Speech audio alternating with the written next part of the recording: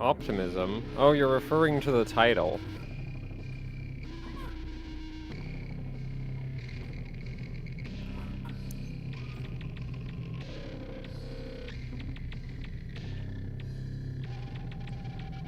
Can you make me a Hynix speed eye if I send you ICs in a blank PCB?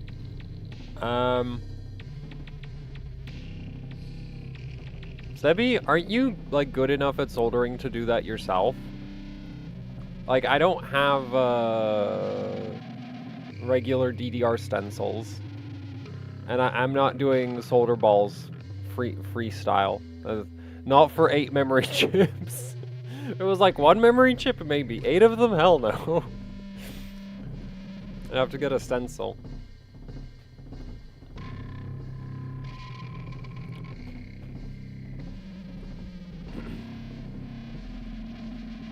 But, like, my experience, like, BGA isn't that hard.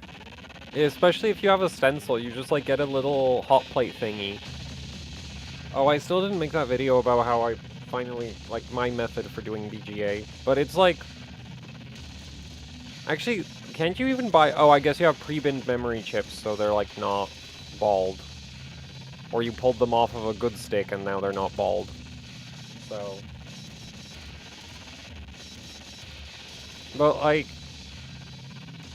So the method I use is I don't need to clean the memory chips that much. Like, you'll see a lot of BGA videos that are like, oh, you need to be, like, super good at cleaning the memory chips. I don't actually really bother with that. As long as there's not, like, I'll just clean them off with the soldering iron. I don't even bother really using the wick.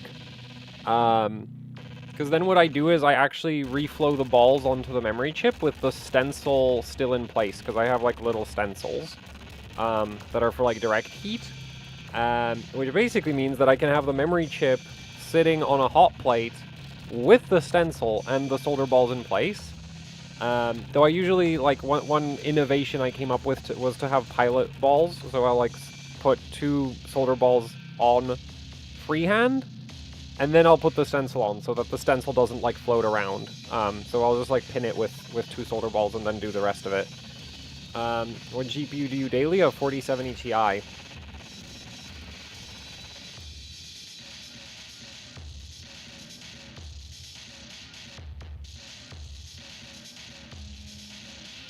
Yeah, there's, like, so actually I don't use a little mini hot plates. I have a, like, GF110 heat spreader that I just dump heat into with the soldering iron to reflow the memory chip.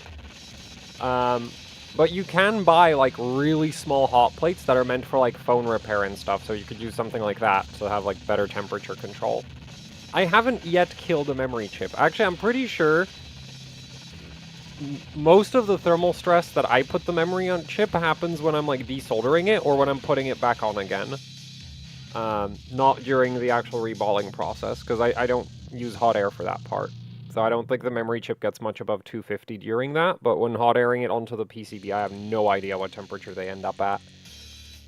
Probably, like, over 300.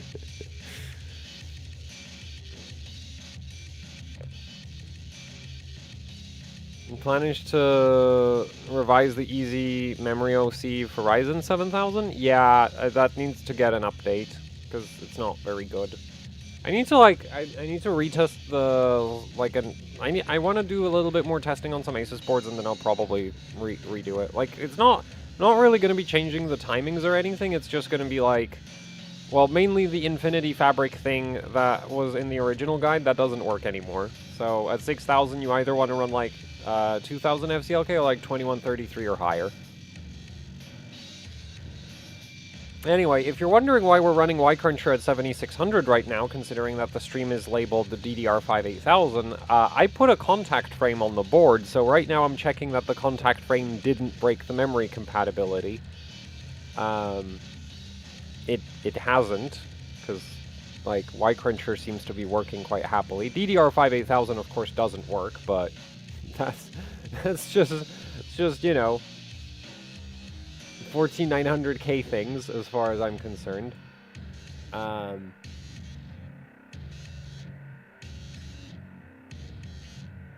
I really should get around to making that video about how I do memory chip reballs.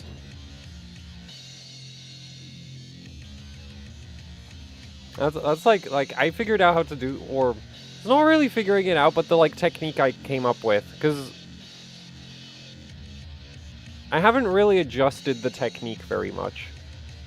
Like, I had the idea of, like, I don't want to have to hot air the memory chips, because that just seems like I don't think the hot air is super accurate for temperature control, and also I'm like, it's gonna blow the solder balls everywhere, isn't it?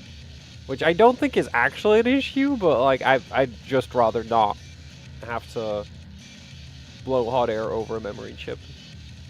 What's really surprising to me is that the method that I do use is, like, super sensitive to ambient airflow. So if there's, like, because the first time I reballed some memory chips, that was, like, there wasn't any airflow over the, like, soldering area of the desk. And then I was trying to do a GTX 960 or something, and I couldn't get the solder balls to reflow because there was a radiator from a test bench blowing air across the desk. And as soon as I blocked that off, it's like, bam, it works again. It's just like, whoa. So I wish I had a mini hot plate. The thing is, I have like a really big hot plate, and I don't like cranking that thing up to like solder reflow temperatures to do one memory chip just seems completely stupid. You know, because you could probably fit like several, like actually not probably, you could literally fit like 10 GPUs worth of memory chips on there. And it's like, yeah, I'm totally gonna reflow one memory chip with that. Seems like a sensible way of doing things.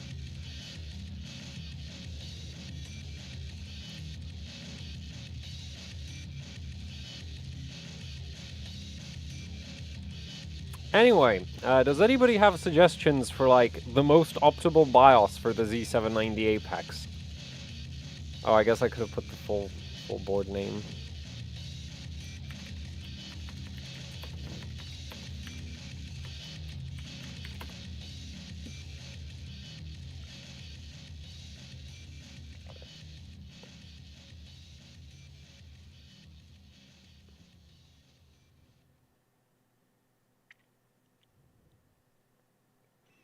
Does MemTweak it work with Asus AM4? It definitely won't let you change timings. It might let you read them.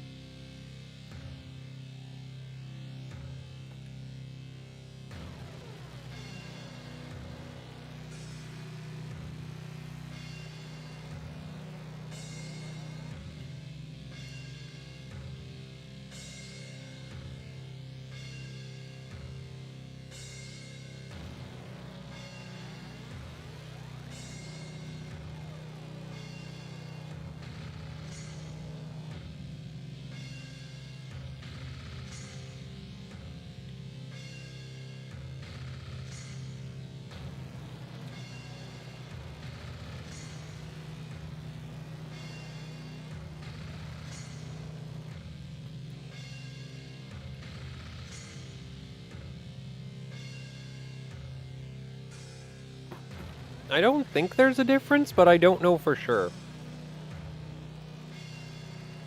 There's like, I think there's a small chance that the Razer edition might be on a newer memory topology, but I don't know with any amount of certainty.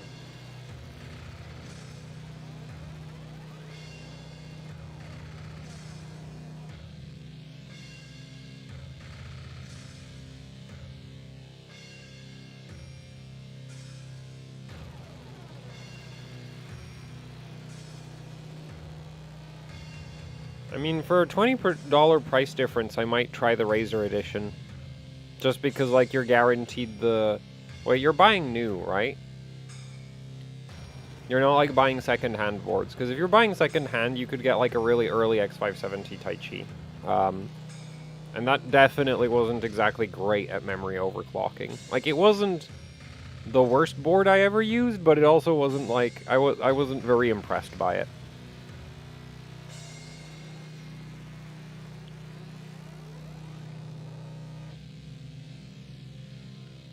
Well, I think I'll say that the contact frame is just working correctly for once. Because, like, Y-Cruncher is still running. We are admittedly only at 7600, but that's better than the past attempts with the contact frame, where it would just get stuck at, like, JDEC or something.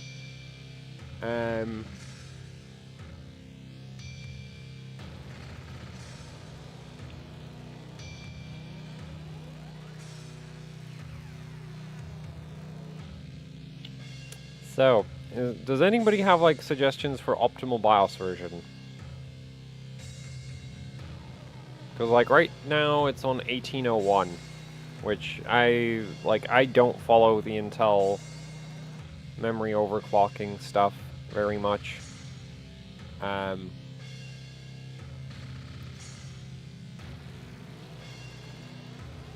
Actually, good audio codecs? I think if you care that much about audio, you should get an external audio solution.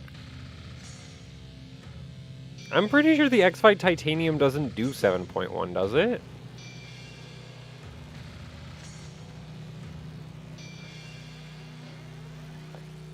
We can check out the X570 Taichi Razer edition maybe on the channel. No.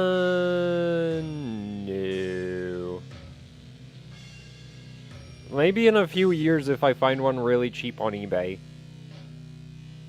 Though personally, I'm more interested, like, if I was going to be testing an AM4 motherboard, I'd be more interested in the B550 Taichi.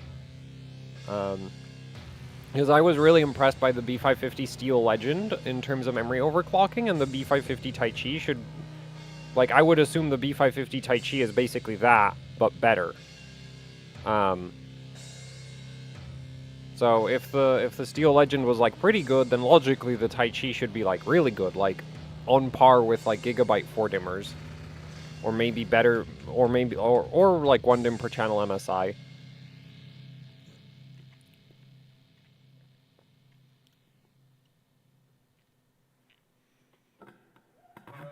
We might do a Crosshair, we might stream with the Crosshair. Not today, but, like, some other day.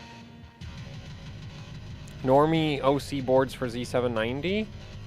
I mean, wait, you want under 300 USD. Well, I'd say your best option is the MSI ITX board, just based on the fact that that actually works at 7600 for me, whereas none of the 4 dimmers do. Like, I've never had a 4 dim board stable at, like, well, actually that's not true. There was, like, once upon a time, I'm pretty sure I managed to run more than 5 minutes of Y-Cruncher on a Gigabyte 4 dimmer at 7600. I think it might have been the Extreme, though, or Master? I'm not sure. Either way, the Gigabyte boards all use the same memory topology from, like, the Elite X up. Might be even below that. And I've heard a lot of people say that the Z790 Nova is good, but I don't have one, and I don't want one. It's like...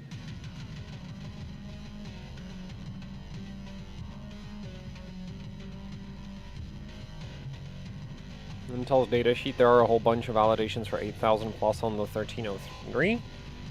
Well, I guess we can try our 1303 then.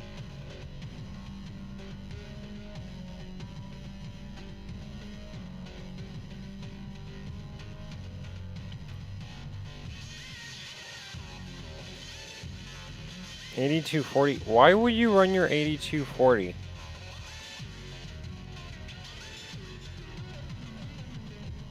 Also, how hot is your memory getting that, like, you need to run it at 8240? That's, like, JDEC spec. Also, the 32767, this is literally what this board defaults to, if you just load up the, like, Asus-optimized timings.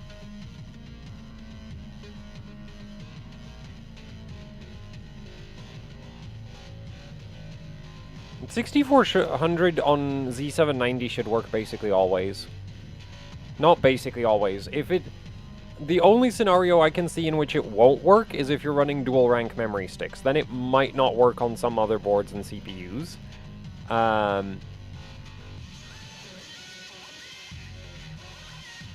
But if you're running single rank sticks, so like 2x16 or 2x24, there is no way that 6400 doesn't work. There just isn't. Like, on like 13th gen, 14th gen.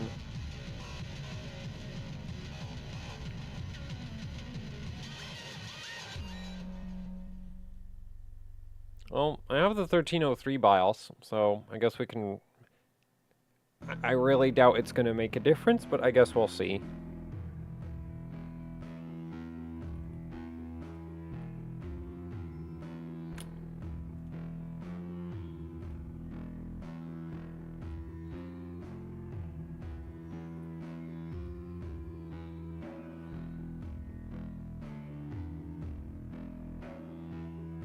$5950X be faster than a 5800X 3D? Really depends on what you're doing.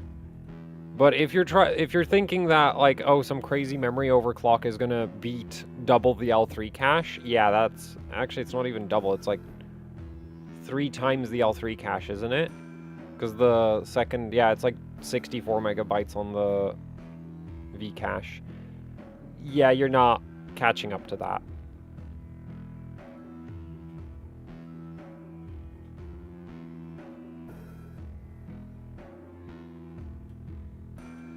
Because the thing with memory is you kind of hit a brick wall at some point in terms of memory performance. And that brick wall is basically the same on a 5800X 3D as on a 5950X. So you're not going to have a memory speed advantage. Like from a memory performance perspective, you're never going to have an advantage. From a core clock speed, you might, but you're probably going to just end up being memory bottlenecked anyway. And then the the 5950X also has the issue that it's dual CCD, and most software is really dumb. So it runs worse if you have 2 CCDs. So you might actually end up wanting to like disable one of the CCDs unless you happen to run something that actually deals with them well.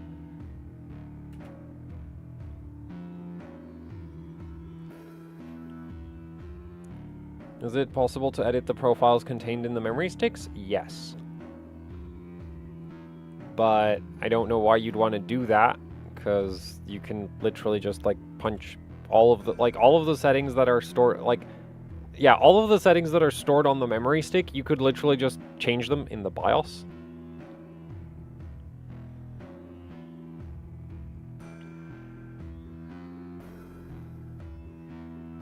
Rev E and Rev B, 8 gig, so there's actually 2 Rev Bs from Micron. There's 8 gigabit Rev B, which is kind of terrible, and there's 16 gigabit Rev B, which is like Rev E, but looser TRFC and much, much more stable. Like stabilizing Rev B is so much easier than stabilizing Rev E. Got 8000 stable yet? We literally just started, like 20 minutes ago. I mean, technically I was checking that the contact frame didn't break anything for the first couple minutes, but I'm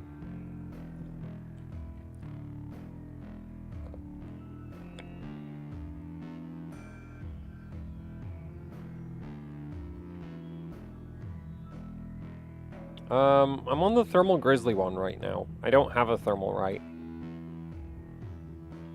But it's like the newest Thermal Grizzly one, not the one where you have to be like super precise with the with the screws. Though I decided to put like a little bit of tape under the contact frame to raise it up a little, because I think Der Bauer still made it too thin.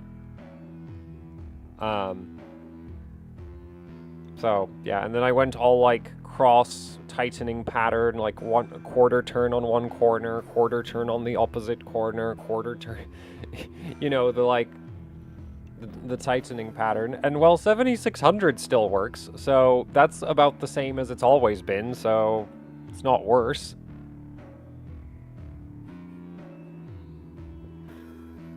Because when I first tried using this contact frame, it immediately went from like board doesn't go above 7600 to board doesn't do 4800, like board struggles above 4800 with it. And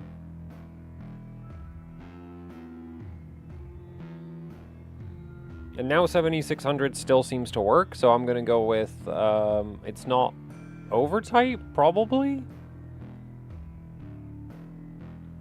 Because, like, my experience with the memory stability is it doesn't, like, it hasn't, for me, really changed. Like, I've only ever managed to make it, like, break completely, or it's stuck at 7600. I've never had anything else really happen.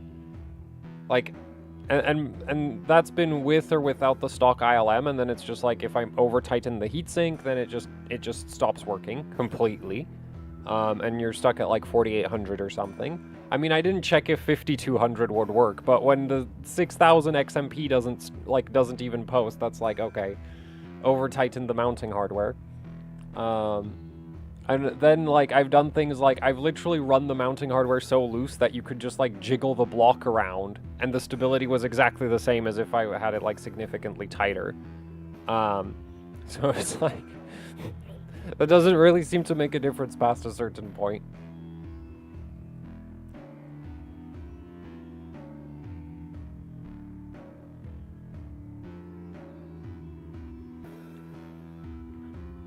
Some CPU. Yeah, but how much is it affecting it? Like, does it shift the stability significantly? Because for me, it's always been like 7600 works and everything above that doesn't on the 1 DIMM per channel boards. I'm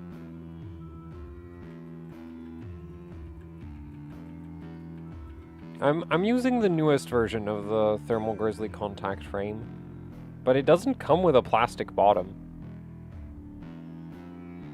It's just, like, it's just thicker as far as I know. Because the problem with the old one was that it was, like, free-floating, and you're not supposed to tighten it all the way down, whereas this one is, like...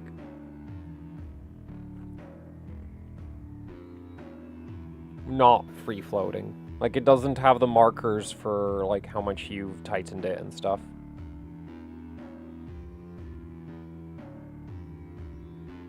On why cooler mounting would affect RAM?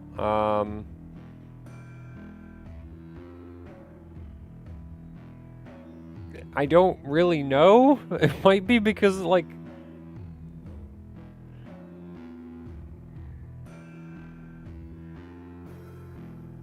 Like, obviously the pressure bends the pins more or less, but, like, why would... Like, why would that do anything? Right? Like, as long as the pins are, like, touching the CPU, why would that really change anything? I'm really not sure. Like, obviously, if the CPU is almost not made, like, if there's so little pressure that the CPU is, like, able to, like, wiggle around on the pins, then that would probably not be ideal. But I don't get how you can over-tighten the socket to the point that it, like, stops working at all. Because you'd think it would bottom out, right? Like, but it, like, apparently doesn't. So if you just keep, like, at least my experience has been, if you just keep cranking on the mounting hardware, at some point, and that's for the cooler. Like, even if you use the stock ILM, you can actually just overload the pins in the socket by just tightening, like, water cooler mounting hardware. And I've done that. I mainly ran into that with Gigabyte boards. Actually, I think I managed it on the Apex once as well. Wait, this BIOS is, like, pre-14th gen. Because my SP rating is, like, completely bugged out. It's now at 82. Yeah, this is a pre-14th gen BIOS. Also, I swear the vid on the CPU for 6 gigahertz keeps getting worse. I'm relatively certain the last time I checked it was 1.498, and now it says 1.499. That might just be the BIOS, though. Or the temperature it's at. Well, let's see. This is totally not going to work, is it?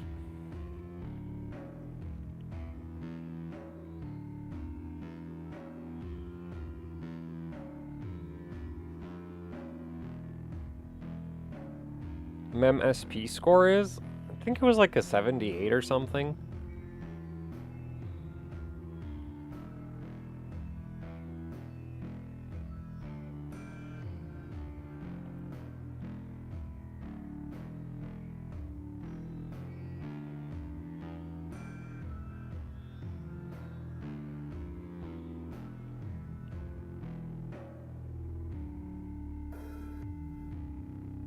You have it booting? Well, DDR5, I've never had an issue with getting DDR5-8000 to boot. Since the Z790 Dark, I've not had a problem with getting DDR5-8000 to post. Getting it to run, on the other hand... That's been a completely different matter.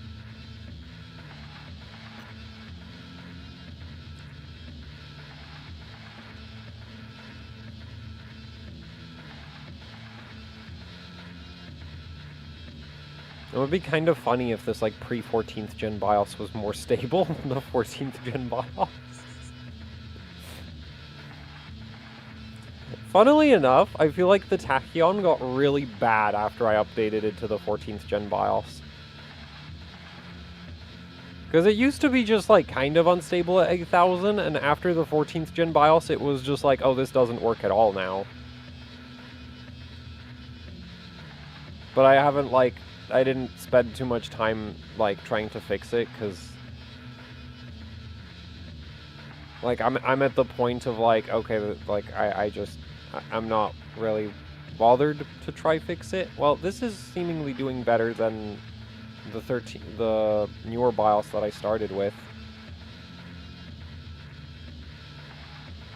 Wait, I didn't even I didn't even, like, restrict the power limits on the CPU. Okay, we should probably do that. That is, like, more stable than the other BIOS. It would not actually surprise me if that was the case.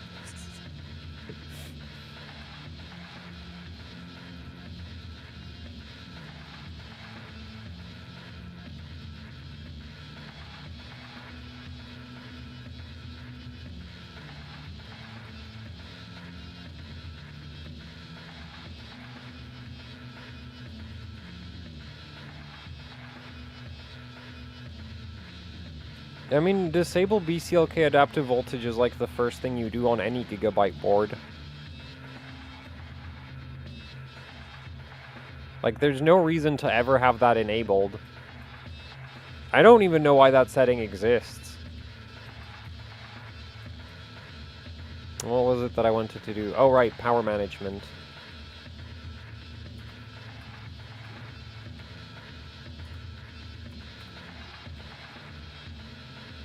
I don't need to degrade the potato any more than it already has. I mean, I'm not sure I degraded it, but... What ITX motherboard would you recommend for the 7800X 3D? I've heard good things about the ITX from Gigabyte, and then but, like, I'm not sure how much I would trust that. Like, the issue is I haven't tested any of the ITX boards, and then, like, the MSI ITX board, as far as I can tell, is, like, nobody has that. Like, I've not seen any testing of that board. Annoyingly enough, because it's, like, the cheapest ITX board that you can get on AM5. So if that was a good board, that would be really cool. But, yeah, I haven't seen any testing on it.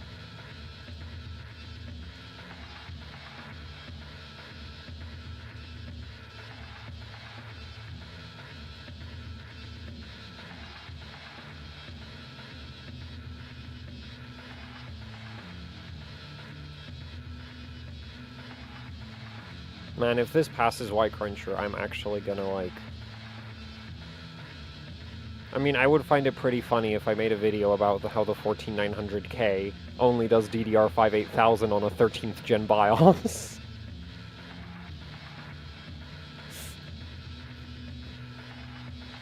Like, you thought AMD AGSA updates were bad, which they are. Like, the two newer BIOSes for the Tachyon are absolutely terrible. Like, they do not work at DDR5-8000 at all, and it's, like, I can't find a fix for it. Because from the BIOS settings that are actually, like, accessible to the... Or at least, I don't know, maybe there's something buried somewhere in the AMD overclocking menus or something. But at least, like, the sort of main accessible memory settings you have, I tried, like, copying them from the older BIOS, and it didn't do anything. It still doesn't work at 8000 on the newest BIOSes. So, yeah, there's, like, that's a thing. And actually, on AM4, the best memory clocking AGSA is, I think, like, I don't... Whatever the F12G BIOS for the B550 Vision uses. Because everything after that walls at, like, 4660? 4666?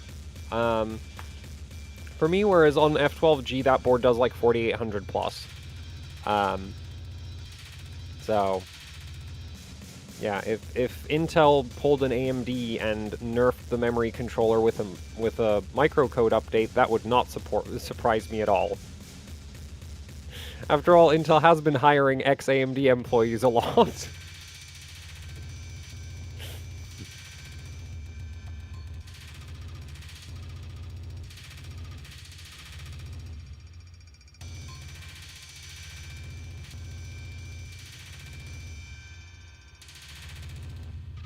Newer BIOS? No, I actually, like, I literally copied everything from, like, F8 onto F22 or F21, and it's like it just doesn't, it's just not stable at all. Like, it'll boot 8000, and then it immediately crashes Y-Cruncher. Kinda like this, actually.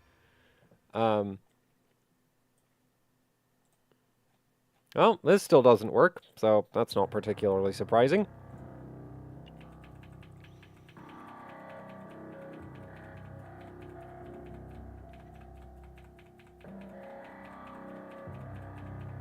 At least Intel doesn't ninja nerf the max FCLK. Did they? I mean, did AMD ever do that? Because, like, max FCLK on the newer AGSAs is actually way higher than it used to be. Like, doing 2200 FCLK used to be really hard on 7000 series, and now it just kind of works a lot of the time. As long as your, like, SoC voltage isn't too high.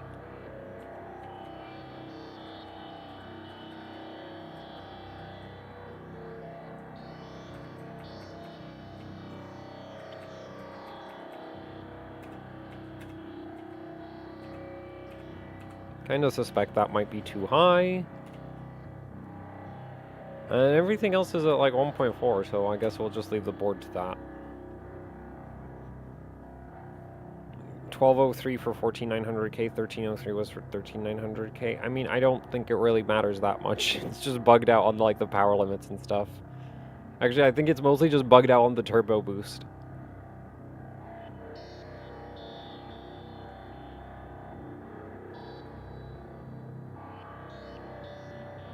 Also, 1203 is even older than 1303.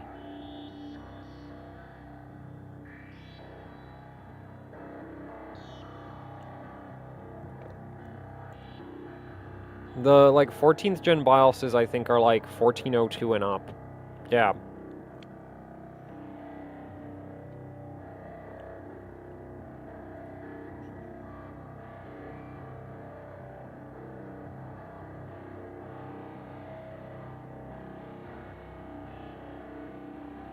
FCLK hole in 1900? So I've never run into the FCLK hole. Okay, no, that's not true. I have run into an FCLK hole if using, like... If you tried to go over 1900, like a little over 1900 using FCLK, I have seen that, like, not work. But I've never seen 1900 itself not work. Like, I've never had a CPU where that wouldn't work. And that's been, like, the case for me with Gigabyte ASRock and MSI motherboards across every BIOS version I've ever used. Like, 1900 FCLK was always fine. Though I have heard, like, other people have CPUs where it's just, like, 1900 just never works. I think never works? I don't know. Like, the issue is I've never had a CPU where that happened, so it's just, like,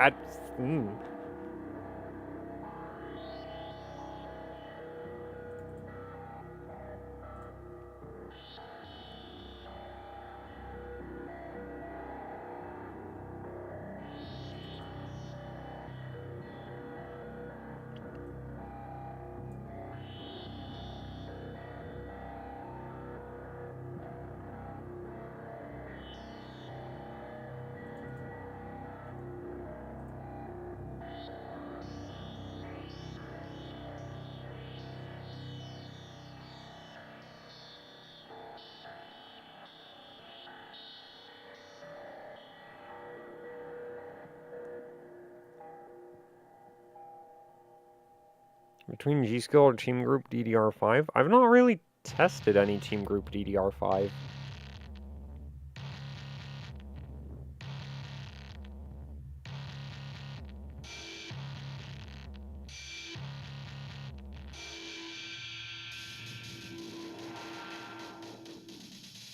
What does that setting do? It changes the, like, operating mode of the voltage regulator on the memory sticks. In DCM, it'll actually, like at low loads. It should only happen at low loads, but I guess it might happen for transients as well. It'll let the current flowing through the inductor drop to 0. Whereas in CCM, it won't let that happen, I think. I'd have to look up the exact definitions, but it's something like that. And basically, DCM is more efficient, and CCM might have a voltage regulation advantage, but I haven't tested if that's the case, so I don't know for sure, but it might.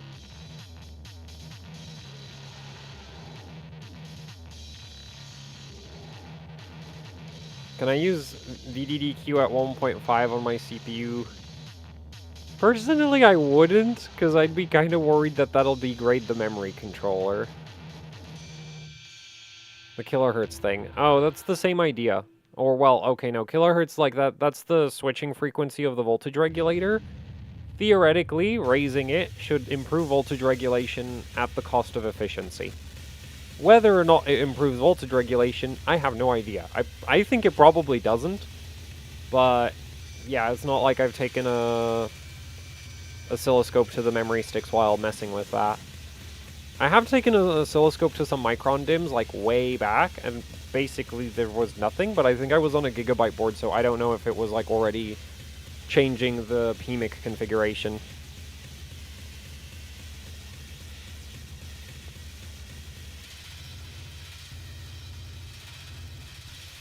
How would you go about MemOC on Intel? I don't. And on AMD, honestly, XMP or Expo, I find them kind of optional. Because you can just, like, manually do, like, everything. And you can kind of do the same on Intel, but, like, specifically for this 8000 kit, when I got it working, like, this was the first memory kit that I had running DDR5-8000 on an AMD system. And the way I did that was I just tried to, like, the first thing I did was just check if, like, XMP works. Which it basically did, and then it was just, like, fine-tune some voltages. Then it was passing all the stress tests, and then I tuned all the subtimings a bit, and that was that.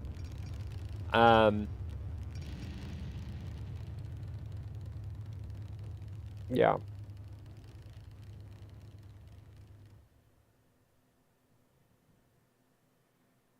Man, if all it took was downgrading the BIOS to a 13th gen BIOS and setting VCCS 8 to 1.2 to get Y-Cruncher to work again on this board, I'd be so happy. Of course that's not gonna happen.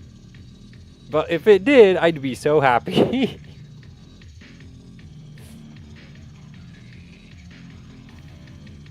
Because that would mean that I'd finally have a DDR5-8000 quotation marks stable on Intel, and never have to hear about overclocking RAM on Intel again, in theory. Or at least that's what I'd like to believe.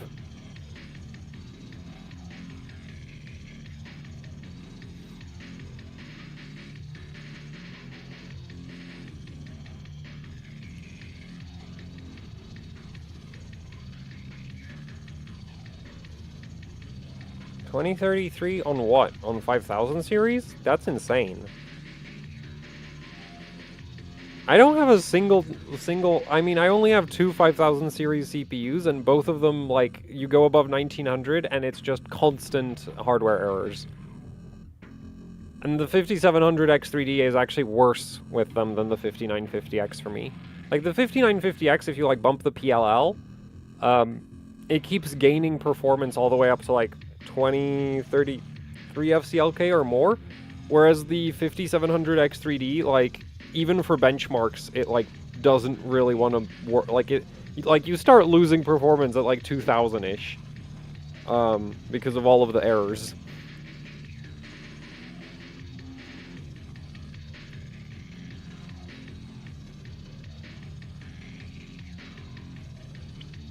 I've not really found dual rank memory to affect the FCLK like at all.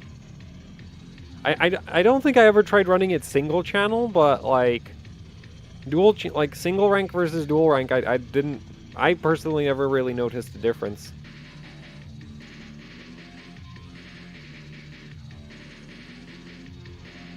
An article on a Korean website that you finally got 8000 stable on an Apex. Well, the funny thing is, I did get a screenshot, and I don't know if I deleted it, I might have, but I did have a screenshot of this board with some BIOS, and this memory kit running Y-Cruncher.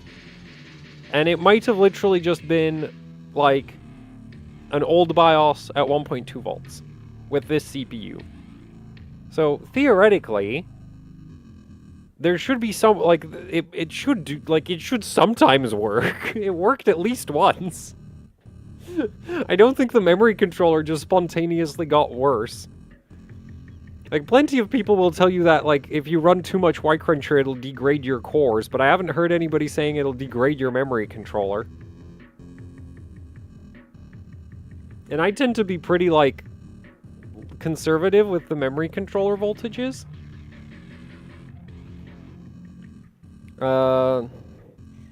So for, like, in my experience, for memory stress testing, VT3 is basically all you need to run. Because that's the only test I've ever, like, I've occasionally tried, running Y-Cruncher with just all of the stress tests, and if I do that on unstable memory settings, usually it'll just be VT3 that crashes. Like, it'll run through everything and then it gets to VT3 and crashes, or there's, like, a few loops and then VT3 crashes. So for memory stress testing with Y-Cruncher, I just use VT3, because I've literally never seen anything else crash in it. Like, I've tried, because I've heard people say, like, oh, you should use, like, N63, and I think there used to be, like, an N64, and, like, I've tried that. I also saw somewhere that, like, FFT is really heavy. I tried it. It wasn't. It just passed. So, yeah, with Y-Cruncher, I just like to sit with VT3, and then, yeah, that's kind of that. Small in-cache VT3. I think if you're specifically trying to just hammer this, like, if you really want to burn the CPU to the ground, there's, Prime 95 small FFTs. Like, Prime 95 in-cache, like, cache-sized FFTs, by far, the heaviest CPU workload you can find. The one issue it has is that it's not very transient heavy, so if you're running, like, a really aggressive LLC, it might not, like, it won't pick up on, like, instability due to, like, bad transient response. Because it is basically a constant, like, 100% load. But if you just want to burn the CPU down, it's really good at that. VT3 better than Karhu? I would not say so. They kind of test different things. Like, I've seen VT3, like, catch, especially primary timing issues really, really quickly, but then, like, it won't necessarily catch, like, it won't necessarily catch, like, the memory voltages being slightly off. It'll usually catch, like, memory controller voltages being slightly off. Or, like, it also doesn't seem to care quite so much about terminations, at least on AMD.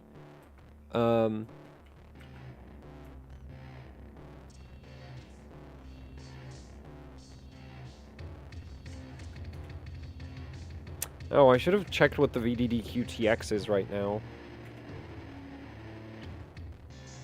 Catch low VSOC, yeah.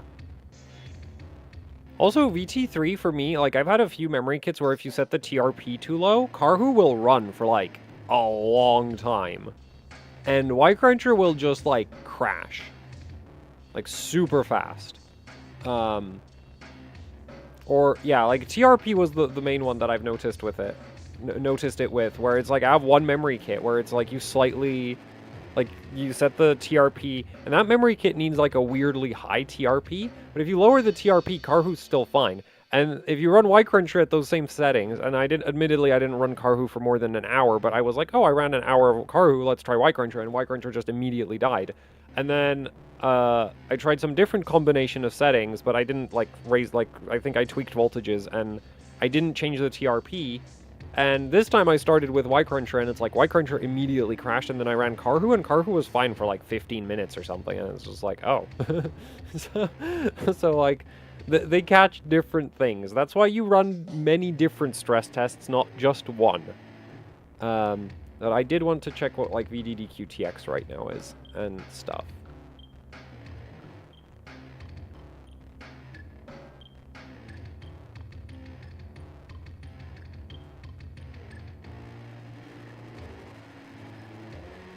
Finding max memory clock?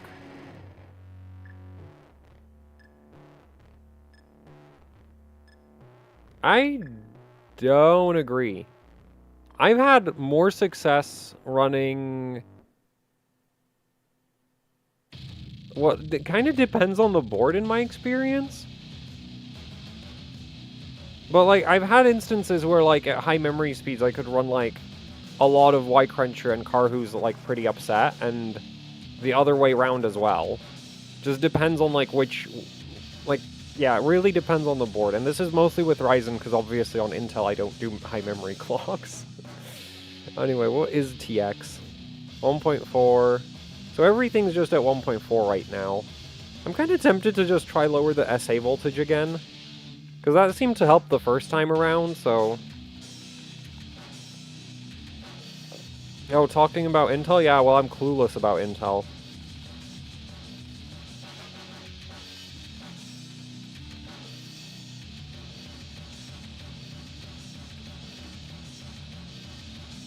Apparently, I have massive skill issues.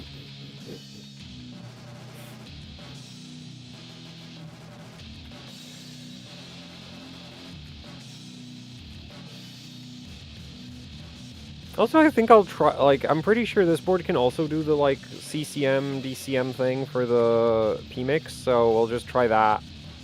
Because, like, I don't think it'll hurt anything. Wait, we don't have that option. Interesting. We do have a switching frequency setting.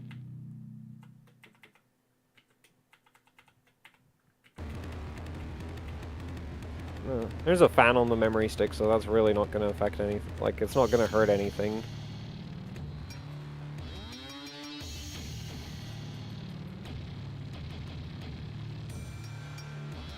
Yeah, I don't see anything about...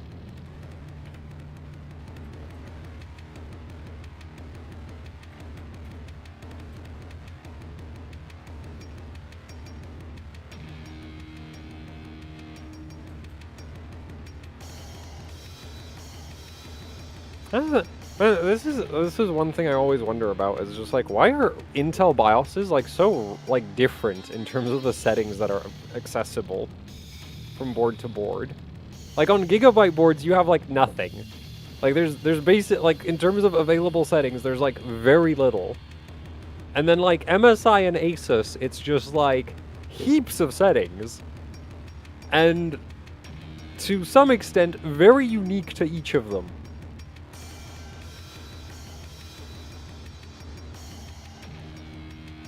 The SP rating's bugged out. This is... Somebody in chat suggested I use the 1303 BIOS, and that BIOS is for 13th gen, not 14th gen, so the SP rating is just completely broken right now.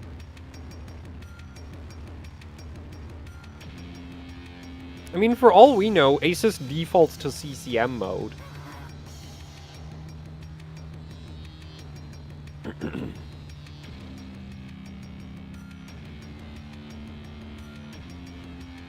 You just released some new beta BIOSes today. Yeah, I saw, but like... Are the, like, is there any evidence of those BIOSes actually being better?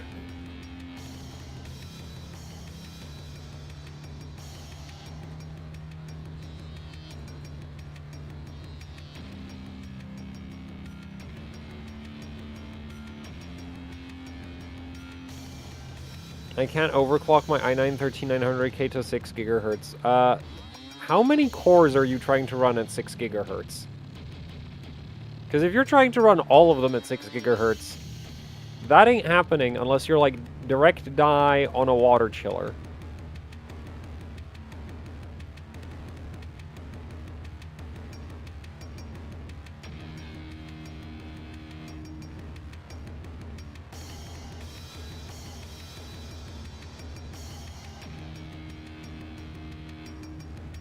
All of them. Yeah, I would not expect that to work. My experience is that, like, and also it depends on how much load you're putting on the CPU, but for heavy load, I would not expect anything more than, like, 5.8 to work on most CPUs. And honestly, even 5.8 for, say, like, my 13900K is really high.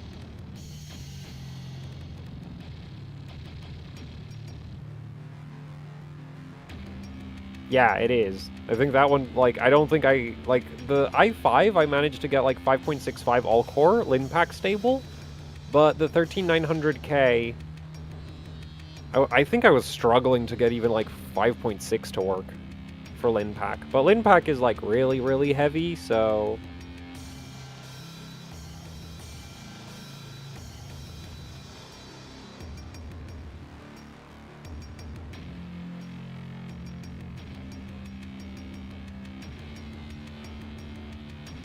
Is memory controller random? I don't bin CPUs, so I have no idea about that. By all... I mean all P cores, not E cores. Obviously the E cores aren't doing 5.8. Those max out at like 4.5-ish usually.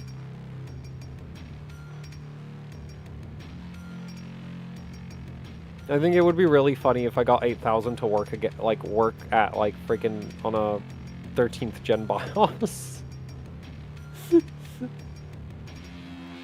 If that wouldn't be cursed, then I don't know what is. Having better cores helps because heat also affects the memory controller over 90 degrees Celsius.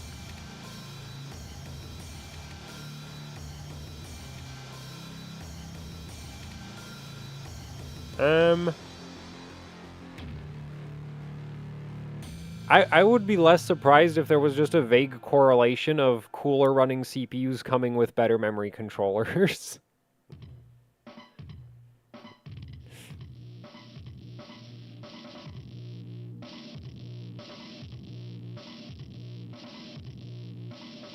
On 5000 series Gigabyte boards, at least on the ones that are like on the newer daisy chain topology, so like not first revision X570, but everything after that, yeah, 40 ohm proc ODT is optimal for all situations in my experience. Whereas like ASRock, MSI, and Asus, it kind of depends on the board and BIOS and memory configuration. Like my Steel Legend, I'm pretty sure there's like a note written on that board that like for something it needs like 32 ohm proc ODT. Yeah. It's like 32 or 34.3. I can't remember which one. But, like, I have a note on that board because it makes, like, a huge difference. Like, the board normally walls at, like, I think 4733, and if you set it to 32, it goes to, like, 4933 or something.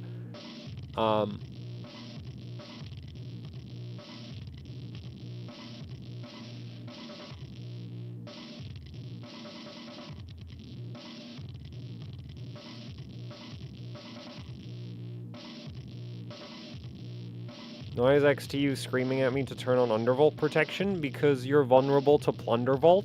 There's there's a vulnerability where if the CPU is right on the edge of being unstable, it'll sometimes leak. Like there's some like weird cyber attack that can be done. Obviously, I'm pretty sure it requires physical access to your system for it to work. So it's actually like XTU's being really paranoid about that, but technically that is a thing. If you were to go Intel, what speed would you recommend? Well, if you want to turn on XMP and want like 100% or as close to 100% certainty that it's gonna work, I would say 6800. Like, I don't think there's any way that 6800 is not gonna work. Regardless of, like, what... Okay, maybe you might be able to find a motherboard where it won't work, but assuming that you're not buying complete, like, dumpster tier motherboards, I don't think there's any chance that 6800 won't work. And if you buy a 6800 rated memory kit, assuming that it's not one of the, like, Corsair has, like, a Micron bin in 6800, but as long as you avoid that, specifically, if you get, like, 6800 with Hynix timings, it has to be A die. It could also be 24 gigabit M die, and so if you ever decide to manually overclock, it can go all the way up to whatever your memory controller limit is.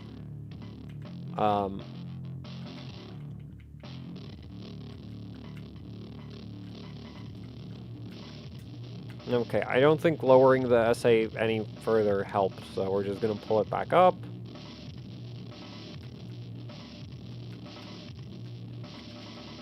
No, I guess we're just gonna... Oh, I guess we need to turn that on. 1.5. Yeah, I guess I'll just leave that at 1.4.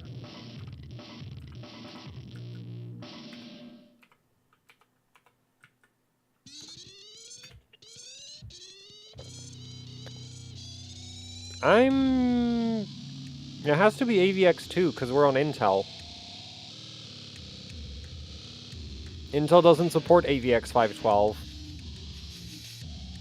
Wait, I didn't turn on the... Wait, no, it is retraining. I didn't turn off the VDDQ training, though.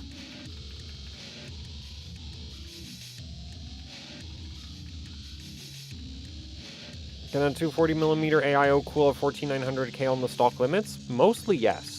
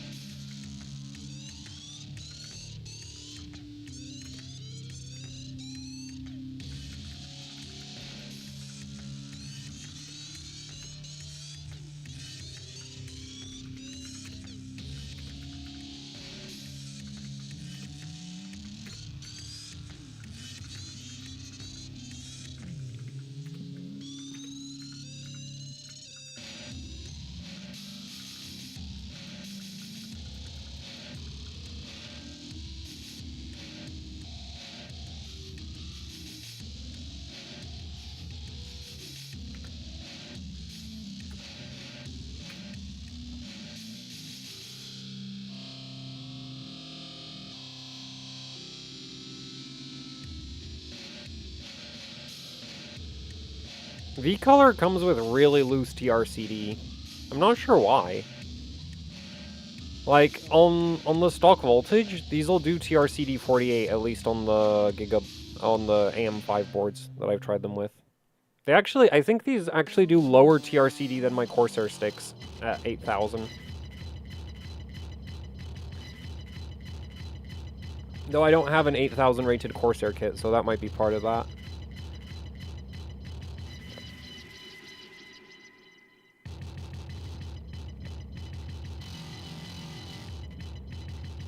Is there much difference between an AIO and custom loop with the same radiator size? Depends on what you're trying to cool. If you have like a low heat output CPU, then the custom loop's gonna have an advantage in like thermal transfer from the IHS, and the water temperature, like you have to think about it, like there's the water temperature, right? And if you have really high water temperature, then it kind of doesn't matter how good your water block is, because your water's really hot. Though I think you'd still, like, technically it should still give you slightly an advantage. Also, a 240mm custom loop radiator is probably going to be more efficient for the, like, size than a 240mm AIO radiator. The water blocks are definitely more effective. At least as long as you don't buy, like, some, like, eBay special. But it's not, I don't think you'll get much of a difference unless you're on, like, say, like if you have a 7800X3D, having a 480mm radiator isn't going to do anything. right? Because that CPU puts out like 60 watts of heat. Or like 80 max. Which you can do 80 watts on a 120 millimeter radiator with like less than a 10 degree delta to the ambient air temperature. So, you know, with like a 7800X3D, how big your radiator is, it really doesn't do anything for you. Because the bottleneck is the transfer of heat from the CPU itself. And in that scenario, I think the custom loop might get an edge.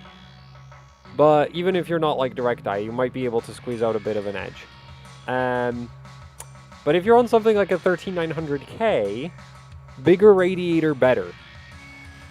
At least like if you're running it without the power limit. If you're at like 253 watts, the radiator isn't like a 240 can deal with like 253 watts just fine.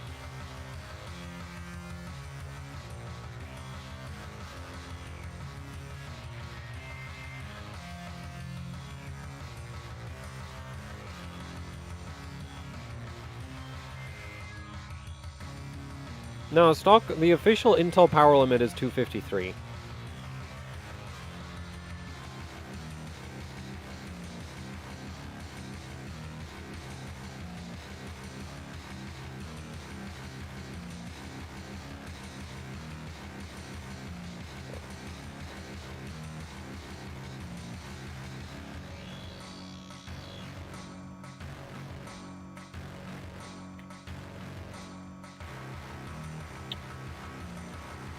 Yeah, but the 3495X has 56 P cores on it, so like...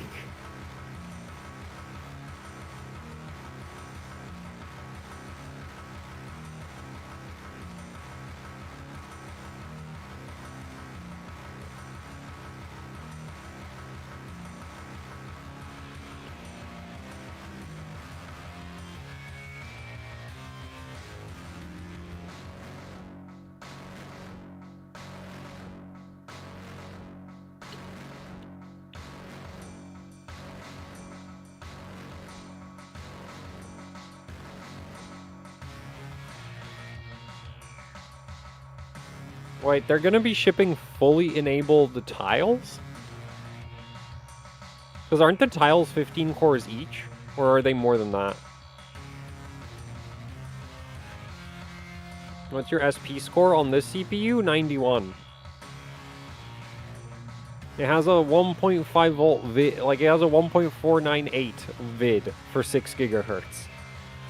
And a 1.438 for 5.8. Which, in my opinion, is the worst part, because I've seen chips with, like, similar 6 gigahertz vid, but lower 5.8. So it's not, like, not only does it suck at doing 6 gigahertz, it also sucks at doing 5.8.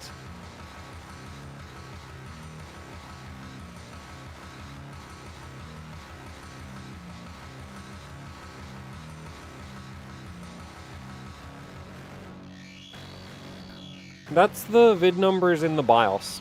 So I'm not sure. I'm pretty sure it's before load line effects. You plan to test 2x32? So, funny you should mention that, because I think like a week ago, I stuck that kit into the Apex, and I tried overclocking it a bit. It immediately started erroring out in Whitecruncher at like 6600 or something. So I dropped it back down to 6400, which previously I think worked, and it didn't work anymore. And that's when I decided to go back to testing AMD CPUs, because it was like, well, this is not what I like, yeah, not fun. So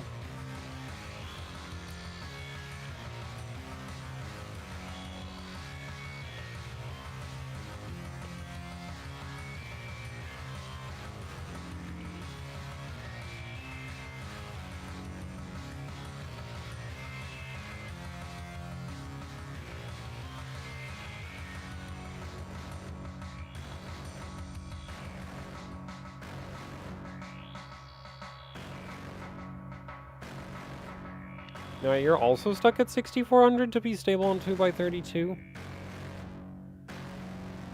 It should be, like, I'm pretty sure the Apex should be able to do, like, at least 7200 on 6, at least if your CPU isn't trash. But the thing is, I had the 48 gig DIMMs doing, like, 6600 on a Gigabyte 4 dimmer, so it, like, you know, like, you would think that on an Apex. Sure, the 32 gig DIMMs are harder to run, but, like, it's an Apex, right? Like, that should help.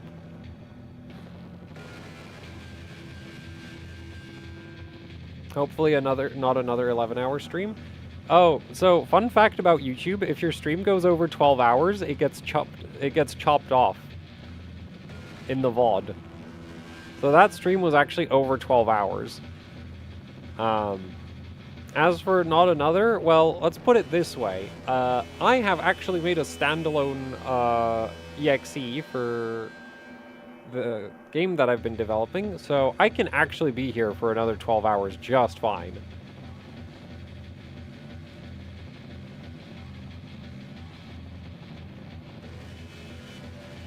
Because I can just... Because that's basically what I did for, like, several months at the start of last year, was just, like, slowly iterate through settings that don't work while playing games, waiting for things to crash. Perfect timing. You say crash and it crashes.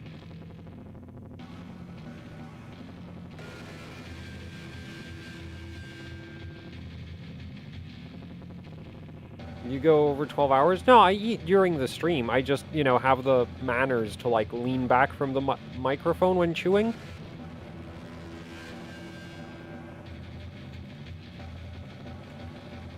What genre? It's an FPS game. I might like put a little window of it up on the stream if I decide to start playing it. Can we pay for chewing ASMR? No.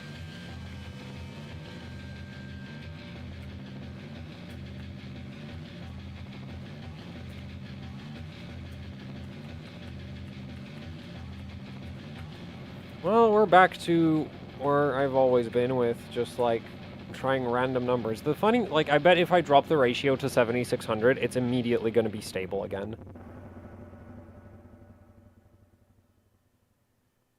And that's what annoys me so much about this, is, like, it's always 7600. Every 1 DIMM per channel board. You drop to 7600, the stability fixes itself. You raise it to 8000, no more stability to be found.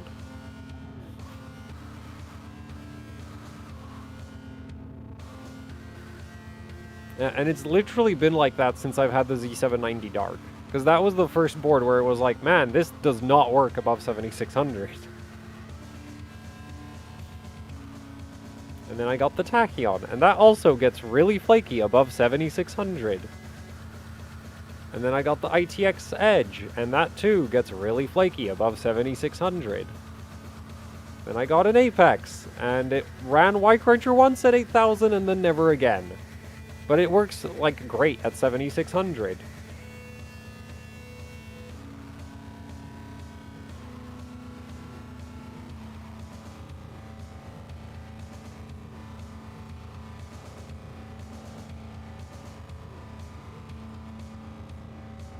And then the 4 dimmers don't even work at 7600, so... Like, there is an advantage to having a 1 DIMM per channel board, but it's just, like, as far as, like, differences between the 1 DIMM per channel boards, I can't tell. They're all basically the same as far as I'm concerned.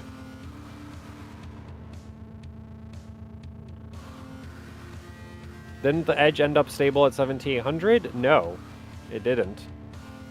Because, as soon as you tighten the timings on the Edge, like, at all, it just stops being stable again. And actually... So, and I'd rather run tight timings at 7600 than loose trash at 78.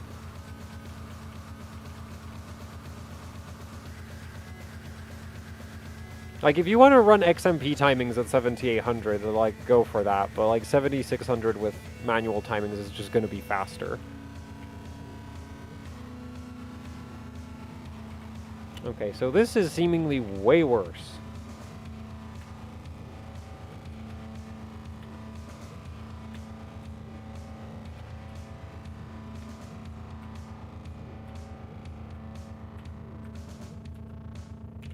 Also, I'm not sure. It might have even crashed like right at the very end of Y Cruncher at 7800, even on auto timings or something like that.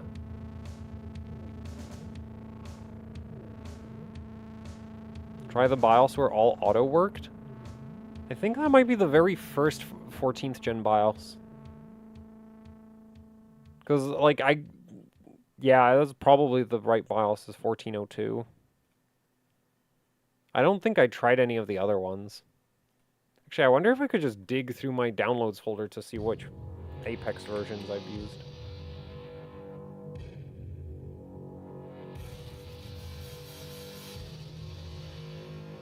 That's odd. Oh, I guess the file name.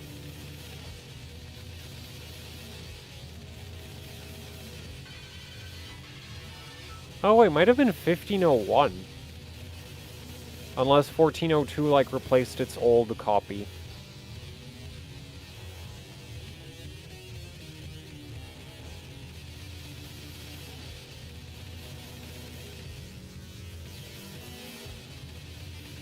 I mean, this booted, so we may as well try run Ycruncher again. It's probably gonna crash in a few cycles again, so, like... No real loss in that. Yeah, see? Okay, so... lowering the VDD QTX is definitely not the way to go.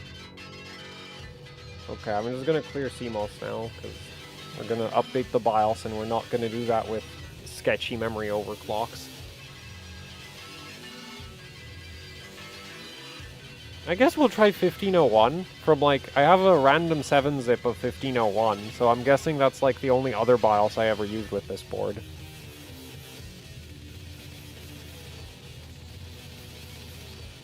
Oh, it's even on the USB stick already.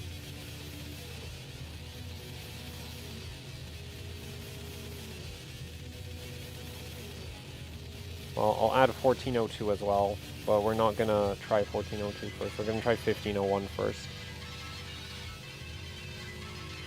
I'm not 100% that it was all auto, but it might have been all auto.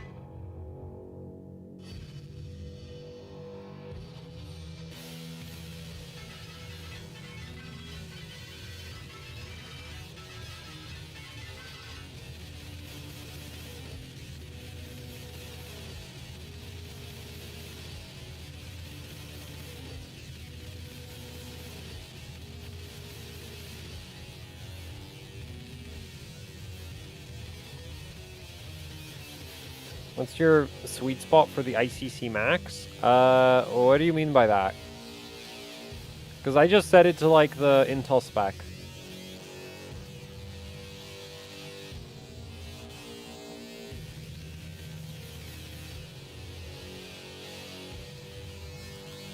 Just XMP and tried 8200 with 1. Actually ran like 3 loops. Yeah, so I guess 1501 is going to be the way to go. But I feel like I tried 1501 later and then it didn't work.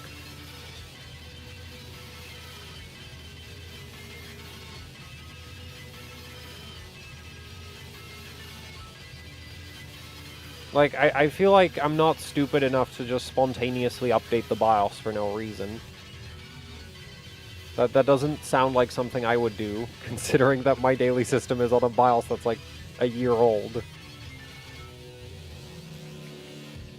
And I like and for some boards I have like specific notes of like, hey, this BIOS version is best for X. So where is 1501? There we go.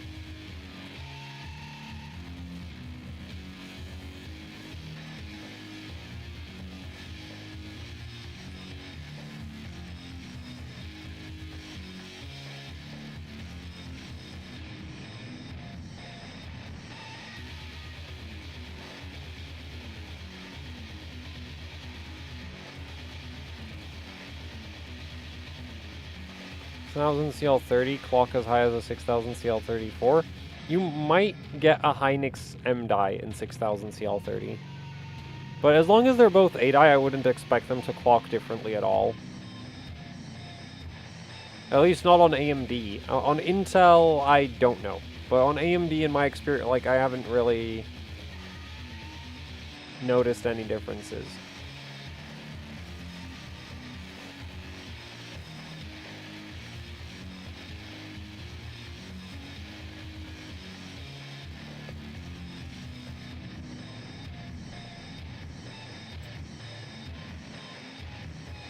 Imagine if it works again.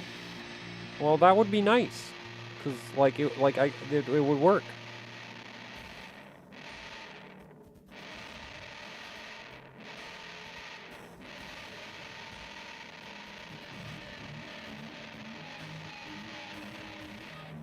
Single rank sucks on DDR4. For DDR5, single rank I'd say is actually just is basically better than dual rank. Or, well, the thing is, dual rank makes much less of a difference than it used to, and it does clock. Well, on AMD, it doesn't really clock worse, because you can run 6200 on basically everything. But on Intel, dual rank, at least in my experience, clocks a lot worse.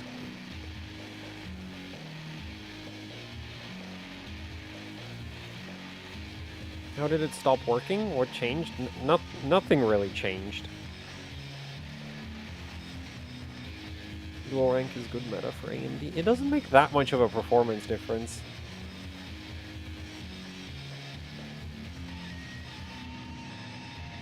I'm pretty sure DDR5 is lower power for the same performance.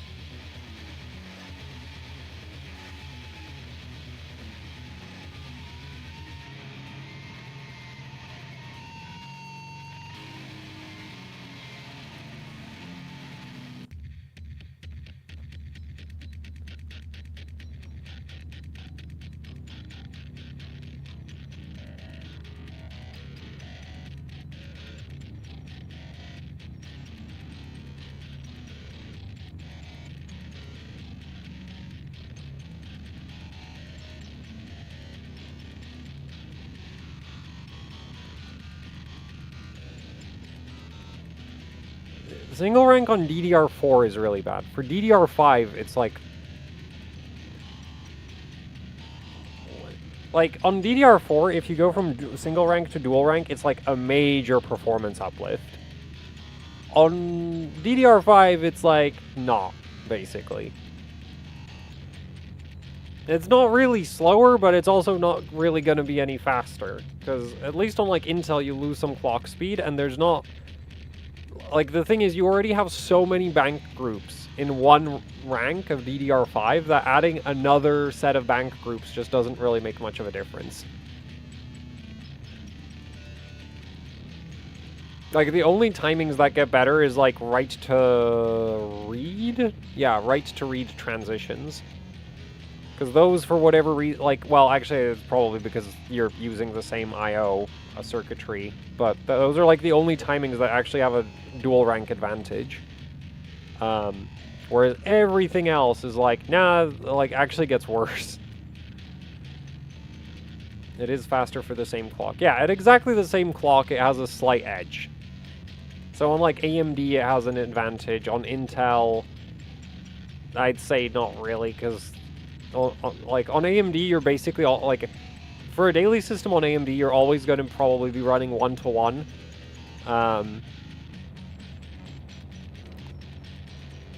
Though I'm pretty sure, I recently saw a screenshot of, like, DDR5-8000 on 2x48 on AMD.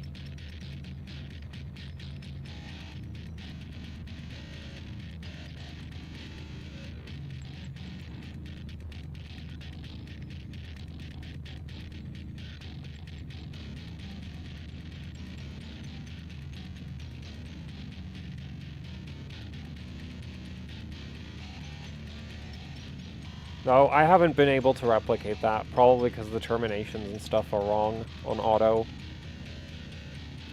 4x on the Z790 Asus was OP? Yeah, it would be. Those are topology boards.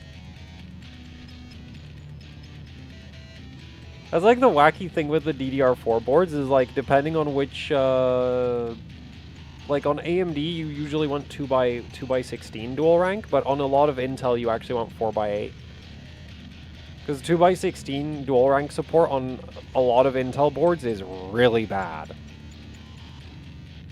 But 4x8 is like actually quite well supported, especially on like Z390, Z370.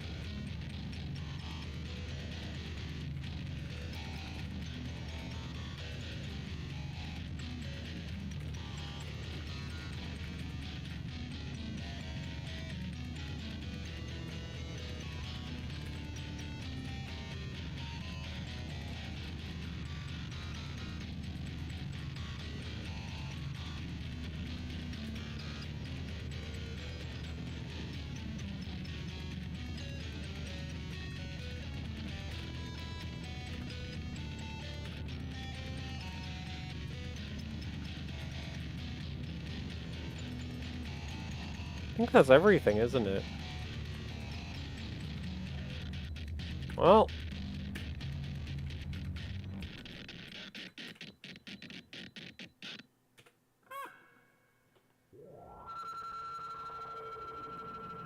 You just read a lot of documentation? No, because there isn't usually much in the way of documentation for like the CPU, like the memory controllers or anything.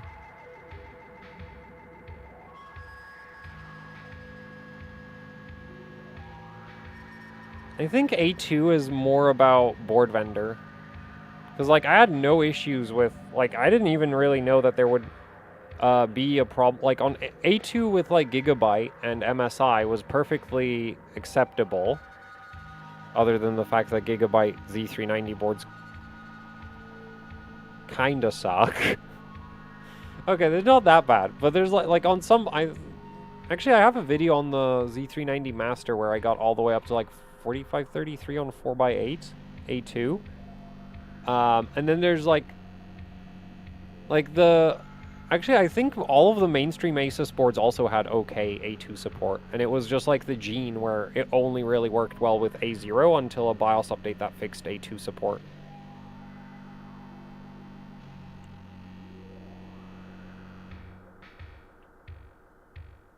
Four DIMMs of 16 gigs or 4 DIMMs of 32 or higher? You need to enable memory trace centering on the Gene. If you're on if the BIOSes that fix A2 support, they have an option called like memory trace centering. If you don't turn that on, A2 support is still broken. Like you're gonna get stuck at like 4400 CL17 or something. Was my experience. Actually, even 4400 CL17 I think was kind of pushing it. on the like pre-A2 support BIOSes.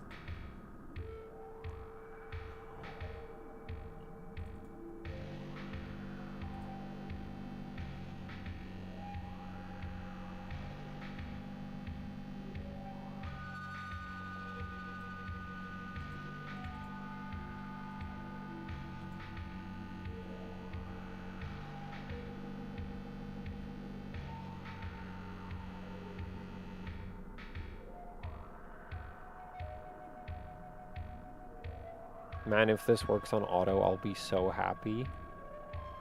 Because then this working on auto won't be like, I didn't hallucinate that. That did actually happen. Because it's so annoying. I had a like I did like it happened, and then it's like I never was able to replicate it again. Oh, and we're back to it does not work on auto. Man.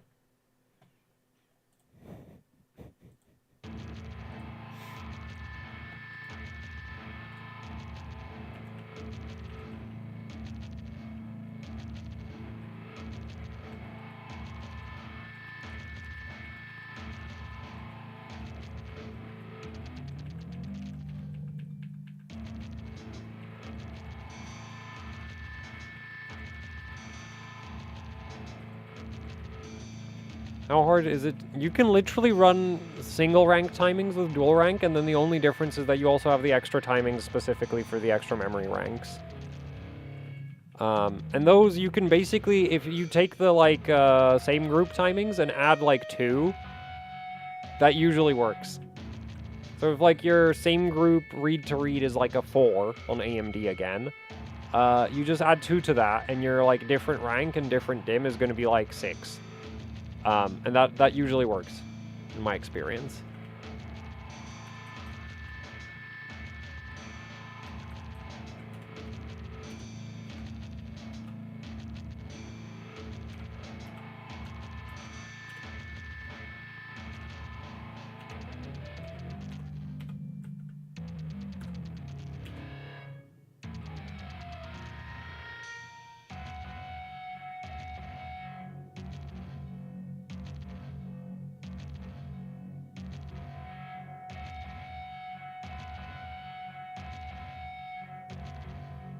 Any chance the contact frame is bent, causing... No. Unless you mean it got bent by the CPU.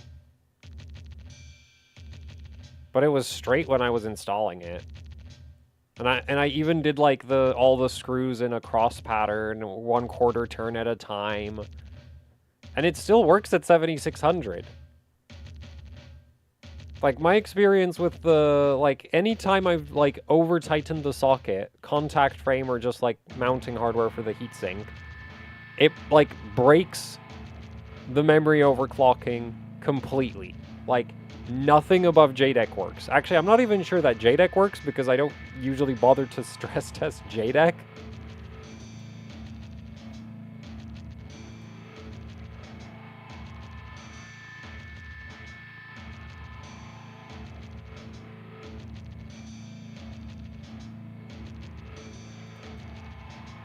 Oh no, not hardware info again. I want to tweak it.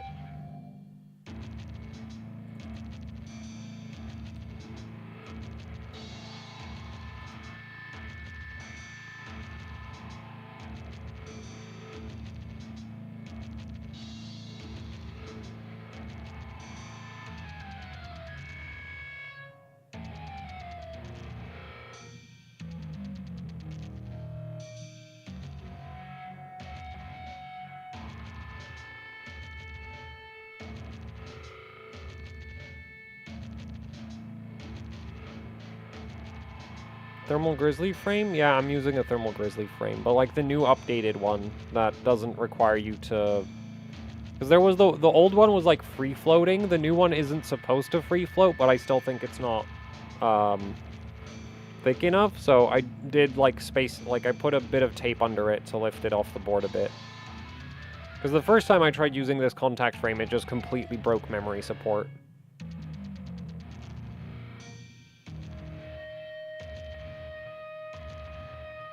Add a second layer of tape. So I'm like shimming it with like masking tape.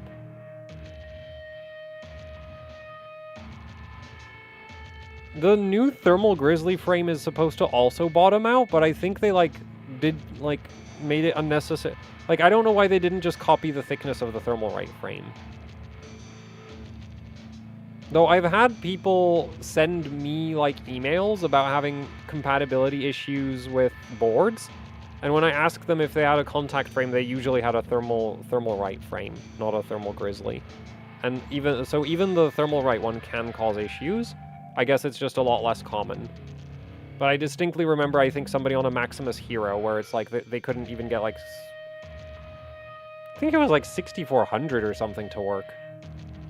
And it turned out to be like a contact frame issue.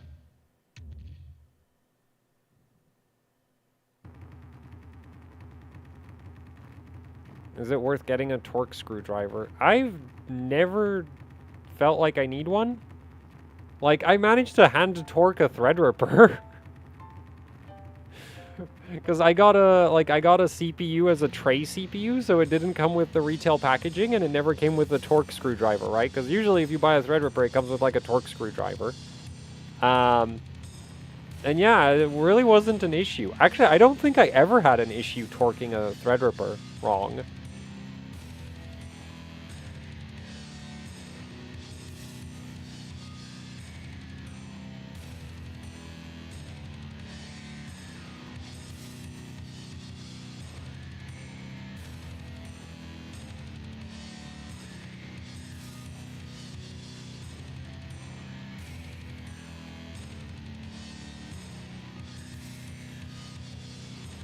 And then, like, because I remember seeing all those YouTube videos complaining about, like, oh, if you don't torque it just right. And so, like, I was really worried about it. And then it's like, nah, I just take my little, like, hand screwdriver. Like, it's nothing, like, it literally, like, you know, one of those, like, cheap pen-shaped ones.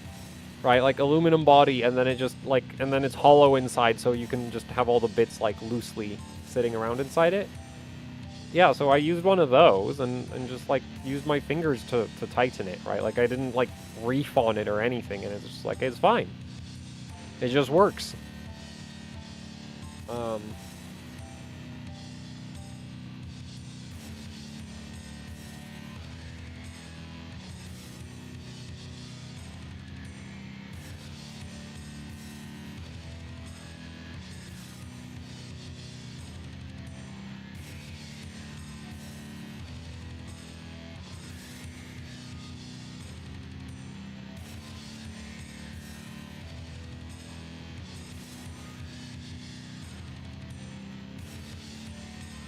Right now we're on 1501, because that's, like, the only...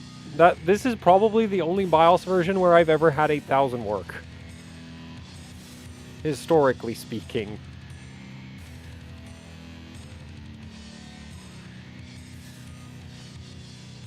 Wasn't it Apple that it did just works?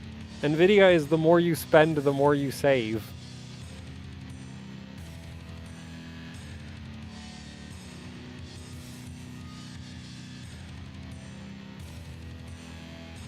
And I mostly use the "it just works" phrase from watching, like, the Spiffing Brit videos, I think.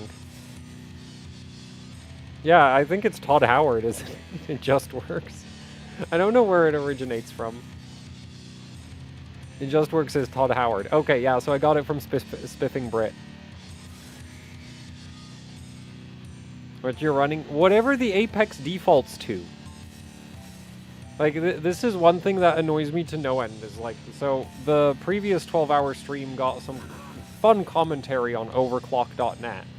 And it's like, yes, the auto timings from the motherboard are my timings, and I set them wrong.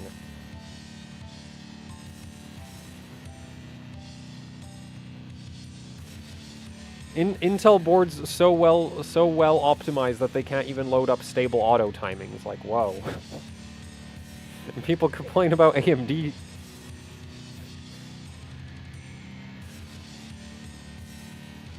Is your CPU at stock? Yes. And it crashed again.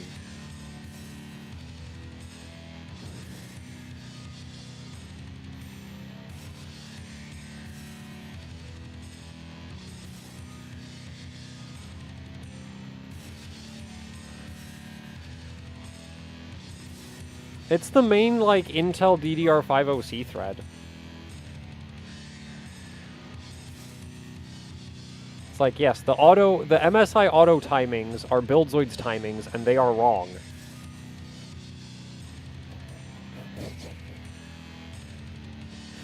So it's just like, well, I mean, if you can't even tell when the timings are on auto, then, like, I don't know what I expect from you.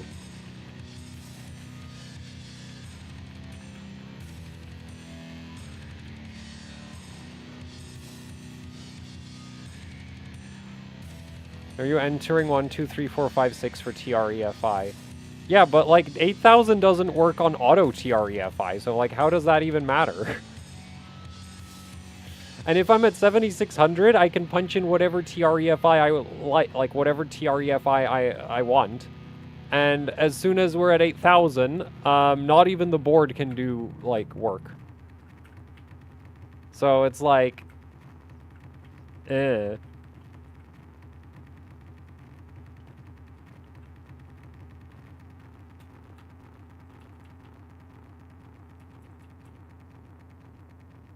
Man, why does the VCCSA go in 1 millivolt increments? Like, who thought that was a good idea?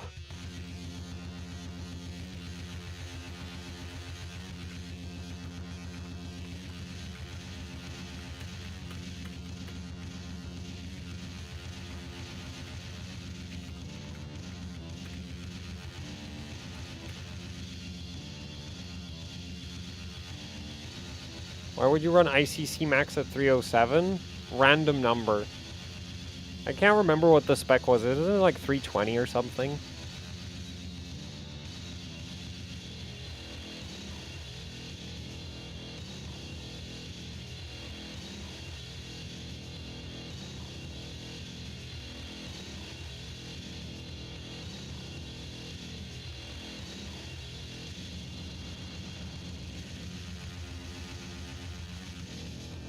Oh, actually there is a 307 in the data sheet.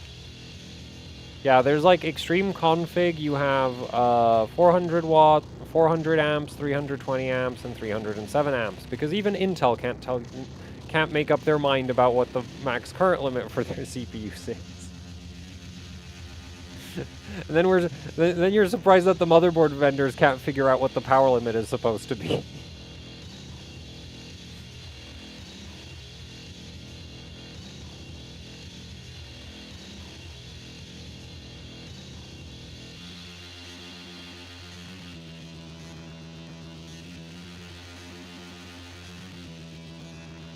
Yeah, to enter 340. Yeah, but I don't care about it throttling. Like,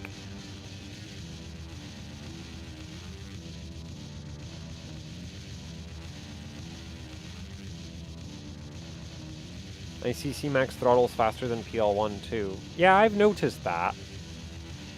I don't see any reason to try avoid it. Like, I'm pretty sure we could run the CPU without hyperthreading at like 4.5 gigahertz and Y-Cruncher would still crash, so like...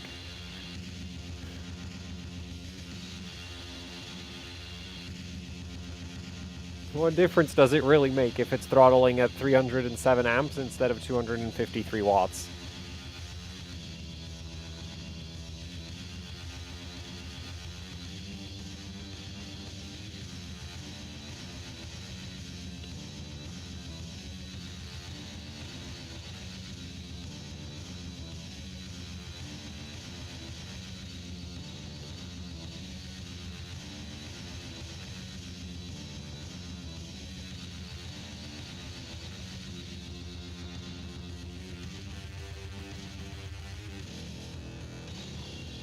The thing is, if I take off the power limits, it'll crash Cinebench.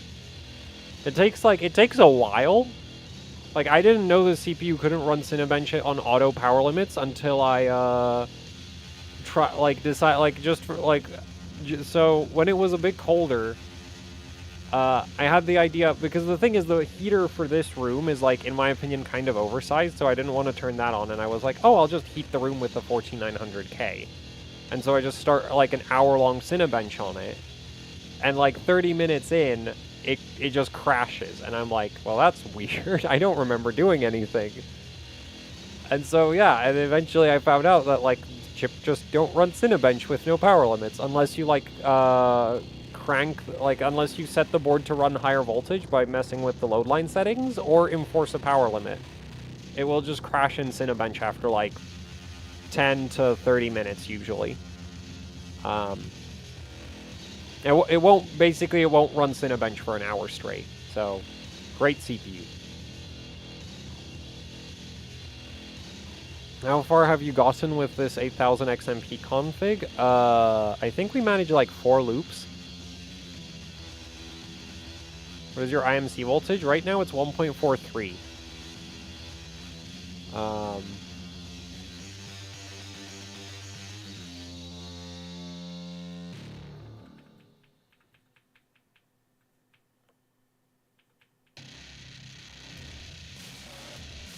So far, the ITX Edge holds the record at like 20 loops at 8000. Not an hour, but, you know. I'm pretty sure I managed to pass... Oh no, that was VST, and VT3 is heavier. So I guess if I tried VT3 on the Tachyon, that would be over. I needed 1.4625. I mean, I can try that. Like honestly, at this point, I don't really have a plan, so whatever chat suggests, I will actually just punch into the BIOS, other than like 2 volts to the V-core. That I will not do.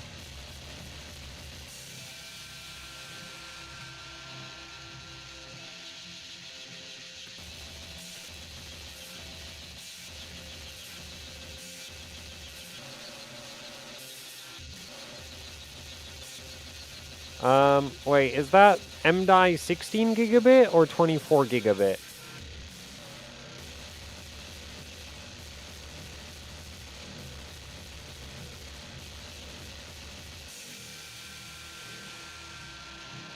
Is Expo mandatory to run on Ryzen? No, 16 gigabit. It might do 7000. It'll be kind of a pain. It might even do 7200. But I would expect it'll be kind of a pain to stabilize, in my experience.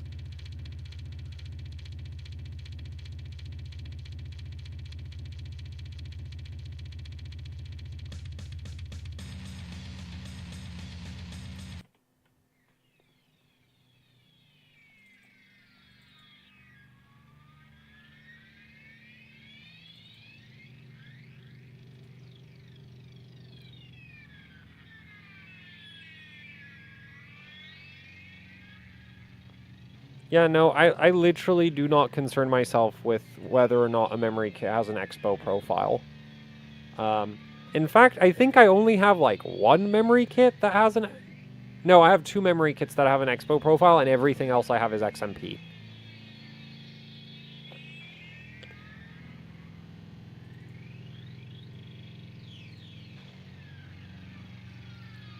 I wonder what the Auto VDDQ TX is doing. Oh no, it's just staying at 1.4.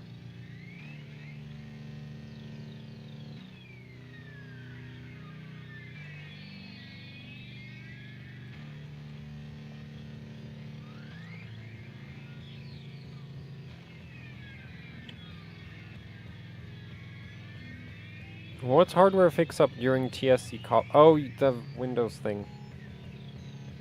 No, I haven't checked that. MSI has a one-click 6.4?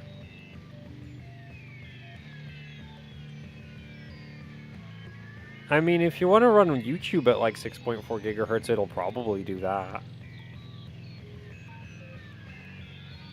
To be completely honest, I don't really care.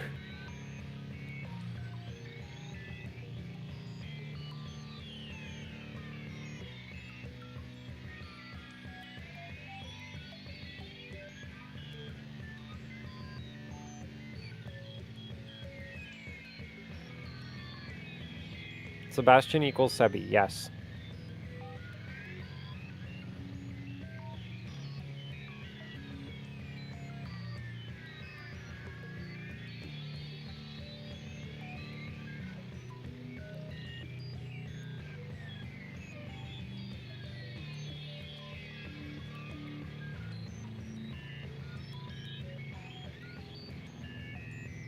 Oh, I also saw somebody accuse me of getting paid by AMD in the overclock.net thread about Intel memory overclock.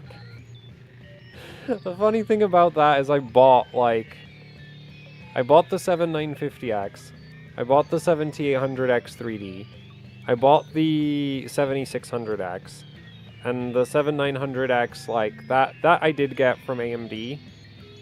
Technically, AMD also sent a 7950X, but the first one died, so I had to buy another one. Right? So... yeah.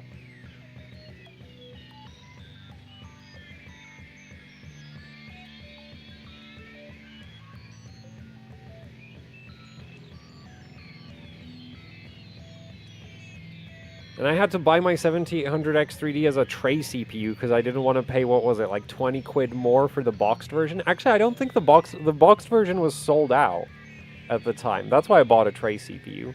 Yeah, because I don't think it was really cheaper. It was like the same price, but at least it was in stock. So like my CPU doesn't even have the proper retail warranty. And the memory controller sucks. Like, it's by far the worst Ryzen CPU I have in terms of memory controller.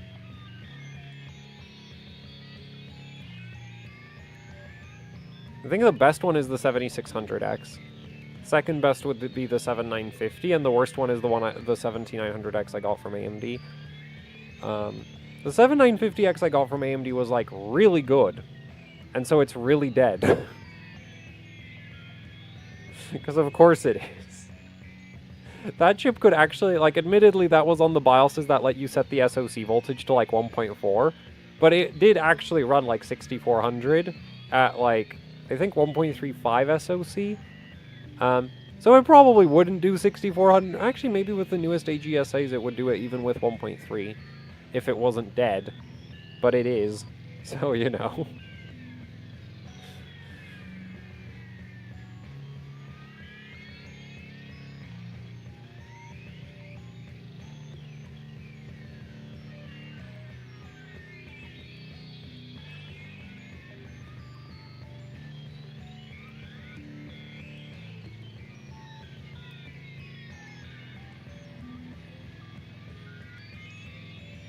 Safe disk bin? I'm pretty sure I've seen, I feel like I saw somebody on the Ryzen, what is it, on the Zen Timings Discord with, like, a chip that does, like, almost 6800 on, like, cold water or something. And I've seen a few people on, like, r/overclocking with, like, 6600 chips. Where it's like the chip will do like 6400 at like 1.2 or something, and then does like 6600 at 1.3.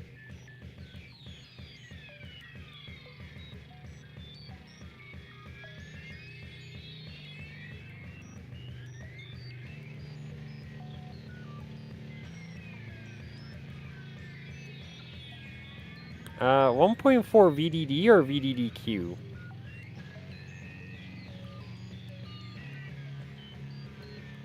Because VDDQ is, like, weird, but VDD on AMD, you can basically punch in whatever you like as long as it's, like...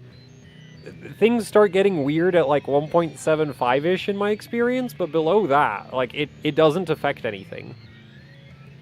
Like, if you stabilize something with, like, 1.4 VDD, 1.4 VDDQ, you can literally go, set VDD to, like, 1.75, and just tighten the timings, and it'll still, as long as you didn't, like, over-tighten the timings relative to the voltage increase, it'll still be stable.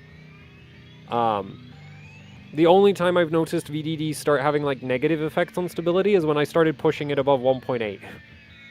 Apparently, at that point, it starts causing issues. I'm not sure where, but it does. I think it might be tied to the memory sticks.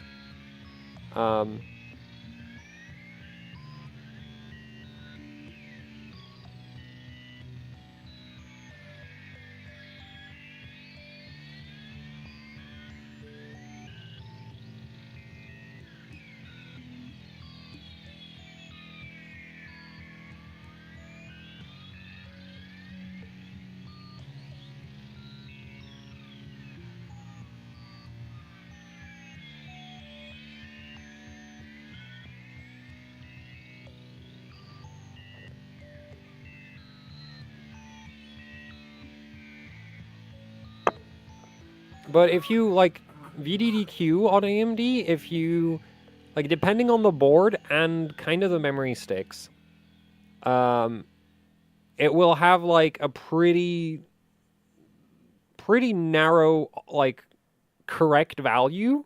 And if you set it too high, it will crash. If you set it too low, it will crash. If you set it just right, it runs. And it varies by motherboard. So, like, Gigabyte boards typically like it kind of low. ASRock and Asus boards, in my experience, typically like it kind of high. So, like, for 7800 on the HDV, I was using, like, 1.45 VDDQ.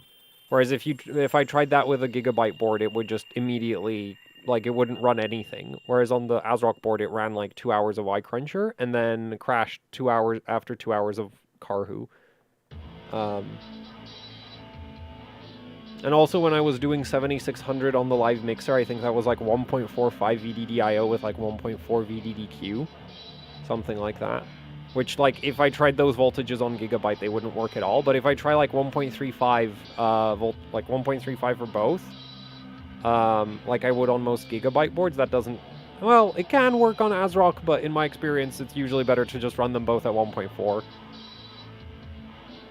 And then I think for some setups with Gigabyte, it's optimal to run like 1.25.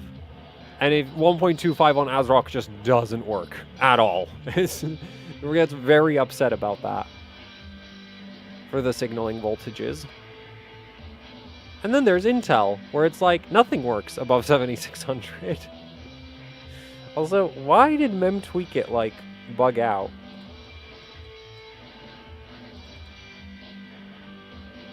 Will this be the run?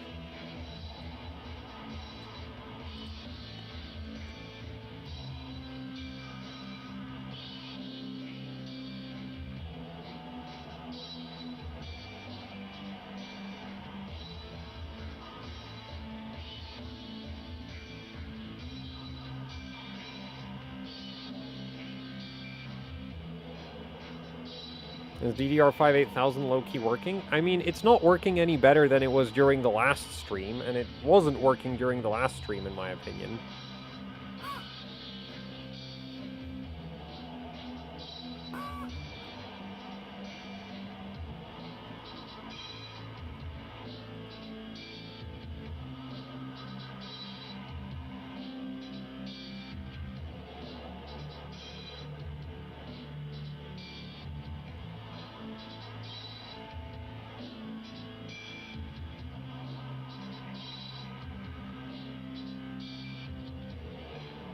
Okay, I'm gonna need to shuffle the windows around a bit.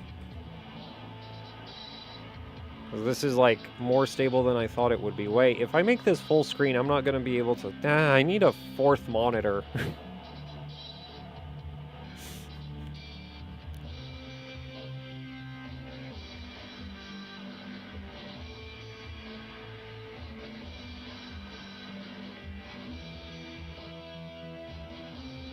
I guess I can just put OBS over the pop-out window.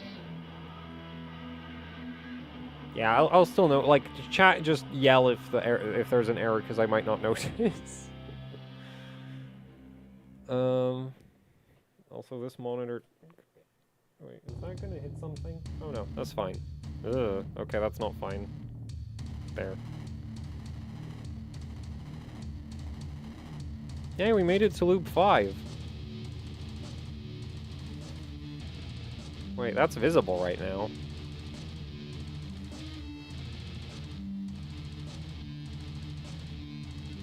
Wait, why does it say debug?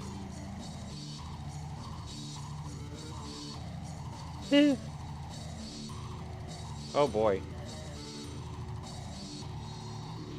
Yeah, where do I put this? I'm just gonna cram it down here, I guess. Oh boy.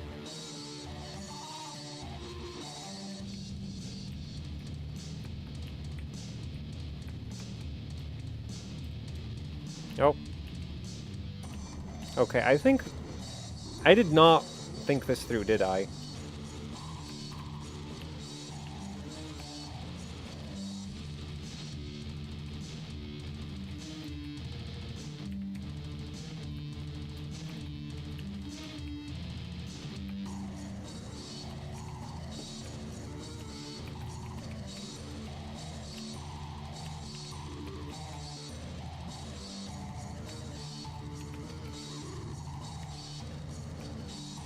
Oh, I'm not gonna hit that. And it is stuttering when OBS is capturing it. Like, the game's at like 2000 FPS, and it stutters. I hate capture software.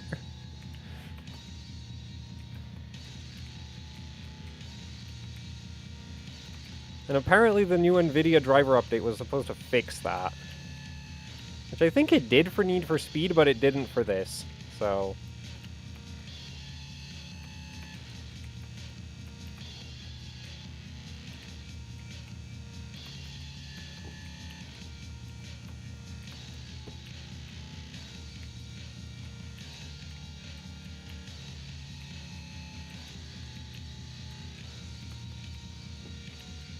Also, if you can't tell, the game is very early prototype.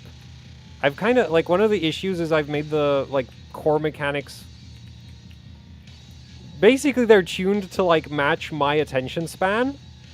And so I've kind of been stuck on, like, I don't actually know what I want to add to the game anymore. Because I am satisfied. For the most part. Oh.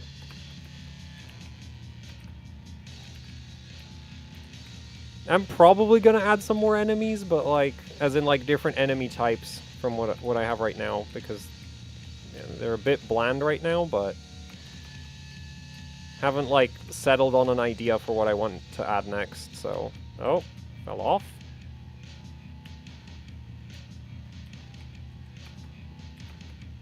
Man, how am I so bad at aiming?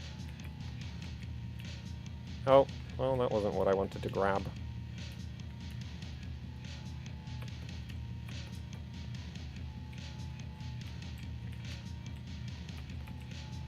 What's the best cost-conscious board that would do 8,000? I think a lot of people would say the Nova, but I can't get 8,000 to work on anything, so, you know. A Gene. Actually, the Gene is cheaper than all the Intel options that are, like, borderline guaranteed to do 8,000. Right?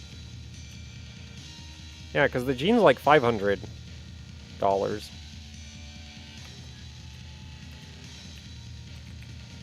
But I wouldn't really stress about doing 8,000, because, like, even if you get stuck at, like, 7,600, it's going to perform very similar to 8,000.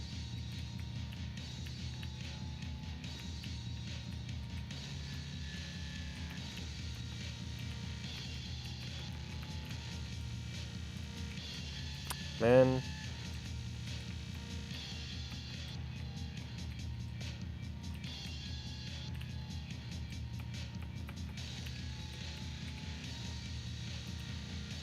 Oh.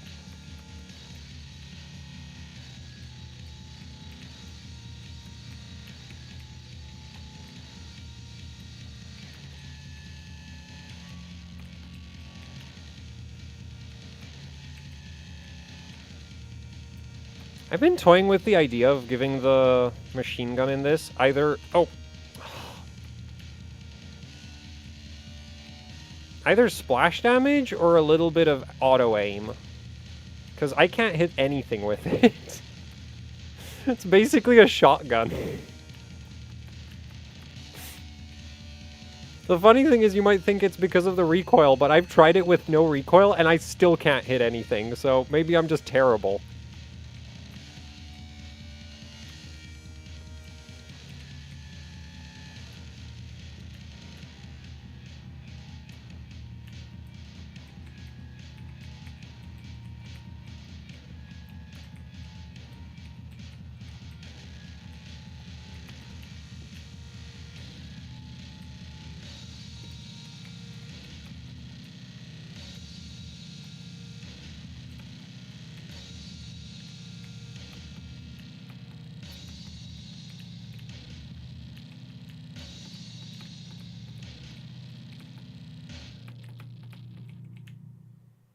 Oh, and it crashed.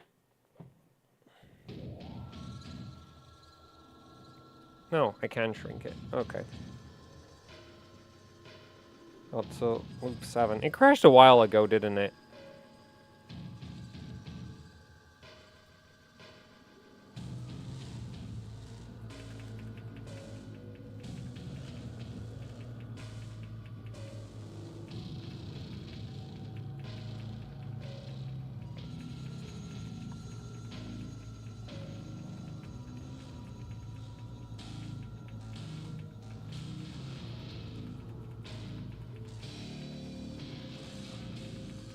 .26 IVR? Yeah, I was thinking maybe trying to lower that.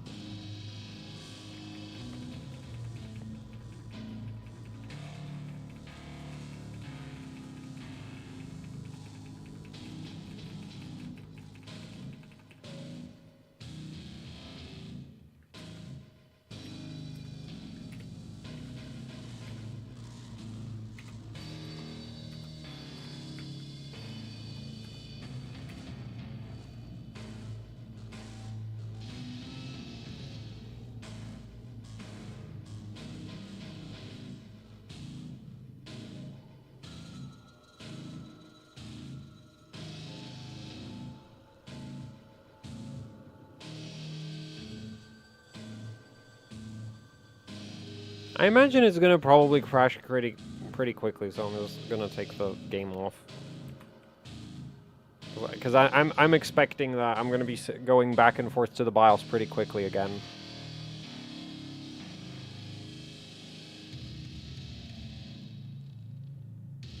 This is just throwing random things at it rather than expecting it to change. Well, yeah, but like,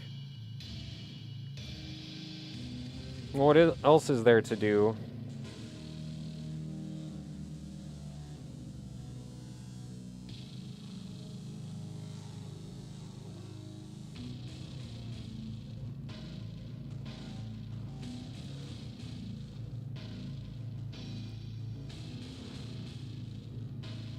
Because, like, I guess we could do something like, I don't know, start with, like, VCCSA at 1.1, and then, like, VDDQ, VDD2, and memory VDDQ at, like,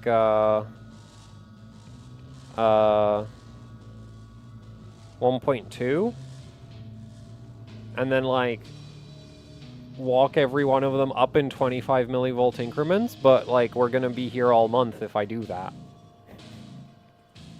I'm pretty sure it still won't work.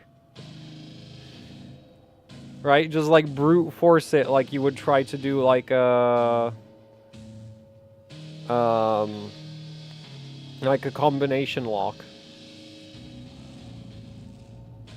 But I'm pretty sure, like, that's just gonna take a month and it's still not gonna get anywhere.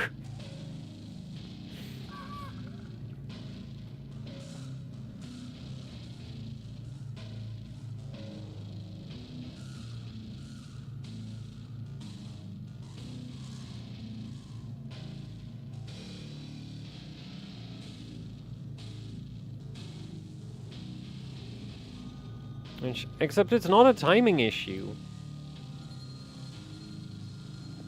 But yeah, I wish there was some kind of, like, diagnostic for what's happening in the memory controller, but... But, like, this is the issue, is, like, what if... Because, like, the assumption is, like, oh, there's, like, an issue on the, like, memory side of it. But, like, what if it's just inside the memory controller? Right? Like, a 1 comes in, and by the time the 1 gets to the cores, it's a 0.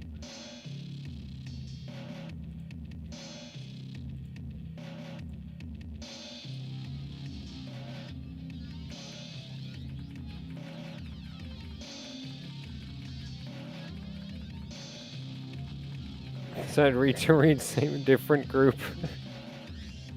Ah yes, I'm just gonna run my DDR5-8000 at effectively 2000. Right? Because normally, yeah, normally it's at 8, and if you set it to 32, it'll just cut the bandwidth to 1/4.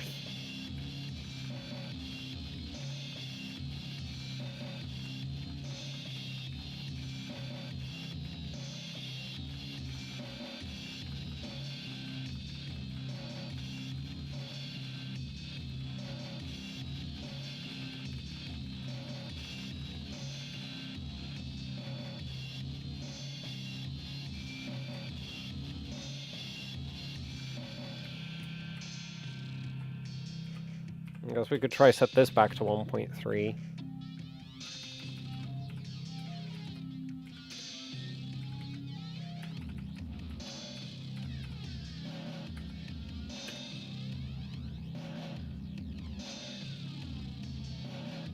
Like, I toyed with a really dumb idea of, like, offering a cash prize to anybody who could suggest a combination of settings that gets DDR5-8000 to work on this. But I don't know how to deal with the logistics of that. Seem kind of a problem. It's like, can you guess the correct combination of voltages to get this to stop crashing?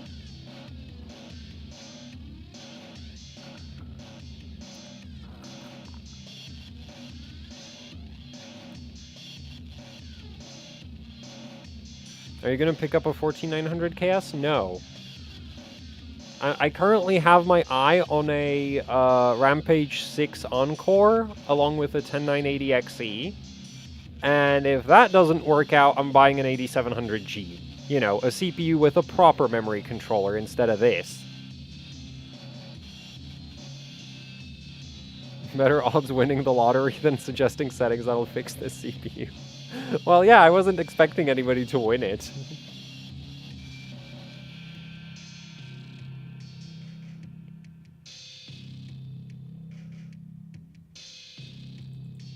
That's kind of the whole point, isn't it? Though there's no entry fee, so like it's not like I'd be making money on it.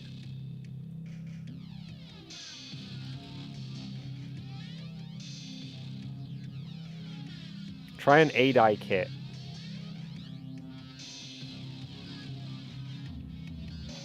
And that would help why?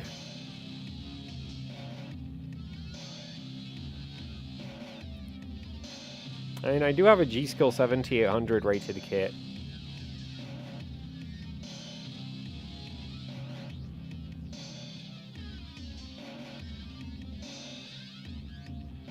Yeah, that's the main issue with the 8700G, isn't it? It's just not enough L3 cache.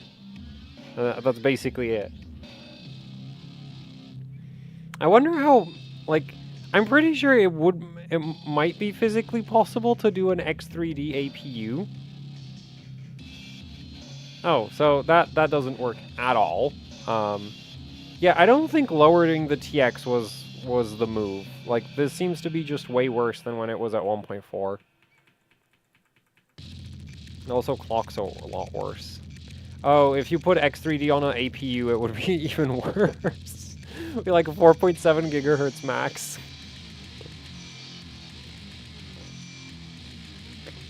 Well, it can't go that high.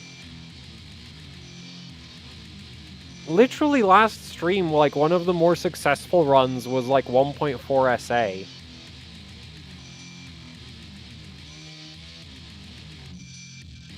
Dude, it didn't train. It actually failed to train. I mean, failed to post. I'm pretty sure 55 is after memory training, so, like, nice.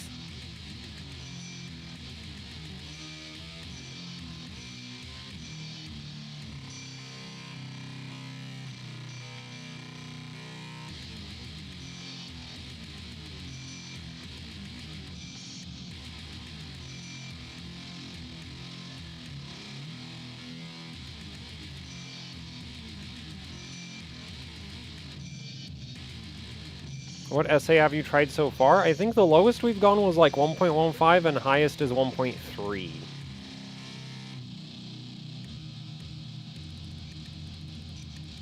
Also, doesn't the SA bug cause the CPU to literally just like randomly shut down? I've never seen this chip do that. Actually, I don't think I've... Yeah, I've not really run into that with the CPU.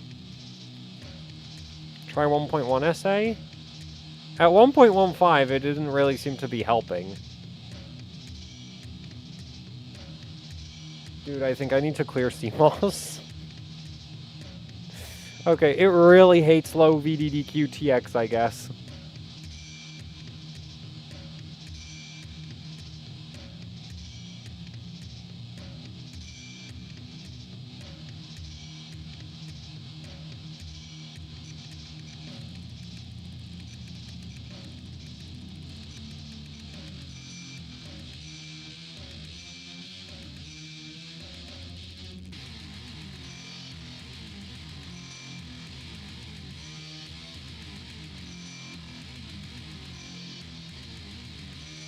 I don't know why you would be, like, why you would hope for Intel to get their stuff to... Well, I guess if Intel doesn't get their shit together, then AMD's gonna charge $1,000 for the next X3D CPU.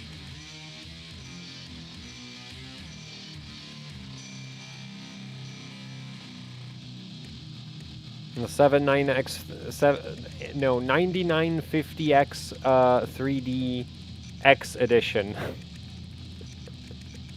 Put an extra X on the end of the name.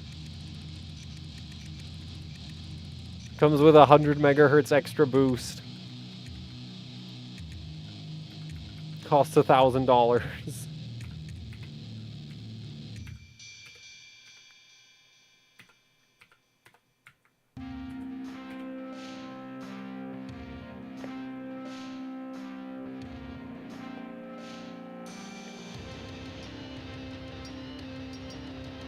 Man, I would not even, like, try to do 3466 on a 2990 WX. That just sounds like a bad idea.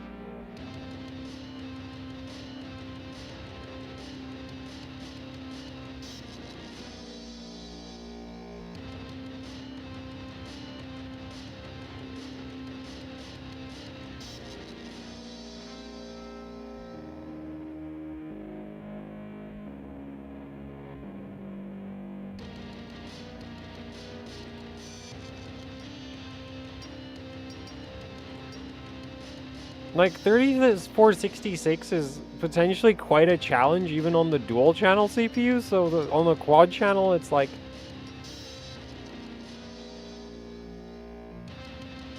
Or wait, what is Storm Peak? Storm Peak is 2000 series Threadripper, isn't it?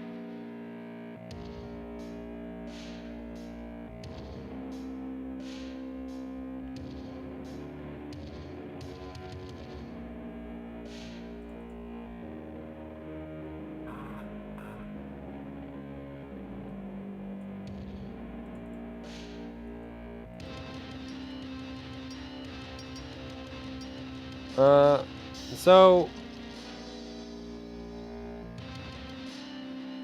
if I want this to, like, if I wanted this to stop crashing, I would just drop the speed to 7600 and it would stop crashing.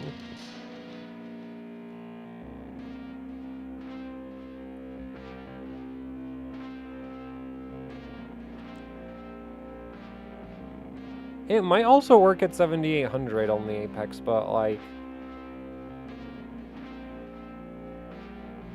the speed where it's, like, consistently everything sort of gets fixed is 7600 in my experience. At 7600, it almost doesn't matter what voltages I use.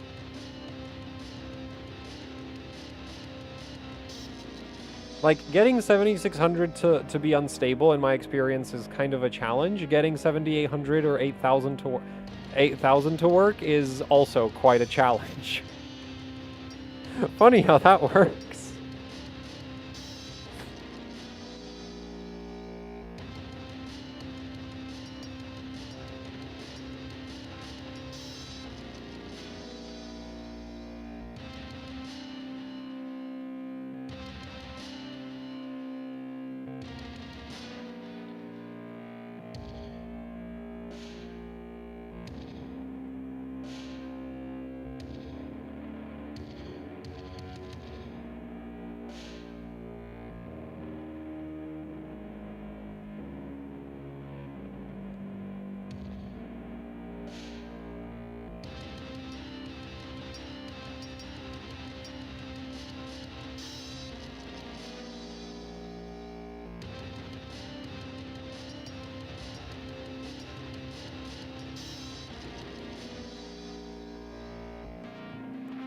Man, with this CPU, I feel like the SA voltage doesn't do anything. And it's like VDD-QTX maybe does something. IMC voltage maybe does something. Because, like, even at, like, on the edge, at 1.4 SA, it was, like, just as unstable as any other SA voltage. Actually, it was one of the more stable voltages, but considering the stability seems to be completely random, I'd say it was the same as every other SA voltage I tried at 1.4. And now we're at, like, 1.1, and it's like, well, it runs now, but that, like... but, like, even on the edge, like, ultimately the first combination or second, like, at 7800, it passed auto timings with both, I think, 1.25 SA and 1.1 SA. I think. I might be wrong about that.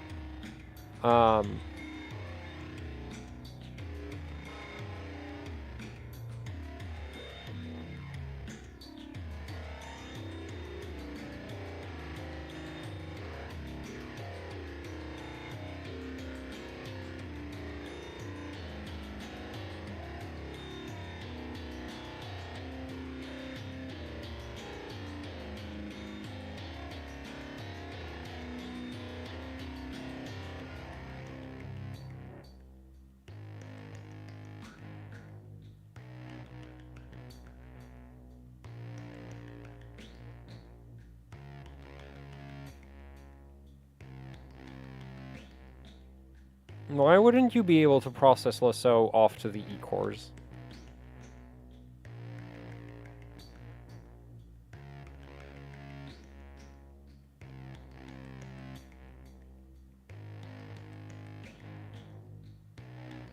Well, XMP doesn't have a TREFI value in it, so yeah, it just uses JDEC.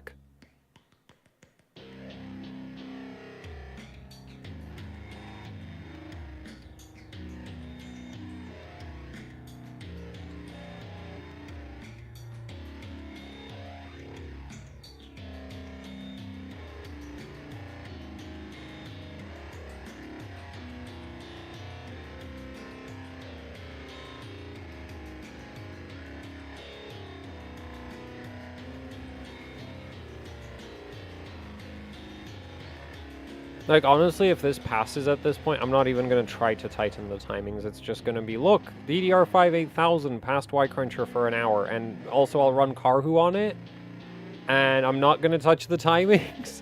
I'm just not going to reboot the system. I'll be like, look, it worked. Also, I don't know why it worked.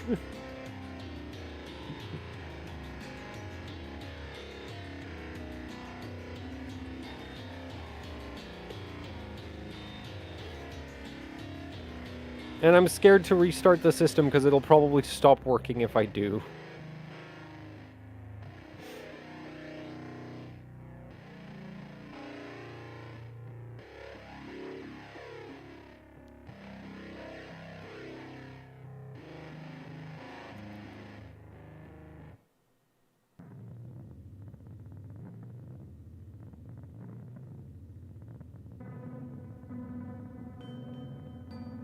In my case, it's not even dreaded cold boot. Right now, I have the memory, like, fast boot disabled, so, like, it'll retrain every boot.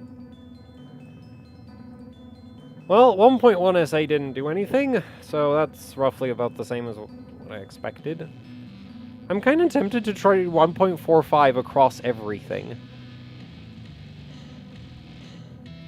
You get this stable, you can probably be an engineer for it. No thank you. I want no part in making CPUs that behave like this.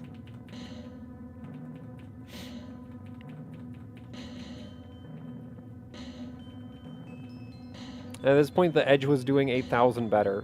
Yeah, actually. Like, the Edge, by some miracle, managed to run like 20 loops or something at 8000? And there was quite a few runs that made it to like 10. Have we made it to 10 on this board yet? I don't think we have. But anyway, I had this idea. There's just like 1.45 on everything that isn't System Agent. Because I don't think the System Agent actually does anything.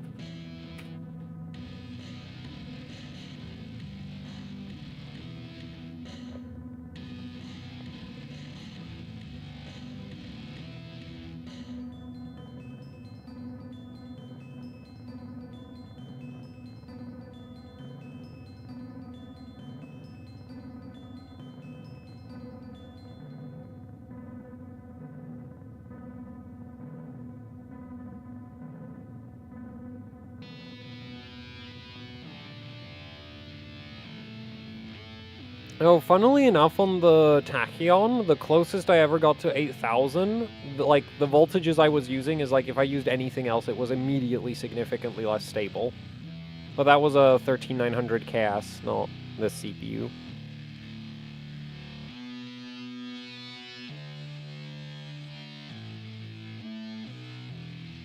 Where did you sample this bell loop from? Oh, it's not sampled from anything, I wrote that. I don't sample anything. So I don't know where it's from. Like, it sounds familiar to me too, but like, I don't know where it's from. Like, I probably heard it somewhere and then accidentally replicated it, but it's not a sample. Because, like, I just use MIDI instruments for everything.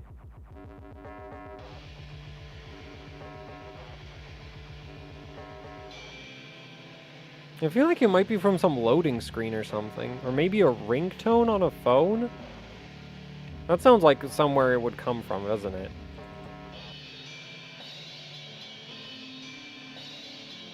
Why not just Titan 7600?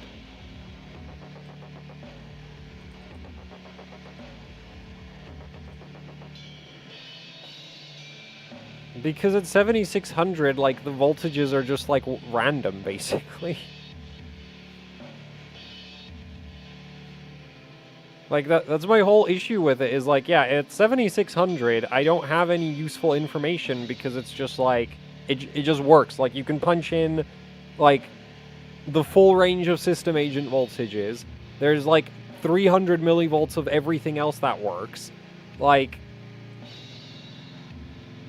you know, it's, like,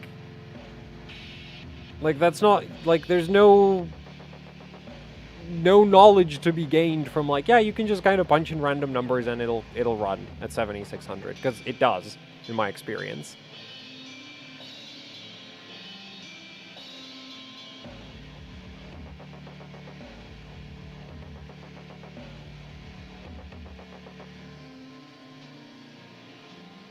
Lowest CL for the 5950X? At what memory speed? And how much stability do you want? Because if you don't care about stability, you can run CL12 all the way up to like 4000. If you have really good DIMMs. Oh, actually, you don't even need that good memory sticks, but like, well, like, not every kit of B-Die will do 4000 CL12. But good, like, better kits definitely will. Would 7800 CL34 be almost the same as 8000 CL36? Yes. I think it might even be slightly tighter.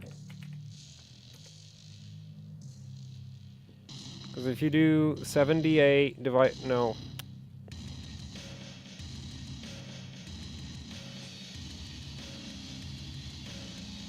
I'm doing it backwards. 34 divided by 78 is... actually, that's not the nanoseconds value. For nanoseconds, you want 34 divided by 3.9, and that's 8.7 nanoseconds, and 36 divided by 8 is... ah, damn it. 36 divided by 4 is 9. So yeah, it's actually tighter, but very, very, very slightly tighter.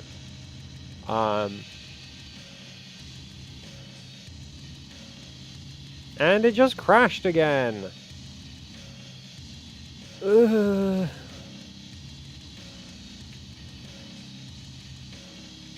$3,200? CL10 is doable at 3200 if you shove enough voltage into it. I don't know why you'd want to do that, because, like, you would gain a lot of performance running, like, 3600 instead. With looser timings.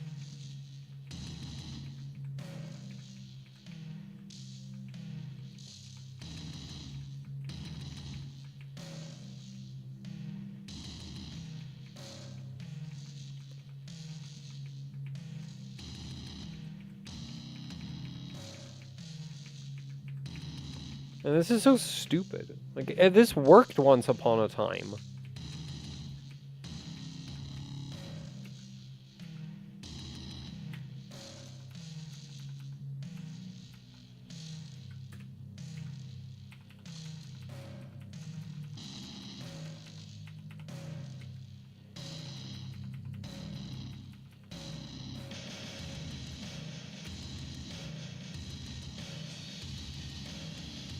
Try 1.4 TX, it defaults to that.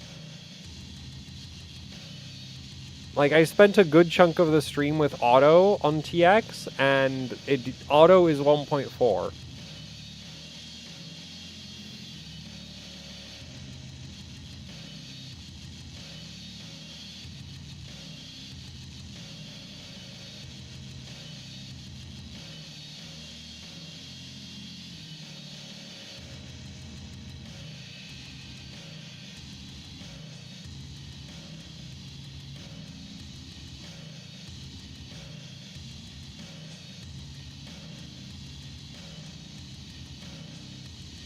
How close did you get last stream? I think like 20 loops at DDR5-8000.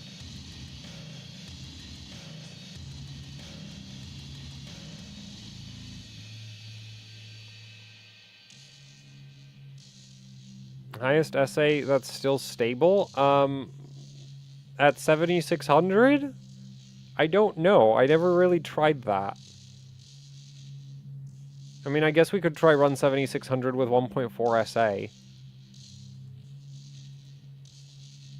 But at 8000, nothing is stable, so obviously I'm guessing. At 7800. Well, at 8000, nothing works, so I can't give you numbers for 8000. And 7800...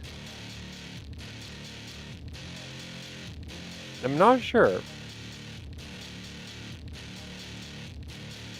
I guess we could try drop it to 7800 and see if that, like, changes things much. If you had a KS, if I had a KS, it would be as bad as this chip. Guaranteed. Literally the only reason I agreed to getting a 14900K review sample was because it was like one more chance to get a better memory controller. So naturally, I got the exact same memory controller that I have on my 13600K.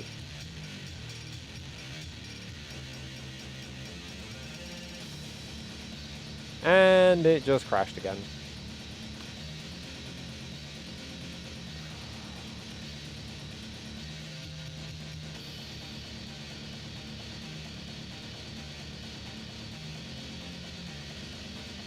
So if I buy a 14900 KS, it'll be on par with my 13900K and won't run XMP 7200.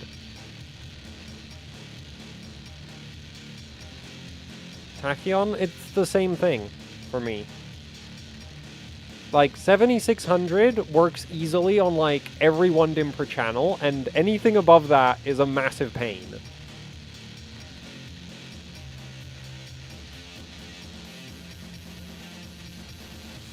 Now, I'm pretty sure my IMCs are below average.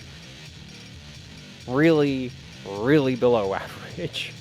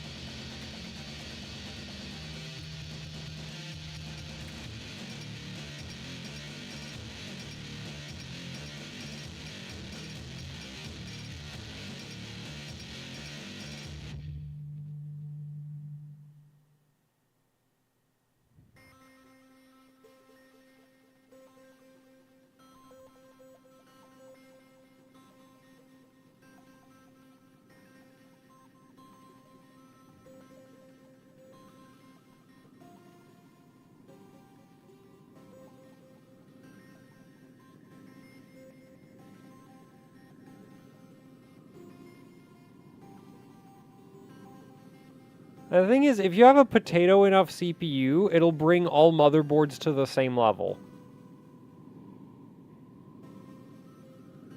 Right? Like, if you take a first-gen Ryzen, if you take a...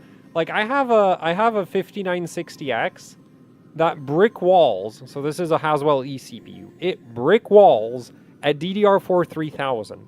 It doesn't matter what motherboard you put it in, it doesn't go above 3000. At all.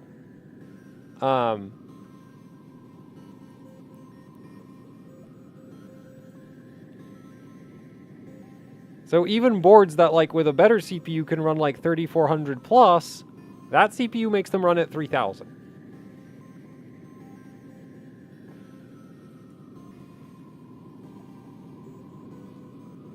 And that's not even, like, for full stability, that's just for benching.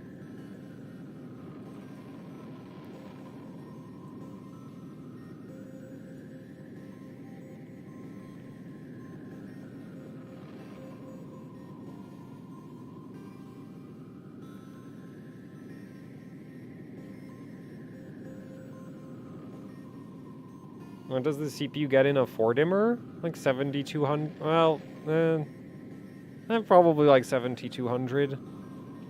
If I spent enough time on it.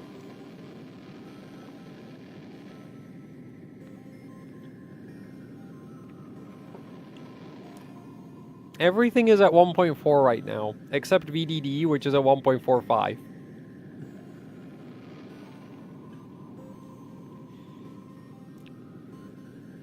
.4 SA, 1.4 VDD QTX, 1.4 VDD2, 1.4 VDD-Q memory, and 1.45 VDD on the memory. I don't know if this will run. I have no idea. It might. If the CPU wants to spite me, it will. Just to prove that, like, it absolutely hates me. Is my memory controller voltage under load? I think it's like 1.38. 5?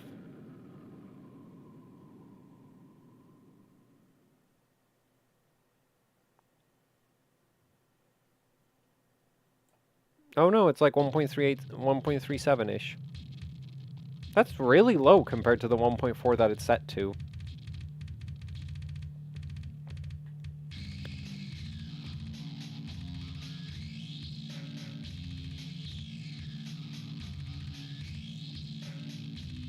I do YouTube for a living.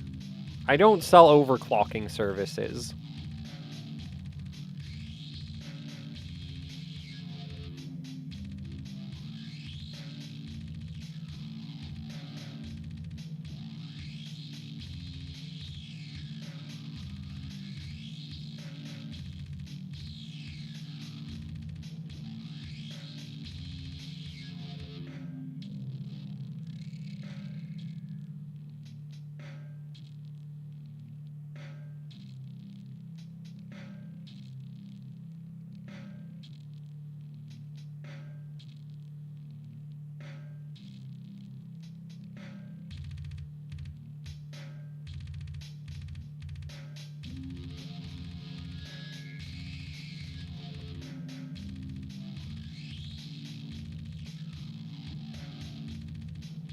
Well, YouTube ad revenue doesn't pay the bills, but Patreon does.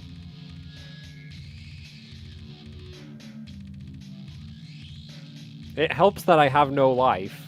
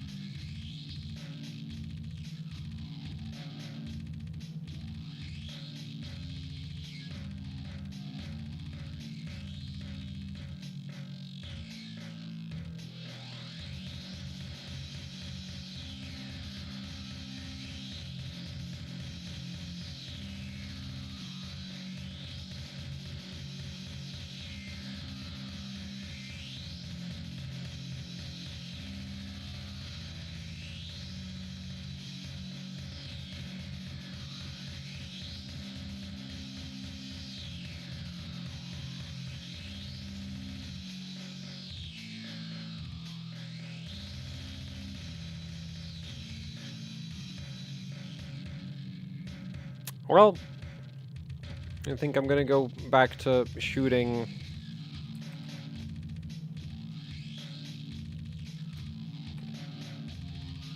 Back to playing my game, because I don't think this is gonna crash for a while. It might even pass, which is a terrifying thought.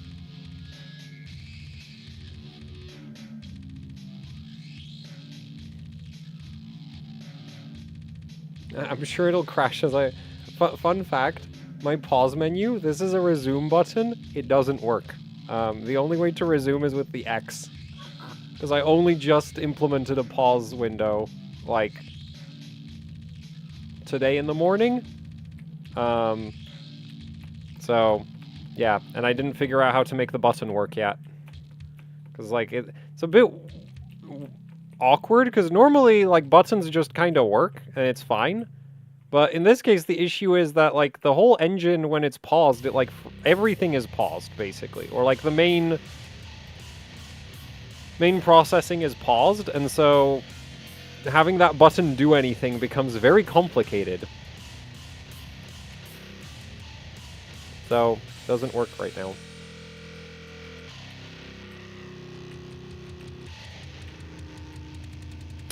Oh, actually, I did get that. I'm probably gonna buff that functionality, because it just doesn't... It's not, like, there's very little reason to actually use it. There's, like, an alt fire on the rocket launcher that, fortunately, doesn't have much utility. Mostly because it's too much work to set it up.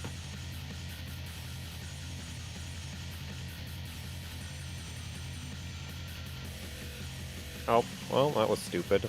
Oh, wait, I didn't even die to the black hole. I died to...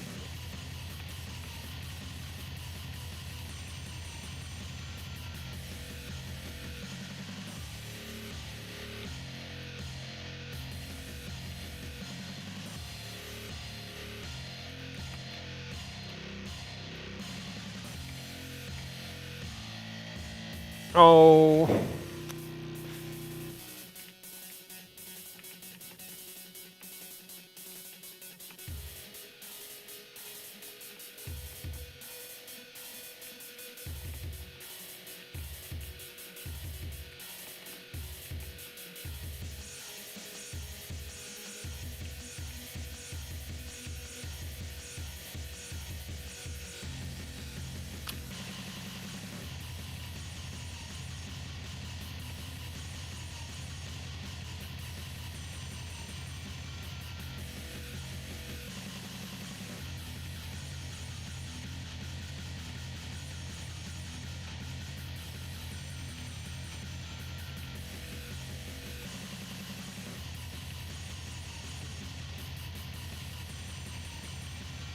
Man, I should have played the no healing mode.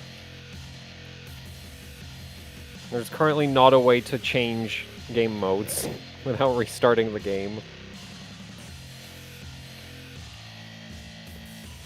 Oh no. Yeah, because that...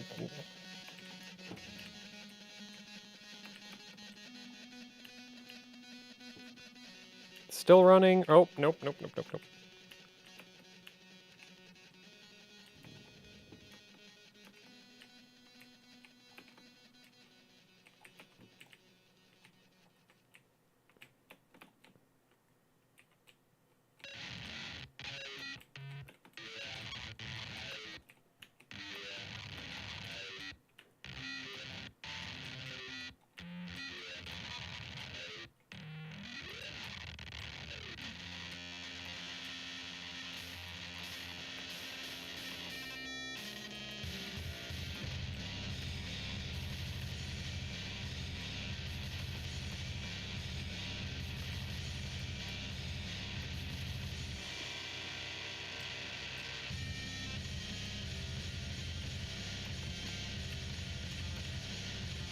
Asgard RAM.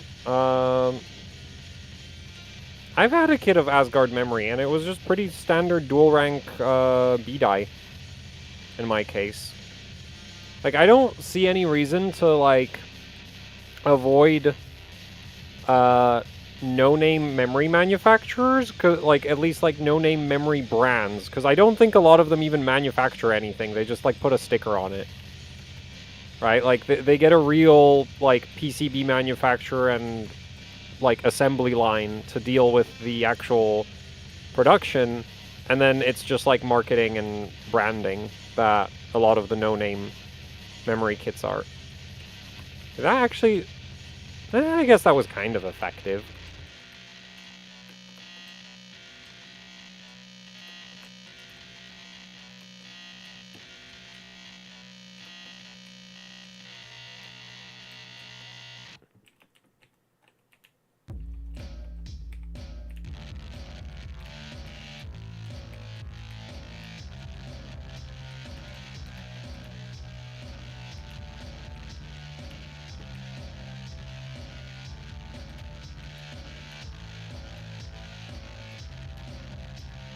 Oh, missed.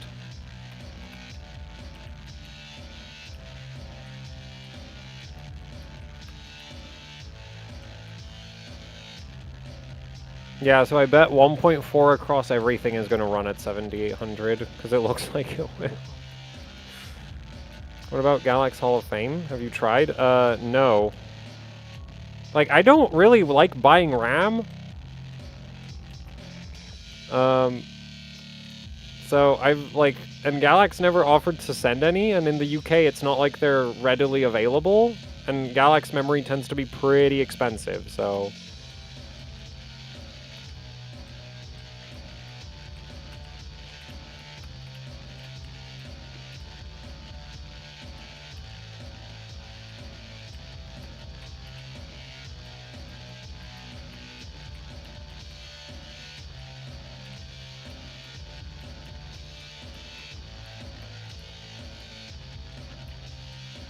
Well, like, I don't see any reason that it should be bad. Oh.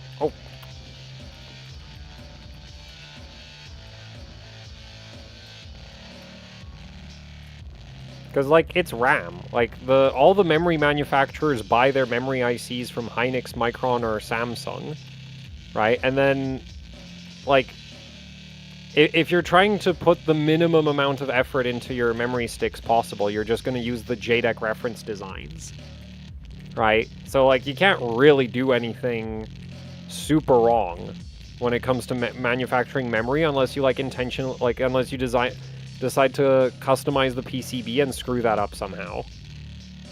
And when it comes to, like, adding RGB, like, there's a bunch of empty space on the, like, top end of the memory stick, so it's like, you can't even really screw that up, I don't think. Like, I guess you could have terrible RGB control software, but, like, you're not gonna break the memory overclocking capabilities by implementing your own RGB functionality, right? Is what I'm trying to get at. Man.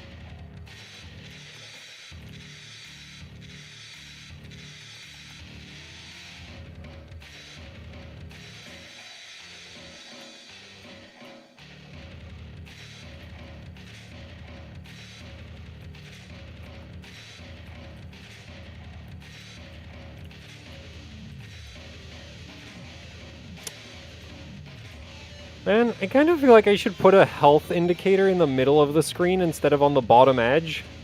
But I feel like that would make the game too easy. With the way the healing system works right now. If it was, like, difficult to lose track of your health, I feel like dying would be a lot less of a concern for me right now.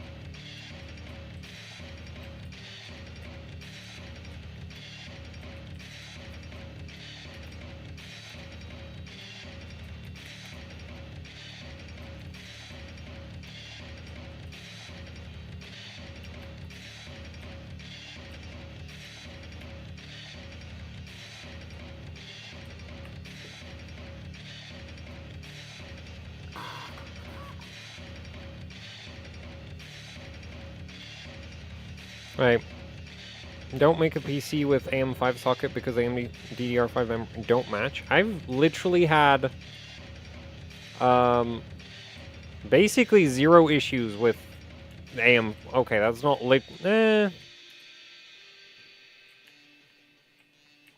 Look, as long as you don't buy like if you buy like a 6000 CL30 kit or a 6000 CL32, you really shouldn't have any issues with AM5.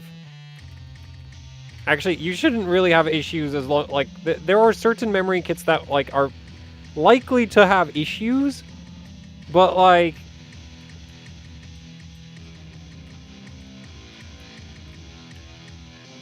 you kind of have to try, in my opinion, to find those. Also, you can get Expo memory kits if you're that concerned about the compatibility. Like, personally, I don't concern myself with that at all, but...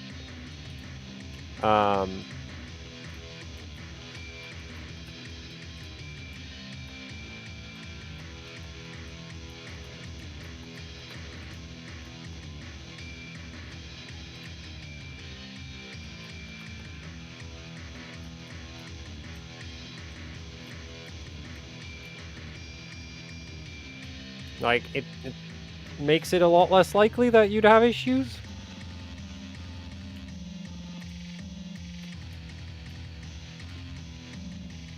Why sometimes you cut TRAS in half, other times you don't? What do you mean cut TRAS in half?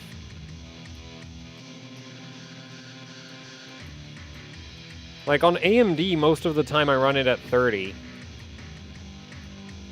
for 1-to-1 mode, and in 2-to-1 mode I run it at more than that, mostly because to match TRC.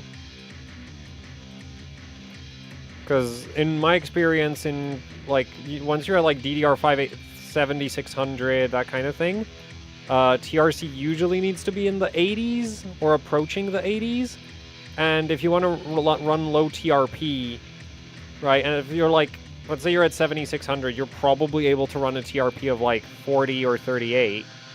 So in order to get a TRC of like 80 or 70 something, you're going to need a TRAS of like 40 for that to happen.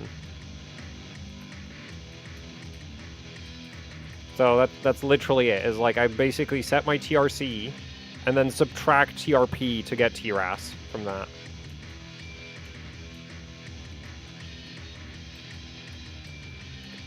And then if I want to try a lower TRC, I lower the TRAS with it.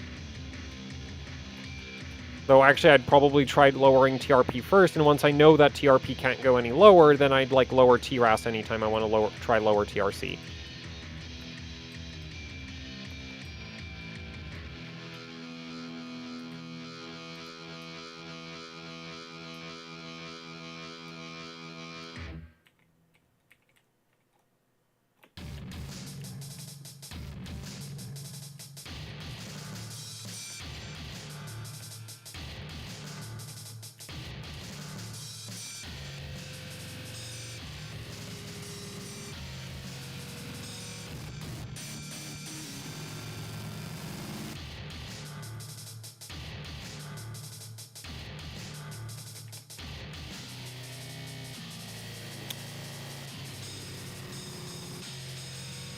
Man, I don't know why it's so hard for me to aim when airborne. I think it's because the like movement speed of the character like changes quite drastically. The way the player physics are set up, you lose acceleration when you're airborne. So like you can't change direction quite as fast as when you're touching the ground. Not that it makes much of a difference. You can still come to like a complete stop in midair without too much difficulty.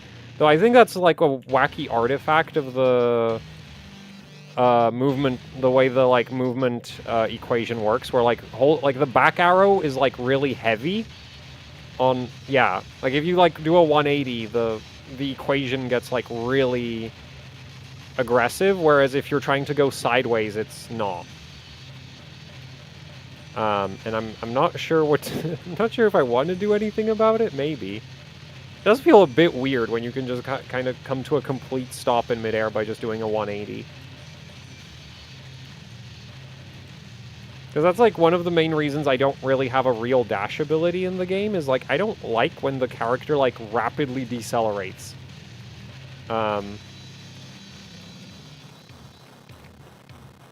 Like,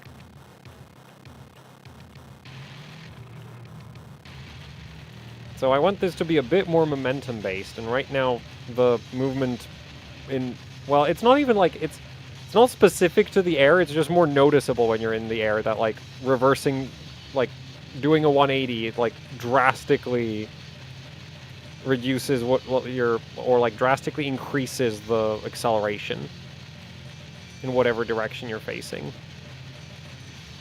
I'm not sure what to do about that.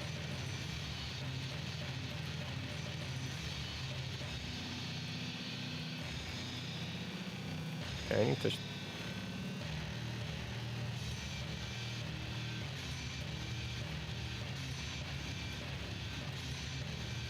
Man...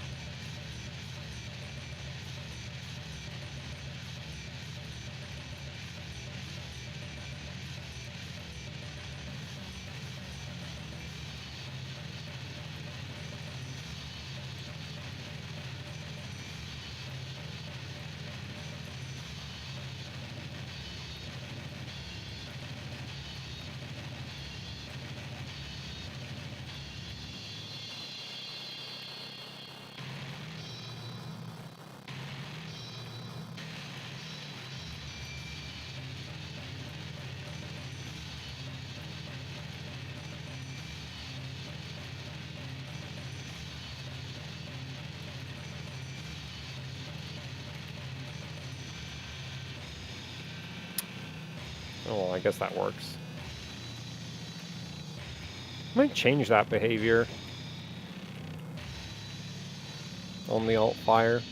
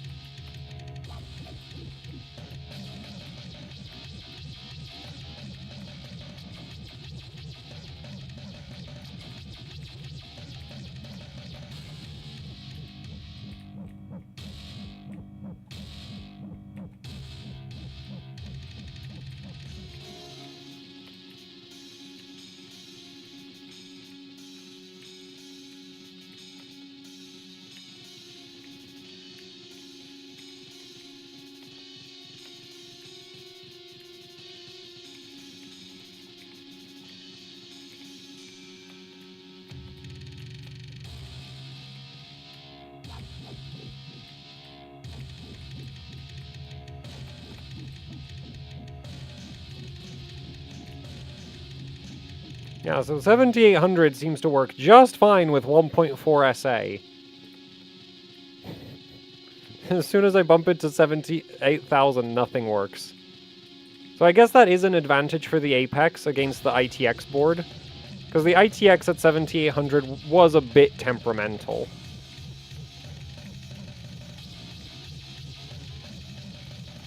Right, like, ugh, I couldn't just run any random mix of voltages and still have it work.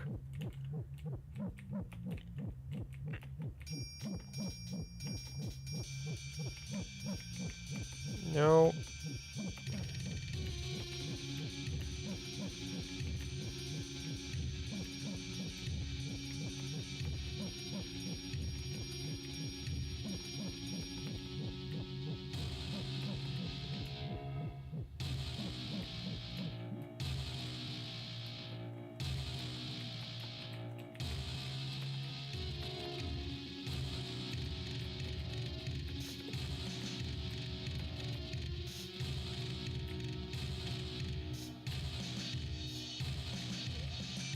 What is the game? This is a game I'm making.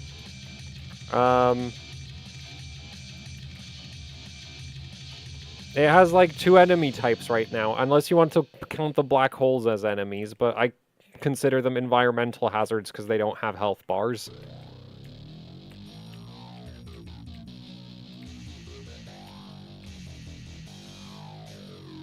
And I just fell into one. Good job, me.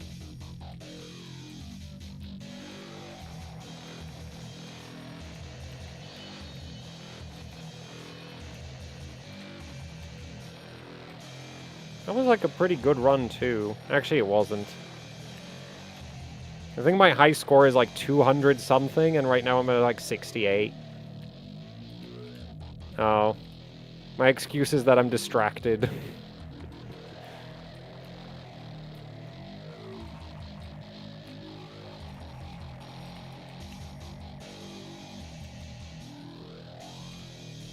I mean, we're testing this insanity system agent voltage because somebody in chat asked, like, what's the max SA that, like, 7800 works at?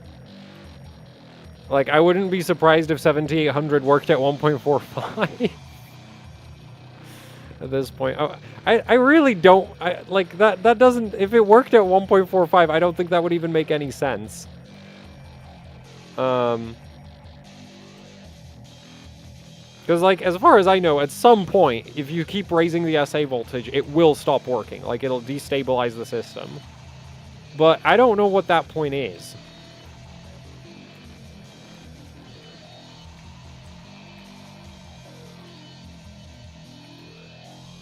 Oh, and I died again.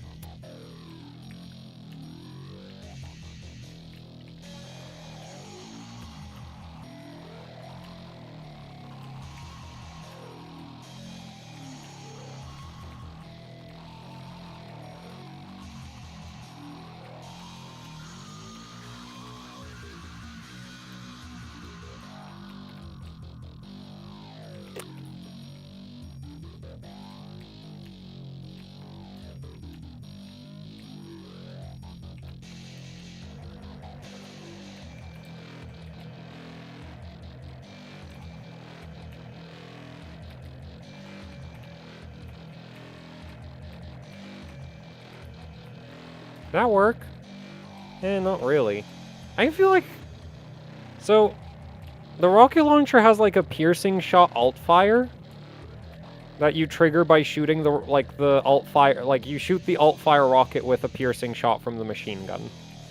And the problem with it is hitting anything with the pierced rocket is basically impossible. Like, and I'm really tempted to just make it periodically cause explosions as it, like, flies, instead of only exploding when it passes through something. So that it's like a really large-scale AoE attack instead of the current one where it's like, it has to hit something, because aiming it is a nightmare. Because you can't really aim it. Like, what? Like, the rocket just accelerates in whatever direction it's going in.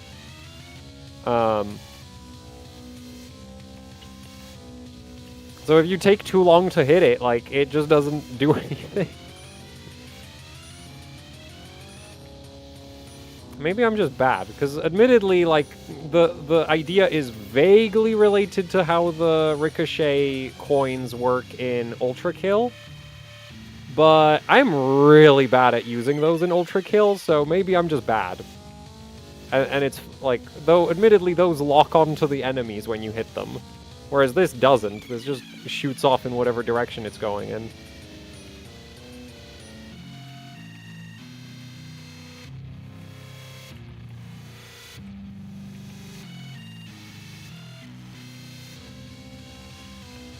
Clan Arena? For this, I'm not adding multiplayer. It's a single-player score attack thing. Like, multiplayer is very difficult to implement. I am not very good at programming. And, like, for me, the priority is to have, like, a fun single-player. Sort of just, like, you want to, like, because basically this game... priority for me was, like, I want really fast and, like, smooth movement. That's it. So, basically, this is a combination of, like, Xenotic grappling hook mode and, like, Sauerbraten-ish base movement speed mechanics. There's also a crouch button that has, like, no real purpose right now. Mostly, like, I feel the crouch button would have a lot more utility if I just tweaked the map design a bit, like, made some narrow gaps that you would want to crouch into. But, yeah, there's not really any reason to crouch in the game. It's not like, well, I think it might slightly throw off the aim of the enemies, but it like slows your, like it reduces your acceleration. So if you're like, if you start in a direction, like you keep sliding when crouched, but yeah, it's not really like I haven't found a use for it in actual gameplay. It's just like the game should have a crouch button, and then I'm like, I actually don't know why it has a crouch button, but we have one. I've never actually found a use for it, but it's there.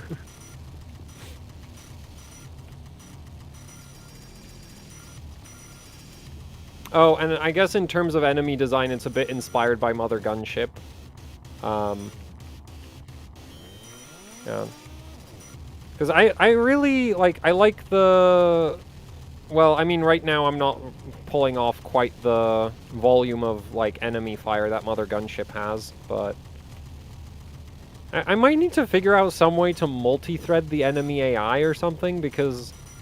some early experiments with very large quantities of enemy NPCs have led to the game running like an absolute slideshow. So, yeah.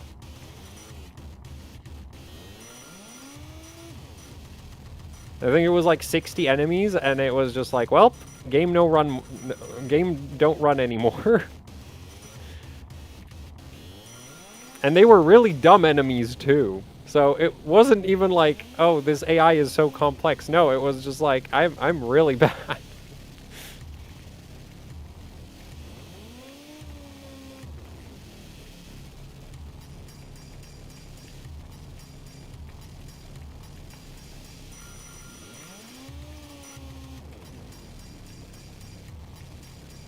So, yeah, because basically I just wanted, like... And in terms of the actual game mode, the inspiration is like Devil Daggers or Mana Stay, which is like a even more bare bones version of Devil Daggers, if you can believe that. Though I enjoy that more because it's dumber. Devil Daggers is really hard. So, oh boy, almost. Oh.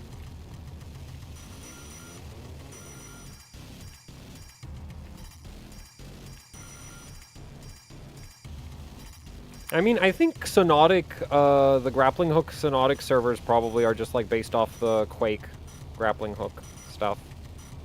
But yeah, like, because the first FPS game I ever really played was Cube 2 Sauerbraten, which is basically a Quake clone.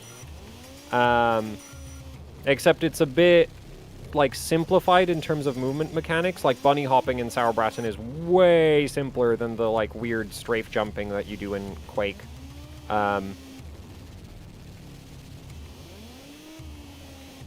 And then, like, I've played Xenotic, I've played Ultra Kill, which, like, Ultra Kill's single player, not multiplayer, but Xenotic is the other, like, multiplayer arena shooter I've played. I mean, like, there was a point in time when there was, like, a whole bunch of, like, arena shooters getting released on Steam. Like, I think there was, like, Nexuiz, Toxic.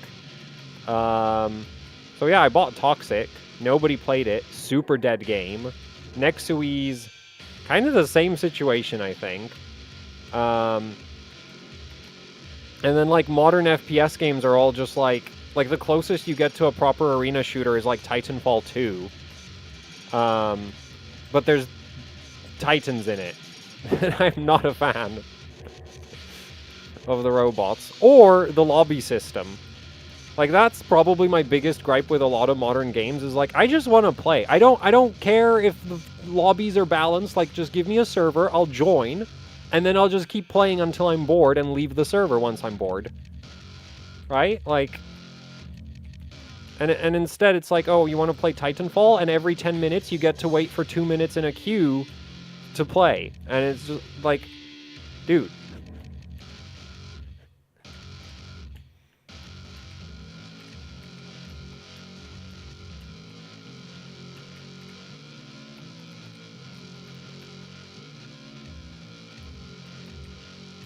Like, if they at least, like, preloaded the map or something while you're waiting in the queue, but it's like, nope, first it needs to find players, then you get a loading screen. Why can't we do the...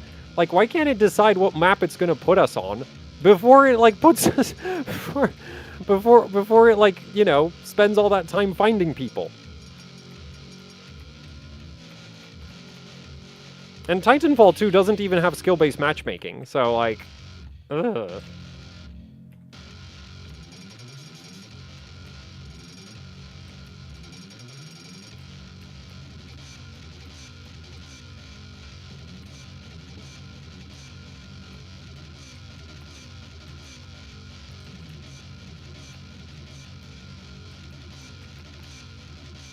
Like, I'll still occasionally play Sauerbraten, it's just that right now, like, at this point, the only mode that's, like, regularly alive is Insta-CTF. And, like, my main interest in, like, arena shooters is the variety of, like, weaponry you get. And, like, Insta is, like, that's rifles only, 1 health, right? Like, I'm not really a fan of the actual, like, item-based modes, because those are really, really difficult. So, like, I'm not a big fan of, like, 1v1 with items, right? Because I think that's, like, the main mode that gets played a lot these days is, like, 1v1 duels with items. And it's like, yeah, well, mostly because I suck, but I'm not really a fan of, like, the snowballing that happens in that. Where if you, like, if you have the map on lockdown, right, like...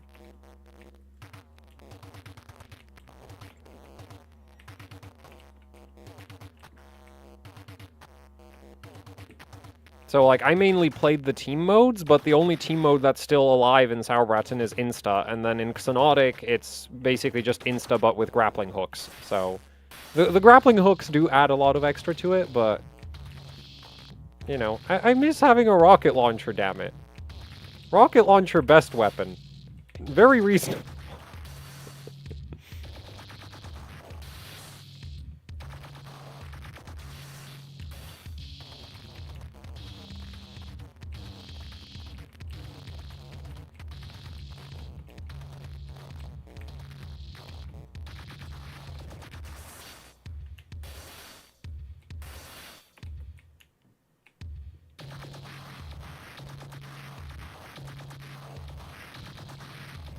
Oh, I didn't get that one. Okay, I need to...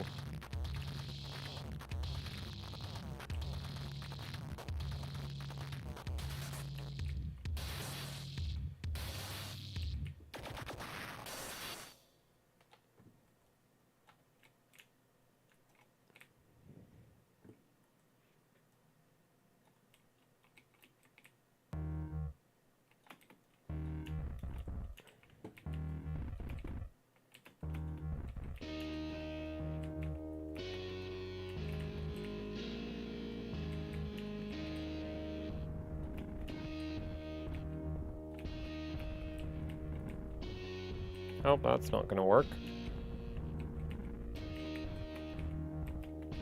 Well, yeah, it looks like 1.4 SA at 7800 works. That's absolutely just wonderful. Man, this CPU.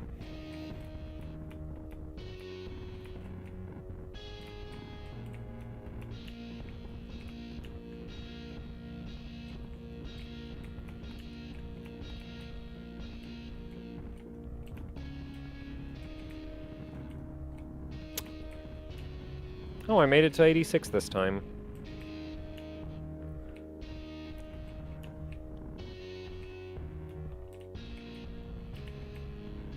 I think this time it'll be 7800, but actually, like, with, like, I should be able to tighten the timings this time. Because the ITX was really on edge about it, because it was like, it would pass with the, like, auto timings, but as soon as I tightened the timings, it wouldn't pass, right? So,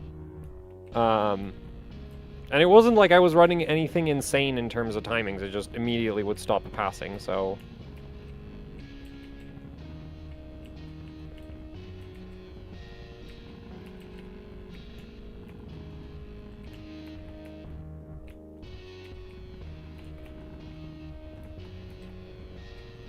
Man, every so often when the, like, when, like, White Cruncher is transitioning through loops, the fans slow down, and I'm like, oh, did it crash now? But no, it's still running.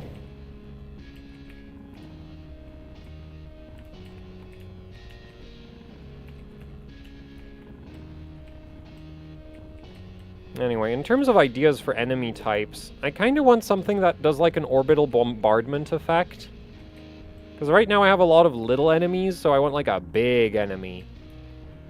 With like an orbital strike of some kind. Because I just think that's like a cool attack. I don't think it'll actually be that dangerous. It'll just look cool. And then I kind of want an enemy that like climbs up walls and stuff. Like some kind of spider type thing. Yeah, haven't really felt motivated to try implement that yet. I don't think it'll be that difficult.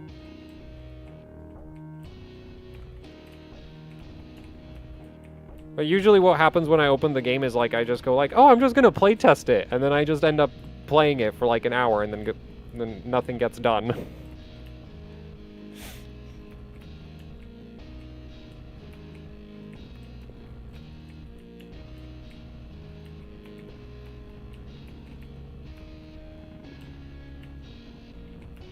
Am I out of ammo?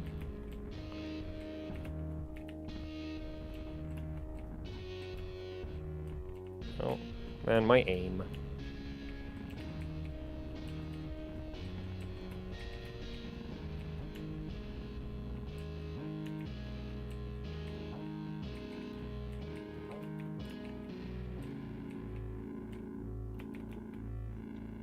Also, ideally, I'd like this game to be, like, super lightweight so that it, like, opens instantly.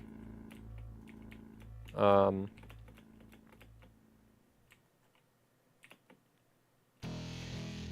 like, I hate waiting for things to just, like... Especially because this is supposed to be basically a time waster game.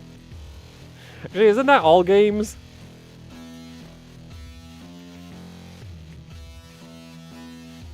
This is like advanced time waster, you know. It's like, I'm bored. I have nothing to do, so I'll just like shoot Tic Tacs for like a few minutes or something. Or a few hours.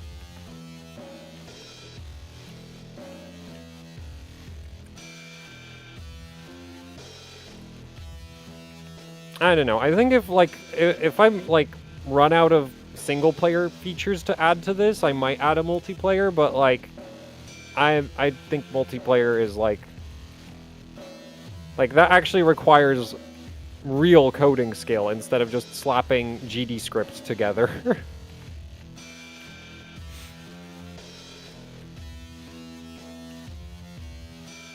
Why are they not respawning? Oh, there's one survivor.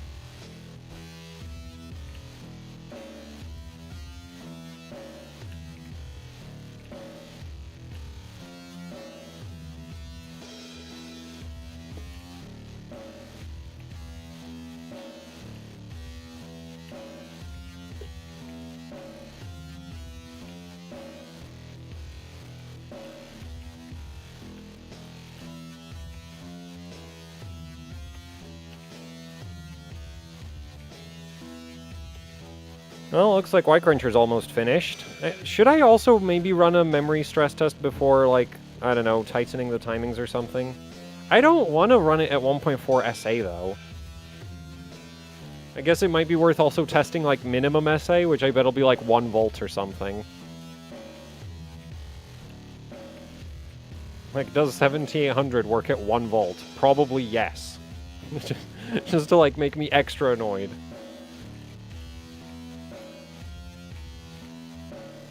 But does 8000 work at any level of SA? No.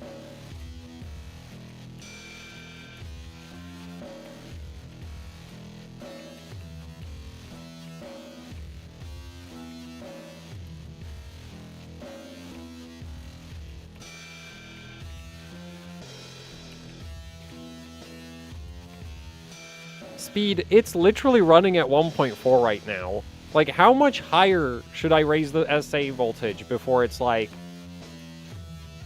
it doesn't tell us anything? Should I try 1.5? Because, like...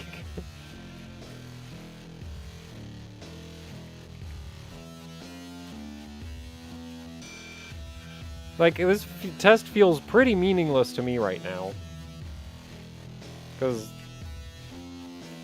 1.425 probably. Nah, you know what? I'll try 1.45 next. If that also works, then we'll try like 1.5, I guess. Like, it still won't tell us anything because, like, at 8,000, nothing works.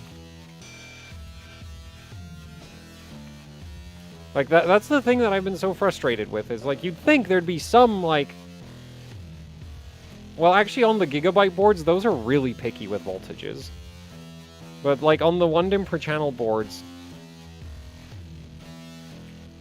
Or, actually, I'm not sure... Well, the thing is, with the MSI Edge, it's at 7600, it basically doesn't matter what you're at. And 7800 kind of doesn't work as soon as you tighten the timings, so... I don't know.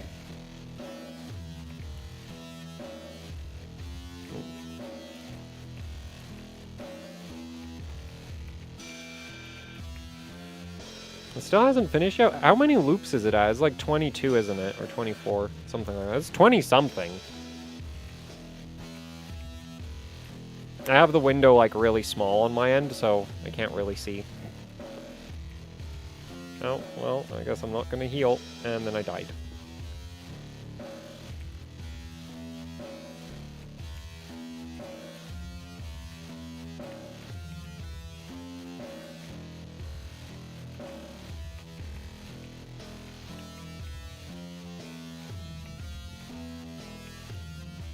Also, if I want to add multiplayer, I'll need actual character models. Which will, like, make my life so much more difficult. Because right now there isn't a player body. It's just, like, a collider with nothing. With guns hanging off of it.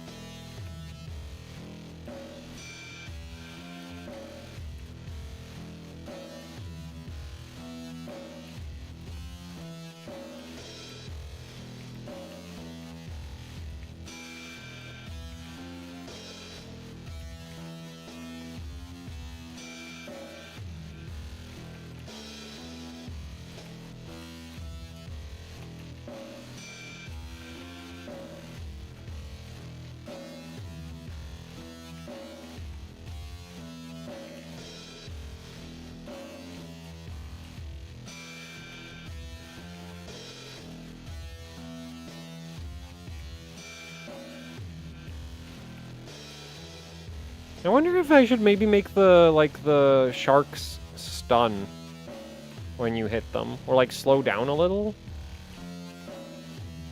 To make them a little bit more reactive to getting hit, but, I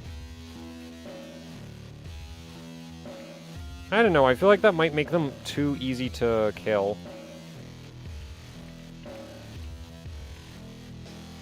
At the same time right now, it's pretty annoying when they, like, just pop out on you from, like, a wall, which is intentional. Like, I didn't give them collisions on purpose.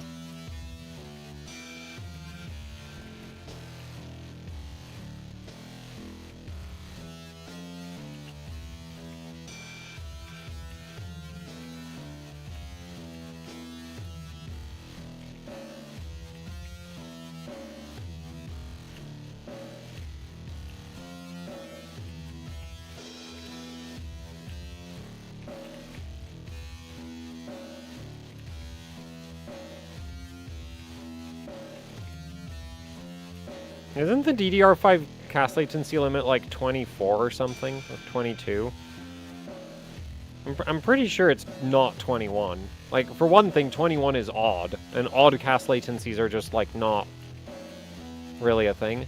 I think 20 might be the limit.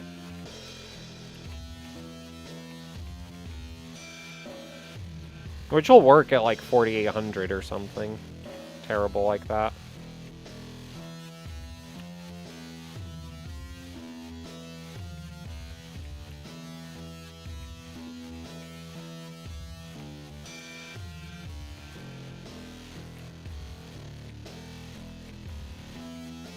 I feel like I don't use the shotgun enough. Oh.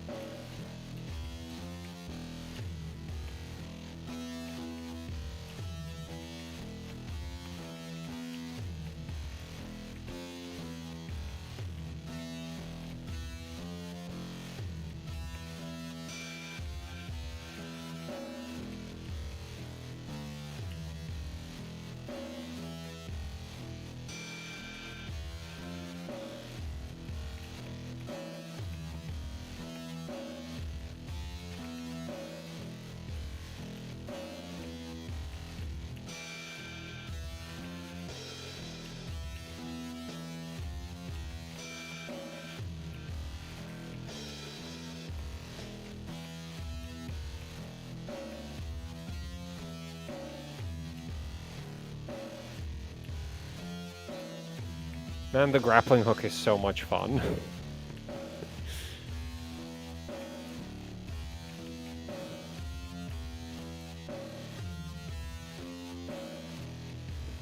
I'm not even sure how it gets that, like, ability to swing you up and over things.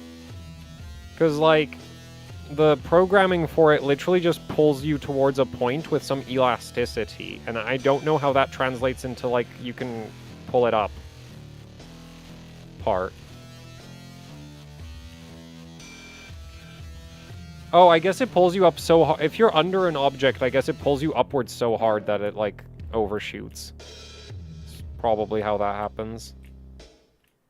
Thing is, a lot of the way the, like, movement and physics in this game are set up is I just sort of played with the physics variables until I was like, yes, this is satisfying.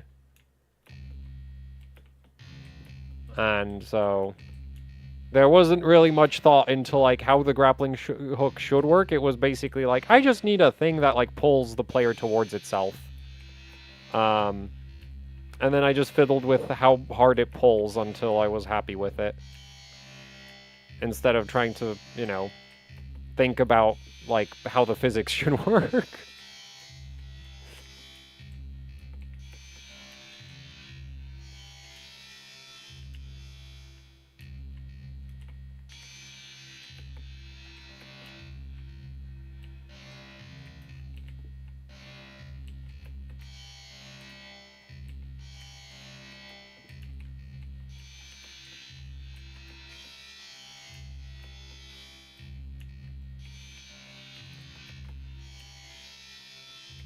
Oh, there's one at the spawn. Did you get an 8700G? Not yet.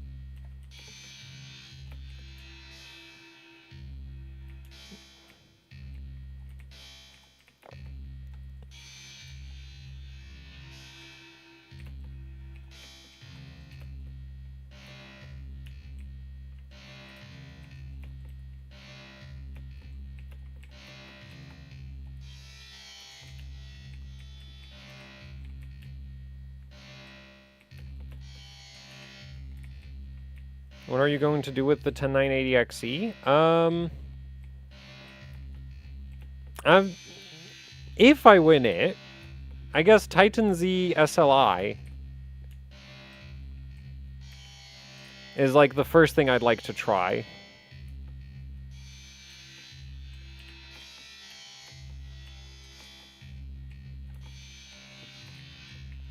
Actually, I might have enough 1080 Ti's to do quad 1080 Ti's.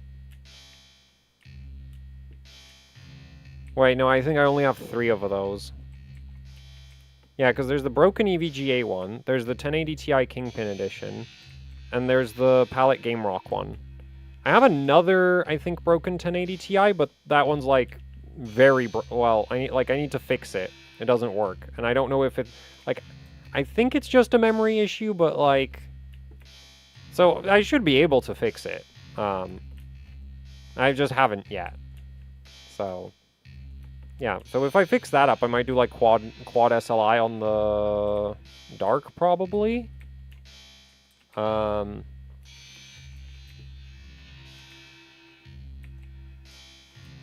I think before that, I'll try quad SLI Titan Zs with, I don't know what board.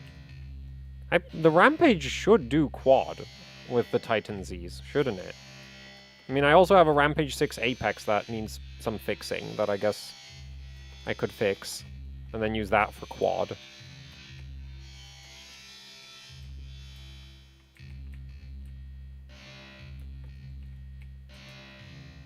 Okay, we're at loop 27.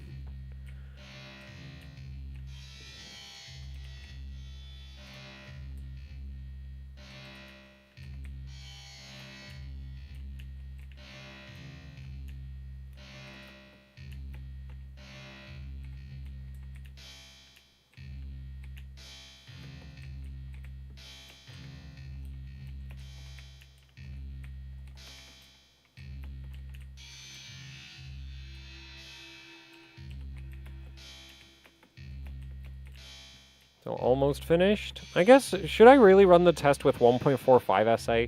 I really don't see what the point in doing that is. Because, like, it's probably just going to pass, and 8000 still won't work.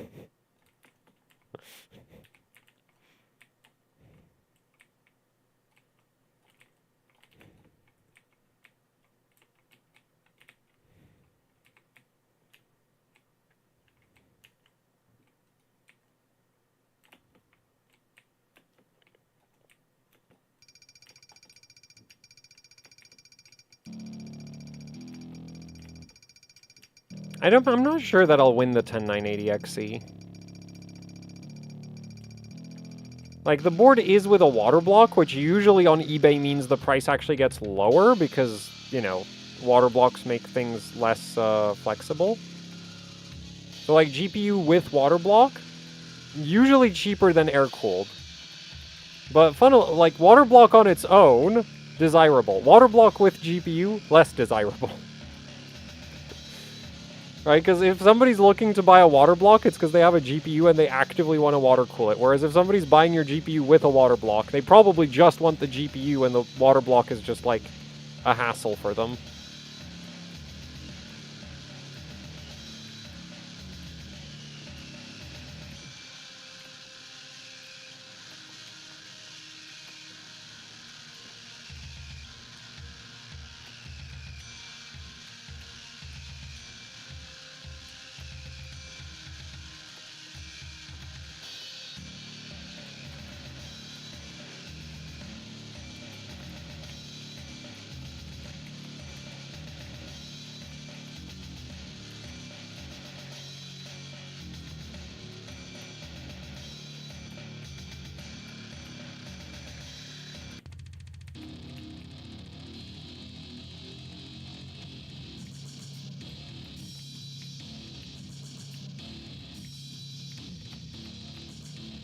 And this game makes the 4070 Ti work. Probably because it runs at like 1300 FPS. Like, the room is getting really warm.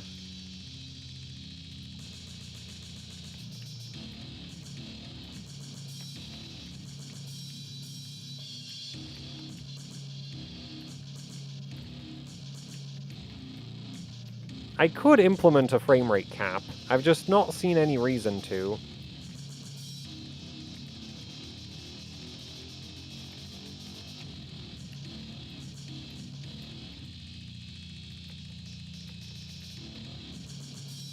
At 1300 FPS, there's like so many frames that you don't, like, the screen tearing like stops being a thing. Because it's displaying like 8 frames at once. Actually, 10. And the differences between the frames are, like, very small at that point, I think. Actually, it's probably just because I don't notice screen tearing in general.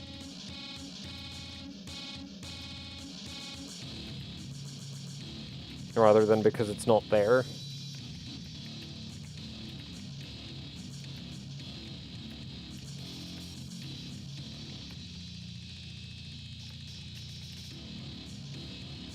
Oh, I missed.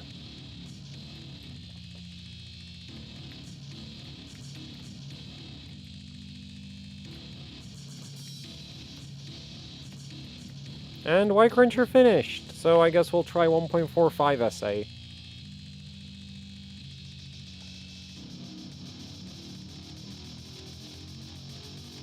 Well, yeah.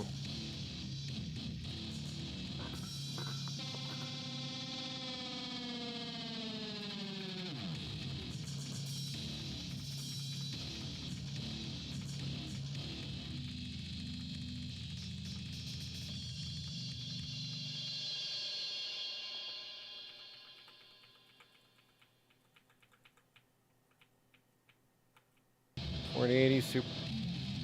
I don't see any reason it wouldn't work. They probably use the exact same PCB. I don't think you're gonna gain much, though. Does the Panther OC have, like, more power limit or something?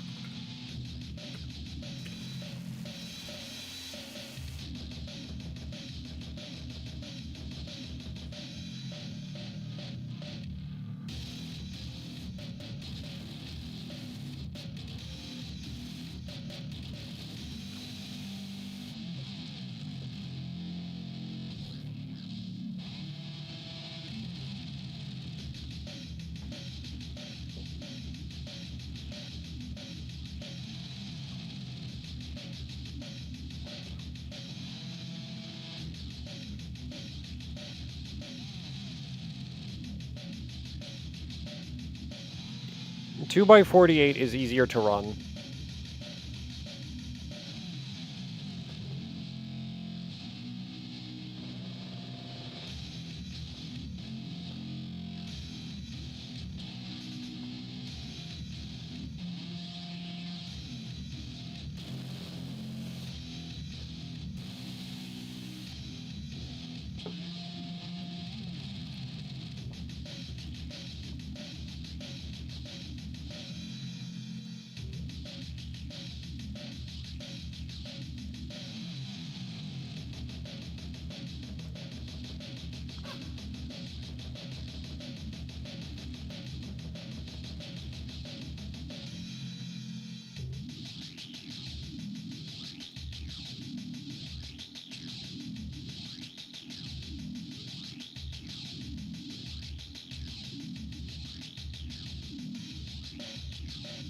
What do you mean it shows 2D PC at the end of the profile?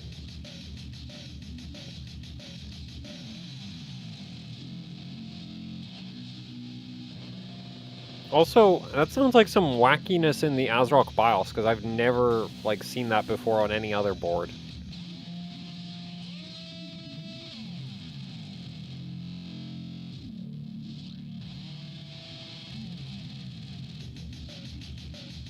Oh, well, would you look at that? 1.45 across everything at 1700 doesn't insta-crash. Oh, wait, TX is still at 1.4. But yeah, like everything else is now 1.45. IMC VDD is dropping to 1.42.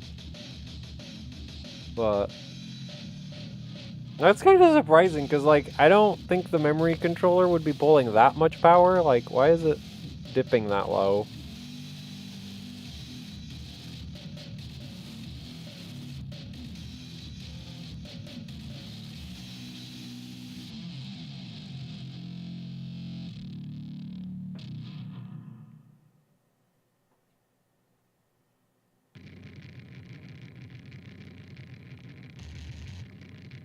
Well, does the board have 4 DIMM slots? Then that's probably why. Wait, you said you have a Nova, right? Or, oh yeah, you have a Nova. Well, yeah, it's a 2 DIMM per channel motherboard.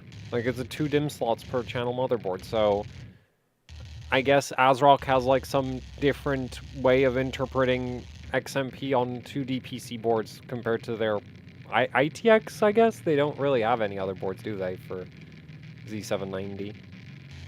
With, like, few DIMM slots. Yeah, look, it runs at 1 point... Dude.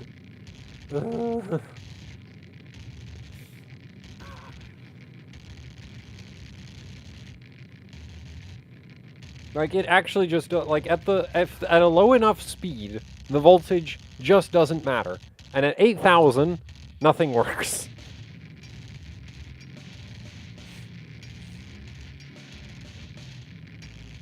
How long did the really long test just before go? The previous one finished. At 1.4 SA, like 1.4 on everything except VDD, the board runs 7800. VDD was at 1.45, and so now we're testing 1.45 SA, 1.4 VDD QTX, 1.45 VDD2, 1.45 VDD memory, 1.45 VDD-Q memory. And it's working again, because the voltages don't matter. Just the memory controller does. If the voltages did matter, then, like, this shouldn't work. Highest SAVT3 run I've ever seen. What, this? Honestly, I wouldn't be surprised if it worked at 1.5. But at 1.5, I'd be worried about actually that might... I don't think an hour of VT3 at 1.5 is going to damage the memory controller, but I'm pretty sure 1.5 volts is like, I would not want to daily that on the memory controller.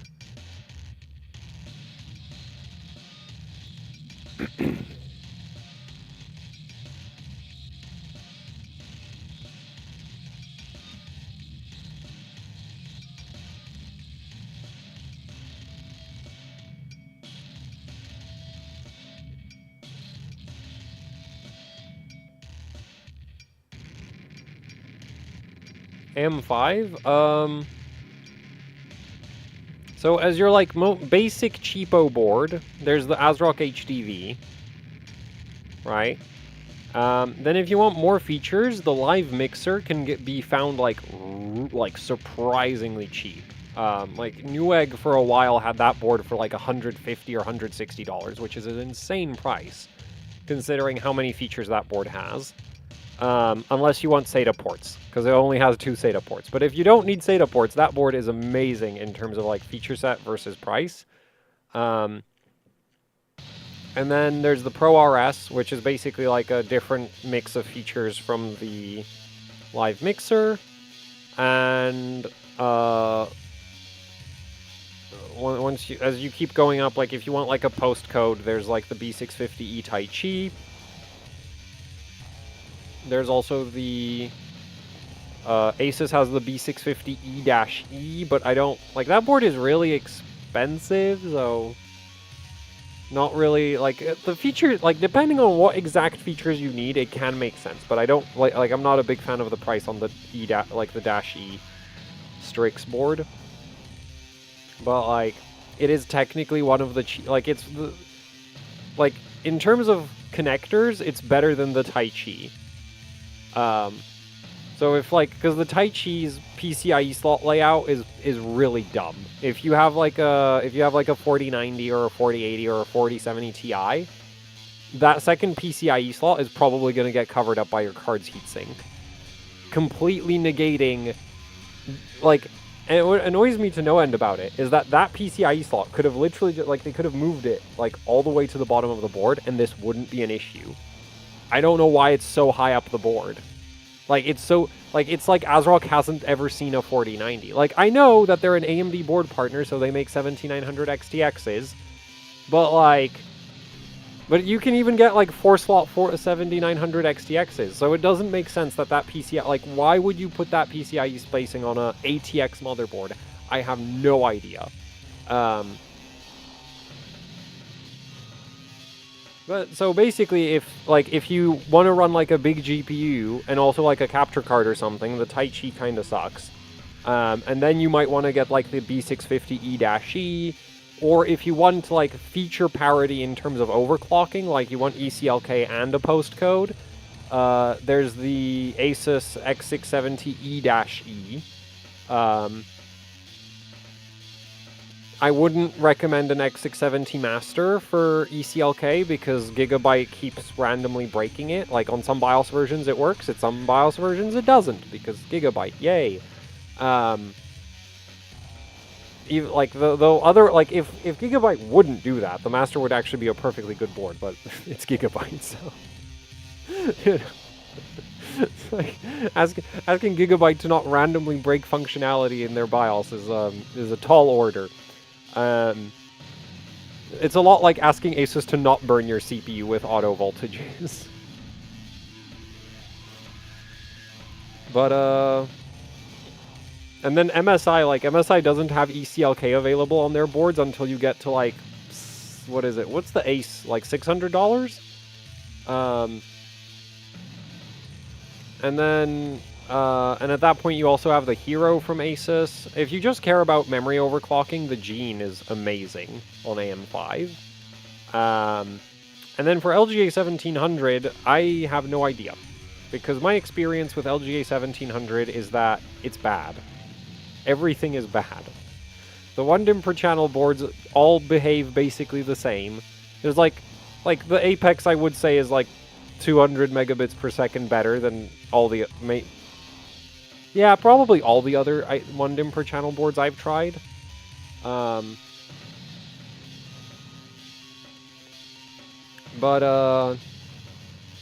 then the 4 dimmers are all terrible. So, like, I don't... But the thing is, like, there's people posting screenshots of, like, DDR5-8000 working on 4 DIMM motherboards, and I'm like, dude, like, I can't even, like, freaking run that on a freaking Apex, or a Tachyon, or a Dark, or an ITX MSI board. Like, it never works.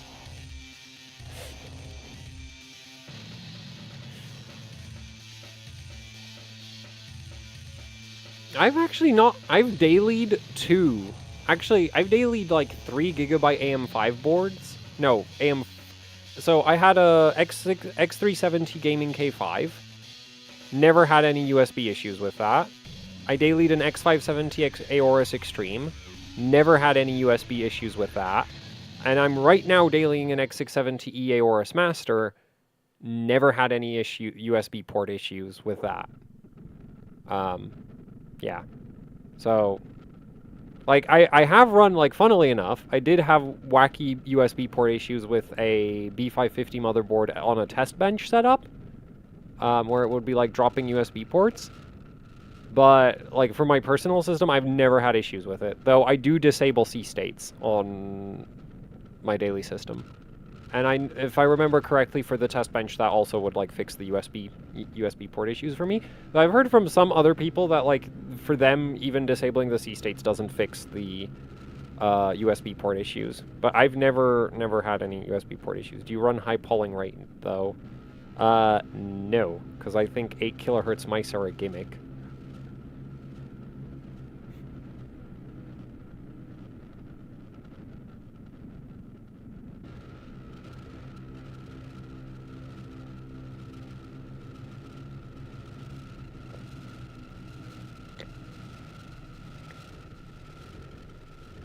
VDD, IMC, and CPU VDD is like 1.8 and 1.9. Oh, that sounds like bugged voltage readouts.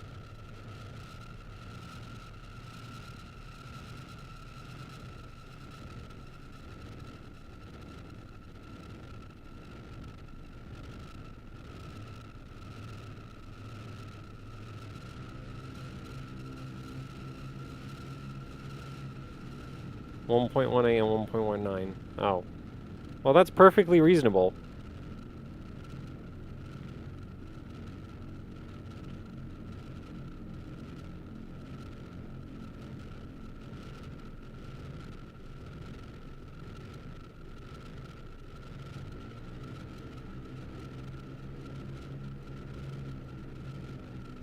Man, I think the smoke alarm into the flat on the other side of my wall has run out of batteries.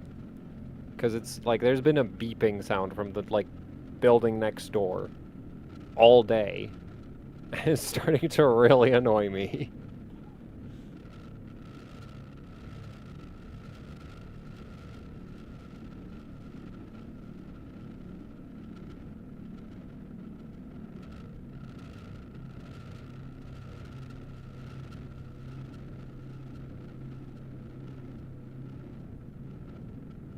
Couldn't you just find one of the USB ports that goes, like, directly to the CPU? Because as far as I know, AM4 has a few of those.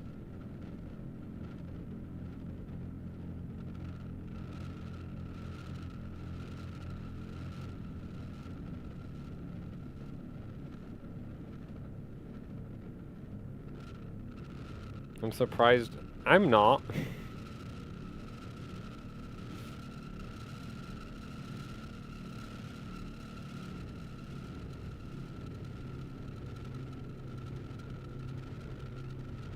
Admittedly, I don't think I've ever tried this, but like after seeing that 1.4 volt run, it's like, yeah, it's gonna work at like it'll probably still run at 1.5.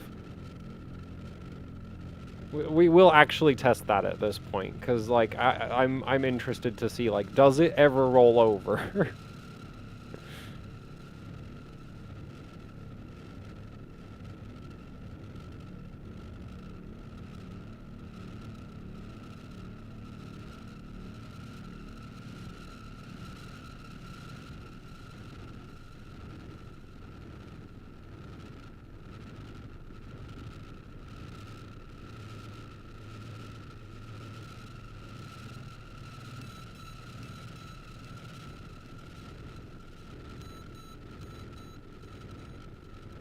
So here's my issue with the theory of some obscure setting that I never touch that, like, needs to be turned on. If that was the case, why isn't there any, like, information about that obscure setting on the internet? And two, how do these XMP profiles keep getting made? Like, the memory manufacturers have to, like, validate these XMP profiles, right? And, okay, they probably don't run Y-Cruncher, but, like, I can't, like, there are XMP kits that are, like, 8200. I can't run 8200 at all, right? Like, whatsoever. There's no way in hell I am running anything at 8200 as far as stress tests go.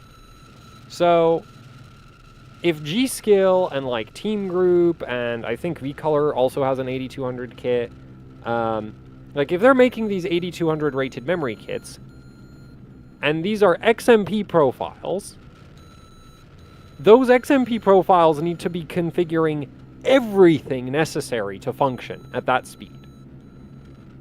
Right? So, logically, there has to be CPUs out there where an XMP profile is enough to get 8200 to work. Right? And mine's not one of them.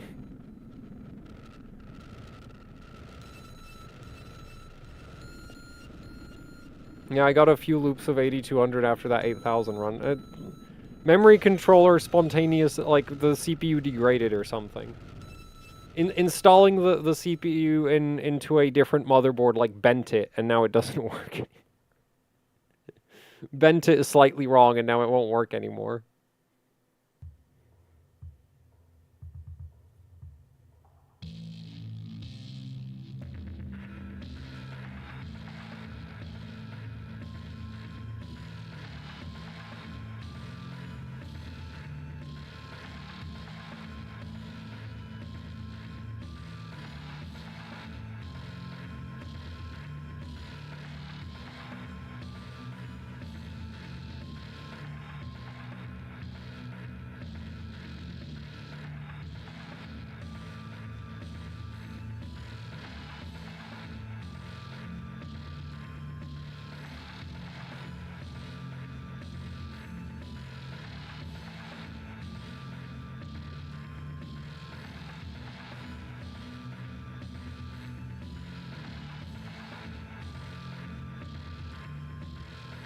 Okay, this is one thing I really don't get, is like that previous 12-hour dumpster fire of a live stream has like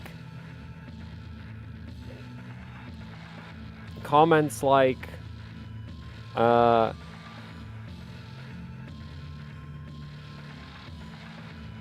dude, this stream was a really long one. I really appreciate your dedication. You're such a massive dedication to provide people again a massive amount of very valuable information. I don't know about you, but during that 12-hour stream, I learned nothing. I'm pretty sure, like, as far as I'm concerned, there was 12 hours of absolutely no useful information gained whatsoever, except maybe that the CCM mode might help with stability on the MSI board. I say might, because again, as soon as I tighten timings, the 7800 on that board broke. And those same timings at 7600 work just fine. So it's like, probably not the tertiaries or the secondaries that I screwed up. And if I loosened out the primaries, that didn't fix the 7800 stability. Yeah,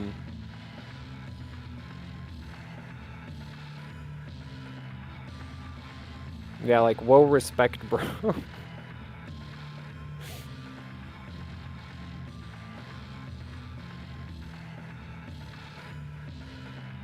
It's like, I don't get it.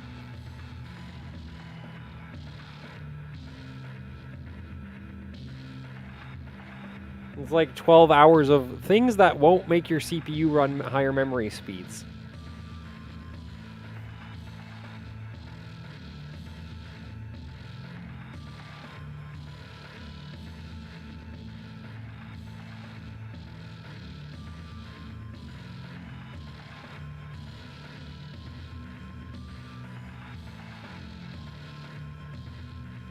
There was a ton of advanced tips in the chat on the vid that would have worked on a better IMC.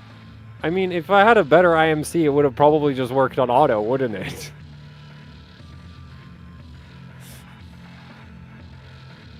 And then you don't need the advanced tips.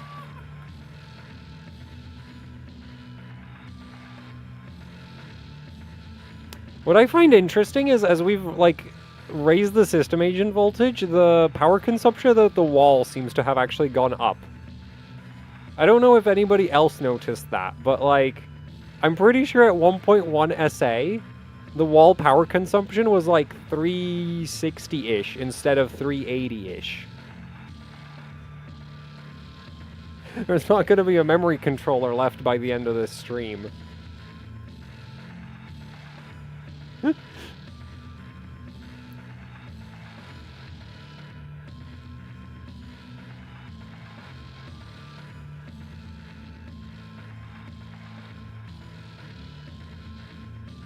I want to try that. I'm wondering about that because I do feel like the power. It could also be that the ambient temperature, like the room temperature, is so high that the CPU is just like pulling more power.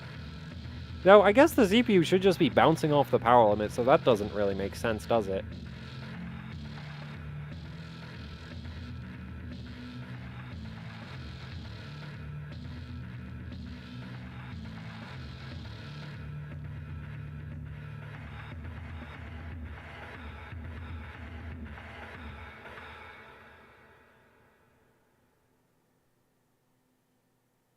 That was 359.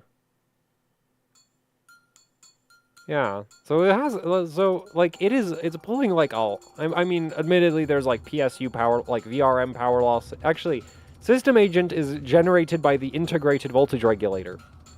So, you have power losses in the integrated voltage regulator, power losses in the motherboard's voltage regulator, power losses in the power supply, and then finally, the power draw readout.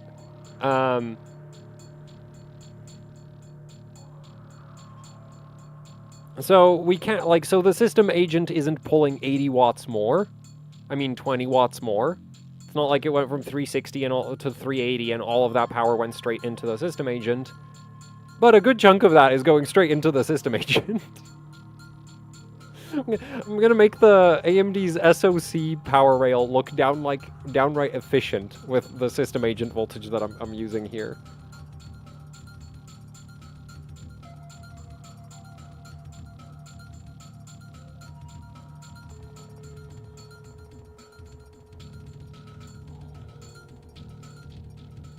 So, with how transistors work, like how CPU, yeah, basically how CPU transistors work, all of the power goes straight into heat. Because basically, you're switching the transistors on and off, so you're charging up, and I might be oversimplifying this, but to my understanding, like, when you want to turn a transistor on, you need to charge up its gate capacitance, right? And when you want to turn it off, you need to discharge that gate capacitance by shorting it to ground. So what that means is you store a bunch of energy in the transistor, and then you take all of that energy and you throw it out the window as heat.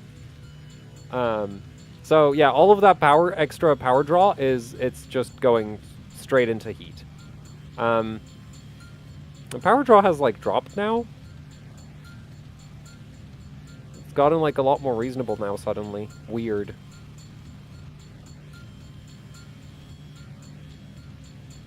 Oh wait, no, it's back up to 380 again. That VCCSA is crazy high. Yeah, somebody in chat suggested, Speed Fastest suggested that I test what the highest system agent and highest IMC voltage is. That'll work at 7800. So we're doing that. And 1.4 system agent ran an hour of Y-Cruncher, and now we're running 1.45, and I don't think it's gonna crash anytime soon. And after this finishes, we're gonna try 1.5, and with all probability, that's still gonna work because this CPU hates me.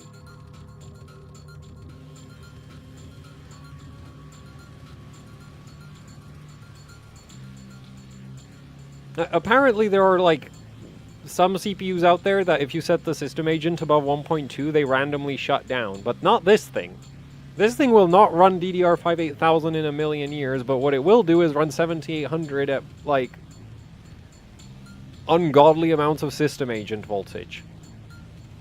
Maybe try 8000 first before 1.5.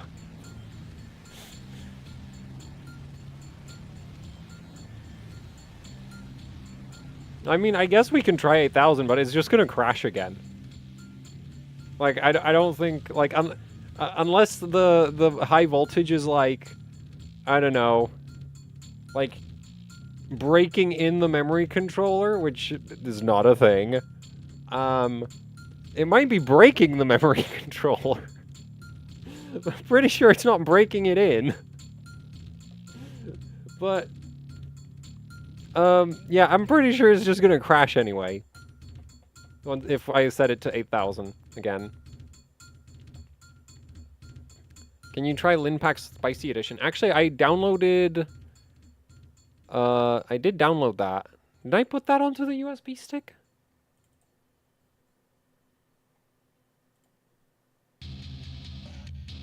Oh, yeah, this is the spicy version, right? Yeah.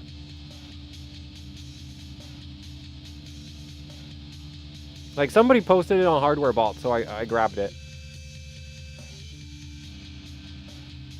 Should I wait for this to finish, or do you want me to just go straight to Linpack? Spicy.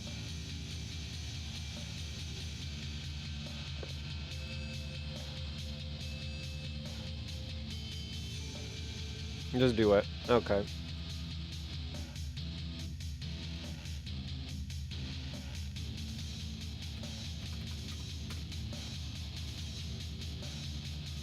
This is the one that, like, makes the board reset, right?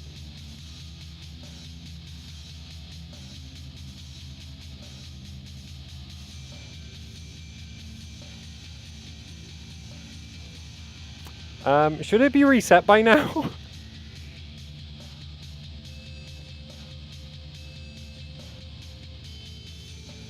Wait, is it compatible with the E-cores? Because, it doesn't seem to be running right.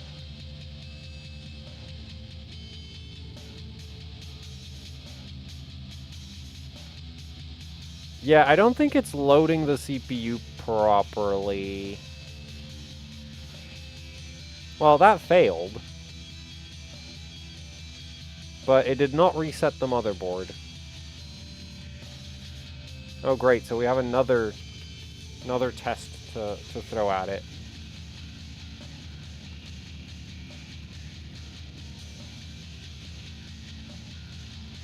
The thing is, I wouldn't be surprised if it was erroring out because the CPU is a potato.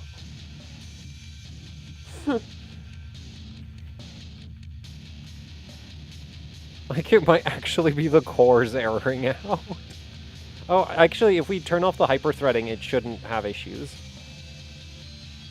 Because even the old Linpack, if you turn off the hyperthreading, like, doesn't complain.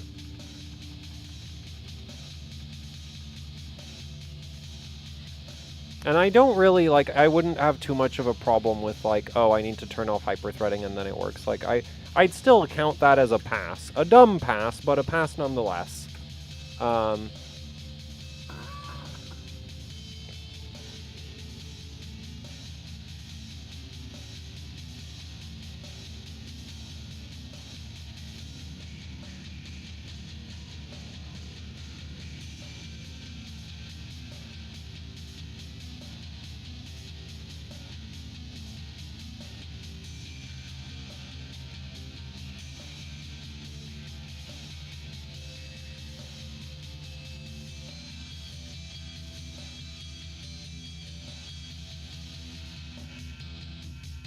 If this runs, we should see, like, well over 1,000 gigaflops, I think.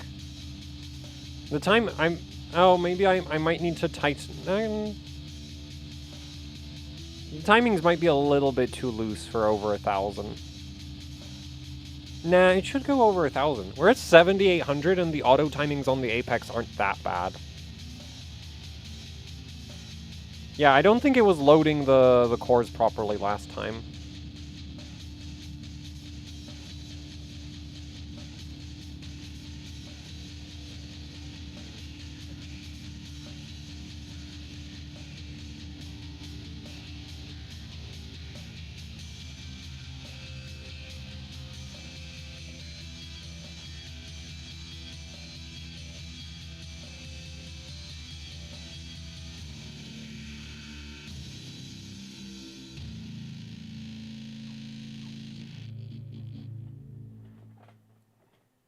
Okay, we're gonna try the spicy Lin pack again. Oh, I guess I could throw out the old one. In my shortcuts.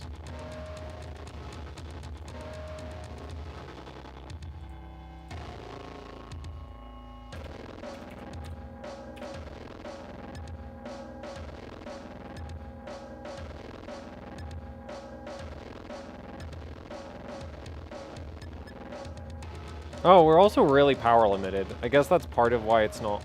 Now it's not bouncing, like, the threads aren't dropping to, like, low load.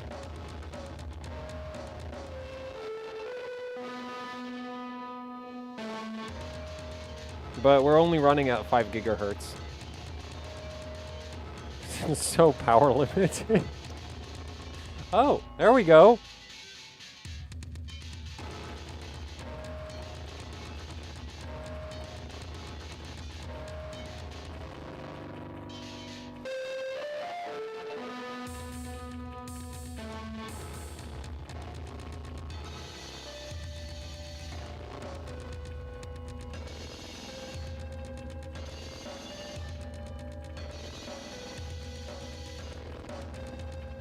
Try 8000 VT3? Sure.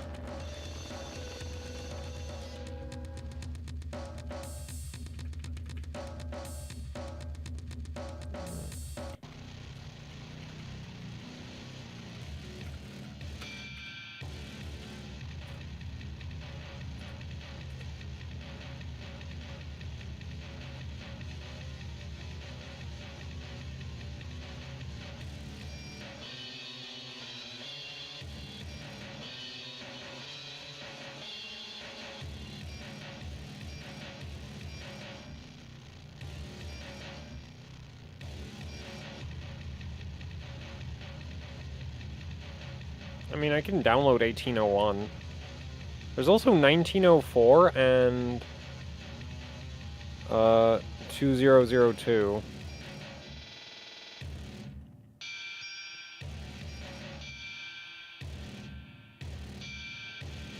It'd be really funny if 8000 ran Lin pack.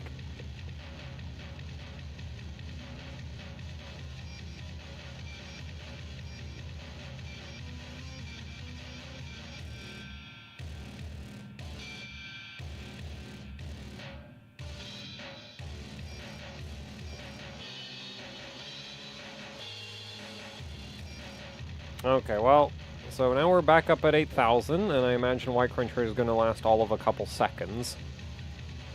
Oh, that keeps happening if I open hardware info. Second.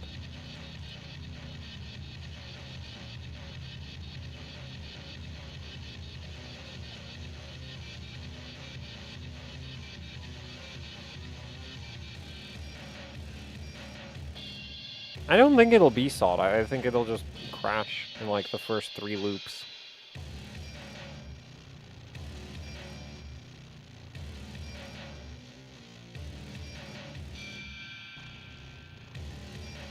It's running like mighty cool right now.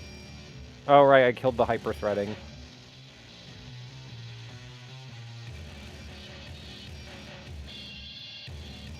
I guess that helps a bit. Chaos should be tomorrow, as far as I know, or I guess today. But like in like some amount of hours, I will stream until the Chaos release. I mean, maybe.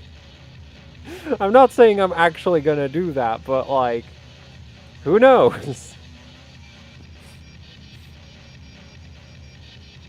We've only been here for 4 hours. The only downside to me streaming for 12 hours is that YouTube will chop off the end of the stream at some random point I feel bad for the YouTube servers having to store 12 hours of this trash.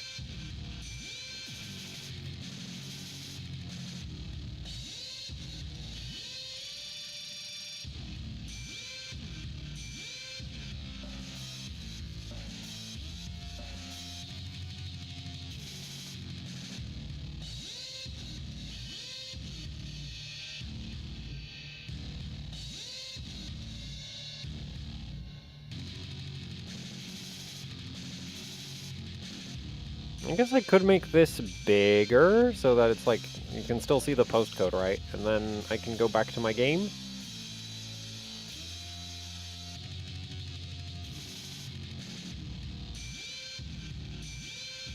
What do you mean a 12-hour stream is a no?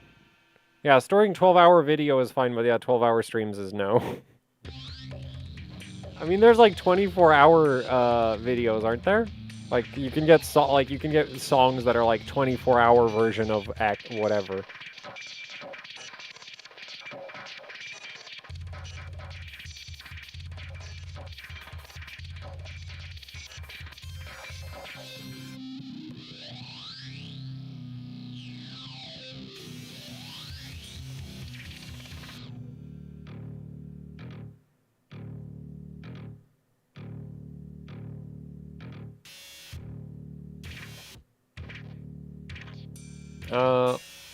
I mean, okay, so X11 multiply, that just sounds normal to me. Like, personally, I don't really pay attention to the idle behavior of my system, mostly because it's never really that idle. So it's kind of hard to judge.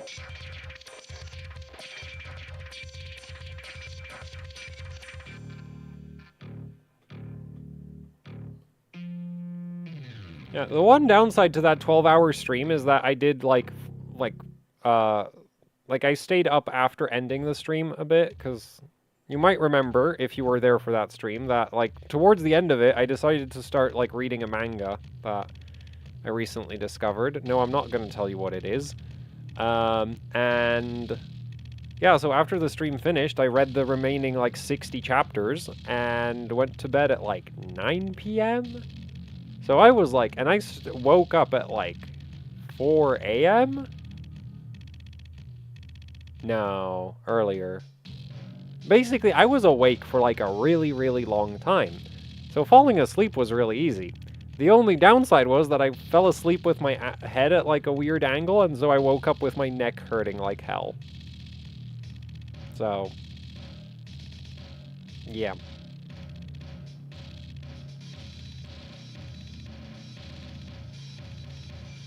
No, it was a manga. You don't get 60 chapters of the questionable kind. At least I've not seen any of that. Not seen any with that many chapters.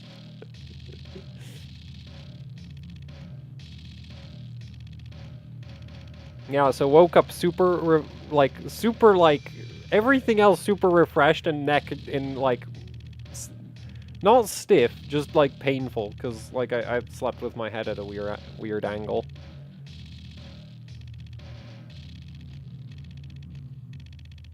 Hey, 8000 still doesn't work. Imagine my lack of surprise.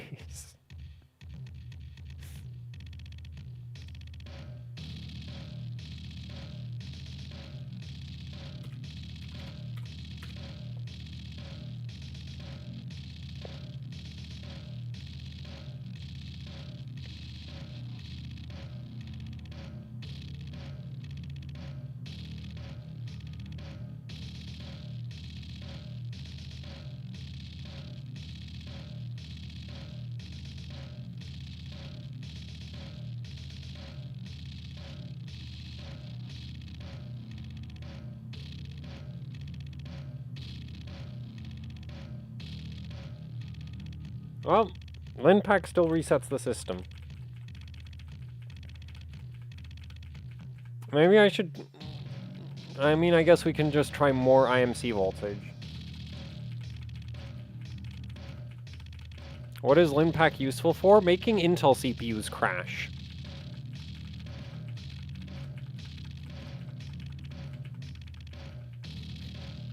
Nah, it's actually quite easy to run on Ryzen. Oh, and now it doesn't want to post again. CPU crashed so hard it forgot how to memory.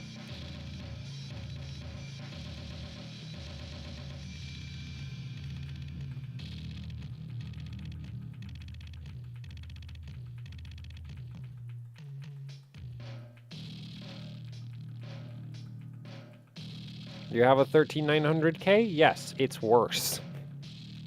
Like, a lot worse. like, made me seriously think that one of my memory kits is defective levels of worse. Because I have like a 7200 XMP memory kit, and I tried it on the Apex with the 13900K, and it did not work. Like, I thought the memory sticks were bad, but nope, it's just that CPU. They work just fine, but not with that CPU.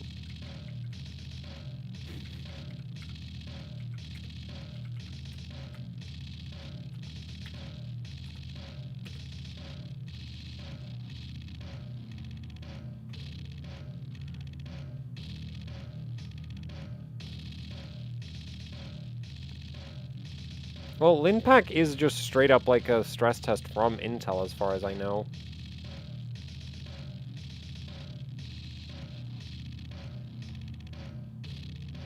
Yeah, 1.4V yesterday ran like 8000 longer, but like different boards is like, it makes like, what works on one board in my experience has like, well, works. Basically the only consistent thing I've seen with my Intel CPUs is that 7600 works. And then on like the Apex and the Tachyon, 7800 kinda. And if you bend over the backwards, the dark will maybe do 7800, but man, it sure hates doing that. And actually even the Tachyon at 7800 is kind of, like, it's less fiddly than the dark, but it's like fiddlier than the Apex. By a lot. I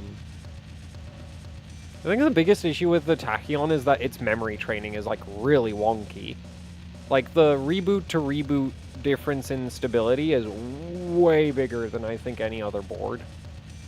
And what's really annoying is like Gigabyte's default like training is that it doesn't train. Like the board tries to avoid memory training as much as possible, probably because the memory training is so damn wonky. Right, so if you're on a Tachyon, that's like one of the most annoying things with that board is like you'll change the timings and you'll get into the OS and then you'll find out that it didn't retrain and all your timings are the previous ones. And so then you have to disable fast boot and then it like retrains and it's completely unstable. And so, and then when it is stable, it's like, oh, now I would like to enable fast boot so that it doesn't mistrain again. But in order to enable fast boot, you need to get into the BIOS, and if you have fast boot disabled, it's going to retrain to get into the BIOS.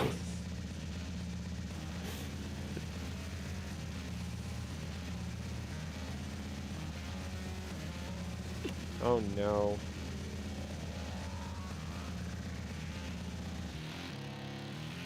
You know what, I do kind of want to try see if there's like some way to just stabilize Y Cruncher even on this BIOS version.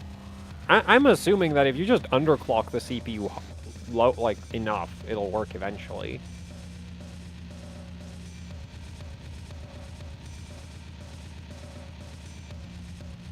What is counterproductive?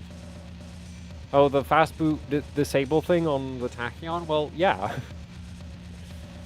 Tried using UCLK, BCLK to push 7600? Yeah, I've tried that before.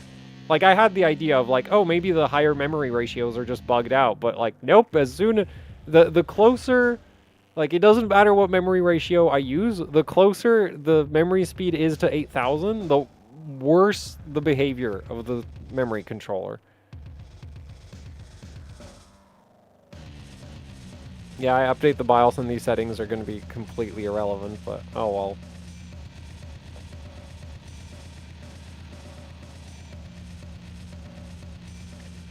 I'm surprised Brute Force SA doesn't immediately fail me T3.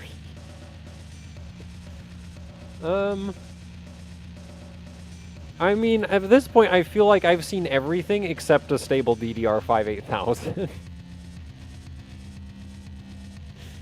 So, I can't say I'm very surprised.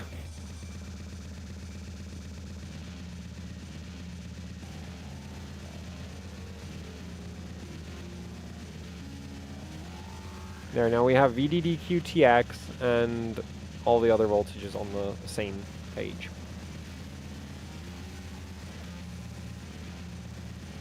Try cooling the RAM more. There is a fan sitting on the memory sticks.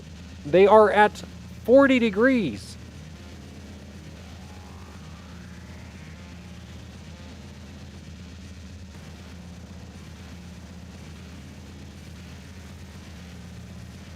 It's strange that the SA can go that high. No, the imaginary rules people make up for how to tune Intel CPUs are imaginary rules. It's like the wacky rules that you get about, what is it? Like I think I saw one that was like, oh, your TRFC is supposed to be like a multiple of RTP or something. Like some completely random timing, and it's like, oh, your TRFC must be always be a multiple of like some other timing, and it's like, what?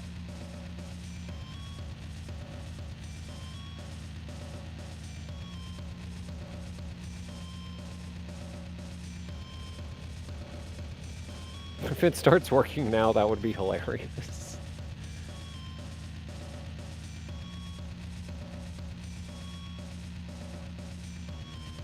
Just set everything to 1.5 and it passes.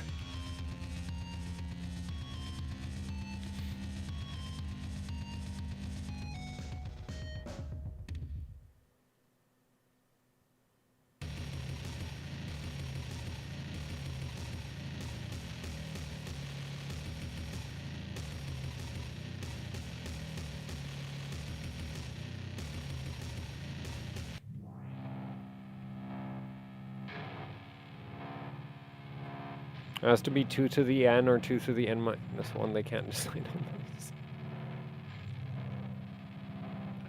The speed, I think loop 1 is a bit early to be saying anything about whether a voltage helps or not. Though I think one thing that is consistent with the CPU, or at least seems to be somewhat consistent, is that it absolutely hates low VDD QTX. And by low, I mean everything below 1.4. That seems to very consistently get loop 0 to error out. Now, on 1.45 it got to like, what was it, loop 3?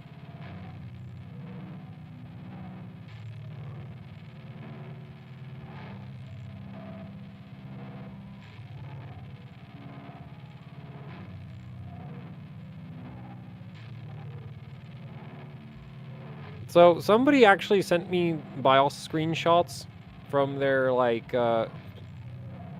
consultation. And, that BIOS was basically on auto settings. So, if the magic is the BIOS tuning done by Asus,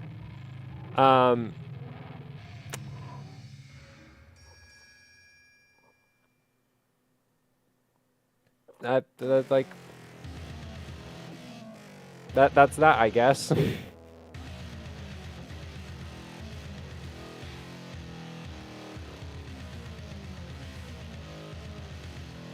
4790K DDR3. What motherboard do you have, and what memory sticks do you have? Because for DDR3, there's like a lot of the memory chips for DDR3 will not do high memory clocks. And also, you might need to use the 166 ratio for the VCLK strap. Is it 166? Yeah, I think it's 166. But basically, you want Samsung G die, 1 gigabit, and you want like 4 gigabit MFR. If you want to do over 3000. And so 1 gigabit G die has one major flaw, which is that it's 1 gigabit. So the maximum capacity you can have with it is like 8 gigs. Yeah, 8 gigs. And 4 gigabit MFR has a flaw in that it runs incredibly loose subtimings. So it kind of sucks from a performance perspective.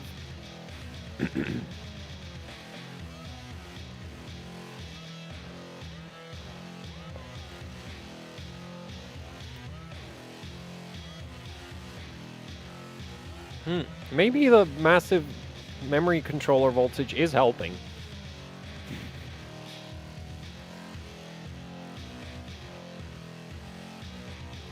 Just set memory controller voltage to 1.6. Run it like it's a dark.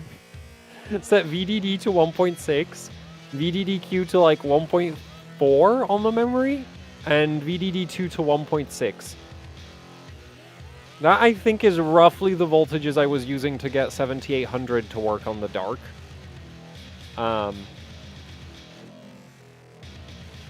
1.5 SA. Oh, yeah, of course. We have to make absolutely certain, like, we will simply burn the memory controller to the ground.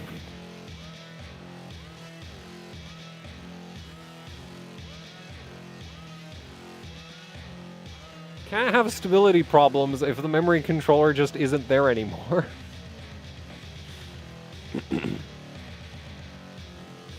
VDD-QTX is the signal line, as far as I understand it. See, I've been wondering about what VDD-QTX is, because,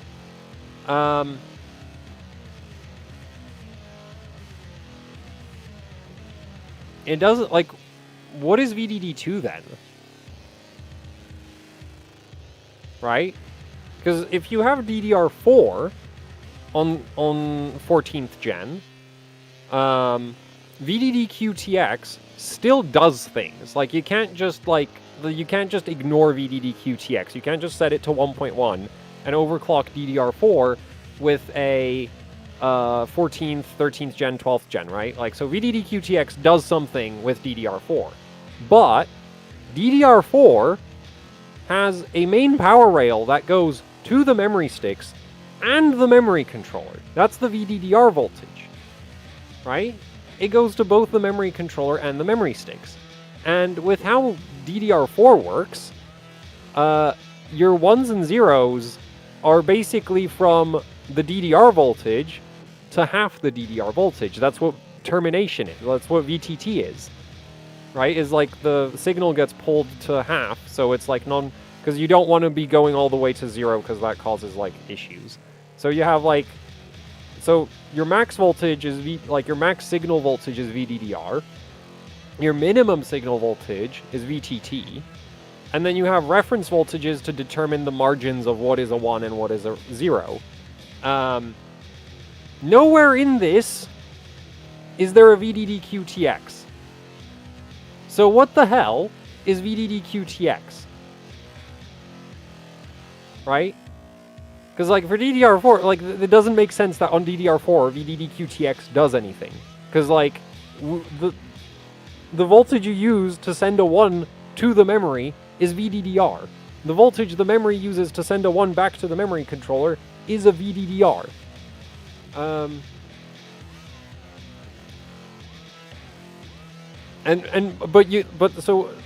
what is VDD-QTX doing? And then with DDR5, AMD doesn't have a VDD-QTX equivalent. Right? AMD has like VDDP, but you don't set VDDP to 1. Like, VDDP, you run it at like 1 volt up to like 1.15 volts. You don't run it at like 1.4. Even if your memory voltages are like 1.4 VDDQ, 1.6 VDD. Like, you still use a VDDP of like 1 point something up to maybe 1.15. Maybe 1.2. If I've never actually seen anybody use 1.2, that maybe you would go up to that. And so on like AMD, it's like, so you don't have a VDD-QTX equivalent at all. And VDDP, the P stands for phi. So that's the like the physical interface of the memory controller. My guess is it's like the voltage that's actually used to like switch the like output transistors on and off or something like that. Because I can't figure out what else it would be. Because VDDIO is the actual like, you know, signaling voltage. And that's generated by the motherboard. There's a VDDIO regulator on the motherboard. Similar to how Intel motherboards have a VDD2 regulator. So like, it would make sense to me that Intel's VDD2 is the equivalent of AMD's VDDIO. And then logically VDD-QTX has to be equivalent to VDDP. Which would mean it's like the control voltage. As in, like, it controls the transmitter circuitry. It's not the actual voltage used for the transmission itself. Which would potentially explain a lot of things, because it would potentially, like, change the voltage slopes and stuff. But, like, there's no way VDD-QTX is leaving. Like, I don't believe that VDD-QTX is used to talk directly to the memory sticks. It's used for something in the memory controller. I don't know what. Because it doesn't, like, you have VDD2 for talking to the memory sticks. Like, that's the whole point of it.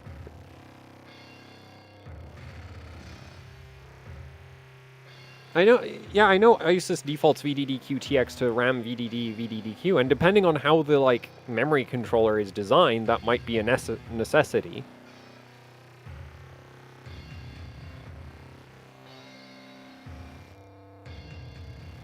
Actually, I'm gonna check the... Oh, I already have the 13th gen documentation open. But, yeah, like, it doesn't give you a definition of what VDD-QTX does.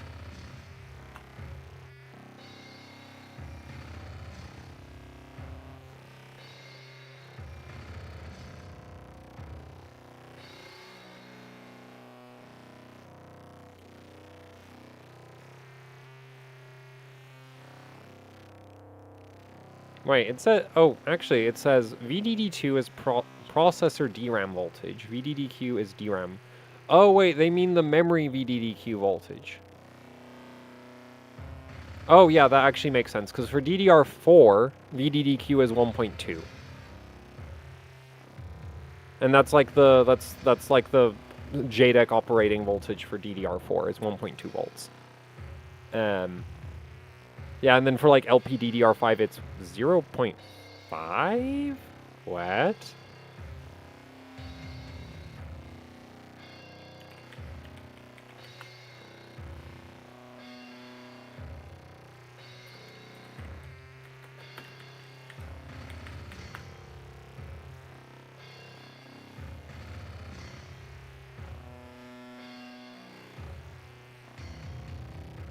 No, Micron redesigned their website. It's all modern and, like, ugly now. Oh, no. Yeah, I/O voltage on LPDDR5 is 0.5 volts. Hot damn. How does that run?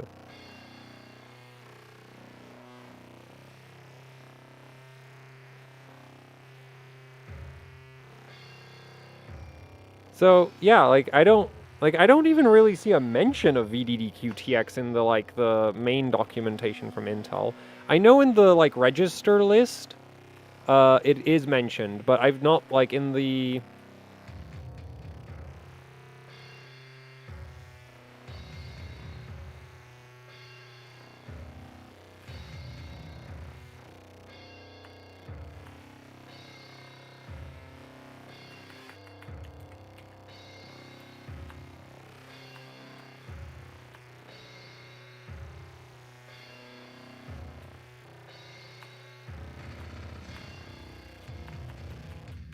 Man, and searching TX in the datasheet is, like, not helping, because there's, like, transmission... Because TX is just transmitter or transmission?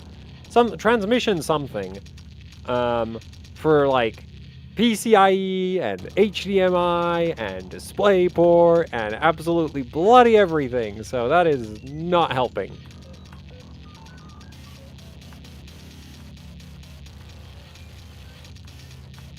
So, like, what does that voltage do? Like, I think it's Intel's equivalent of AMD's VDDP, but it works very differently. Is, like, my theory. Because there's no way it's going out of the CPU, in my opinion. That doesn't make sense. Like, why would you need a VDD2 regulator then? And also, why would it do anything with DDR4?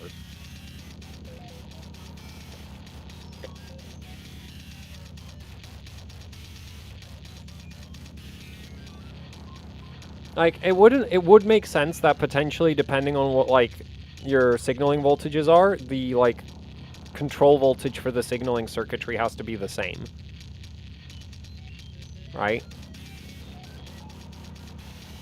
Or, well, not necessarily the same, because on some boards, I've had boards where they really like the VDD-QTX voltage to be quite low, and other boards where it's like they like it quite high.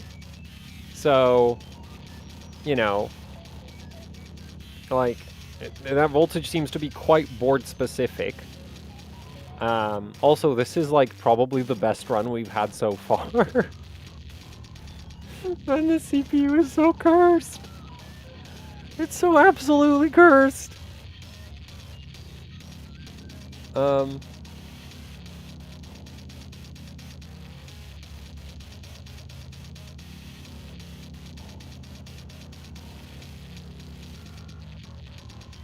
I have TX disabled. But you know what, like, so this is completely, like, crazy speculative theory, like, on the same level as all the YouTube channels that are like, oh, AMD is gonna beat NVIDIA this time. Trust me, bro, definitely this time AMD is gonna beat NVIDIA.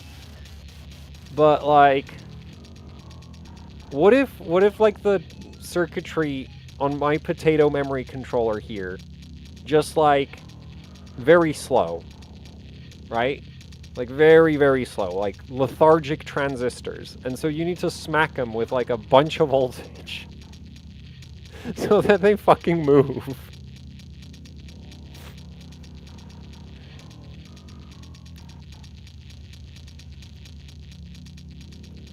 And that's why this seems to be working better than any other configuration we've tried so far.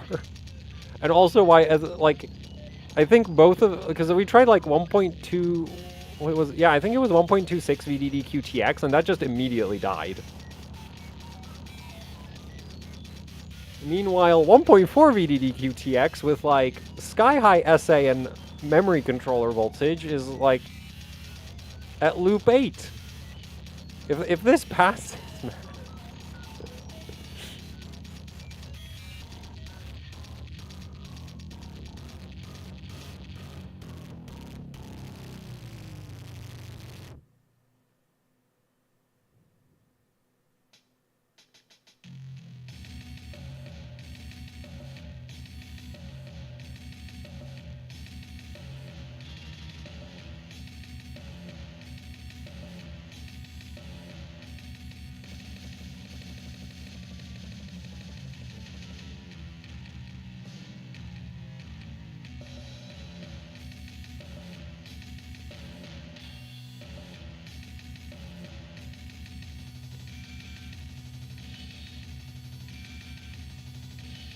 Nah, there's no way it's doing 8400. With how much work... Or if there is a way that it does 8400, it's going to be at like 1.6 on everything. It's going to be like my 10900K that needed like 1.66 system agent just to run 4800. Actually, it wasn't just 4800, it was specifically like 4800 CL14 where it's like, yeah, it needs 1.55 volt system agent or something stupid like that. And 1.45 I/O. And the worst part about that I/O voltage was, like, if you raised it any higher, the CPU rolls over, like, hard. And if you lower it, it's not stable anymore. So it's just like, yeah, it only worked with, like, 1.55, 1.45, and then... Actually, like, the memory voltages were pretty reasonable. And once I had the I/O and SA set just right, it's like, yeah, I had, like, a bunch of memory kits that would do 4800 CL14 after that. But with any other combination of voltages, it just didn't work at all. Dumb CPU. And then there's, like, other people who have chips that'll do, like, 4800 at 1.45 SA. Actually, I think I heard of somebody with a chip that did, like, 4800 at 1.35 SA, but, like... That doesn't seem real to me.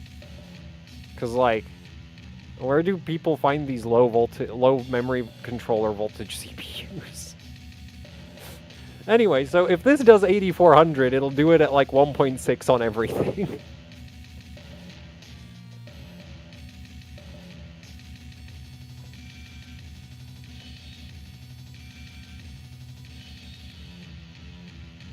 On 2x16? No, 2x8. 40... Dude, there is no way in hell my 10900K would run 4800 in dual rank.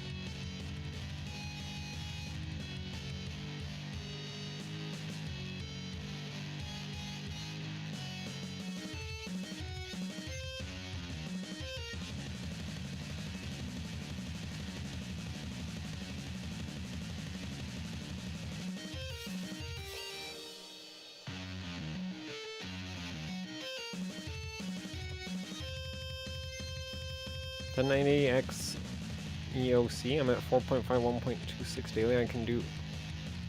What? Why would you ever run 4.9 at 1.6? Dude, no! Also, what's your VCC in? Also, that is a terrible CPU. But also, what is your VCC in?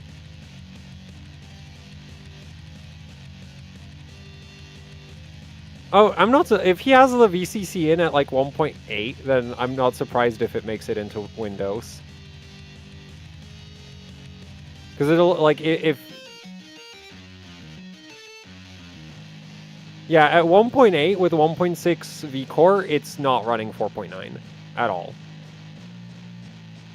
So X299 CPUs, if you're running high V-Core, you need to run the VCC in high enough.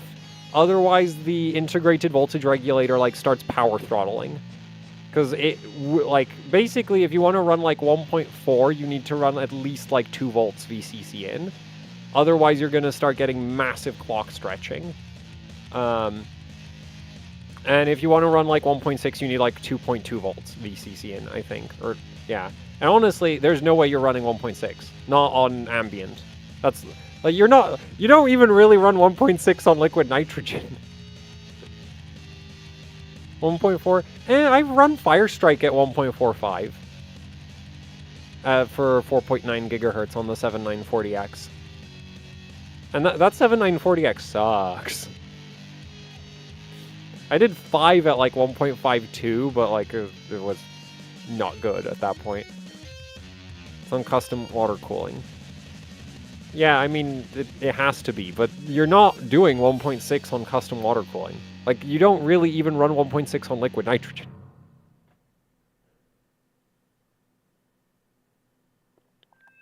Oh yeah, no, you're not running anything, like, I said Firestrike. I'm fully aware that Firestrike is, like, technically a high core count workload, not actually a heavy workload. For Cinebench, that chip maxed out at like 4.7 with 1.35. That was like hard limit. 1.35 might have been one. Yeah, I'm pretty sure it was 1.35 at 4.7, something like that. I mean, 4.7 at 1.35, same thing.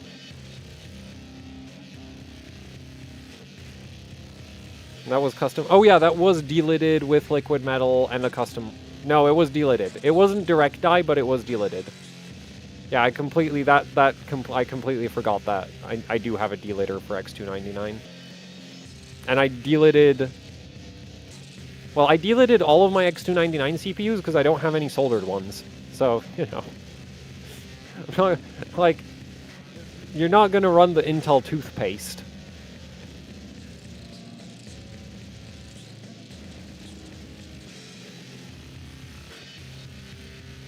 Man, this is way too stable for having just the most cursed combination of voltages.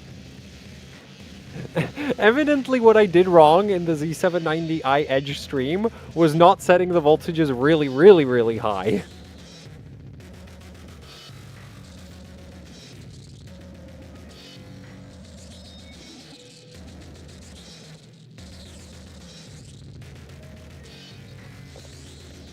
I think DLID LM runs cooler. Oh yeah, the liquid metal always runs cooler than solder. But if you ever want to go cold, liquid metal is, like, delidding is bad. What voltages are we on right now? 1.45 system agent, 1.5 memory controller, 1.4 VDD QTX, and then 1.45 on the memory sticks. For both. Yeah, 1.45 across the board on the memory, and then 1.45 SA, 1.4 TX, and 1.5 IMC. Yeah, 1.5 IMC.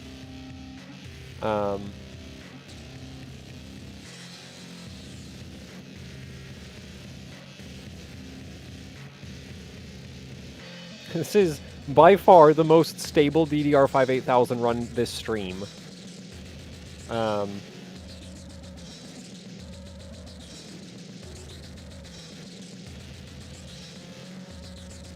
So the thing with the 100K oscilloscope is even that won't be enough because you still need to like solder in the probes.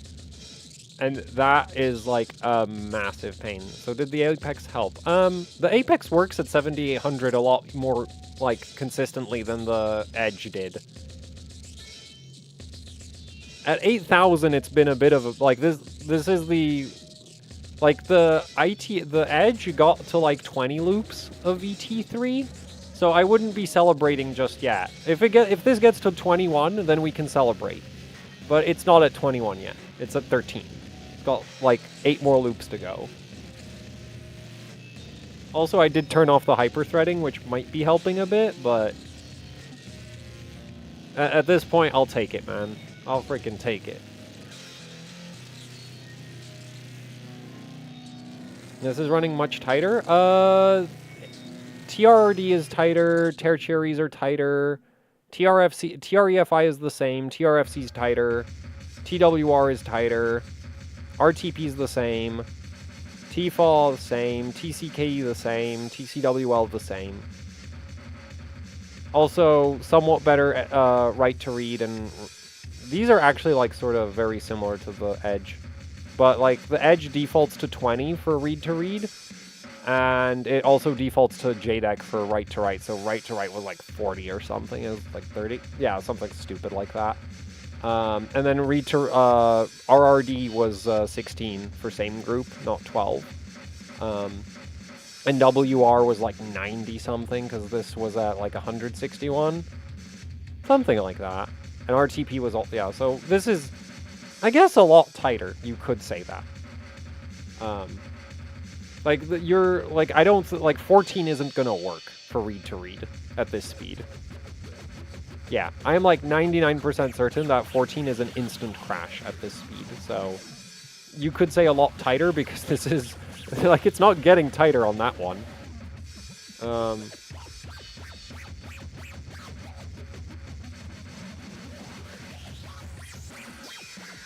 8200 SA 1.5, memory controller 1.6. No. Better. 8400, 1.55 SA, and 1.7 memory controller.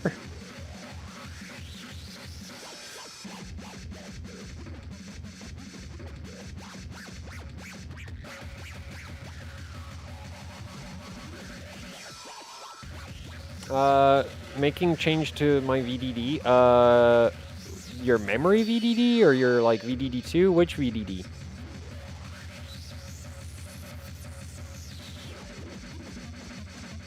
My 13900 KS with an Apex is rock solid at 8000, 1.2, 1.45, 1.5. Regular Apex, not the Encore, right?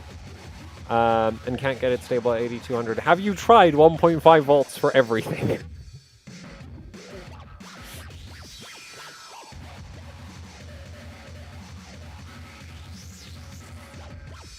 VDD, IMC, and CPU VDD, just when enabling XMP. Yeah, that's normal. Actually, that's basically required. Like, if it didn't do that, your XMP, like, depending on what the XMP profile is, if the motherboard didn't change that, it would not work.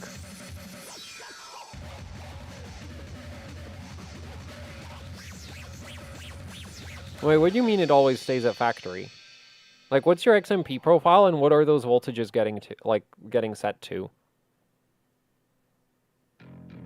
Because from, like, 6000 up, I would expect most motherboards to set both of them to, like, 1.3. Also, what board do you have? And CPU? Is it, like, a B series or Z series?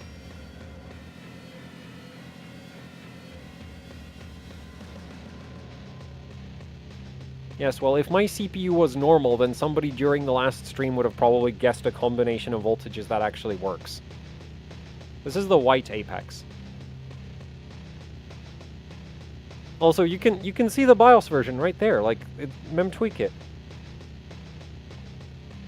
Like, all the information you need is on the screen right now, basically. Man, this is so stable. The CPU is so cursed.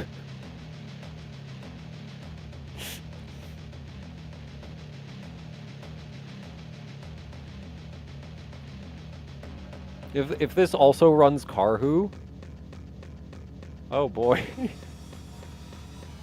Just like never reboot now.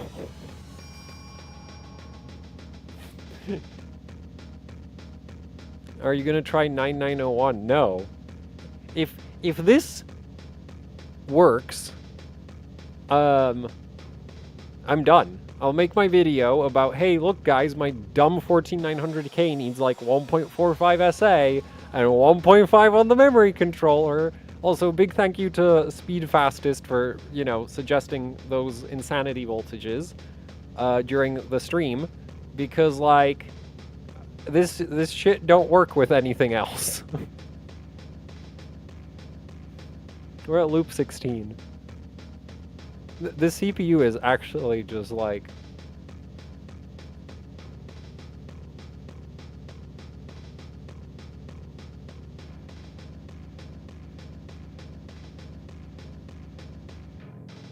Well, I turned off the hyper-threading, so that might be doing some of that.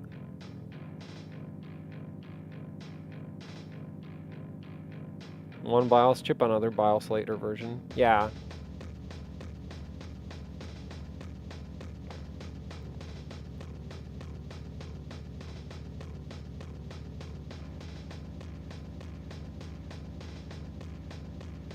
Yeah, I know everybody else uses like 1.2 SA, but if I put 1.2 SA-ish, like I tried 1.2, 1.25, that's like been my like, you know, that's like sensible SA. That's the kind of SA you use with a 14th gen at high memory speeds. But when I punch that in and set DDR5-8000, Y-Cruncher doesn't run. And now we're at 1.45 SA, and look where we are. We're at 16 loops. This is like the second run that like I've had in a very long time where it's gotten this far.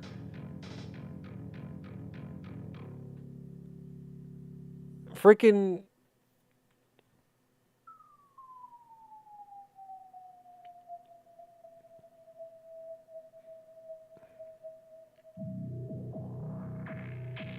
I don't think it's... like, it might be just the fact that the CPU is like... Actually, it's not thermal throttling now that the hyper-threading's gone. But, like, running, in my experience, running hardware info in the background does have some pretty nasty overhead for... And also, I think I have my sensor update rate set. Oh, no. Yeah, this is not ideal. Updating every quarter of a second.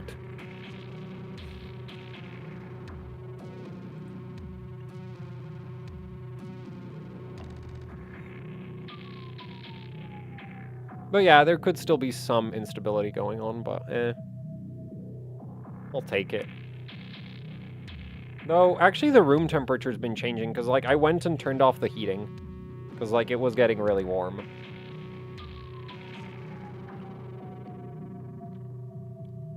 Yeah, but I literally turned off the heating, so the room's been cooling down. And you can kind of see how like it started out fast, and then it started dropping off, and I think as the room temperature's been coming down, it's, like, recovering now. Yeah, because you have, like, a progression of, like, this is one of the lowest speeds, and then it's, like, slightly faster again, and then it's back up to the speed that it was at the start. So that could actually just be, like, temperatures messing with it. It could also be unstable, but, like, I would not be surprised if it was the room temperature messing with it.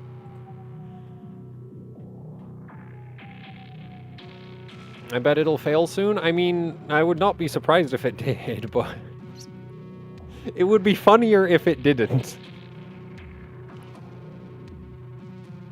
I scrolled Y-Cruncher up a bit. I didn't click on the window, so it shouldn't be paused. Oh, and also, yeah, scrolling around in hardware info definitely doesn't help. Actually, just scrolling around anywhere doesn't really help.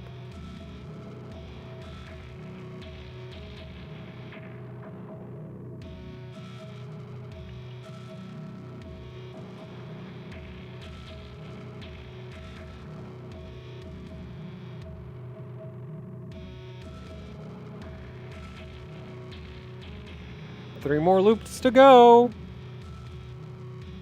Man, this CPU. 11 for a full pass, right? Because we're going for an hour. But yeah, 3 more to beat the edge and 11 more to like, be considered stable. What?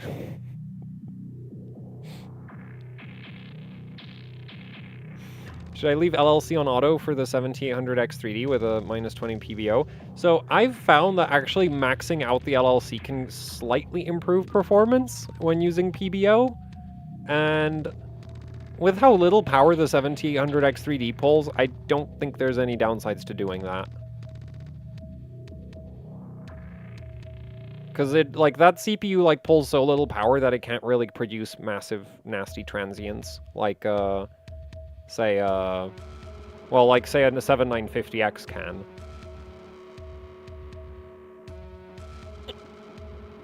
Though, maybe don't max it all the way out, but, like, if you wanna experiment, you could try raising it and see if that, like, boosts your Cinebench score a bit. It might. It was a while since I've tested that, but I did notice it, like, slightly helping. It might make it worse for you.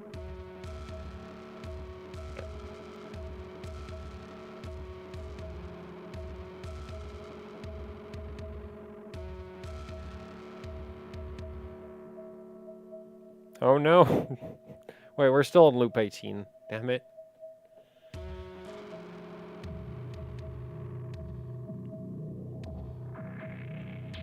Uh, 14700K on a Nova. And... Wait, and what are your VDD IMC and, like, what is your XMP speed? This is the one main... Oh, wait, you already mentioned Nova. Wait, did you mention the voltages? Is this the one issue with, like, trying to help people on stream is, like, you need to, like, gather all the information and post it as, like, a nice big essay. So that I don't have to dig through chat to find it. So this is all in one big block. No, it's fine. Just the limitations of the technology. You're at 6400. Yeah, so I would guess it's defaulting to like 1.2-ish for everything? Maybe? Maybe higher? Suddenly you can boot 8800.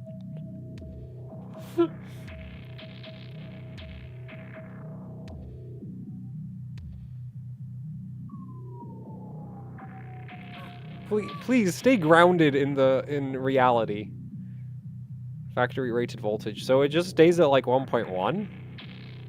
Wait, does the XMP work then, or does it not work? Because if it works, like, that's great, because, like, you can run, like, XMP at very low voltage.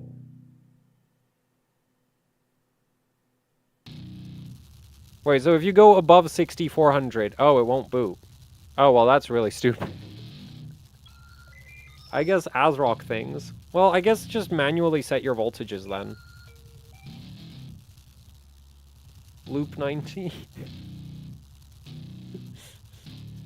Man, I wonder what the overclock.net thread would have to say if this also, like, runs, like, I don't know, like, several hours of Carhu and testmem 5.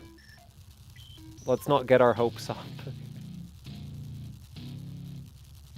I did put testmem 5 on here, and I have it set to run like an hour-ish of the 1usmus preset.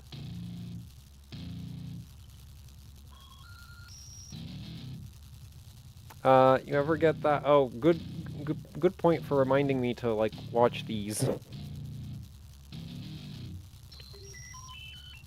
Won't make changes. Wait, if you manually set the voltages yourself, it doesn't set them? Or like... Nah, XMP on, like, say, Gigabyte boards, in my experience, will set everything to, like, 1.3... Like, it'll raise SA to 1.3, VDD2 to 1.3, usually. Or actually, no, VDD2 and VDD-QTX usually get matched to the, like, the XMP voltage of the memory kit. So if you have, like, a 1.4 volts memory kit, it'll set everything to 1.4. And SA gets set to 1.3, usually. It won't raise anything with XMP, then just, like, set your voltages yourself. I don't see any reason to, like, evidently it's like a bug in the BIOS with ASRock's XMP implementation being, well, jank. But And if you manual, so like, you know, just set the voltages yourself. Unless you want to complain to ASRock that they need to go fix their BIOS, because that really sounds like to me like it's just bugged out.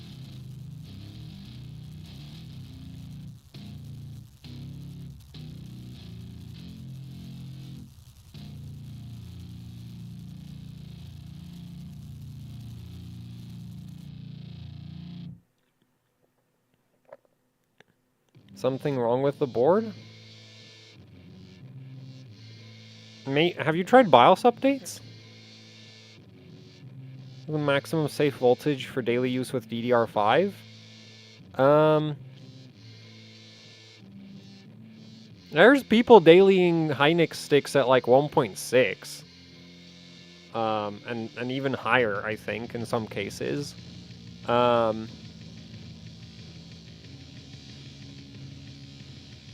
And I've not managed to degrade any of the Hynix memory sticks that I have, and I've had them all the way up to like 1.8 occasionally. Though at 1.8, like, the stability actually stops getting better, so actually, if anything, it starts getting worse. Wait, we just beat the edge.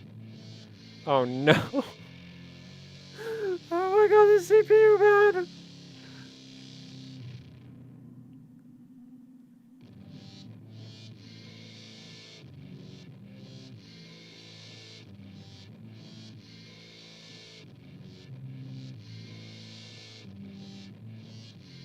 There's no way it's actually gonna finish, right? I think we found the issue, boys. Yeah, I was following the advice that works for like normal CPUs with normal memory controllers that don't work. You know, memory controllers that might suffer from things like the system agent bug, where if you set the voltage too high, the CPU randomly shuts down. And then there's this cursed pile of trash. It's like, yeah, if you want to run DDR5-8000, you just need to set the system agent to like 1.45.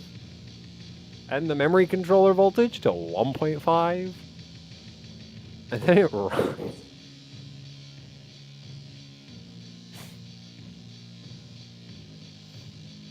Where does Intel dig these review samples out of?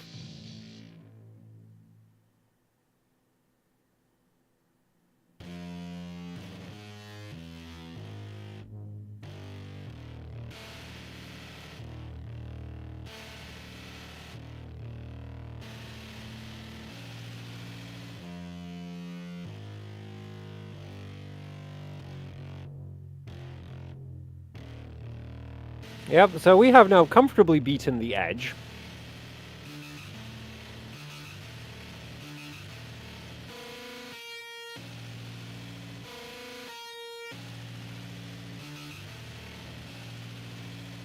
$1.19 at 6400.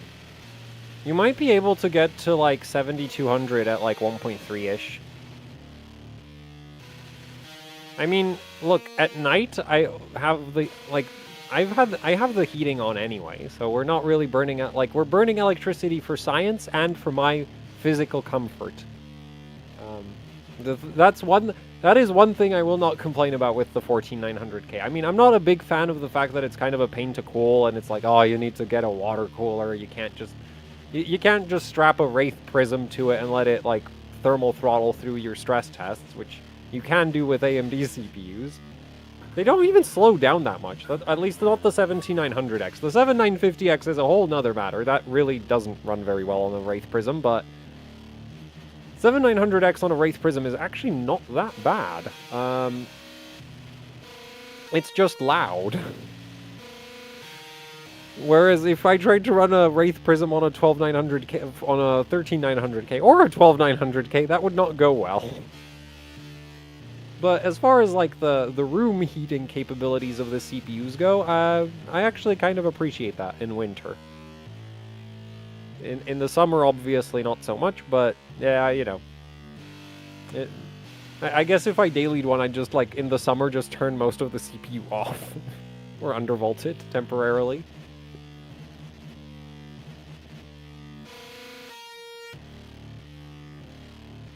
How much power can a 7950X pull full tilt? They get really hard to cool above like 260 watts. If you like delit it and stuff, then you might be able to get into the 300 watt range.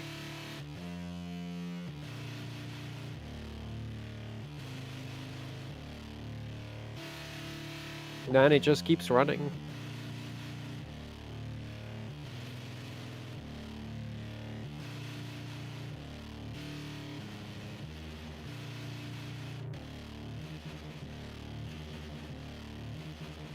Well, no wonder I could never get this to work, because I kept trying to set sensible voltages.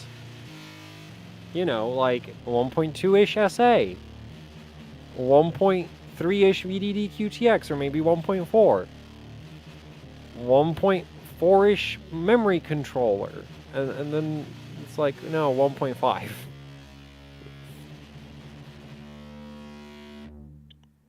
Is it Carhoot time soon? We are like 6 loops away from it.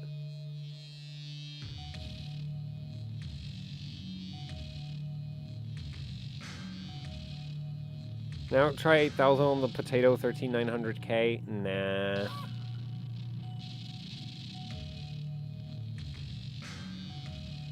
We have a lot of memory stress tests to run, and once everything passes, I want to try tighten up the timings a bit.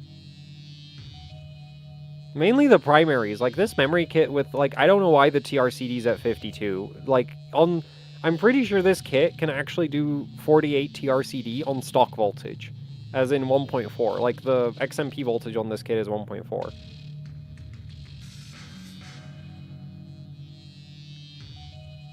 It did 48 on the AMD system. So I don't know why I wouldn't do it here.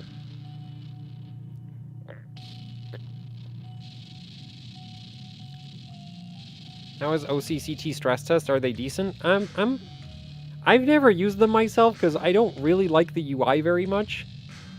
Also not a big fan of the whole, like, don't they have like a subscription thing? Or do they also have a one-time license? 1.65 VDD 27600. Now that sounds like something you would do on a Z790 Dark.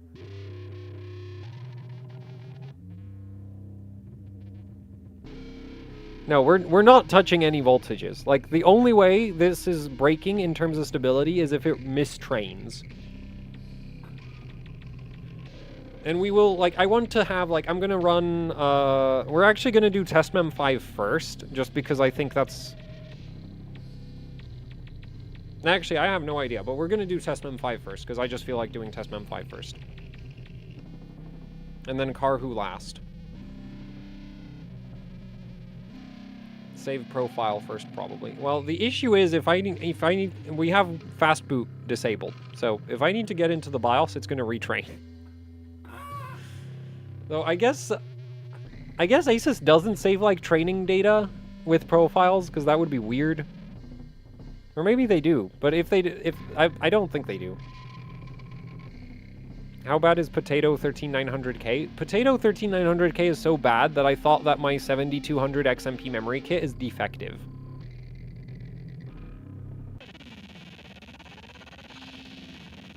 It's that bad.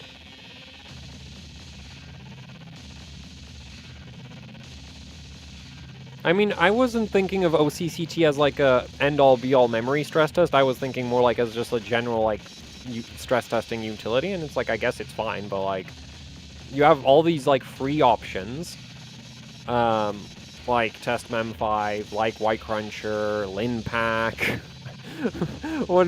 I wouldn't really recommend Linpack on Intel CPUs because it tends to, or well,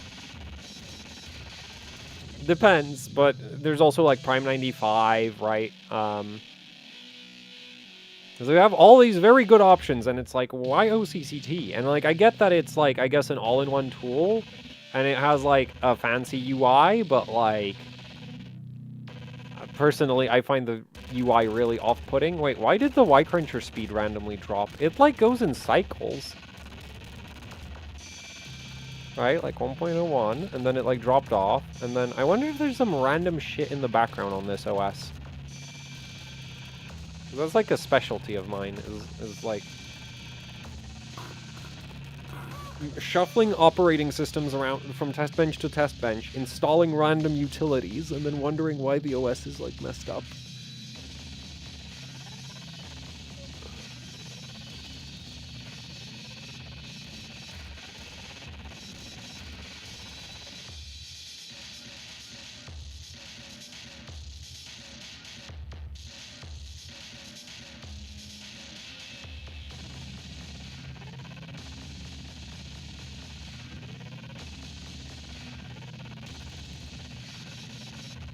Can you use Asus TPU on the Ryzen 7 5800X? What is TPU?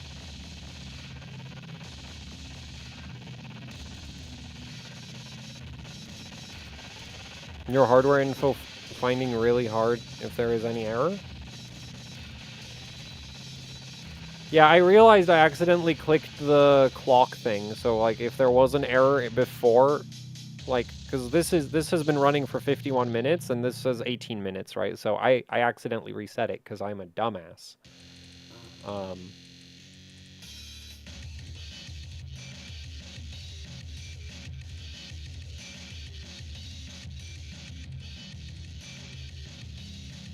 Honestly, if I had a 5800X 3D, I would probably just leave it alone. Maybe try a slight negative curve offset. Yeah, I would definitely not try any auto overclock thing.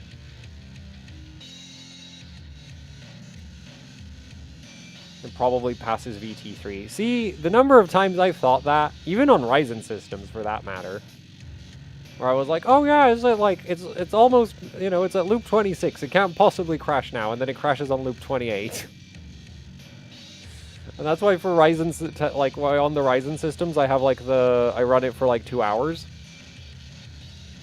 Because I think I also saw it once crash at like 4,000 seconds, or something like that. Like, a little over an hour.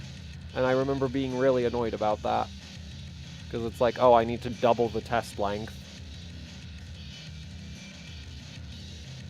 Is IMC VDD 1.474 safe? Yeah, I'm actually significantly less concerned about that than the 1.45 system agent.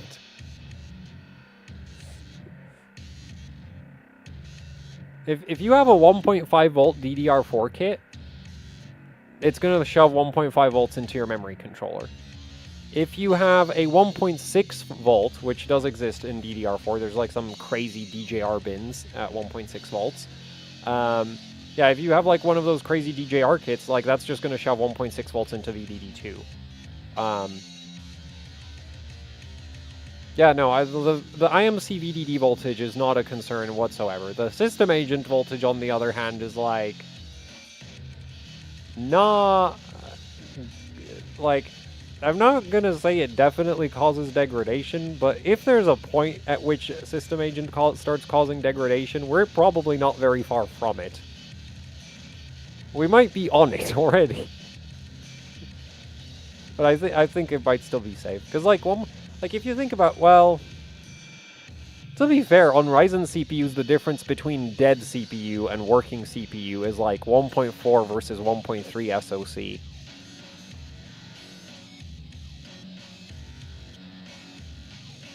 Right, so like 1.3 is safe, and then if you set like 1.4 or more, not safe at all. Actually, probably even 1.35 isn't safe. So I guess 1.45 SA like could very easily be up there. 1.35 on 6400 CL32 is decent. Yeah, that sounds like a solid kit of DDR5. Intel CPUs don't die. Isn't there a video of Jay's 2 cents, like, managing to significantly degrade a 9900K in, like, a couple minutes? Admittedly, he decided to shove, like, 1.8 volts into it, and then it didn't die, but it did get stuck on the, like, 30x ratio or something.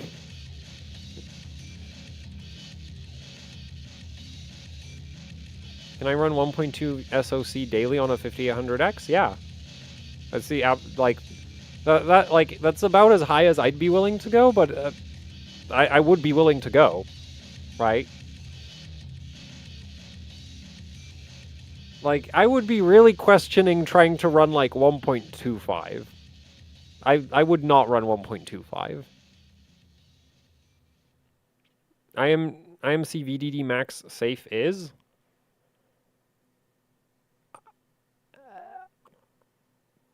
I wouldn't be worried about running it at 1.6.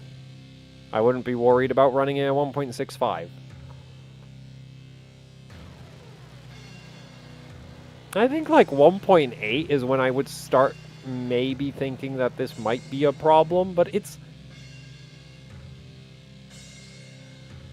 like, Intel's memory controllers for a while now have been like really, really robust. So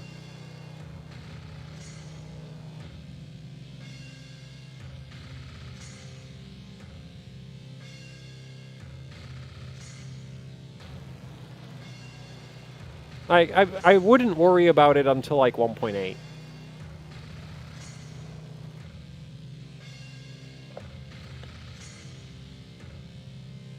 Yeah, but the 1.6 V-Core, right? Not... Just ran with 3.6 because it overheated at idle? It still did 5 gigahertz. Oh. I don't remember much of the video. I was very upset with how he was measuring voltages, and how he was talking about spikes when he's using like a freaking like cheapy multimeter, and I'm like, that isn't showing you spikes. Not measuring them.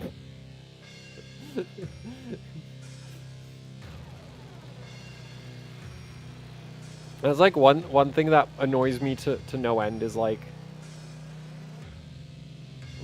the terminology is like and like it's not strict enough. Like technically, you know, if you're like at low load, yeah, the CPU might request a really high vid. I would not consider that a spike though.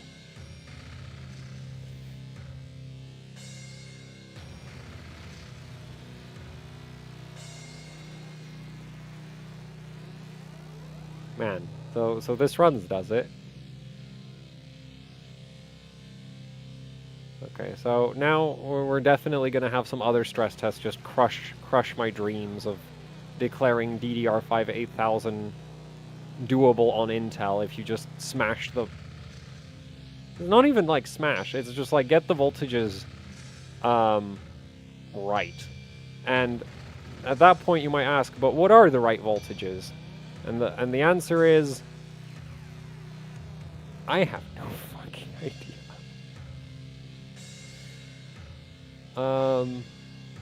Well, in this case, the answer is very high.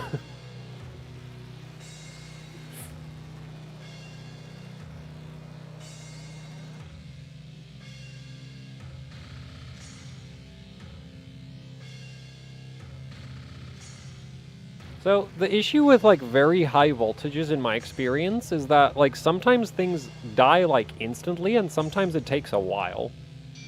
Like, because the Silicon Lottery applies to everything. So, yeah, I wouldn't say, like, oh, my CPU survived Insanity System Agent voltage, therefore all CPUs will survive Insanity System Agent voltage. Because it's going to be, like, a statistics thing as you keep increasing the voltage, right? That, like, some CPUs... Because basically, when you're running really, really high voltage... Well, you have, like, two mechanisms. You have one, which is, like... The voltage is so high that it just starts punching through insulator layers, right? And that's when the CPU just, like, suddenly dies out of nowhere. Like, you're just doing your thing, and suddenly it's completely dead. That's usually an indicator of, like, you just blew a hole straight through the insulator.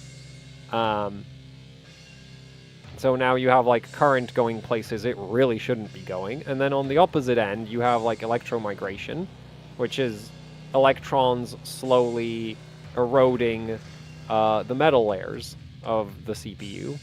And that'll make the CPU progressively run worse and worse over time.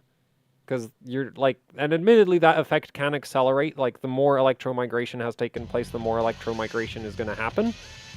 But it's not going to, like... As far as I know, it doesn't cause, like, CPU working one moment and CPU very dead next moment kind of stuff.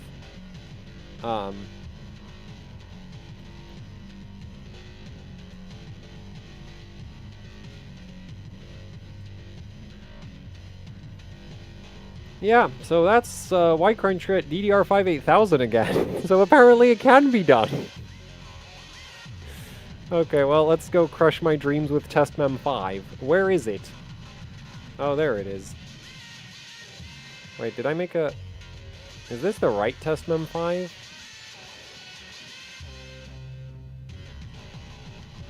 Is that it?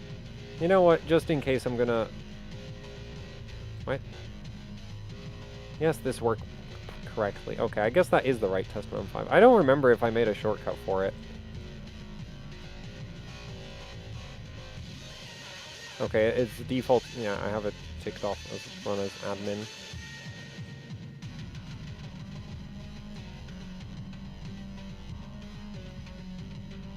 Man, wouldn't it be so sad if this just immediately errors out? I'd be sad. So we just did, this is set to 15 runs, so it's going to be like an hour and 30 minutes, I think.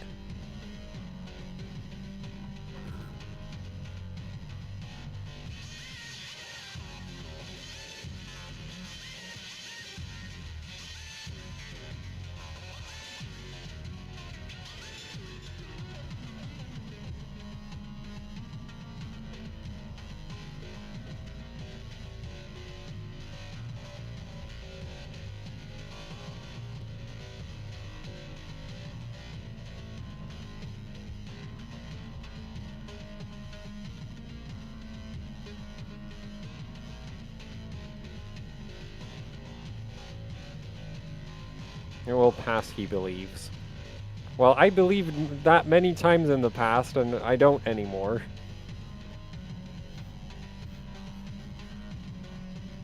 But I'm glad that at least one person here has faith in the CPU.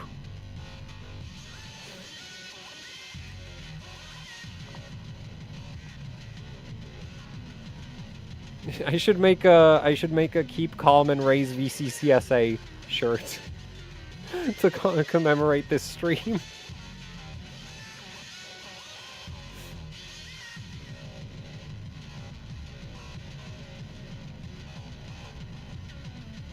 Oh, I just noticed the fire alarms.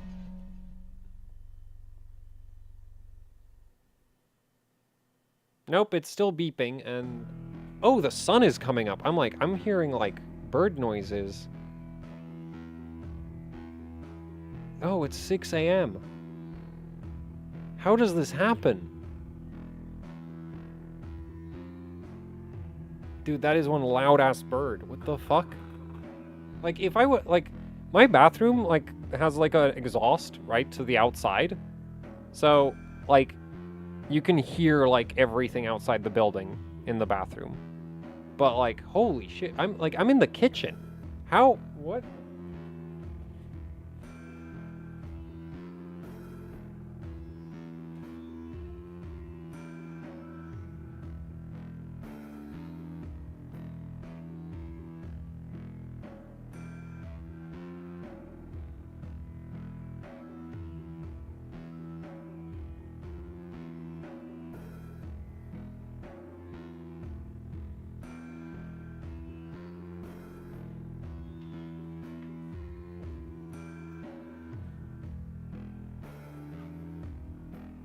The bird is most definitely not inside the building, but holy shit, it's loud.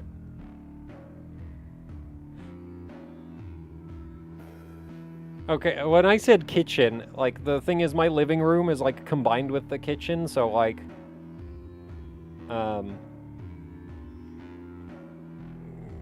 and the way I have the desks laid out, I'm, like, halfway between the two, so...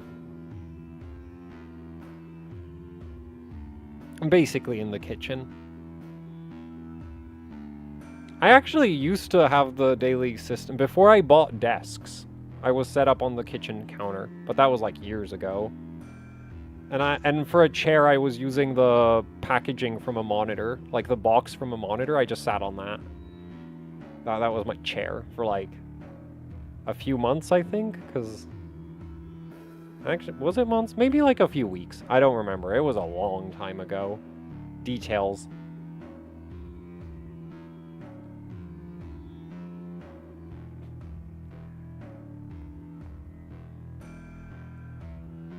You must be pretty light. At the time, I would have probably been a little, like, around 80-ish kilos. And right now, I'm probably still around 80-ish kilos. Which is light for how tall I am, but I don't think it's light in general.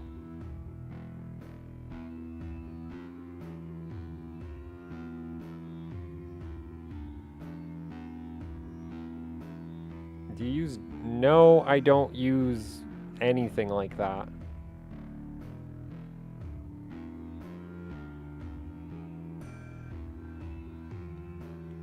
I have a caffeine addiction, and occasionally I take painkillers. Like when I mess up my neck by sleeping at a weird angle. 50 kilograms at 184. Okay, that right there is a eating disorder. You need to, like, eat.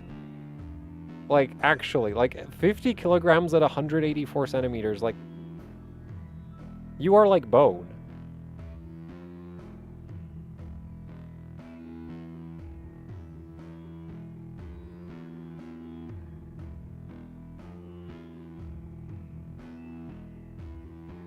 Body is just furnace, sadly. Well, at least that saves on heating, doesn't it?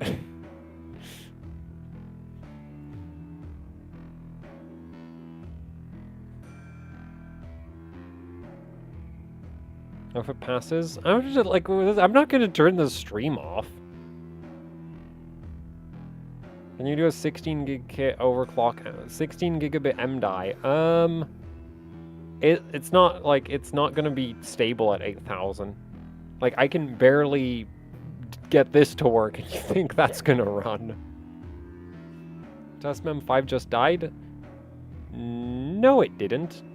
It's just very janky. It like, does this. Where it, like, looks like it's stopped, but it's still running.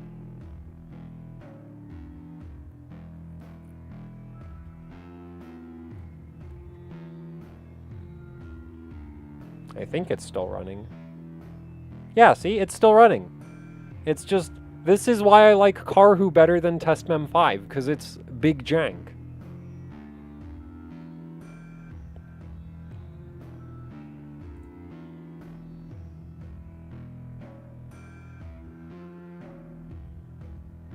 What, the 14700KF didn't talk you out of a 14900K? Like, you can get the same CPU for, like, almost half the price.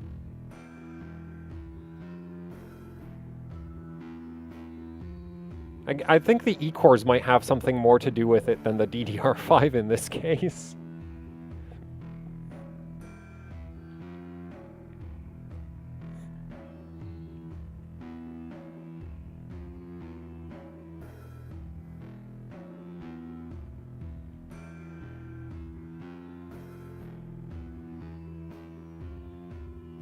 No, I think I might just go back to my game.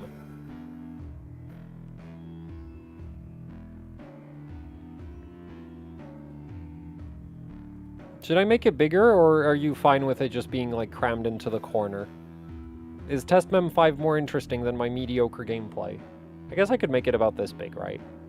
So, like, you can see the entire... I mean, the limit, I think, is about this big. Before it, like, starts being a problem. Though, I mean, if we just shuffle things around a bit... Prime large FFT is easier. I'm not running Prime 95. I don't need it to crush my dreams.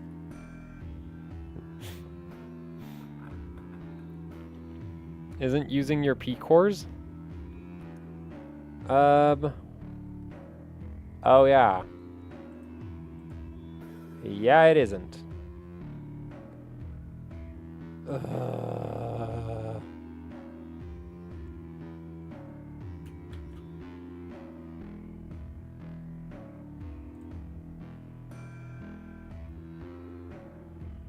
Oh no! Wait, how many threads did it spawn? Oh no, it's 24. Okay, we'll just grab a few of them and I'll manually shove them onto the...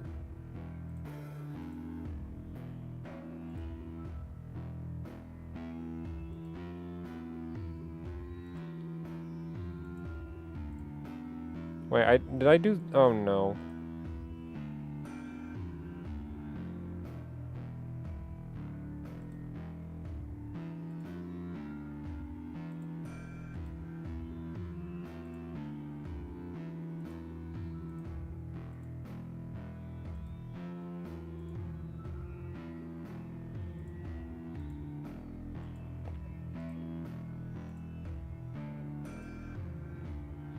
I already did 3, right?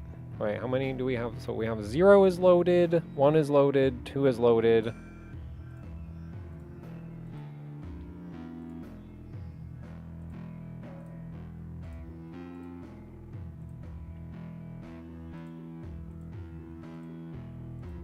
E-cores were a mistake.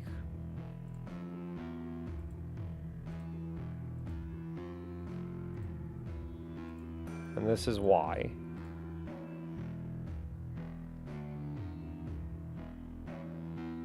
Okay, so I just did the affinity. Is it at least like running faster or something?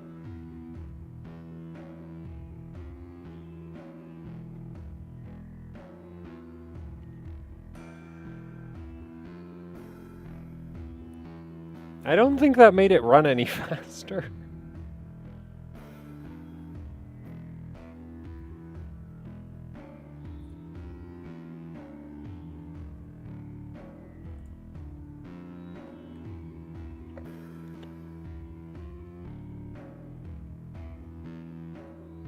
So I just did all the affinity manually. Oh, and I had the game across the screen, so I couldn't see.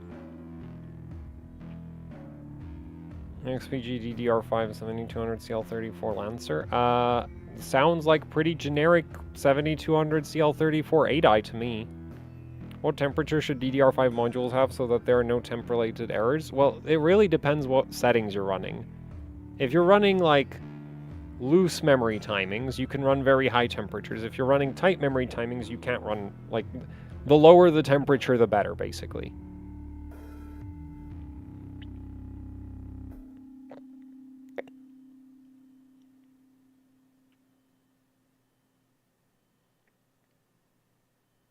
Right. What does it change performance and appearance of Windows? Okay.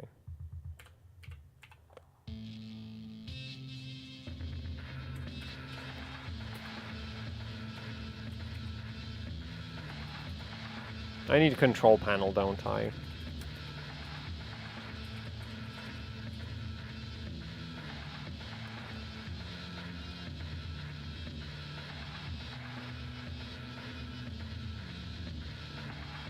Wait, where would it be?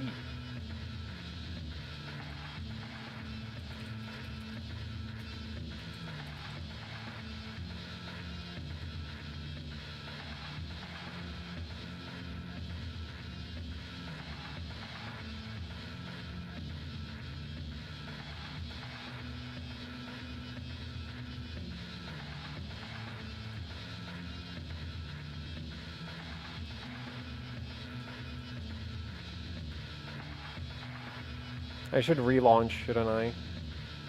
After doing that. Oh well, not the end of the world. I got all day.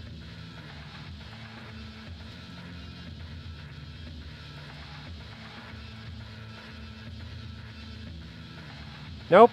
Just go straight to the E-cores, because E-cores were a great idea created by people who understand software developers. Which is not CPU designers. Because if CPU designers understood software developers, we wouldn't have multiple cores.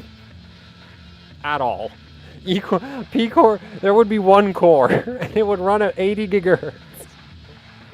And then it would appeal to software developers.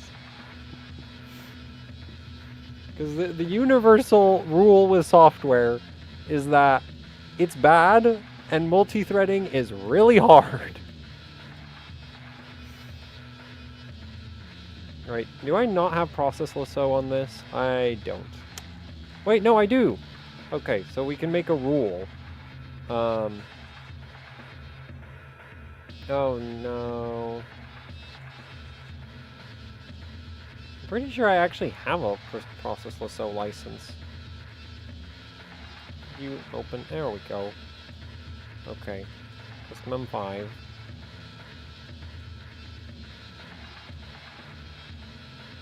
Right, yeah, so the issue... Why? Why is the OS so freaking stupid?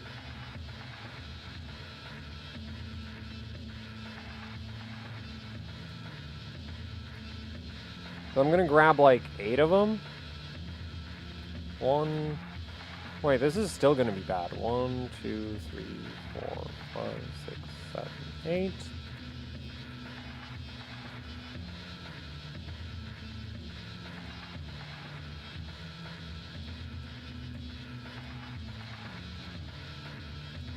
So I guess pressing clear and then...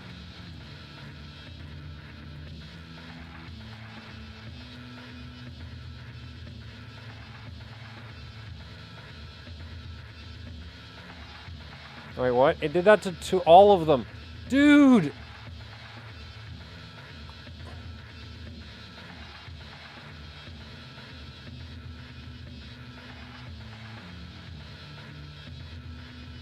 Are you kidding me? I guess maybe I shouldn't have used always.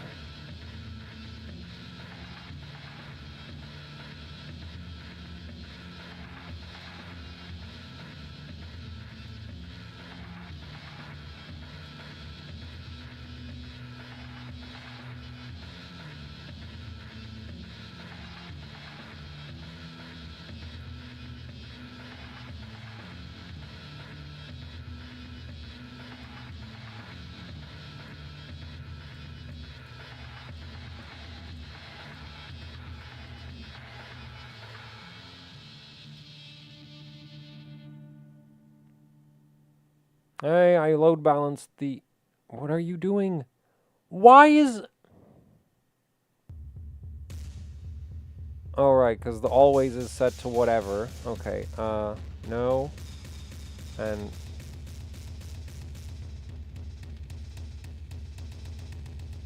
Clear.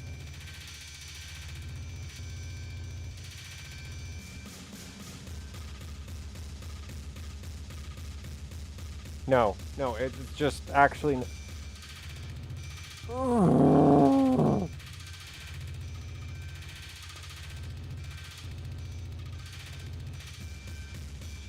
I don't have hyperthreads. I've turned the hyperthreading off. Because, like, to get Linpack to break.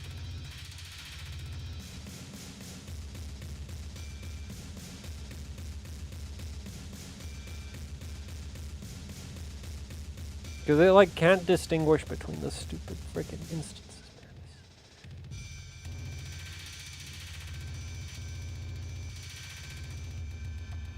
It probably runs better if we just set all of it to the P cores.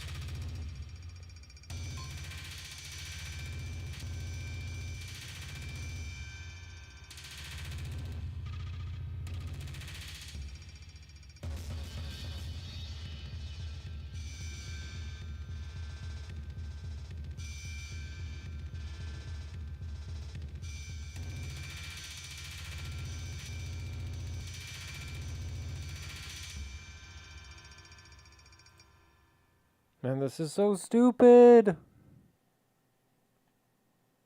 Why? Why did we come up with multi-GPU but for CPUs? Like, the developers already couldn't figure out how to use a regular multi-core CPU, so now we need to make them weird, too.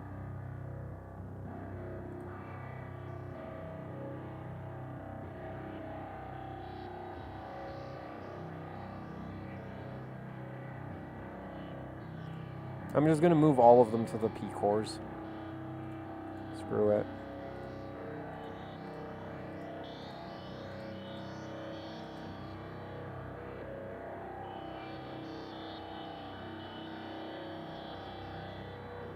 Yeah, now it's gonna stay there.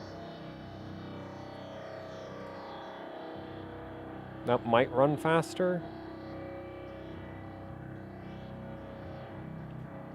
Try newer test mem 5. Where do I get a newer test mem 5? What if you rename the exe and make one for... Yeah, but how do I tell it not to grab all of the memory then?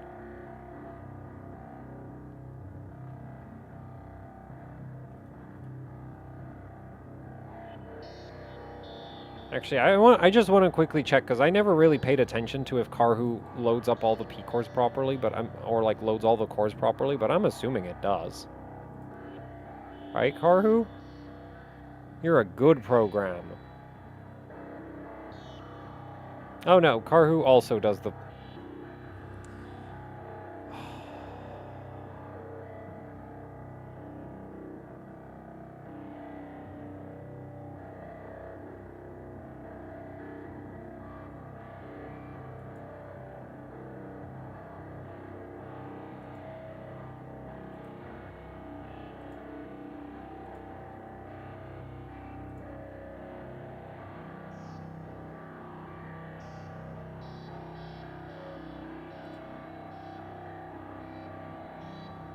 What? What is this?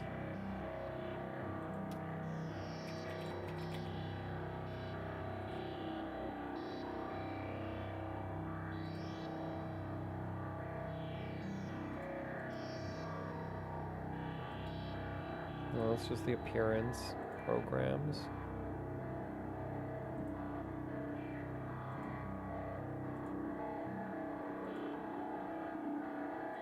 Yeah, no, Karhu also runs on the E-cores. You've got to be fucking kidding me.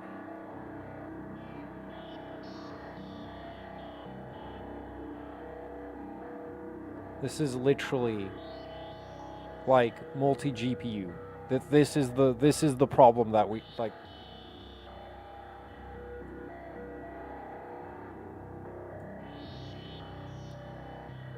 Oh, well, that fixed Karhu apparently. Wait, is it just like the window focus that matters? Because I'm assuming Karhu has to still spawn a bunch of threads, right? Like, so if I start it and then I click off,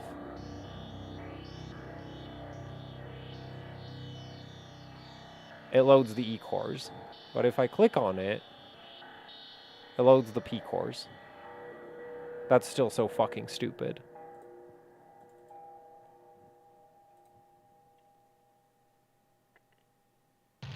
Oh, wait. Is it still configured with processless though? Oh, it's still running. No, go away. No, I want to quit you.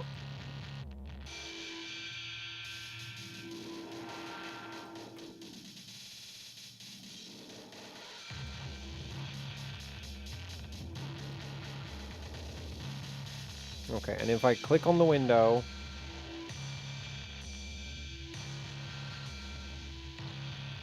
it only grabs one of the threads onto a P core, not all of them.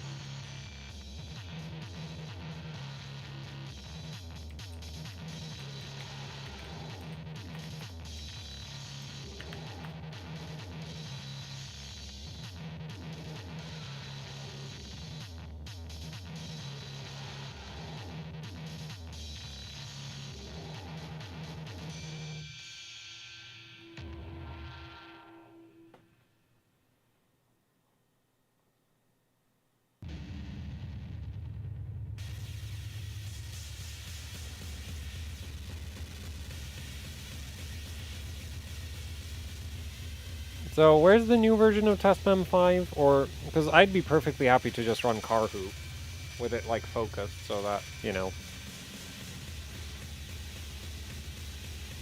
Couldn't you just send it to me over Discord? Yeah, you can't paste links into YouTube. I have no control over that.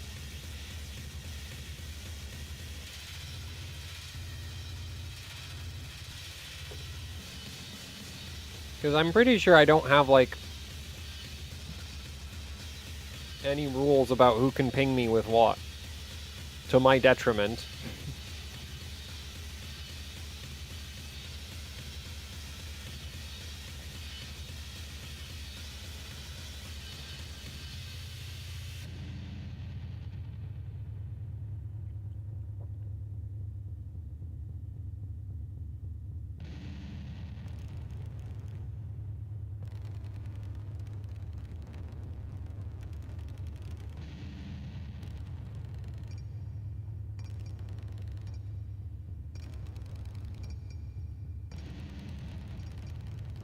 Okay, got it.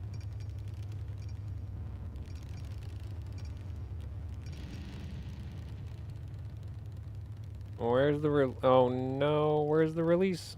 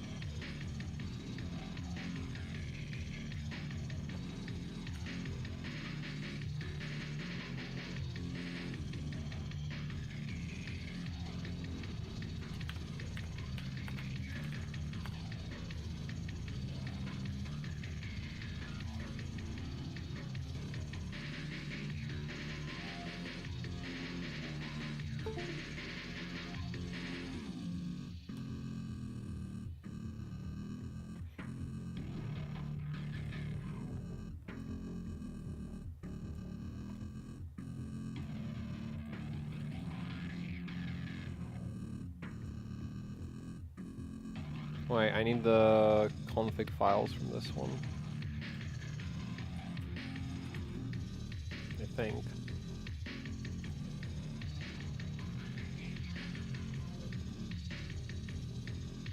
Wait, that's 12.2, not 12.3.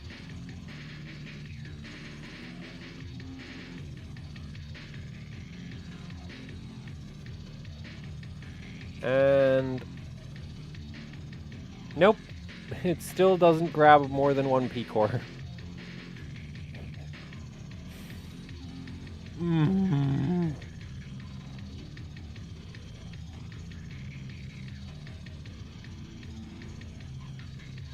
I guess Karhu it is, I guess.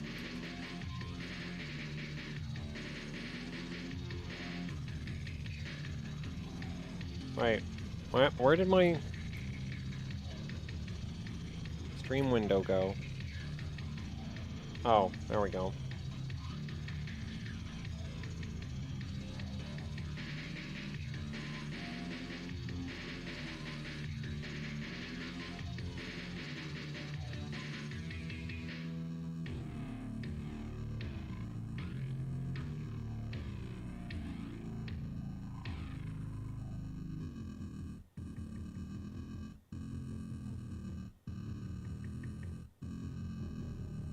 Literally the top release I see is 0.12.2.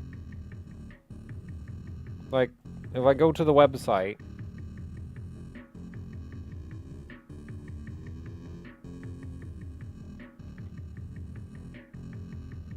How good is Karhu?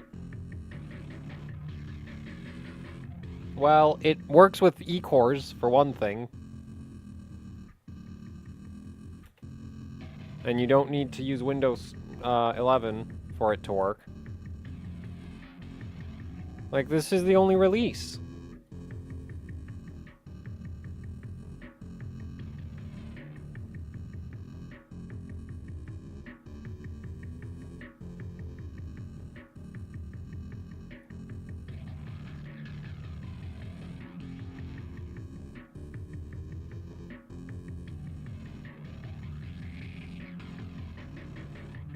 What BIOS are you on? 1501.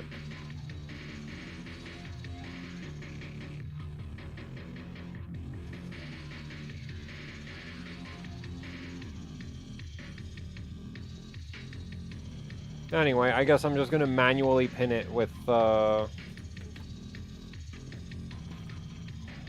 Task Manager. Oh boy.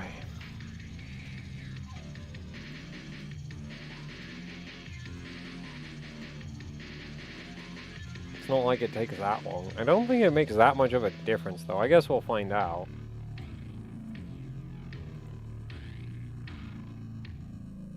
So 0, 1, 2...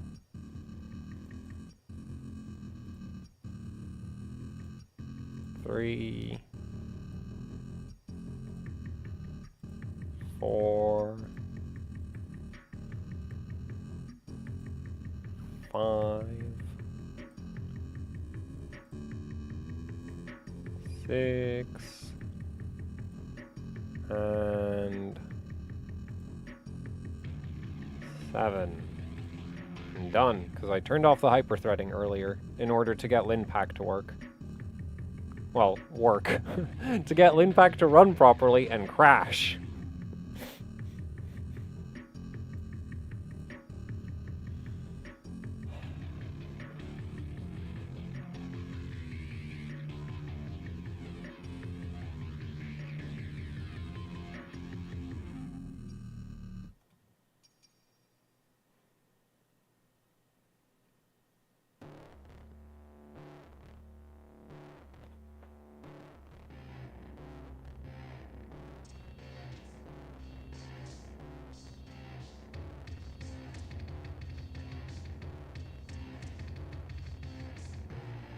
What? No, it doesn't. I literally tried starting it and it only grabbed one core.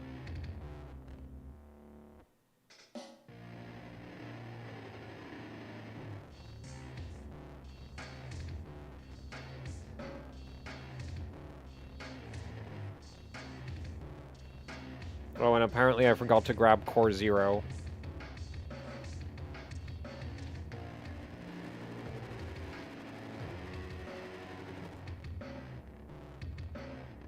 How's the CPU load dropping again?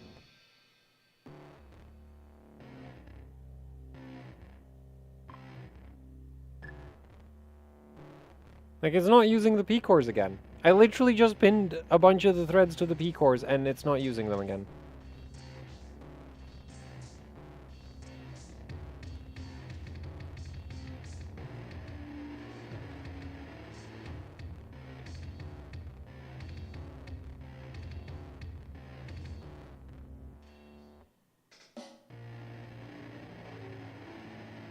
I kind of suspect it's because it's waiting for the E-core threads to finish.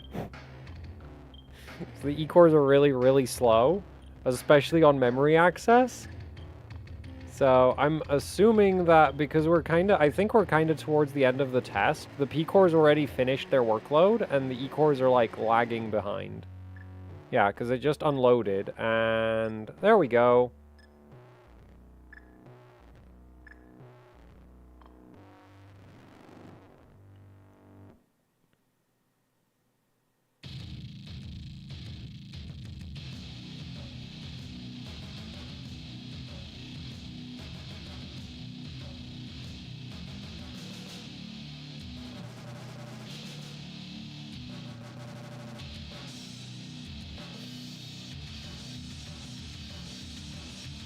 Hardware Info's utility is basically the same thing as Windows's task manager, like, utility usage, like, usage graph.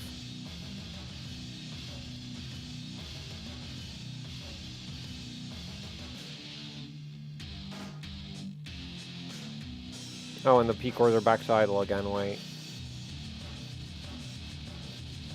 Yeah, nope, that's boned.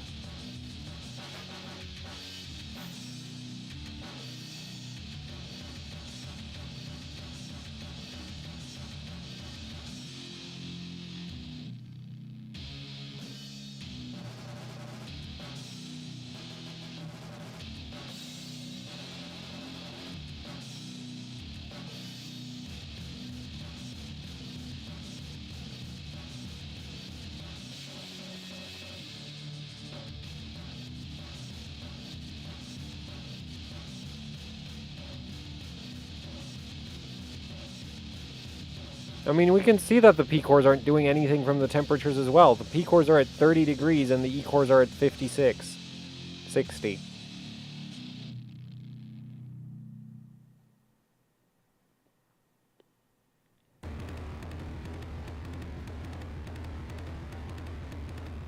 And I'm not installing Windows 11.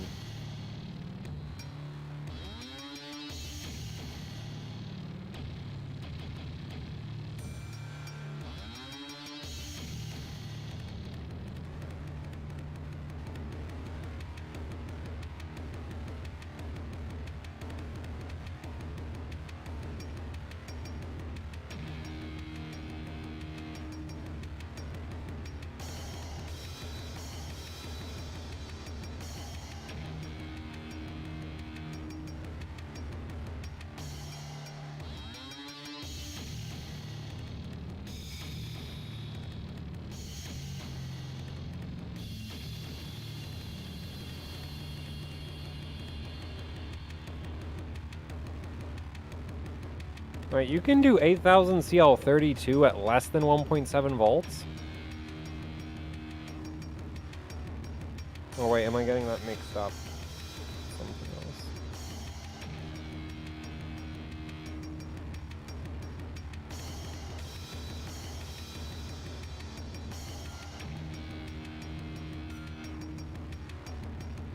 Oh, well... Yeah, actually at 8000 you need... like with my memory kits, I would expect like 1.7 for 8000 CL32.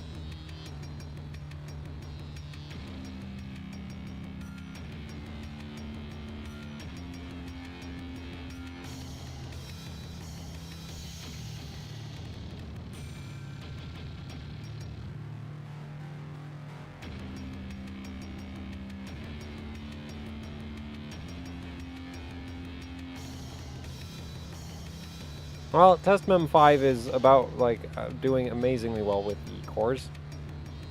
Also, this OS really shouldn't be that old. Where can you check, like, the Windows version?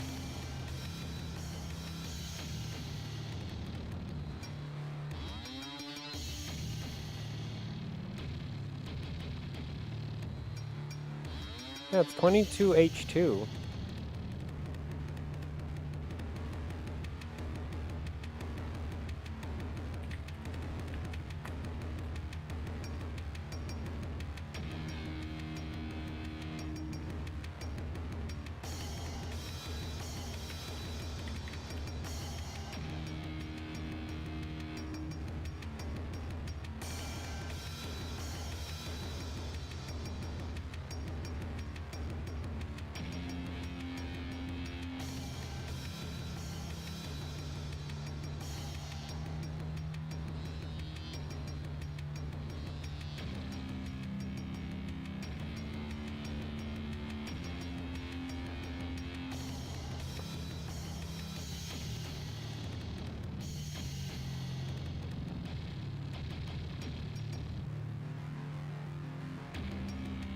Okay, we'll just go with Karhu.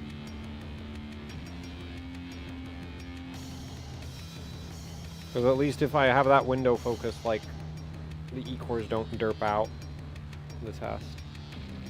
Wait, that means that every time I've ever run TestMem5 on Intel, it's been running on the E-cores, except when I've had the E-cores disabled.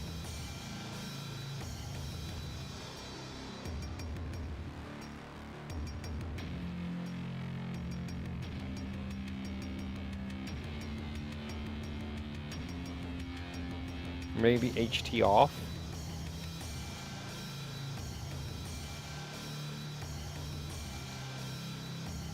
I mean, it didn't seem to be running any slower than it did on the Z790 Edge.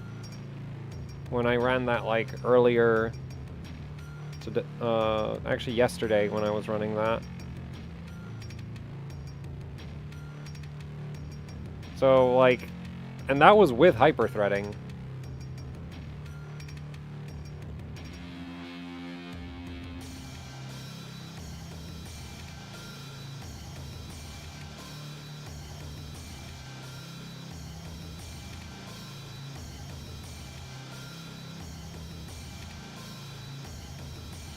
I've seen Karhu error out at 16 hours. On a Ryzen system, no less.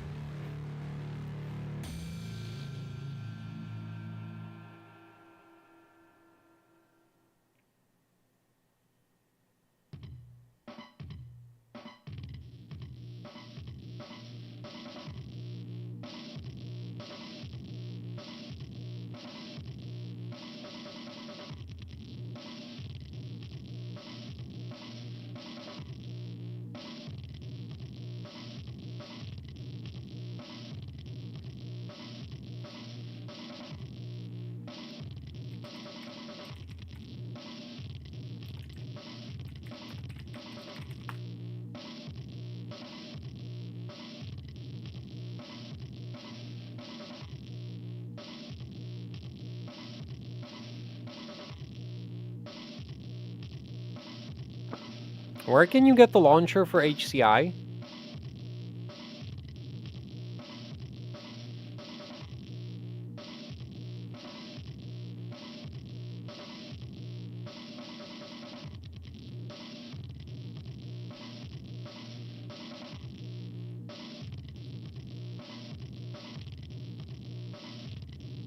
Oh, I think I found it.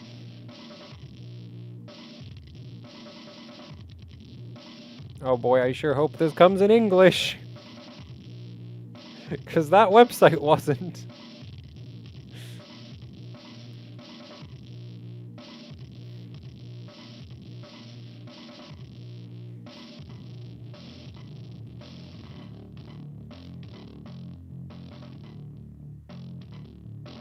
Did you put a squeaky chair sound? Yeah.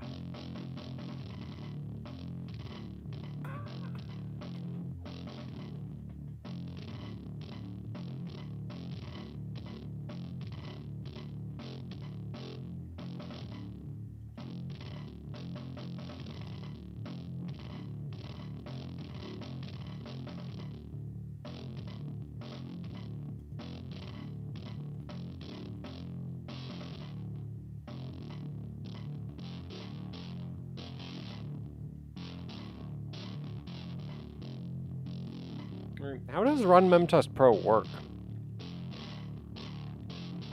Also, do I even have MemtestPro on this system?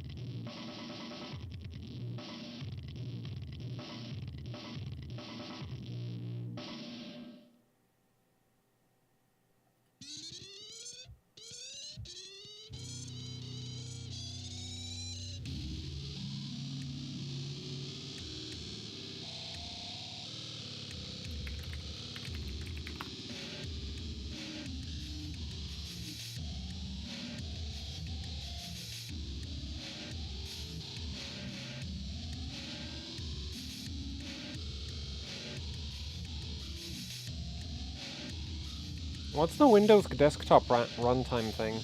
Also, I apparently already downloaded this before. Forgot about it.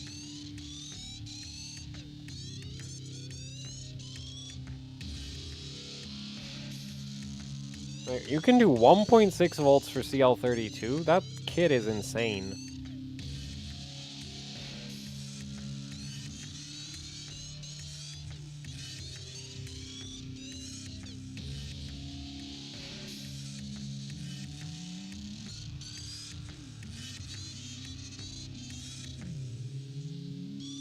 No, APO only works for specific programs, not any random software.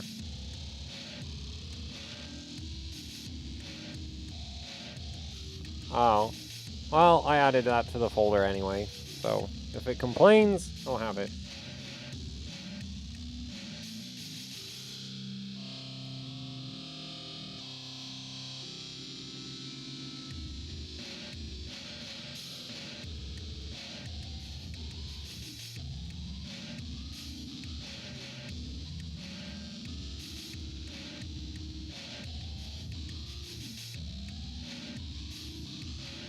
Wait, which one should I run first?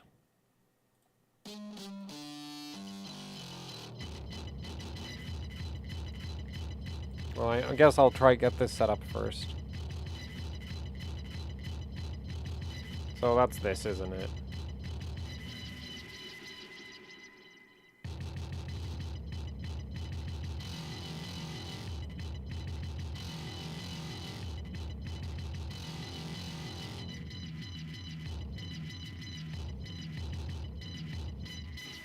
Wait, oh my god, this UI, why?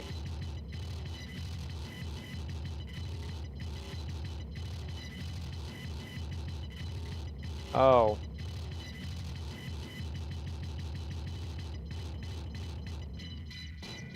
Can I not just... Okay, well, I guess that works. And...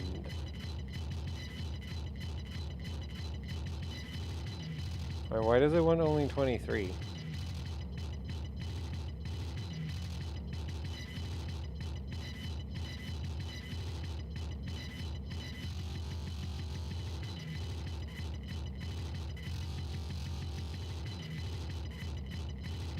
Cannot find memtest.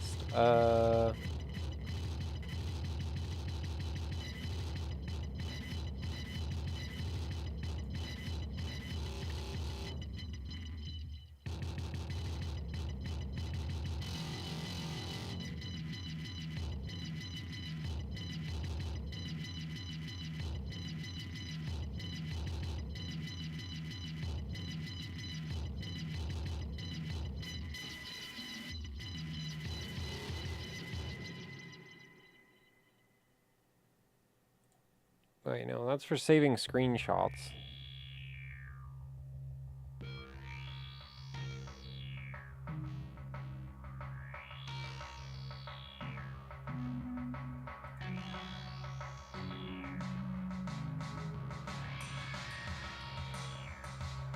Oh, I didn't put MemtestPro in the same folder. Give me a second.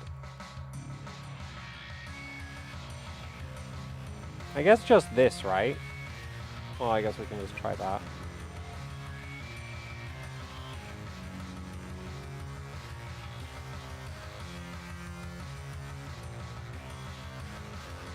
Well, let's see if this, where's the start button?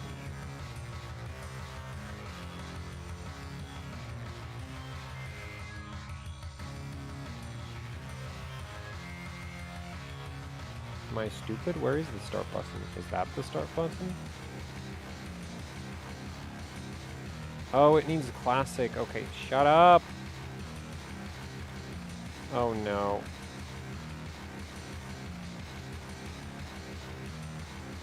Okay, we're just copying everything over.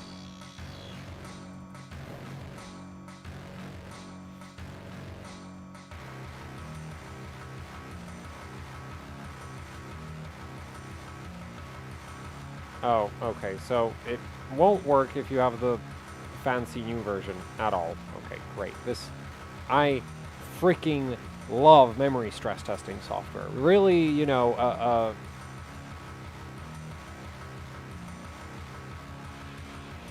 like, why doesn't Intel make a memory stress test instead of XTU? That would actually be useful.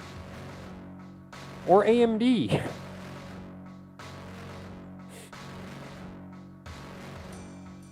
Okay, evidently that is the problem, isn't it? Wait, no, not there.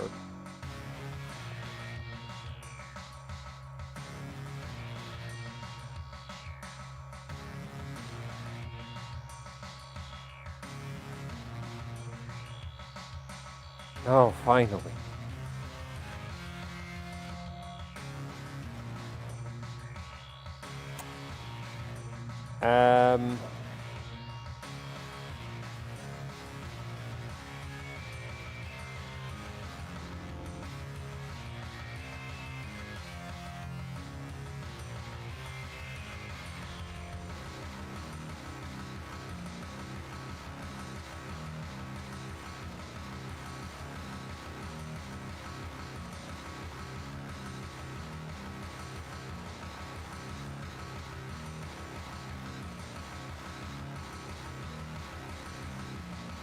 What's in here?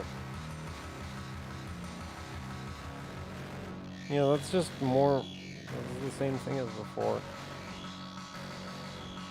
Let's throw this out.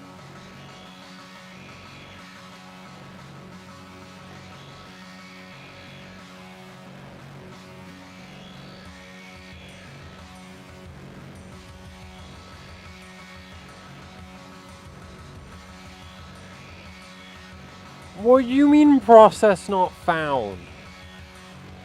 Fine, we're running Karhu. That's like the only freaking memory stress test that's like written by somebody who has seen an E-core.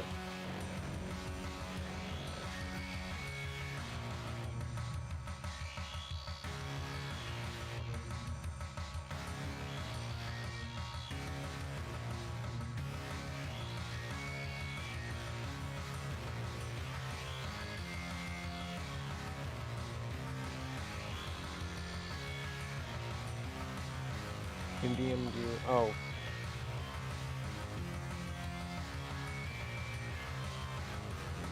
Wait.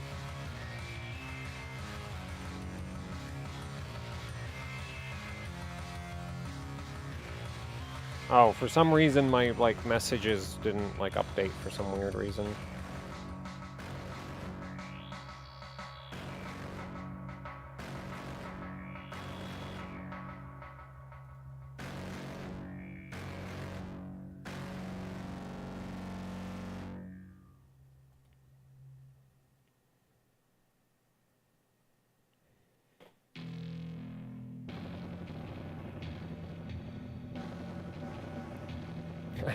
I'd say it's more like E-Cores 1, BZ0.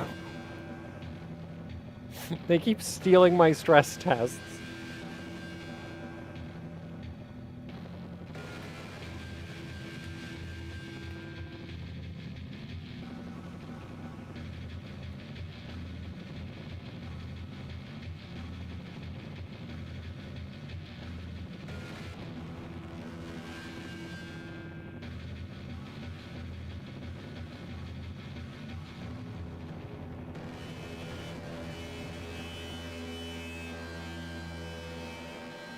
Man, if this DDR5-8000 like freaking works, I'm actually not gonna even try to tighten the timings, and I never want to hear about this again.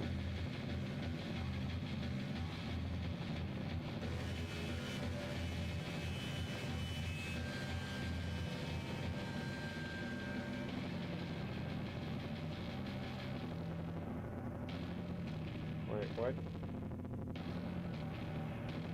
Why is the USB stick not showing up? Wait, it is showing up. Why is it not popping up? Oh,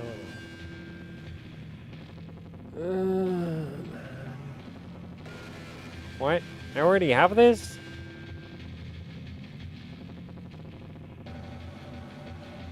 Where?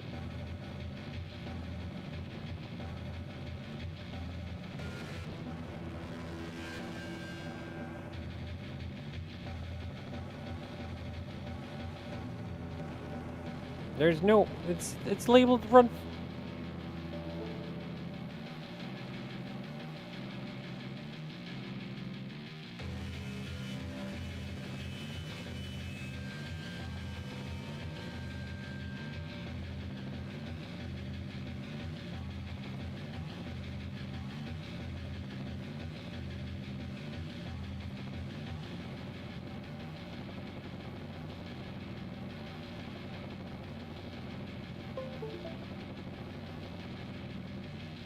Windows being stupid about the USB stick.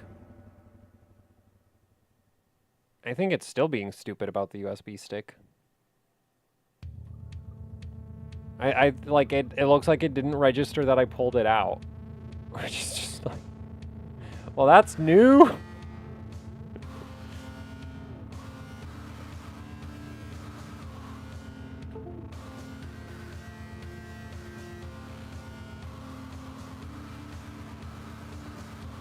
DDR3 days, freaking.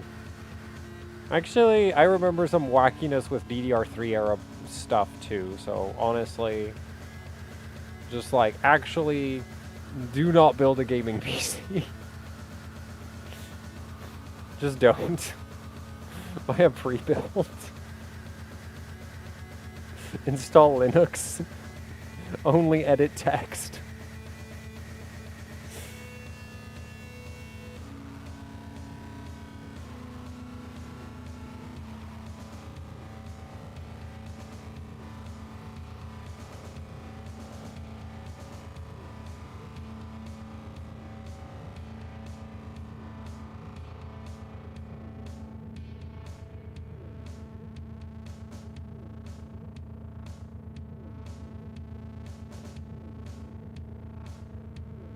For me, the most annoying part is that I've had people tell me it's like, oh, the E-cores aren't that bad, you just need to update Windows. Well, I updated Windows, as in Windows 10, and the E-cores are still bad.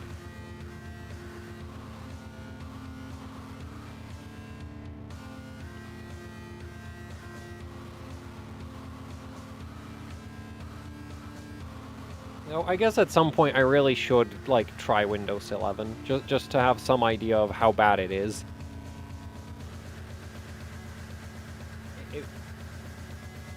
Will it complain about not having an internet connection when I'm installing it? Because if it complains about that, I'm not finishing that installation.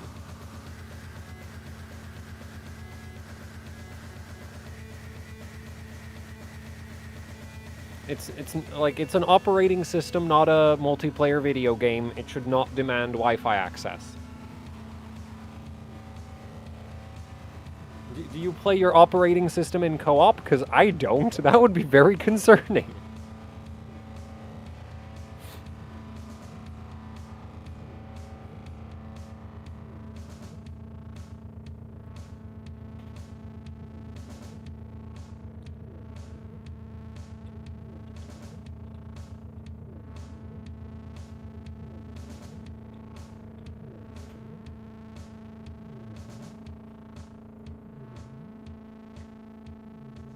My whole issue with the E-cores is that shit keeps landing on them when it shouldn't.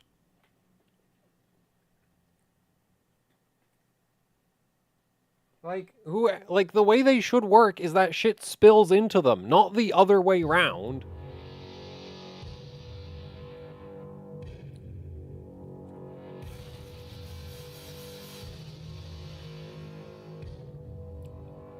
Cause, like, I tried playing Mother Gunship on a stream with this 14900K, and sometimes when I'd launch the game, the frame rate would be really, really bad. The test I was doing was already, like, really hammering the CPU, but sometimes when I do the test, it would drop, instead of dropping to, like, 50 FPS, it would drop to 30. Can you guess why? Because the operating system decided that the game is actually a background task, and therefore it should go on the E-cores. And I'm like, this is why they should be spillover for Cinebench and not fucking smart. It's like how Intel's Turbo Boost gives you all, like, this was one thing that always annoyed me with my laptops, is that you get all of the boost when you're doing absolutely fucking nothing. It's like, yeah, I am browsing the internet at 4.7 gigahertz, but I tried to play a game and the CPU is at 3.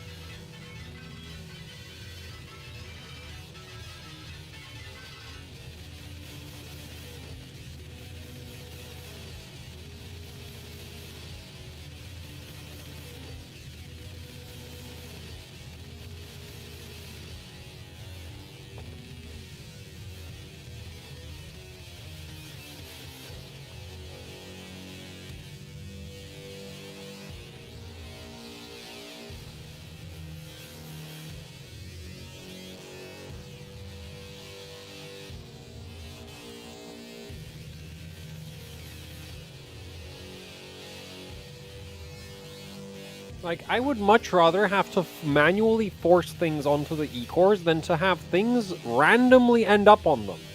Who thought that was a good idea? Why, yes, I would like my very heavy application to randomly run on the E-cores. That seems like a logical thing to do.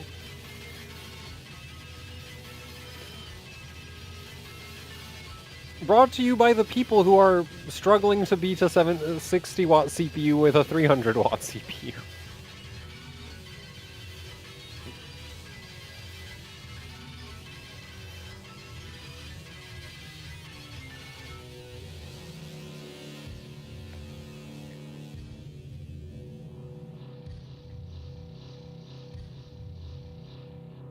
Because, like, my main issue with this, like, oh, we'll automatically, like, manage your tasks for you is, like,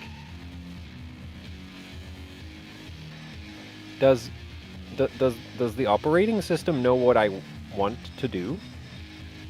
Because, like, personally, if I was doing, like, say, a video render or something, I would probably give, like, most, if not all of the P-cores to the video render.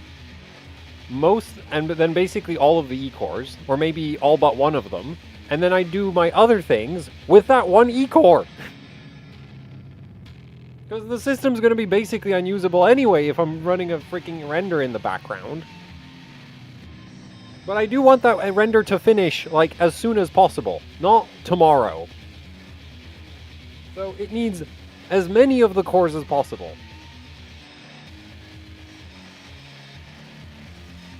It's the same thing that annoyed me with, like, and that's the same issue I had with Turbo Boost, is, like, I am literally reading, like, I'm scrolling a text page on the internet. Why is the CPU at 4.7 gigahertz?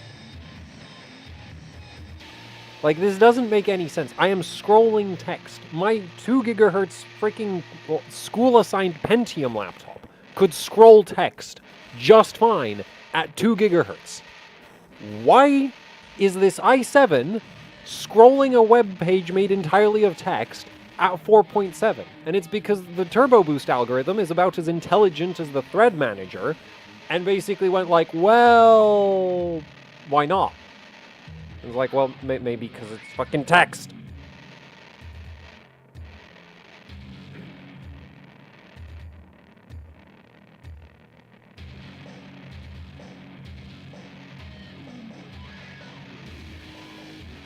No, we already tried messing with the P-core E-core split, and that didn't do anything.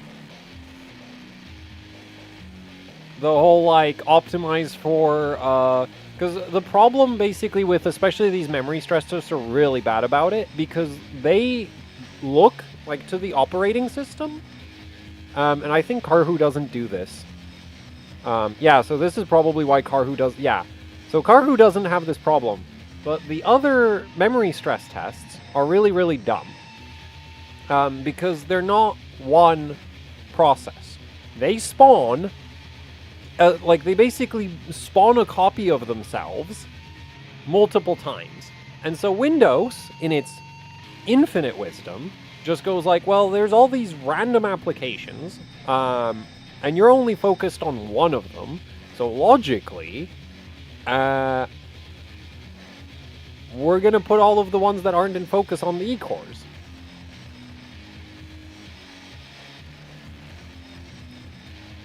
Right, so Karhu doesn't have this problem until you click off of it, because if you click off of it, it's like, oh, it's now a background application, so we shove it onto the E-cores. But if you're clicked onto it, this thing is, like, this UI is the UI and the 24 threads of memory stress test. Right? So Windows isn't confused about it, but you start testmem5, and testmem5 spawns like 24 memory stress tests. And Windows goes, oh, well, that, you know, it gets very confused. And HCI does the same thing. I don't know why they work like that.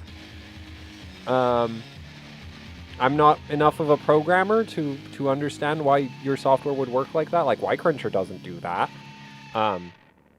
Prime 95 probably doesn't do that. But yeah, both testmem5 and HCI basically spawn a bunch of, like, stress test applications. And that's what pisses off the OS so much. But the more annoying thing is there's no easy way to manually fix it.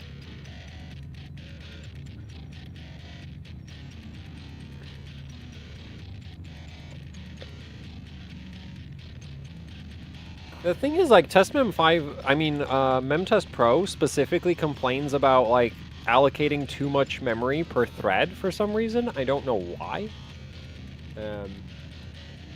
So, yeah, like, I don't, like, Karhu being, like, Karhu is great. It, like, works. It's, like, the least problematic of the memory stress tests. Because all the other ones, like testmem5 is the big jank. And then HCI is, like, less jank, but, like, it's still jank, and also good luck trying to buy HCI. Seriously. Buying HCI is actually difficult.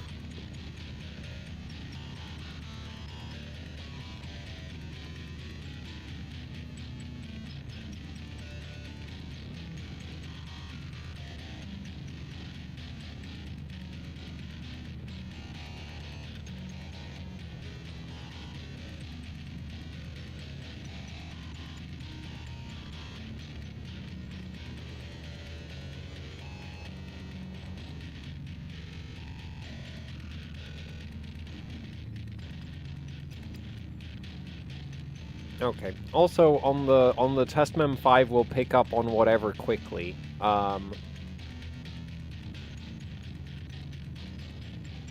Okay, there's no audio.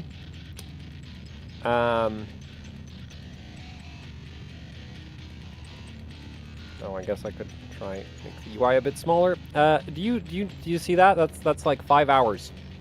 5 hours of test mem 5. There's no errors there. There's also no errors in this HCI instance, annoyingly enough. And then... Oh, would you look at that?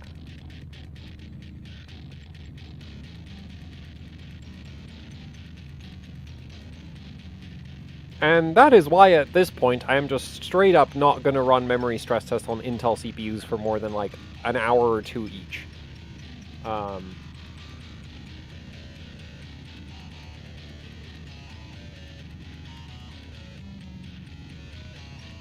Because that was like 2 full days of stress testing, and there's like 1 error. And now somebody's going to come along and be like, oh, Buildzoid, it's cosmic radiation. Yeah, that's why it doesn't happen with AMD CPUs, because AMD CPUs generate a cosmic radiation deflection shield. They also block 5G. And the government mind control rays.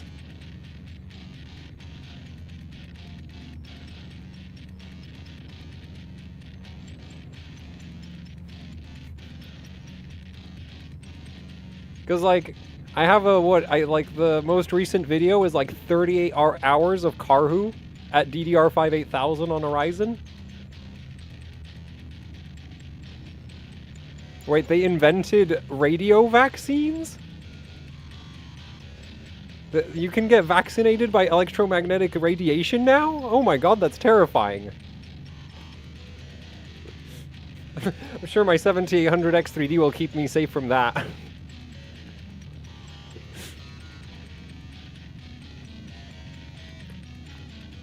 Funny enough, the thick IHS... It has holes in it! There's a bunch of holes in that IHS.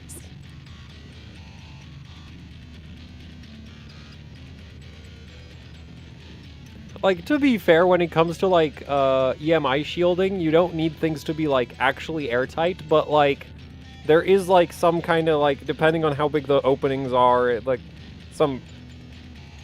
I'm not an electronics engineer, so there's some, like, wackiness that goes on with, like, you can have mesh EMI shields. Don't ask me how, but, like, for certain types of radiation that, like, works or something. But, those holes into the Ryzen IHS are freaking massive.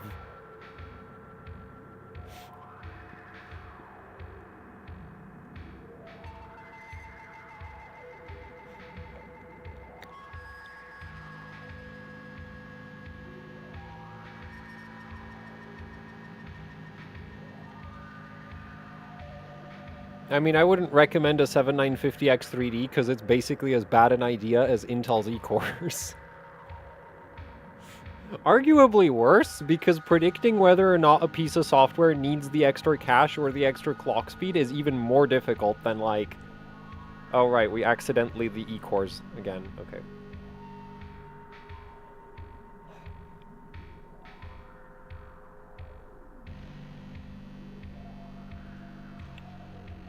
So, the thing about testing a Faraday cage IRL is, like, if you know you're walking into a Faraday cage, you can placebo yourself into thinking that you feel a difference. Right? So, it would only really be a valid test if you walked into a random room that is a Faraday cage without your knowledge, and then you went like, oh, whoa, I feel better now. Then it would be a valid test. I don't know how you would do that test. I guess you could do a blind test where you have, like, a bunch of rooms where it's, like, 10 rooms, one of them's a Faraday cage, and if you can reliably figure out which one it is, then, like, good job. Actually, no, you'd need more rooms than that. Well, okay, you could set up a science experiment, like, an experiment to see if you can, like, feel a Faraday cage. I don't think that's physically possible, but good, you know, you can certainly try that. Easy. No phone. You can't bring a phone with you. That defeats the purpose of the experiment.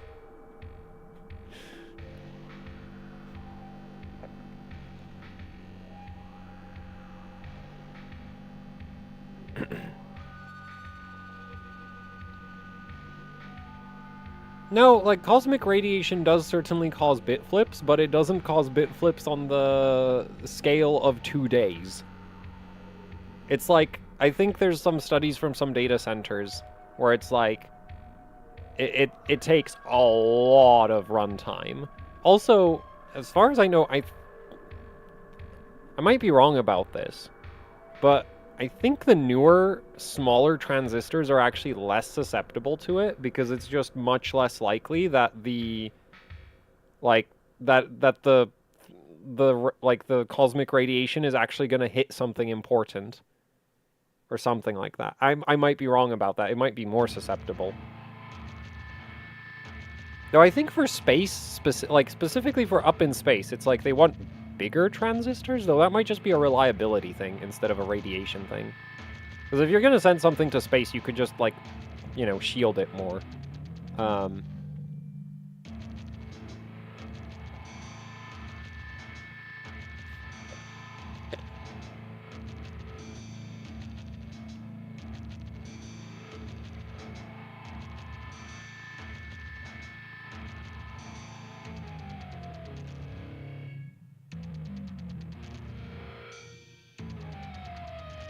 It could cause errors on demand with a self-igniting torch head. Yeah, but that's like a mini EMP.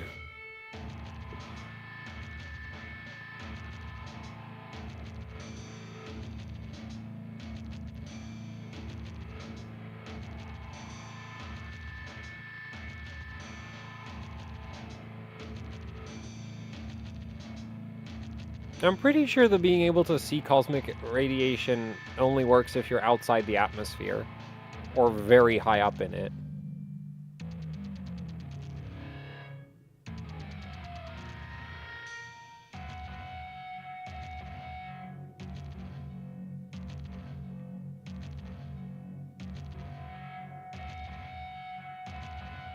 Overclock on a plane to prove this theory.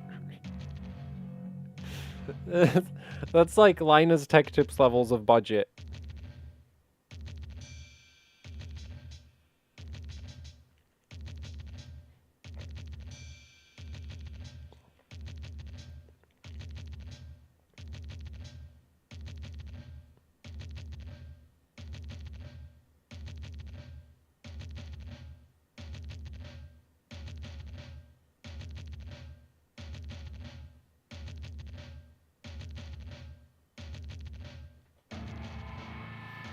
So anyway, how long should I run Karhu for?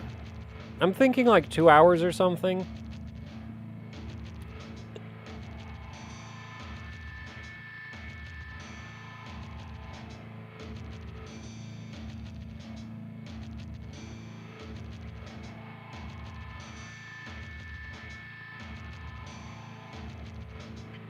And then like HCI for another hour. I mean, if I was actually serious about the stability, I'd run it overnight.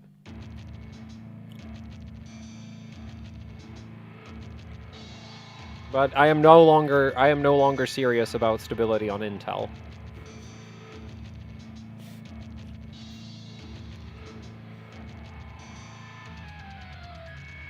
Oh right, I can't click off of it. It'll lose the P cores if I do that.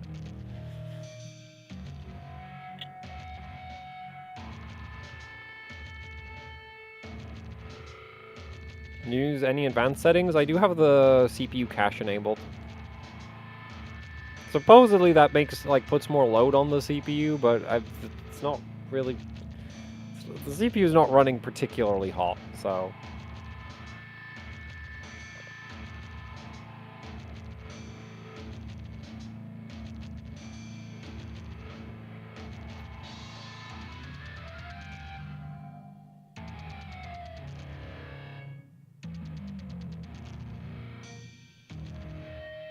Actually, I guess it wouldn't be that hard for the memory stress tests that, like, spawn themselves a bunch of times to also, like, give each thread its own affinity to whatever, to, like, one core. Right? Because if you're spawning 32 threads, like, you already know that each of them, like, I have 32 threads, there are 32 or 24 threads. There are 24 cores on the CPU, and you just when you spawn the thread, you also set the affinity for each thread, unless there's some kind of like you're not supposed to do that type deal with Windows.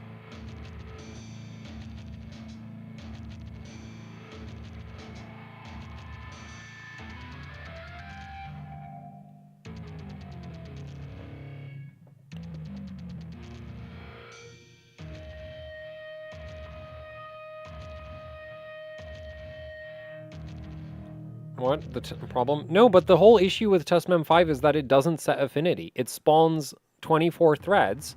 I mean, it spawns 24 processes, and each process has affinity to all of the cores. So Windows, in its infinite wisdom, puts all of those processes onto the E-cores.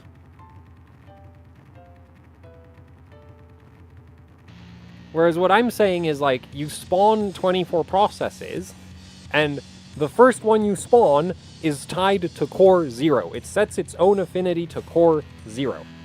Second one that spawns sets its own affinity to thread 2. Oh, you mean the waiting for the E-cores to finish thing? Oh, yeah. Well, there's not really a workaround for that.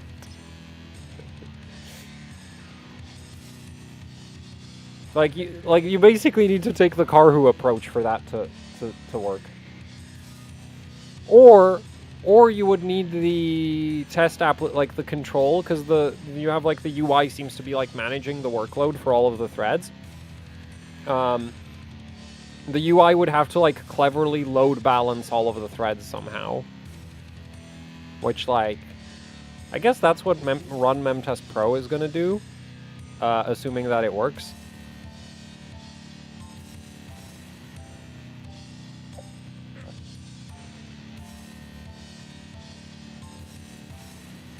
Or, like, you could also just let it run ahead, right? Like, you could give each of the threads could be completely independent and not worry about what part of the test the other ones are in. Though, I guess if you're trying to, like, test very specific data patterns or something, that would really screw that up. Right? Because if you're in a scenario where it's like, I want every single thread doing the same thing, then it's like, well, if you have P-cores, some of them are going to run ahead.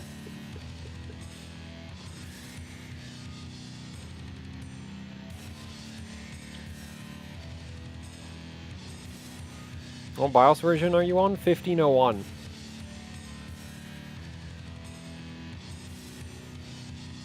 Prime 95 does what? Let it, like, spreads across the cores correctly?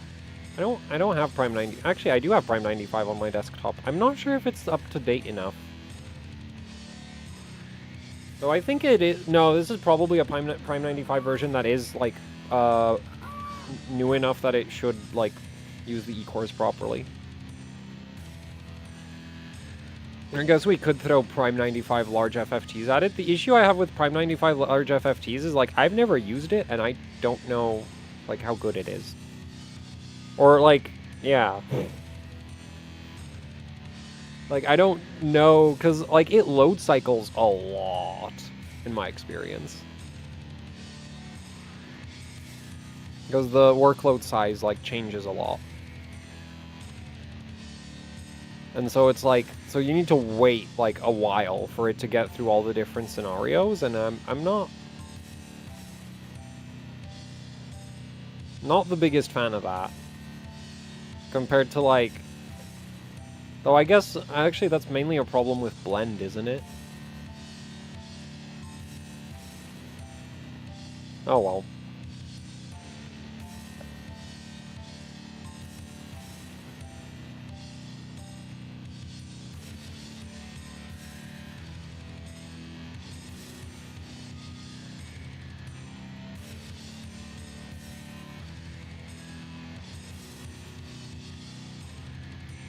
I mean, I guess I could also just go with the option of running a very long Karhu and calling it a day. Which, a bit of a lame option, but certainly an option.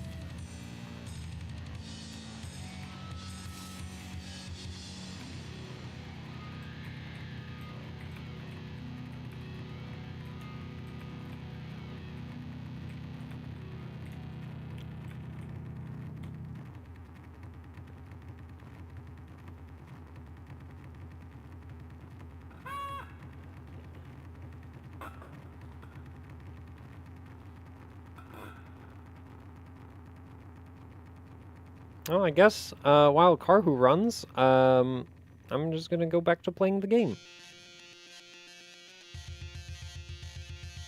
Oh wait, it's covering up Karhu.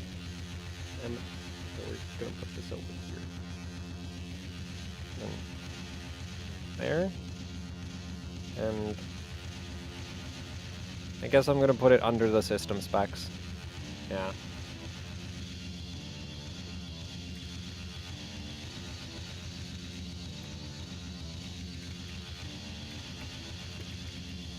Oh no, I can't heal. I'm really glad that I put 2 heal orbs on this map. So if there was only one, it would be so much harder.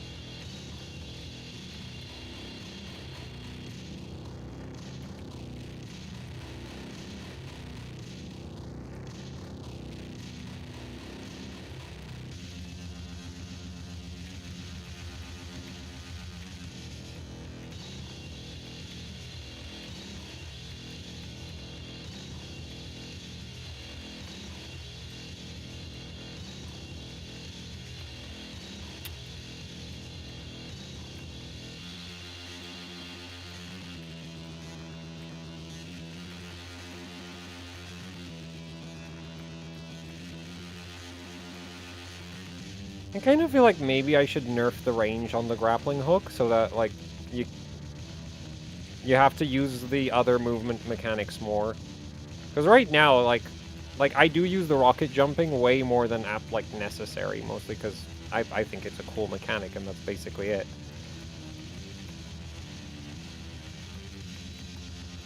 There's also like a wall running-ish thing, but the grappling hook really negates the need for that. I do have an option to just straight up turn it off, but... well... high speed. I've decided to only run Karhu because everything else... or, well, okay, I haven't tried the new HCI launcher, but... that I got from Sebi, but... yeah, TestMem 5 just refuses to get onto the P cores, so...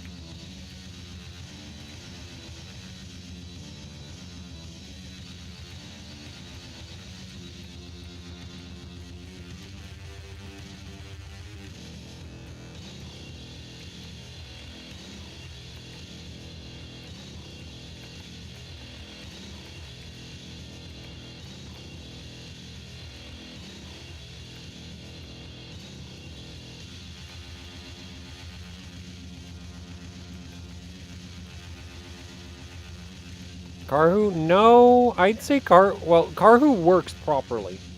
Like, as long as the window has focus, it runs on all of the cores. Whereas TestMem 5 only runs on the E-cores, unless I, like, manually try to shuffle it to the P-cores. But then what happens is that the P-cores run ahead of the E-core workload, and they end up going idle randomly.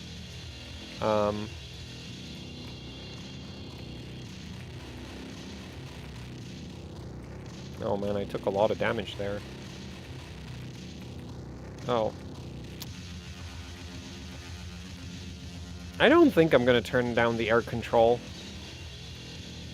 Because the thing is, right now you can actually, like, launch yourself towards a black hole and still manage to, like, pull out of the maneuver, whereas if I nerf the air control, I feel like you just wouldn't go for that because, you're just gonna die.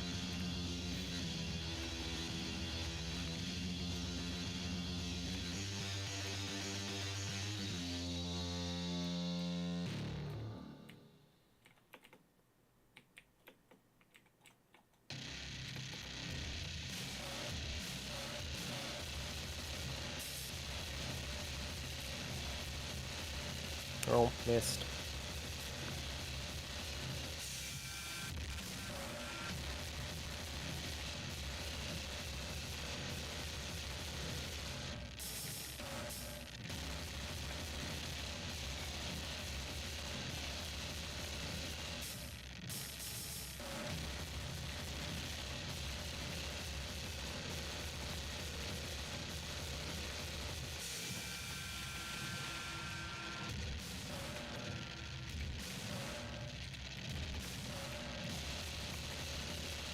Oh, well, that didn't quite work out. I was hoping for much more of an upwards kick.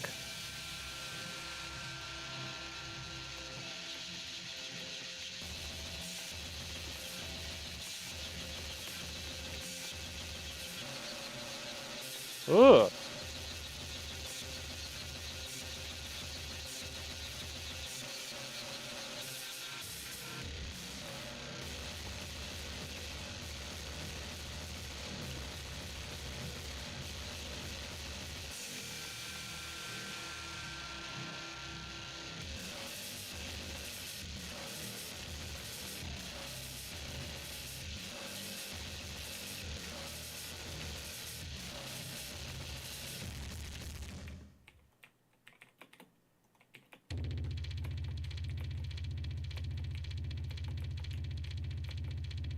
Maybe I should have some melee enemies that try to swarm the player.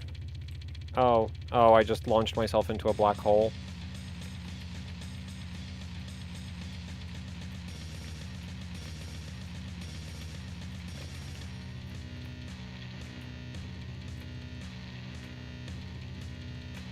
Alright, what's T-Worlds? I'm not much of a model maker, if you can't tell. Or more like, I didn't know what I want the enemies to be, so I was just like, we'll just use the default capsule. And then, like, slap some random texture on them and put an indicator for front of enemy. That's, like, the red visor they have. That's literally, like, that's the only reason it's there, is so I know which way they're facing. Because trying to debug if the capsule is, like, looking in the correct direction when it's the same from every direction, yeah, that doesn't tend to go very well. Right? Like, I'm trying to figure out, are they facing towards the player? And it's like, well, I don't know. They don't have a face. It's really hard to tell.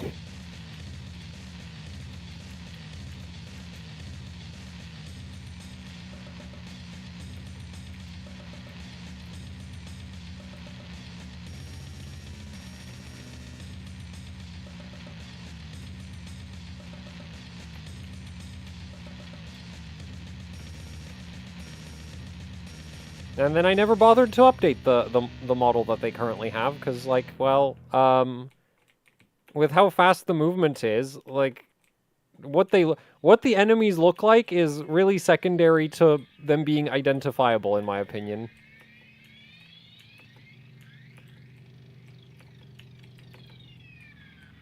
Oh man, how did that one survive? Oh, that's not gonna work.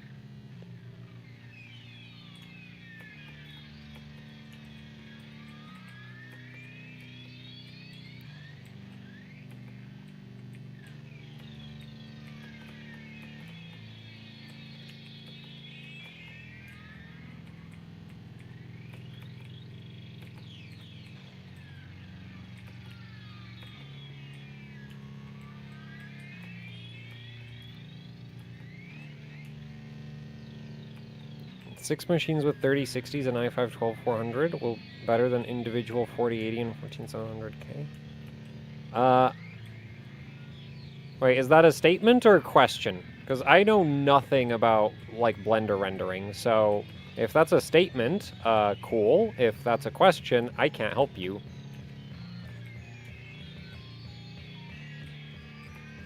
Though... Also, wouldn't the 4080 have a pretty significant advantage just because it has more VRAM? As far as I know, for GPU rendering, you have to fit the entire 3D scene into the memory. As far as I know. Unless, like, I guess you can batch it to some extent to avoid that, but...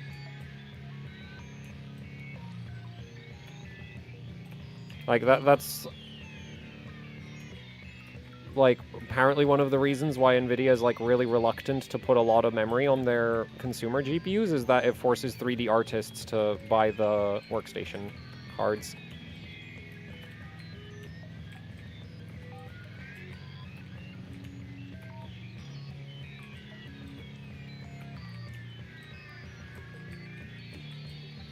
As well as, like, AI prompters. Oh no! Ah!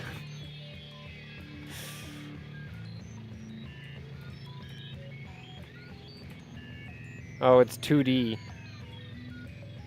Yeah, well, that's why I've never heard of it. Oh boy. No, I like, and not to like be a hater of 2D games. Like, there are 2D games I like quite a lot.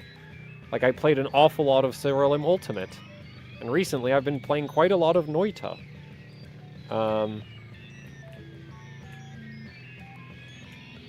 But I don't really go looking for 2D games. They're sort of like, yeah, like,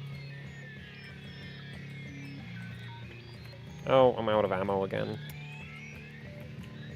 Like, I have, like, really basic reload mechanics, and even then, like, the game even auto-reloads for you. Even if you don't have the, like, it reloads in your backpack. Right? So, like, you can start the reload, put the gun away, and when you pull it back up, it's reloaded. I wanted to encourage weapon switching. That's literally actually the only reason there's an ammo mechanic. And I don't think it even really, well, I guess it kind of gets you more DPS, maybe. I should really put, like, a big health sponge enemy in.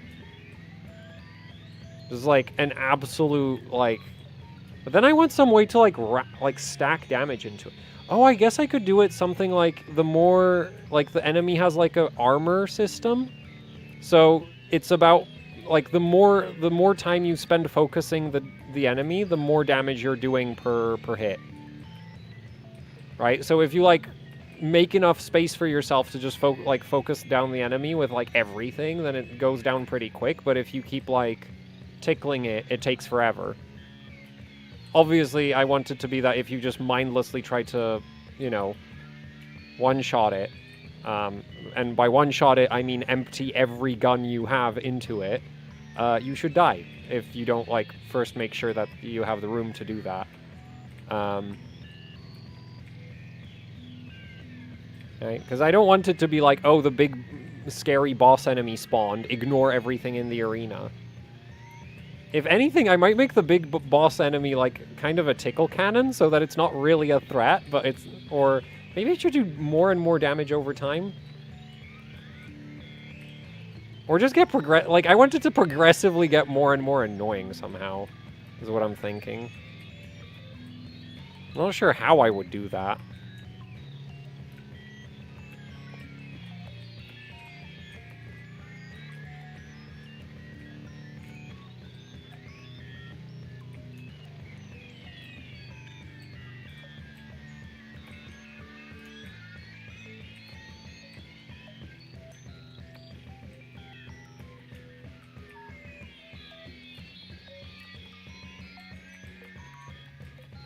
No?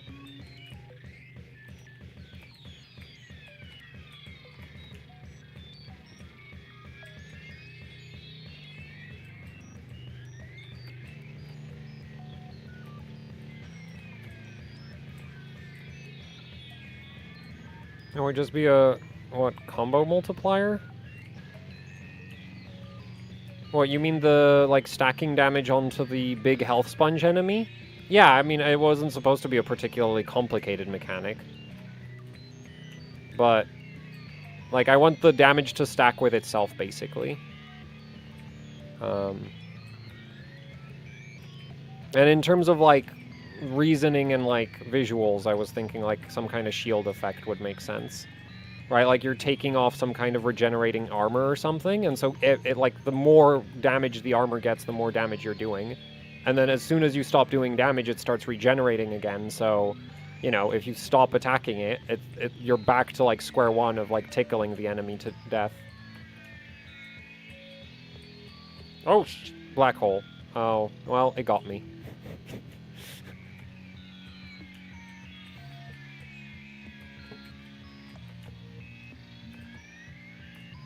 And I also definitely want an enemy that, like, climbs walls. Because I just think that would be cool.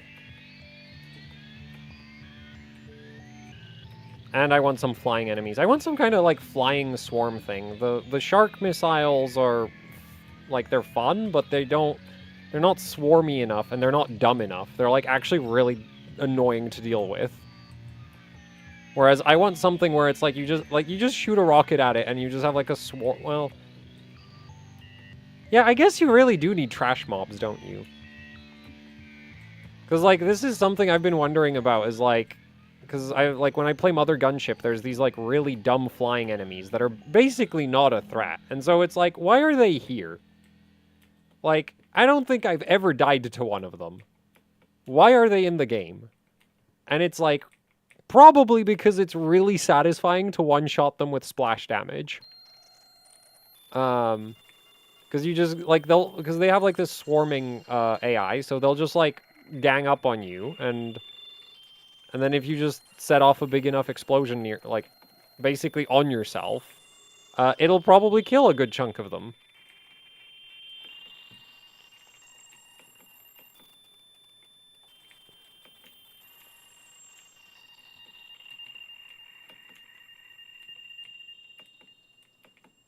So I guess I should add some, like, truly, like, garbage enemies. Because these guys are actually, like, capable of... Like, I've died a few times to these guys.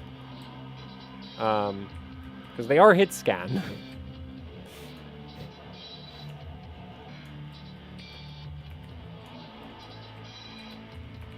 Oh, I did it again.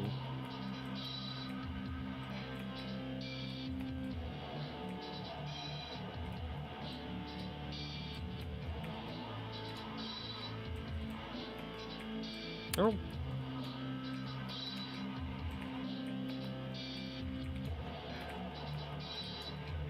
Also, a shield effect would be relatively easy to do. I could just have, like, a... I mean, if we just went with the capsule enemies again, I could just put a bigger bigger transparent capsule to act as the shield visualization.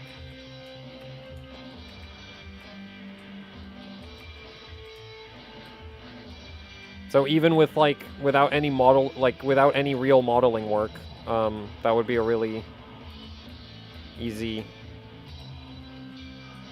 thing to implement for me. No, it wouldn't be a capsule. I want this thing to probably be a sphere or a box. Right? Because it's got to be, like, a chunky enemy. So, a sphere or a box. Random power-ups? No!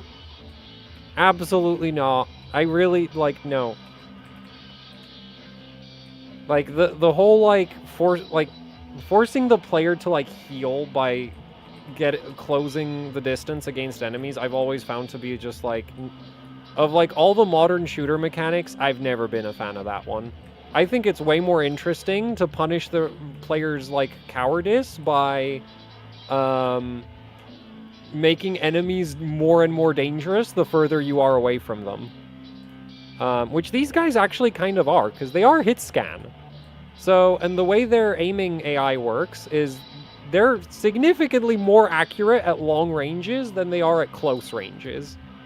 So you don't really want to stand super, like, well, basically you can't do the thing where, like, in a lot of boomer shooters, right, because all the enemies are projectile-based, if you just stand really, really far away, the projectiles take forever to get to you, right? So you have forever to dodge. And that is rewarding cowardice. And then the workaround a lot of games take is like, well, we'll just force you to, like, heal from the enemy corpses or something, so, you know, you can't heal if you're standing really far away. And it's just like, yeah, but what if we just made the enemies, like, snipe you from a mile away? So it turns from, like, oh, I'm just gonna keep my distance, to, actually, I would really like to close the distance, because they're a lot less dangerous if we're at close range than at long range. So that's sort of my thought process on how I want to design the combat. At the same time, I don't want it to be a case of, like, oh, I really need to, like, get this one enemy to, like, progress or something.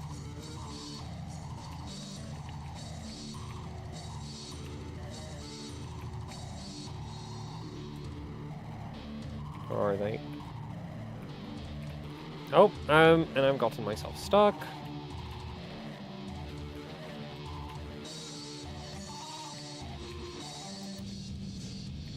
Oh, this is not working. I'm about to die.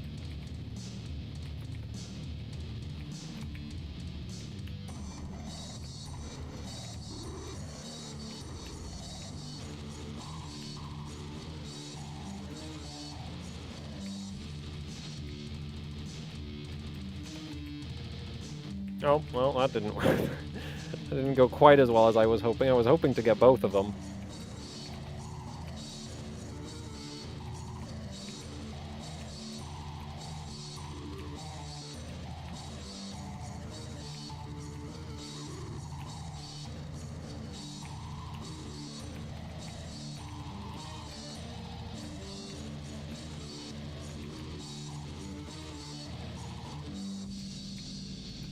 Speed boost. Oh, that kind of thing.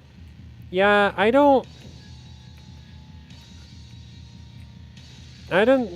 think I'm gonna do that kind of thing. I still don't like it.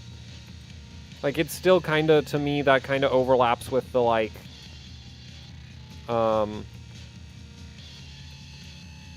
because I don't like randomness. And so, like, having, like, random power-ups dropping, if it was, well, I guess I could make it that every third power-up, like, the power-ups have, like, a specific order that they drop in. So, like, you can start, like, working, like, you can start strategizing around, like, oh, I'm gonna do X, Y, Z. That could actually be really interesting now that you mention it. That is yeah.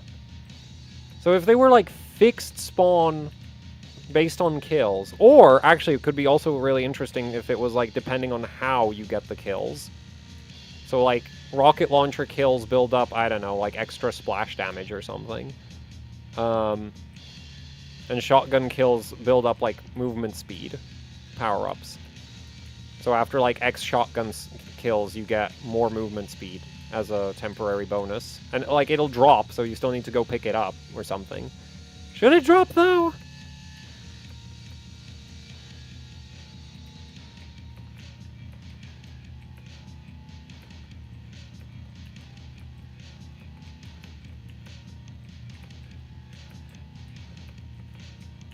Now, that is an interesting idea. I might have a power-up based mode, because I'm not really, like... the game's not really, like, I don't really have, like, a specific vision for it. Which is, like, right now I already have the option to, like, turn the grappling hook on and off. There's a bunch of different, like, health systems. Well, okay, I've implemented 3 health modes. So there's no life. Right now I'm playing respawn at 100 damage, which actually is, like, you can overheal, so... it's actually more like respawn after 200 damage, but...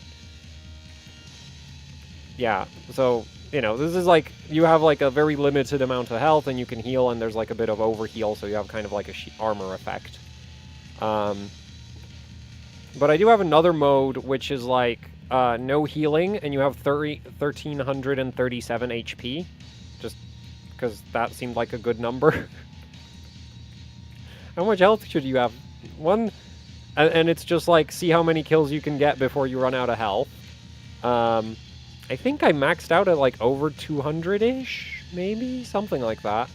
And then I have another mode, which is completely stupid, in my opinion, which is no life. You die instantly, and so do all the enemy. Actually, I think the shark missiles don't.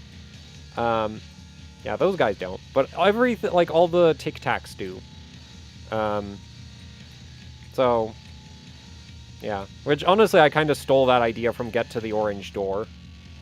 Get to the Orange Door has the same thing. I don't think it's called No Life there, but here it is.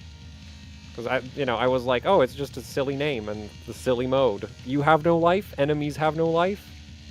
Everybody dies instantly. And also, I guess getting good at that mode would mean you have no life. Because it's so hard when you die instantly to everything. Funnily enough, the hit scan, like, enemies are not actually... Like, they will kill you, but it's not, like, impossible to play against them because of how their aiming is set up. It's not random. Again, because I don't like randomness. It feels random, but it isn't random. It is very... Like, if you have one of them, they are very, very predictable, but... you can't really just circle strafe them because of how it works. Because if you try circle strafing them, they will eventually overshoot. Because they're basically trying to track the player, but there's lag on their, like, tracking capabilities. So if you keep like, outrunning their aim, they eventually start, like, overcompensating, and they'll shoot ahead of you. And then you end up running into their shots. Because I kind of wanted to replicate the, like, feeling of, like, an arena shooter, insta-gib mode. So, like, how, like, well, I aim really badly in multiplayer FPS games. It can basically be described as that. Like, first shot goes behind the enemy, second shot goes in front of the enemy, third shot might hit.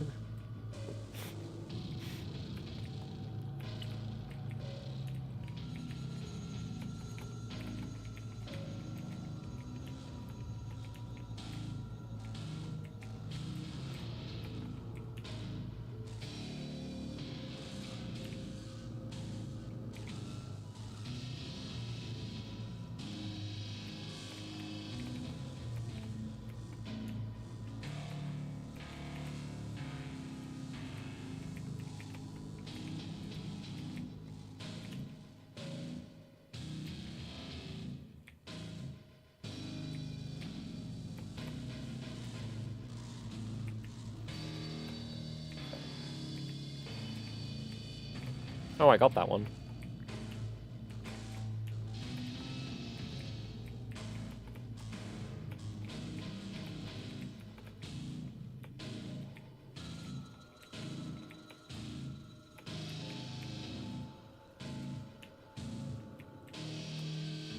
Oh boy. I'm thinking I'm gonna put a, like, recoil reduction on the zoom in. Because, like, right now, zooming in is so useless. I guess maybe if I made it also, like... Oh, I just had a really... Imagine if it also narrowed the spread on the shotgun. Like, if you zoom with the shotgun, it, like... That could be... Like, it puts all of the damage into just, like, one shot instead of several. Would actually kind of have, like, a piercing effect. If I literally just, like, narrow the cone down really a lot. Actually, would it? It actually might not, because I think all of the scan, like, the... Yeah, I think all of the ray traces for the bullets would actually end up hitting the same enemy. So it wouldn't have a piercing effect. It would just really overkill one thing.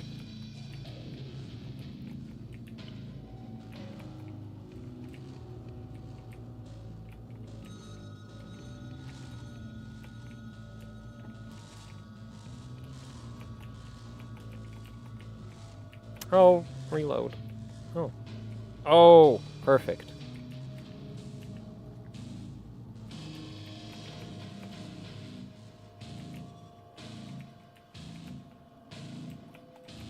Also, I kind of want to have an armored enemy of some kind, because there's like a piercing alt fire for the rocket launcher, and right now, it's not very useful. So we need something that, like, forces you to use it, even though I really don't like that in game design. Like, FPS games where it's like, yeah, you have this one weapon that's specifically against this one enemy, and it's like, well, maybe did you consider the fact that your weapon just sucks? Because if it didn't suck, maybe you wouldn't need one specific enemy for it to deal with.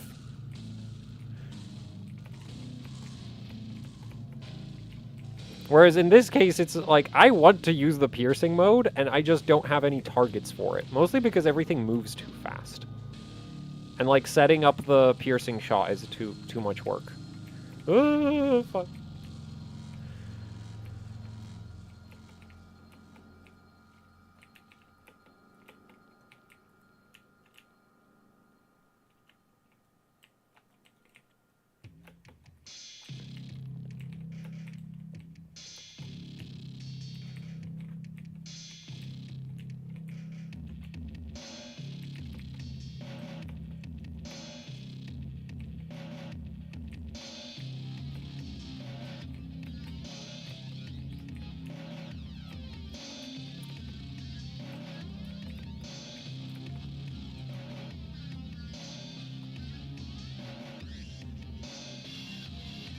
And then why give zoom? Because maybe, like, you might be flying, like, through the air at some ridiculous velocity, and you might want to, like, hit things at a distance.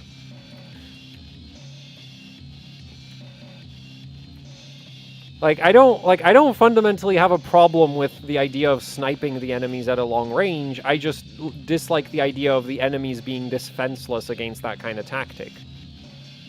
Right? That's the whole, like, reason I was like, it is way, way easier to make projectile-based enemies. Because it's really, really easy to make an enemy AI that just locks onto the player. That's really easy.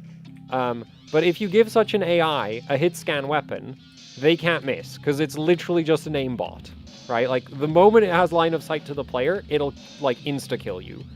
So instead, I spent a ton of, well, okay, not a ton of time, but I did spend, like, more time trying to figure out a way to get the aim of the enemies to, well, I didn't figure it out. I ultimately stole some code off of Google, because other people have had the same idea, though not for hit scan weapons. They had it for like some like smooth animation tracking or whatever.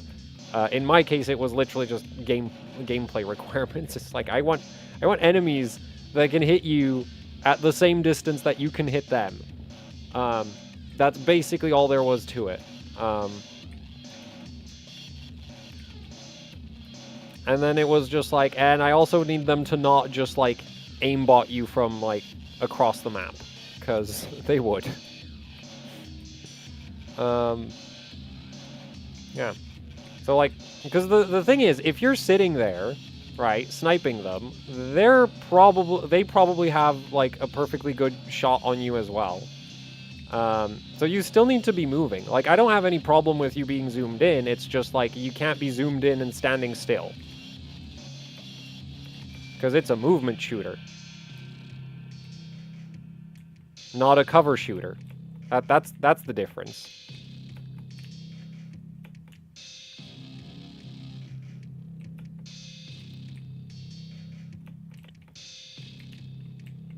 I guess I could also, for the piercing shot, I guess I could have an enemy that's like super dangerous if it has line of sight. Actually, yeah, like a literal aimbot enemy. So the only way you'd ever really want to, because there's also piercing shots on the machine gun. So that would be an enemy where it's like you specifically only want to engage it with like piercing attacks, because ideally you don't want to be in line of sight. Or with splash damage, I guess. Though the rocket launcher kind of doesn't do that much splash damage, so I guess I could have two variants of whatever that enemy is. One that is like slightly threatening and kind of fast, and one that is very threatening and really slow. Because again, like shooting through walls has one major design flaw of you can't see through the wall you're shooting through. So you need to be able to go like, yes, the target is behind this object, and I just need to shoot in this general area to hit them.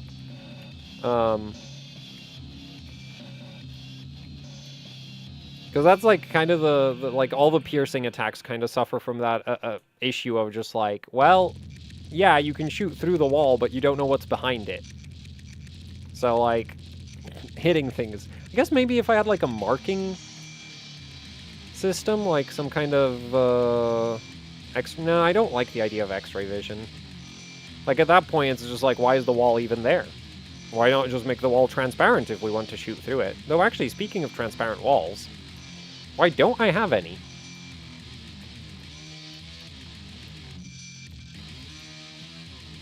Yeah, like I could have like weird like dark energy crystals that are transparent, and then you can use the piercing shots through those, and it's like coherent. Or it could just be like glass of some kind. Glass doesn't make sense because it's like, oh, it should break if you shoot it. So no, dark energy crystals, and they're like somehow bullet resistant. Oh no, I fell back into a black hole again.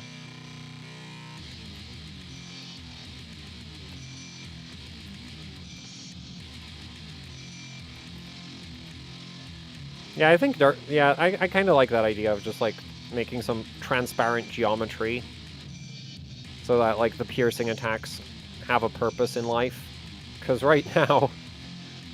I mean, the piercing rifle, like, machine gun shots are actually quite effective if I wasn't so bad at aiming.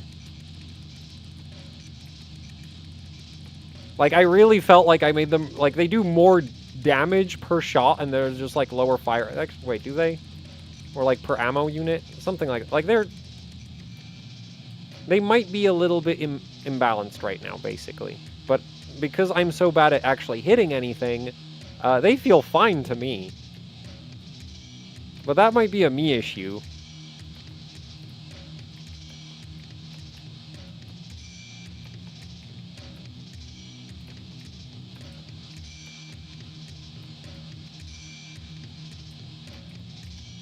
Wall bang shots should also do less damage. So all the piercing attacks, like, consume more ammo. So they're gonna do more damage. That's already, like, been decided by me. Because, like, I want it to be a useful mechanic of just, instead of, like, this is not gonna be a multiplayer game. So I don't really care if it's like, oh, really cheesy to shoot things through walls. What, you're gonna hurt the AI's feelings? Oh, I keep dying to things I can't see. Like, it's an AI. It does not care. Actually, it's not even AI. It's like 10 lines of code. It is far too basic to have any feelings on the matter whatsoever. Actually, it's not like 10 lines of code, but those Tic Tacs are probably like maybe 100. I think I might be generous with that. Like, yeah, they really aren't very complex, so... And that isn't gonna change.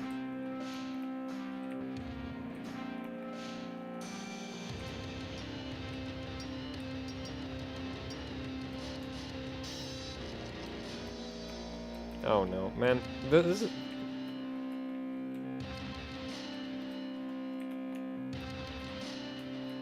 So, yeah, like, the downside to, like, the piercing attacks... Well, there's only currently, like, 2 of them, which is the piercing rocket, which is just a nightmare to set up. Alright, so you can, like... Like, the issue is you need to shoot it, like, basically immediately after it spawns, and because things move around, by the time you... Usually by the time you hit it, whatever you were trying to hit with it is probably not there anymore. Which is why I need, like, a big spongy enemy of some kind. And then the piercing rifle attack, like, rifle shots, they consume, like, how much ammo do they consume? I don't remember. Yeah, they use 3 bullets a shot. So you get, like, 1/3 as much, 1/3 as many shots. So if you're not very accurate, like, you just run, you really waste your ammo. With that. And I think that's a good enough compromise. Though, you can hit 4 enemies at the same time, but it's like, well, how often are you gonna have 4 enemies in a perfect line? Also, the gun actually aims from muzzle to center screen. So, it doesn't shoot from player like, it doesn't, the raycast isn't, like, centered to the crosshair. It comes from the side into the crosshair, which means it's really annoying to aim through things. Like, if you're standing close to a wall, small adjustments in, like, crosshair position make huge changes to the, like, angle of the outgoing bullets. So, yeah. It does more damage, and it goes through walls, and, like, honestly, there's very little reason not to just use it as, like, a direct attack a lot of the time. Though, it's not more damage per... Like, if you're just shooting one enemy, it's not more ammo cost-effective. Like, you're better off just shooting the enemy 3 times than using a piercing shot, because it only does, like, twice as much damage, so it's like... It does the damage of, like, 2 bullets to every enemy it hits, but it hits each enemy once. So, you know, you get, like... So if you're using it on one enemy, it's, like, it just does more damage at the cost of, like it's, like, double damage at the cost of triple the ammo. And if you have enemies... Like, if a lot of enemies are lined up, then, yeah, it's amazing, but, like, that situation is kind of rare, so... And like, I want to, like, if you manage to, like, if you're intentionally pulling enemies into that kind of setup, then, like, good for you. Like, if you figured out how to get the enemies to line up for you, like, you know, yeah, like, mow them down. 8K stable yet? I mean, we're over an hour of Karhu now at 8,000. And Y-Cruncher passed. Oh, thinking multiplayer. Yeah, well, this isn't gonna have a multiplayer. Like, okay, I shouldn't say it's not gonna have, but it's probably not gonna have a multiplayer, because programming multiplayer is really difficult. Also, like, I'd say arena shooters aren't very popular. So, and again, I feel like if you're shooting somebody through a wall, like, and, like, successfully, like, if the wall's not transparent, like, I feel like that's like, if they gave away their position, and you're able to just freaking unload on them through a wall,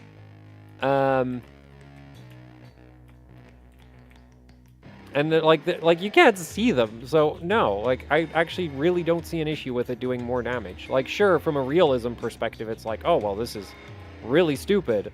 And it's like, yeah, but, like, I literally could not care less about realism.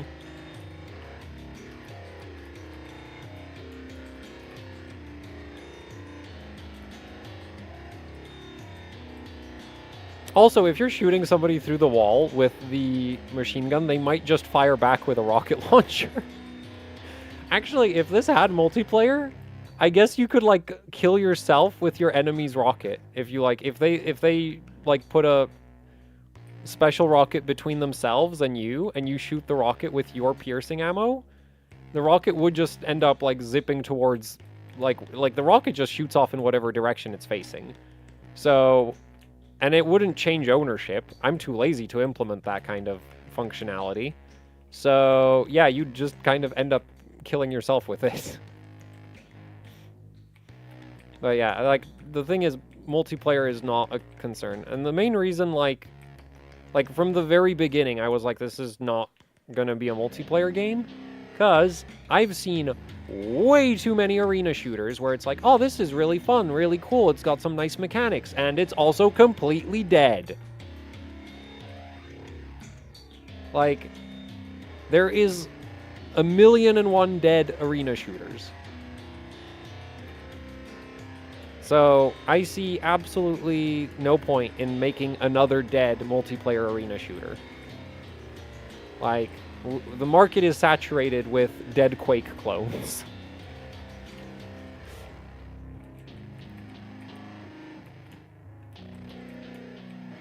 And, like, I'm not even... And the other thing is, like, it's not even about, like, oh, I want to sell the game. It's just, like, I want it to be playable. Like, what's the point of making a multiplayer game that nobody can play because nobody plays it?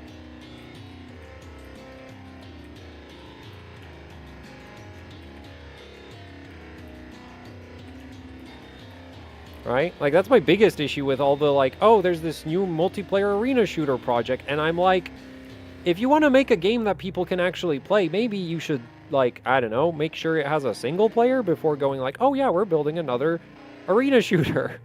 That's multiplayer only.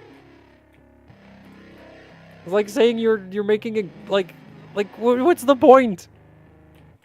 There's been so many of them that I was like, oh man, this looks really cool, and I'd love to play it, and then it's dead. Like, so, yeah.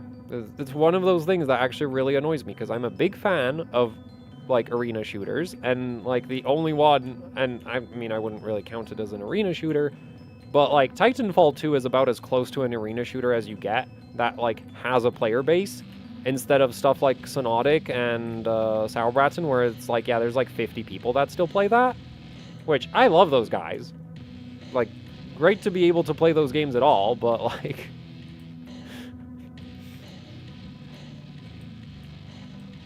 I miss the days of being able to, you know, get onto a like 12 versus 12 Capture the Hill server in Sauerbraten. And it's not, I mean, not Capture the Hill, but like there's this really wacky game mode in Sauerbraten. Well, it's not actually that wacky, but like there's this kind of complicated game mode in Cube 2 Sauerbraten called Regen Capture. There's capture points. The capture points like give you health, ammo, and armor and stuff, and so like I really like that game mode. And it used to be like you could it used to be completely full all the time. Like I remember literally waiting to get onto the server because the server was full. And that was like a 24 or 32 slot server. And these days, that server literally... Actually, I think it does still exist, but it is completely dead. As in, 0 out of 24 or 32 players. It's not the exact same server, but like there's still regen capture servers. They're just empty. Honestly, it makes me really... Like, I really wonder about like how those servers stay up. I guess it doesn't cost anything to host an empty server. Like... relative to a full server.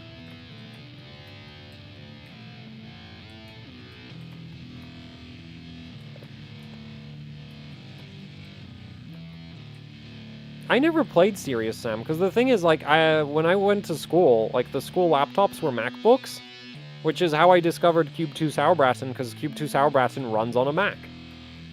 Most other games don't run on a Mac. Also, it was free. That was, like, the 2 requirements for me to be able to play it. Was, like, it has to be free, and it has to play on a Mac. There was also Assault Cube. I think there was people at school playing Urban Terror as well. I think it was Urban Terror. I mainly just played Cube 2 Sauerbraten. And then once I got a gaming PC, like once I built an actual PC, then I was like, oh, I'll like I bought Toxic, which is a dead multiplayer arena shooter. I bought Nexuiz, another dead... Actually, I don't think I bought that. Actually, no, I think that was in some big developer bundle thing. But yeah, that's super dead. Like, I actually got to play some Toxic. I never got to play any Nexuiz. And not against, like, bots, is what I mean, like, got to play. Oh, I used to play Red Eclipse, as, like, an off game from Sauerbraten. Same engine as Sauerbraten. Recently, I've also been playing Synotic on and off. I've tried Quake, but I find the movement in it too complex. I'm confused about 17900X versus 14700K, and 90% of the work is based on After Effects. Oh. Well, unfortunately, I know basically nothing about our After Effects, so... like, I'm kind of the wrong person to ask about that.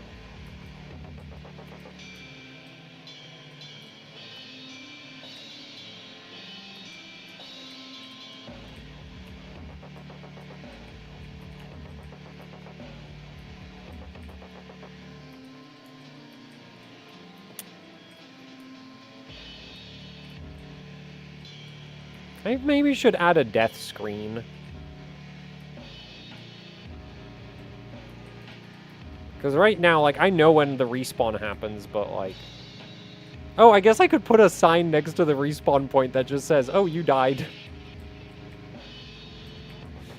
And it just, like, lights up anytime you die. Instead of just, like, a pop-up that's like, oh, you know...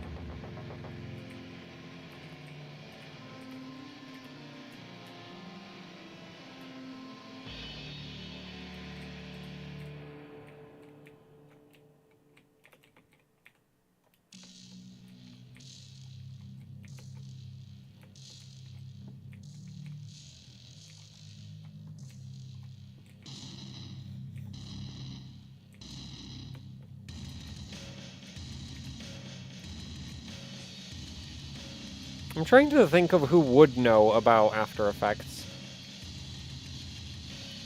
Actually, couldn't you check the Puget bench? Because they do like a whole bunch of workstation benchmarks. So they'd probably be the best option. Oh, black hole.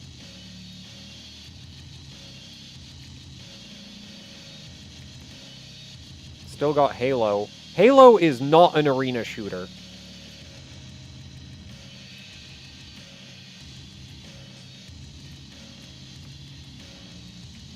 For one thing, it has reloading. I can't think of a single other arena shooter that, like, Toxic didn't have, like, and by reloading I mean, like, magazines. Right? Like, a gun has a internal ammo capacity that needs to get refreshed periodically. Like, I don't consider this an arena shooter. It's arena shooter inspired, but it's not an arena shooter. But yeah, like, Quake doesn't have internal ammo capacity, like, ammo capacity on the guns. Cube 2 Sauerbraten doesn't. Xenotic doesn't. Toxic didn't. Well, doesn't. Not that anybody would care, because nobody plays it. I think Puget Bench actually does test After Effects, don't they? Like, I don't consider Titanfall 2 an arena shooter, which, like, a lot of people would, but, like, no, it isn't. For one thing, there's the frickin' Titans. For the other thing, you have 2 guns.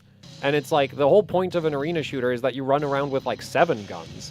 And if they're really like, Toxic... Man, Toxic was ridiculous. It was 9 guns, or... I'm pretty sure it was 9. It might have been 10. And then every gun had an alternate fire. Because that made sense. And you could have all 10 of them at the same time. And they did share ammo pools. But, like, you didn't reload any of the guns. Yeah, so 10 guns with alt fire. Not the only one that I've played. Red Eclipse did the same thing. Like, Red Eclipse had 7 guns. Each of them had an alt fire, so, like, 14 different attacks.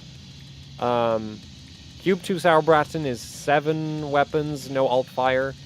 Xenotic, Xenotic has alt fire on some of the guns. I've not... Like, the only mode I've played in Xenotic is, like, Insta-CTF. And then one modded server that had, like, these really janky vehicles.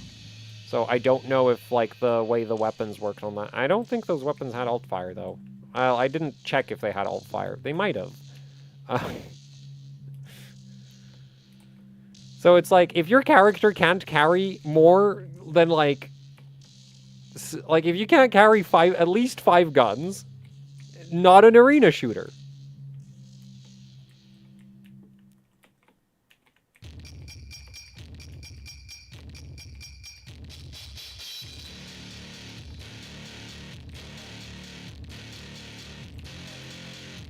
So Halo and Titanfall 2 do not count.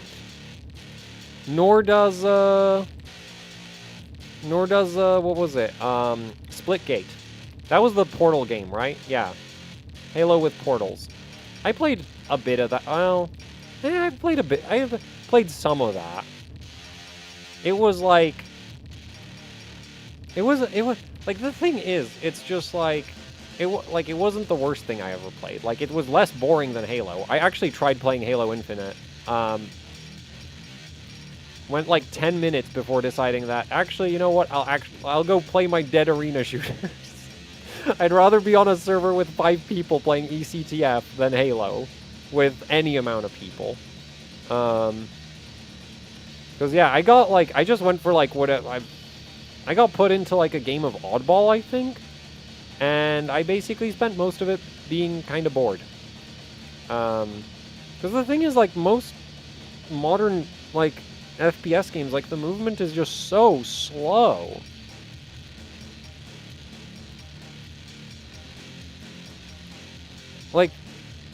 Like, that's my main complaint, is just, like, if you can't, like, throw yourself across the map, or somehow just, like, get yourself from one end of the map to the other end of the map really, really quickly, like, it's boring. Like, I'm not very interested. Probably because I'm not very good at aiming, so, like, when it comes to, say, Sauerbraten, I mostly rely on, like, knowing where people are coming from, and cheesing them with splash damage like grenades or rockets, or getting them with a shotgun or something, because any kind of prolonged engagement where they actually, like, are shooting at me, I'm probably gonna lose. I have T-Force 8000 Z790i, try it in BIOS 7400 CL38. Wait, why would you be doing the try at 7400? Like, why didn't you just try the XMP on your memory kit? Like, it might work if you're lucky. Like, if I was you, I would first try the XMP. If that doesn't work, I would probably try, like, a 7600 or 7800 profile. Like, I would be really surprised if 7600 doesn't work. 7800, well, if 8000 doesn't work, then I think 7800 might also not work, but... so right now, the main FPS game that I'm interested in is, like, Tribes. Because they're making a new Tribes game. So, actually, I think that just entered early access. Yeah, I'm pretty sure I saw an email about it yesterday. That it's finally in early access. So, I don't know, I might stream that on Twitch someday. Should I get it while it's still in early access, or... I don't know. Because it's like 15 quid. I mean, that's not that bad. Then again, it's like, if I play it for like an hour and then decide, like, this sucks, then it's gonna be not great.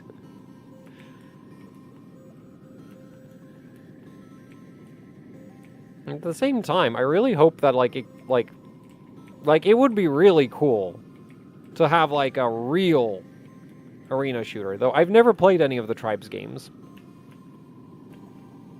Like, well, yeah, I've never played, like, the other Tribes games. But, like, what I've seen of it, like, I've always wanted to try the skiing mechanic, because that looks like so much fun. I actually briefly considered trying to, like, add a skiing mechanic to this. But... I don't even know where to start. Because I'm just, like, using the default character controller for all of this. Not the default code for it, but, like, there's, like, a preset, like, module that's meant for building characters. And so that's, and so, like, yeah, like, I'm not immediately seeing a way to repurpose the built-in functionality to have a skiing mechanic. I have, like, a vague idea of what might work, because I think the main issue is, like, keeping the player, like, stuck to the ground is, like, one of the issues I see. And the other issue I see for, like, trying to implement skiing is,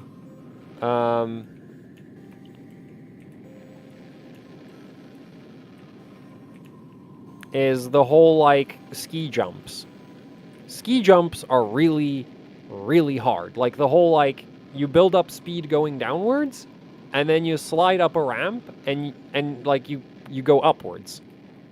Because all of my, like, movement code, basically, if you slide up a ramp, the moment you go over the crest, you're going straight down. Because there's, like, no upwards momentum preservation, basically. And I'm not really sure how I would, like, get rid of that. I guess I'd have to, like, store the upward speed somehow, but, like, at the same time, it needs to not unstick the player from the ground, so it would be, like, a virtual speed, and it only, like, gets added to the player when they stop touching the ground. No, because then you could, like, do stupid things, like, if you jump off a ramp, it, like, yeets you into the air. So that would not work. Well, I guess I could only do it if you don't press spacebar. That it, like, preserves your vertical velocity. Because, like, the thing is, like, if the player has any real vertical velocity, right, they're gonna go up. Like, it's really that simple. They're just gonna go up. So I somehow need to, like... So, I guess I could, like, store a virtual... Yeah, like, I would have to, like, store a vertical...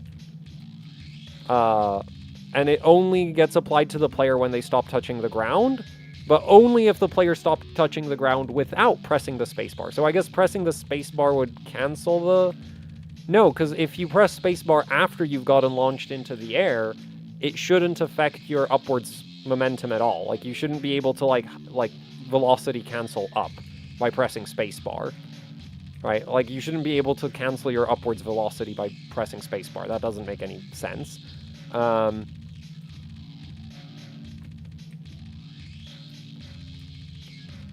Actually, maybe it should add to... Because, like, what if you...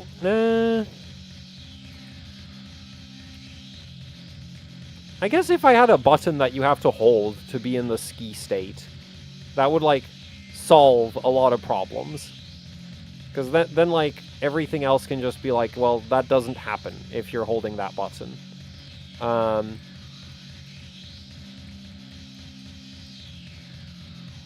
Z790, wait, what are you asking about?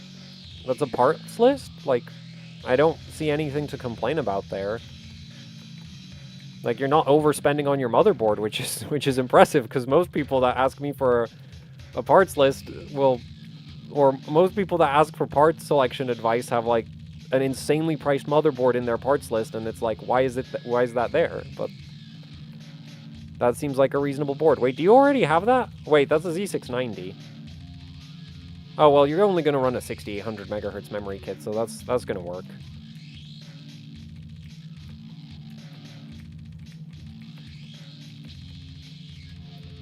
B650 Eagle AX, a good board? I don't remember what it looks like. Give me a second.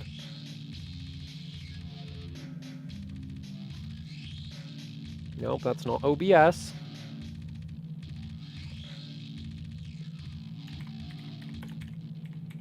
I'm assuming it's not like some complete potato, right? Like, it has a fancy name. Oh yeah, that looks okay. Wait, this is the... Wait. Eagle. Yeah, ATX. Okay. 2x48. Yeah, but it's like, it's dual... Oh, it's on Z6... I mean, you could drop the 6800 down to like 6600 or 6400, and it's not like the end of the world, right? Performance-wise, also 7400. I already... Okay, I feel like I already responded to that well enough. The question about the... Wait, which Z790i? Asus? No, MSI, because it has Try It. Yeah, the ATX board.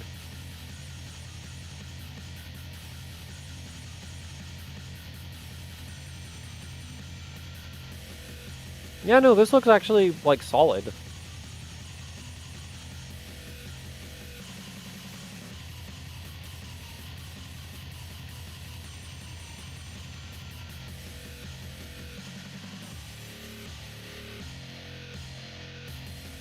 I didn't know this exists, though.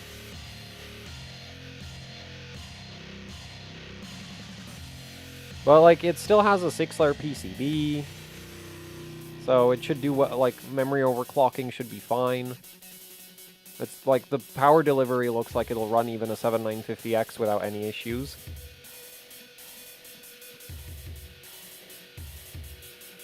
So yeah, this looks like a perfectly good board.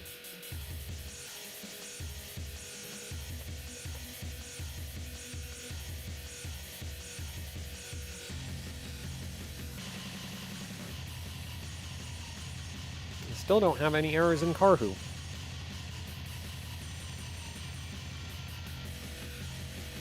I am kind of, like, I guess I'll run 3 hours of Karhu. I mean, I could play this game for forever, basically. It does get a bit old. The thing is, I haven't designed any, like, other better levels, unfortunately. There's, like, one other level that has actual, like, functioning enemy spawns on it, but, like, it's bad. I have had an idea, like, I have a red level, I want to do a green level. But, like, level making is hard, man. Or at least, like... Actually, I wouldn't... Level making in Godot is hard. Or I guess actually like Godot's level making is like pretty similar to any other kind of, I guess, like normal level making. Because I'm used to like, because I've messed around with like map editing in, or not even map editing, just like map creation in Cube 2 Sauerbraten. But Cube 2 Sauerbraten, like all of the level geometry is based on cubes. It's basically, like the way you build a level in Sauerbraten is a lot like a building stuff in Minecraft, except, not,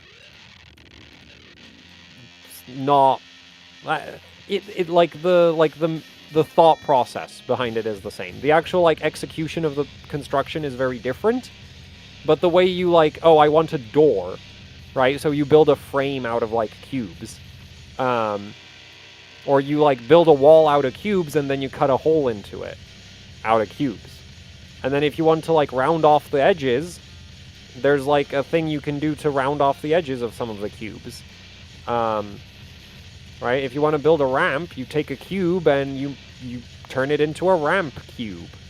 And then there's like this right here is just a bunch of like rectangles just sort of floating in free space. And for me, that is really hard to like navigate because like it's not an in-game map editor, right? You can't just like immediately drop into the level and check if like, hey, is this door a good size for like running through it and stuff. So like the size reference is basically the issue I have with it, where it's like, because you can just zoom in or out in the like, you know, in the editor, and it's just like, well, now it looks really big and now it looks really small. Without, like, you don't have that sense of scale of, like, being in the level. So, yeah, like, making levels has been, like, not fun. Because I had an idea for another level, and then I tried doing it, and it's just like, it's just, like, it's not working.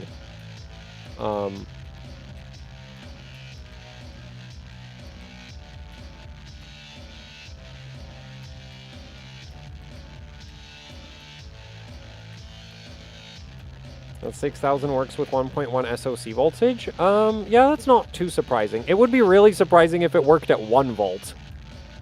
There are CPUs that can do that. And I'm basing that statement off of the fact that I had somebody show up in chat who was like, yo, you should try set your SoC voltage at 1 at 6000 and it'll, like, work. And I didn't do it during the stream, but, like, off stream I tried it and it did not work. It didn't even post, and I'm like...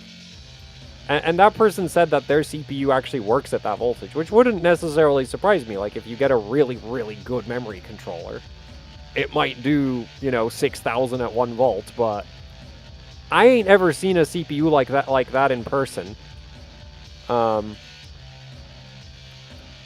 In my experience, most chips will need something around 1.1 or more.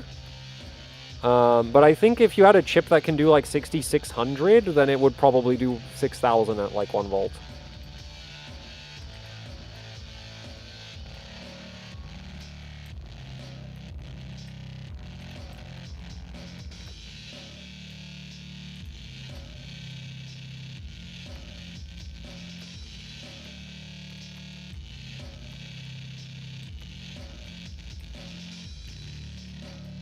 Oh, I died.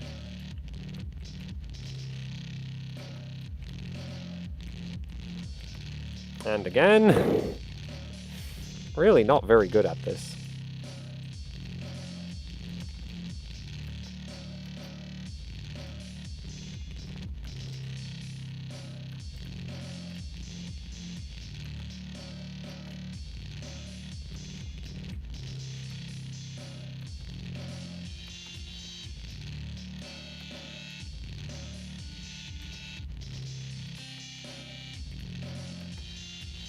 You know, I wonder if maybe I should make the sharks sometimes attack you from the opposite direction. I kind of want, like, I feel like I kind of want it to be synchronized. I don't want them to be attacking you from both directions at the same time, because, like, the way... I'd have to, like, drastically change their behavior for that to be not, like, incredibly annoying.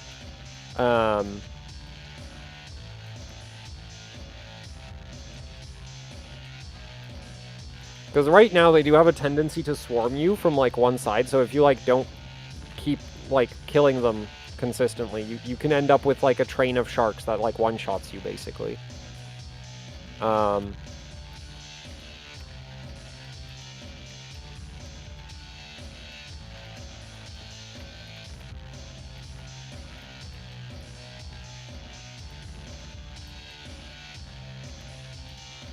Oh, missed. That was like the perfect. So what are these voltages that are working for so long? Insanity is what they are. Give me a sec. I'll just show you. The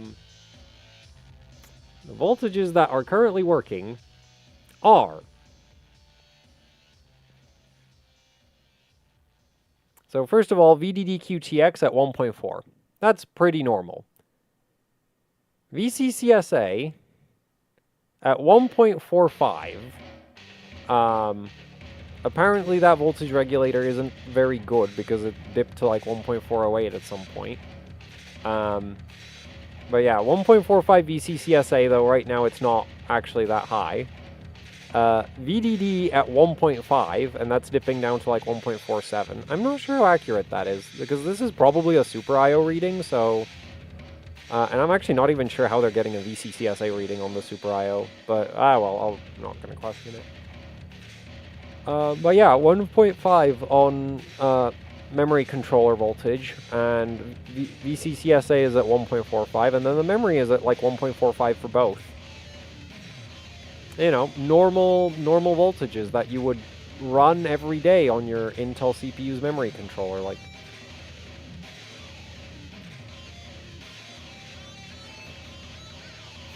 Like, that system agent voltage is so high that, like, honestly, like, that is, in my opinion, entirely too much system agent voltage. But it does work, so, like, you know... And I've been trying, like, lower system agent voltage with this CPU, like, constantly. Like, I've tried, like, 1.2 system agent. It doesn't work, like, at all. And then, like... But 1.45 system agent, yep, that works just fine. The thing is, I'm not 100% certain. The thing is, I'm pretty sure I tried 1.5 VDD2 on the MSI board, but I tried it at 1.2, like, SA, or 1.3 SA. Not, like, freaking 1.45. Like, that's the biggest difference. I don't think I've ever tried 1.45 SA before with this CPU.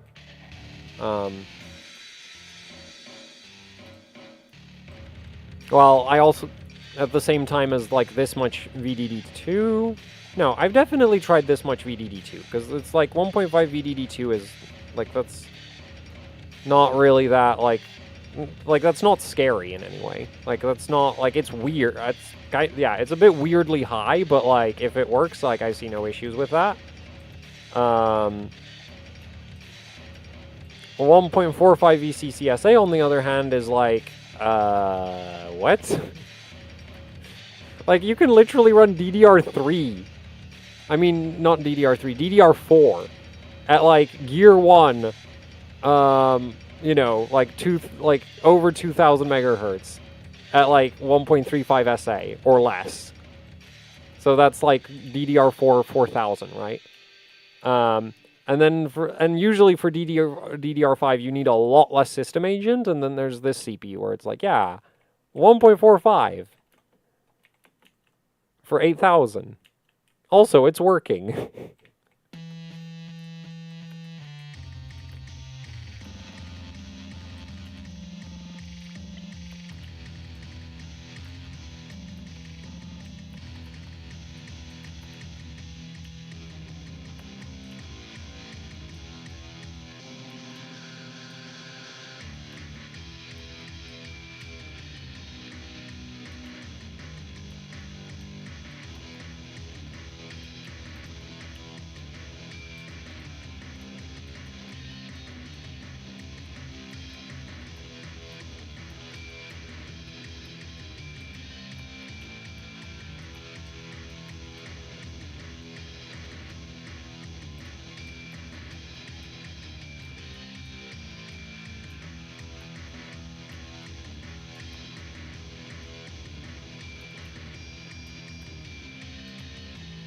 Now, what's a classic Reddit moment? Is hyperthreading disabled? Yes, actually. Mostly because I wanted, like, I wanted to test something with LinPack. And LinPack, like, you have one of two options. You can turn off the E-cores or you can turn off the hyperthreading.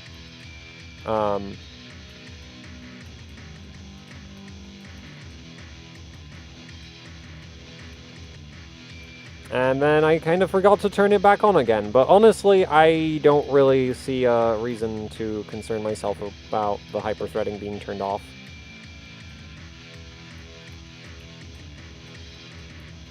Because, like, honestly, like, the whole, like, I can't get DDR5-8000 to work was, like, it's been, like, I can't get DDR5-8000 to work regardless of literally anything else. Like, I've even tried, like, well, I mean, I don't think I've tried underclocking this CPU, but with the other chips, I've tried running DDR5-8000 with the CPU at 4.5 gigahertz. Still didn't work.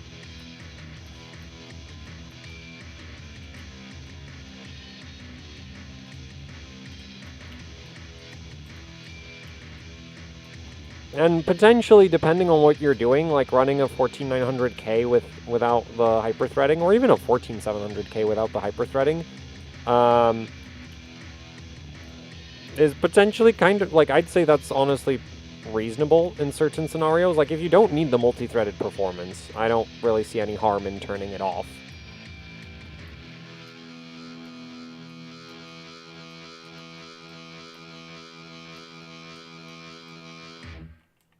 I keep dying in my own game.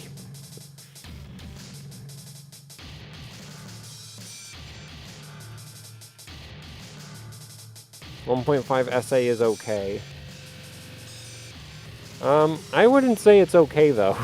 Like, it does work. Well, I don't know if it would work here. But, like, I don't think I would want to daily, like, if DDR5-8000 required 1.5 SA, I would probably just not run DDR5-8000 on that CPU. Yeah.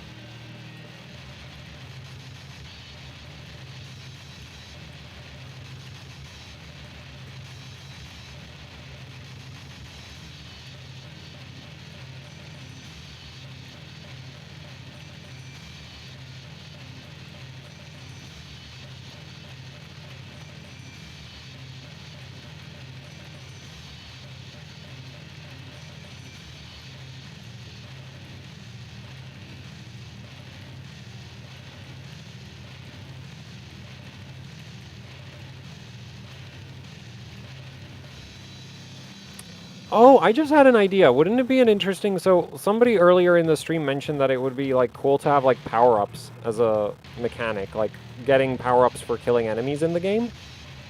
I had an idea. What if there was a specific power-up that's tied to knocking enemies off ledges? Like, if you knock them off the level, that, like, builds up a specific power-up. Because it can be done. Yeah, the rocket launcher is actually pretty decent at it. Obviously, the difficulty is, like, not killing the enemies before they fall off the level. But that would be kind of neat, I think. Because there's already a mechanism for, like, despawning them once they fall too far. So, like, as soon, like, it would just have to, like, keep a track of that, and then you get a power-up if enough enemies fall off the level.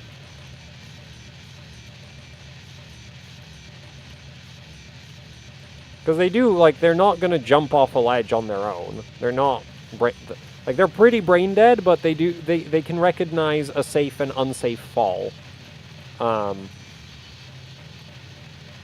And really, the only unsafe fall for them is falling off the level. Everything else, like, they don't have fall damage, so... Oh. What? Doorbell rang.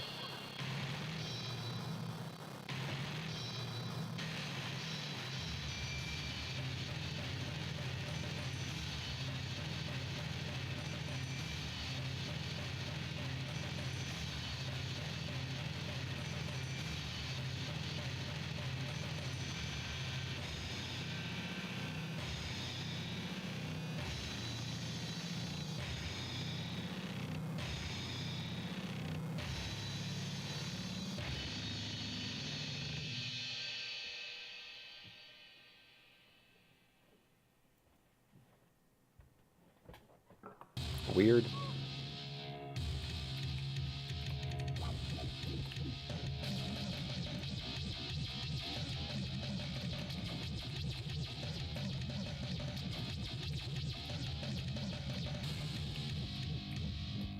I guess I should also run HCI after Karhu, shouldn't I?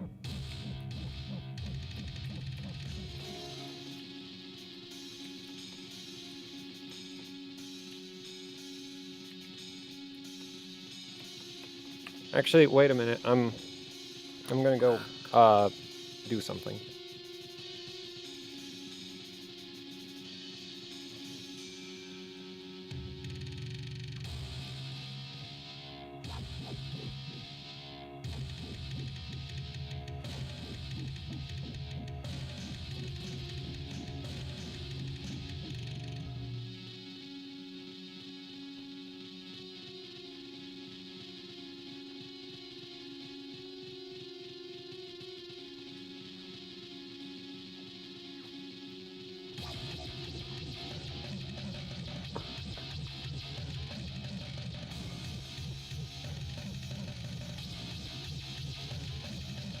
Well,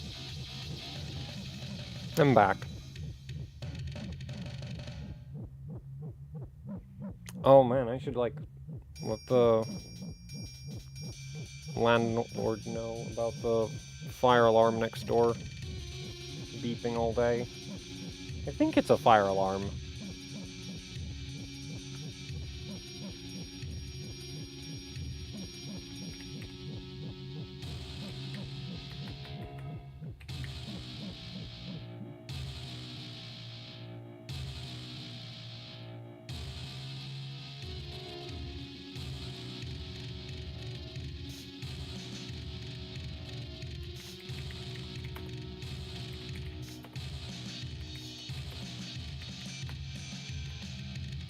I'll deal with it off stream.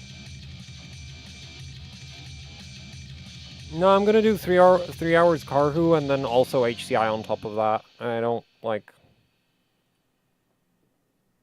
Yeah, I think that's, like, a reasonable way of doing it. We're at DDR5-8000 with XMP timings. Or actually, it's not XMP, it's like ASUS optimized timings.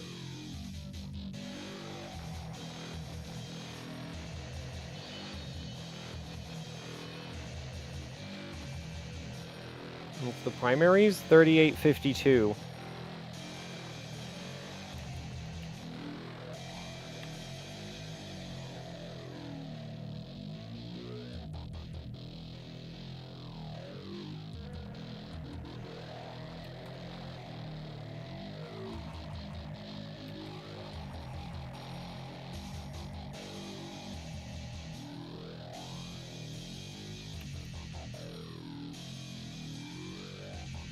How much power is the CPU pulling? Well, it's 280 watts at the wall.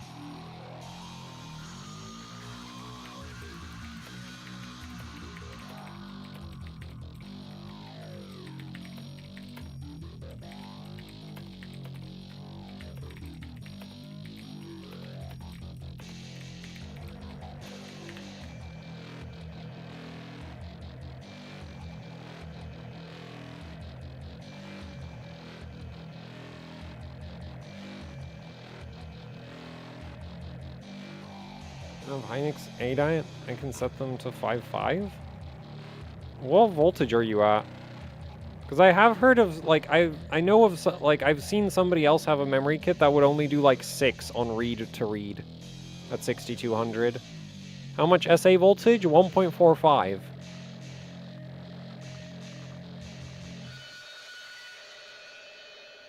No. Oh, you're at 1.5 on the memory, okay. I guess, wait, have you tried, like, 5.3?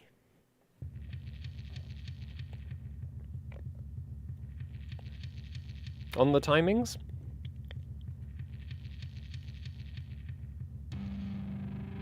Bro, that SA voltage is not needed. Well, tell that to the person who actually got this to pass. Because, it wasn't passing at 1.4... Well, it wasn't passing at 1.2. And it wasn't passing at 1.3.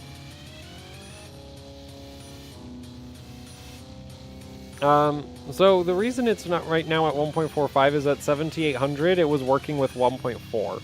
Though I think at 7800 it would have worked with a lot of random voltage values.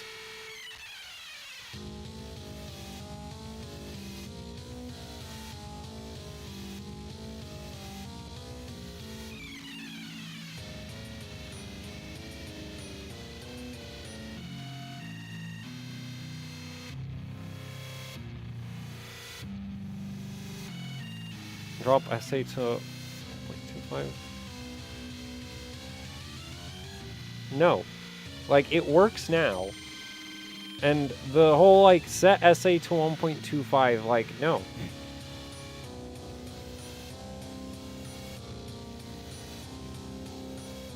Any tweaking on PLL voltages? No, I haven't done any.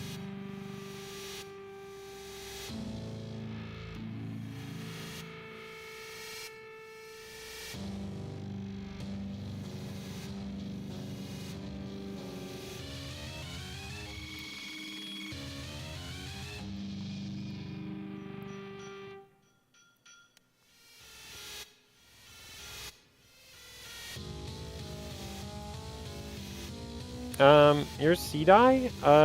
Wait, this is Samsung C-die or Hynix C-die? Yeah, that's what I figured, is that read-to-read wouldn't go below 5. Samsung. What memory voltage are you at?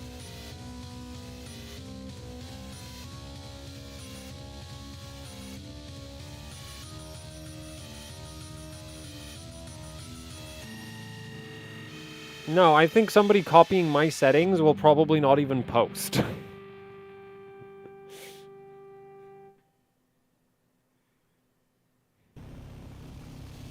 1.34 BIOS shows 1.36. Yeah, try lowering the memory voltage to like 1.32.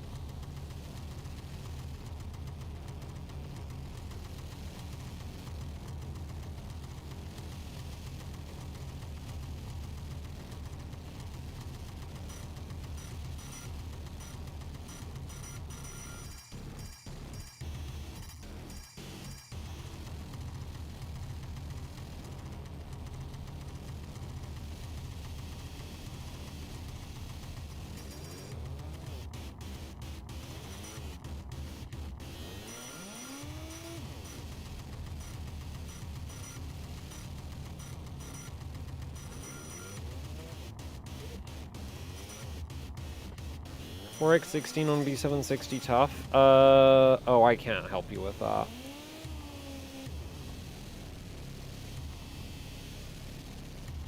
Like, I honestly, like, basically it's just, like, try a bunch of different voltages and hope some random combination works.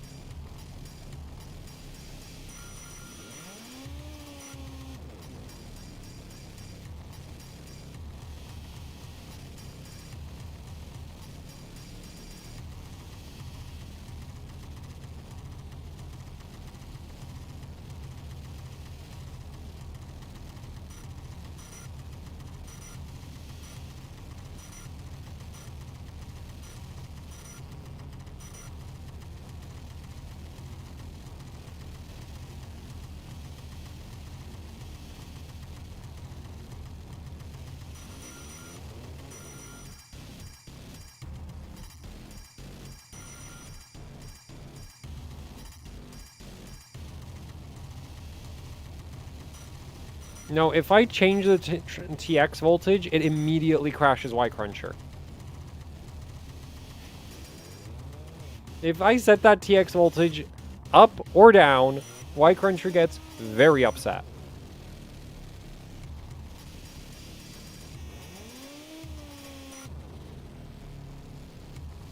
It works.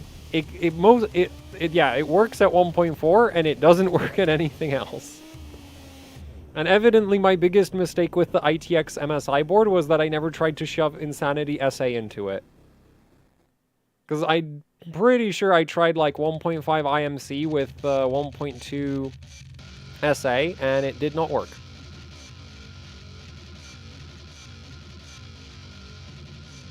Or 1.25 SA as well. Have you tried retraining?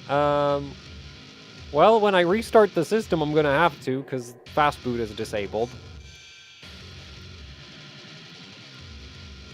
Yeah, the issue is, like, since I made that video with the B660 Strix, like, there's been a lot of BIOS updates, so those settings aren't likely to work.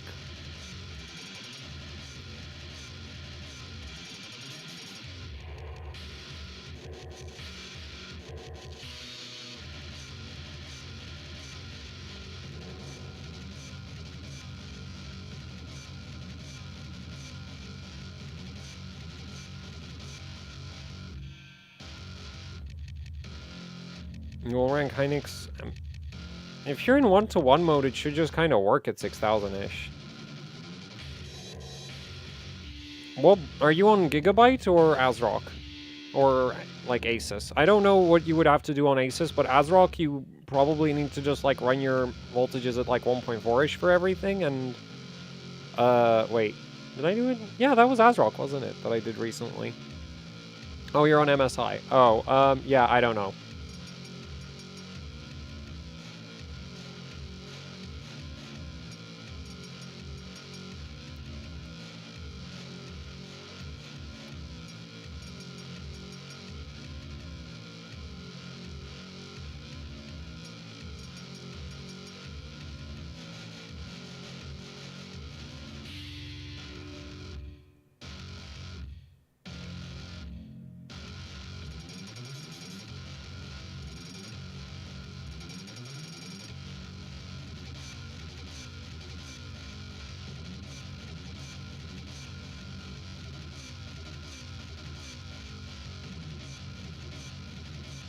How much SA voltage do you think is needed for 4x16 at 6,000?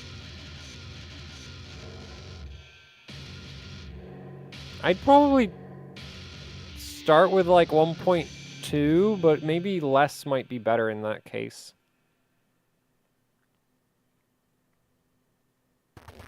This would work with 1.3 SA, 1.4 TX, and 1.53 IMC.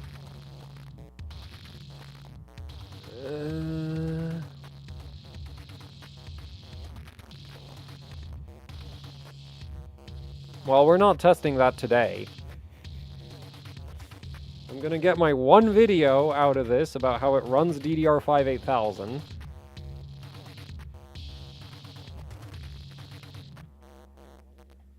And then I'll maybe check if it works at some other combination of voltages, but I really doubt it will. Is 40 or 36 ohm ODT safe bet for DDR4 gear down mode on Gigabyte? Because for other boards, off the top of my head, I don't know. Also, I'm pretty sure on most boards, auto ODT works fine in 1-to-1 mode. MSI Asus. I'm pretty sure auto should work for 1-to-1 mode just fine.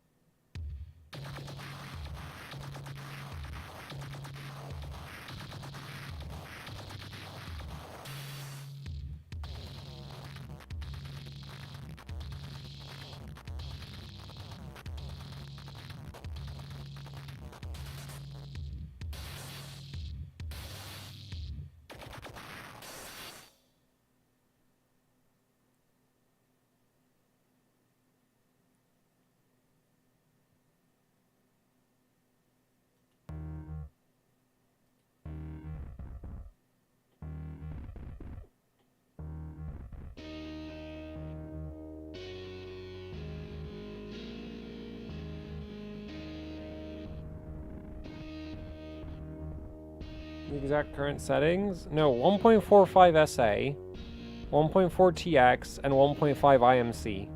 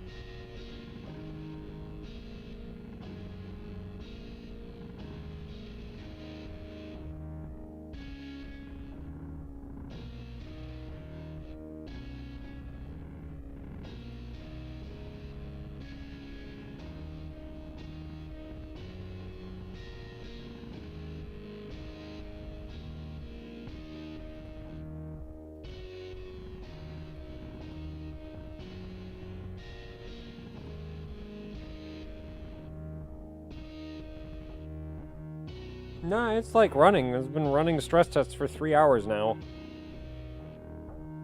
1 hour Y cruncher and 2 hour...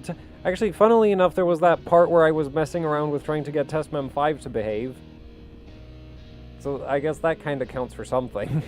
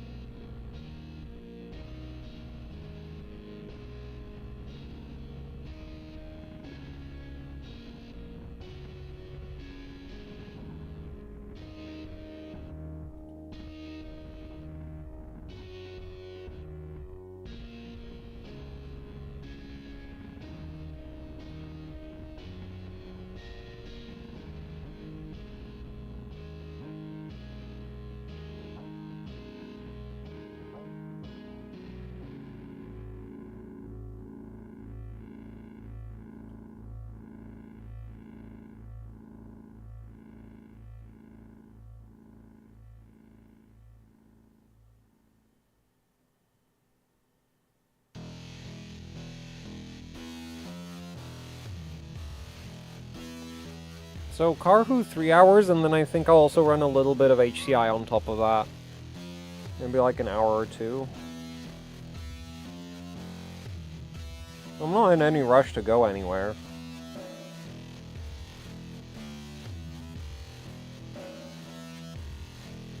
Oh, and now the 7800 would stop working as soon as I tighten the timings on the ITX board. Evidently, I wasn't raising system agent voltage enough. Which would kind of make sense, because when you tighten the timings, it puts more stress on the memory controller.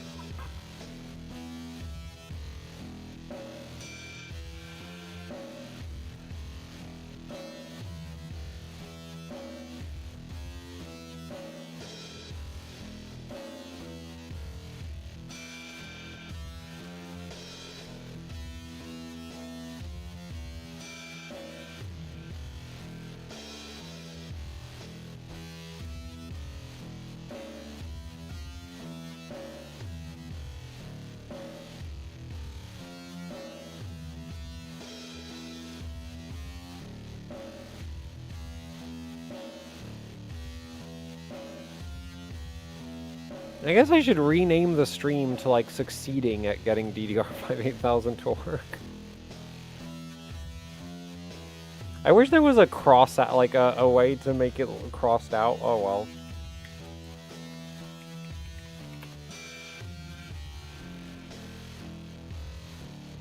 That's spelled correctly, right?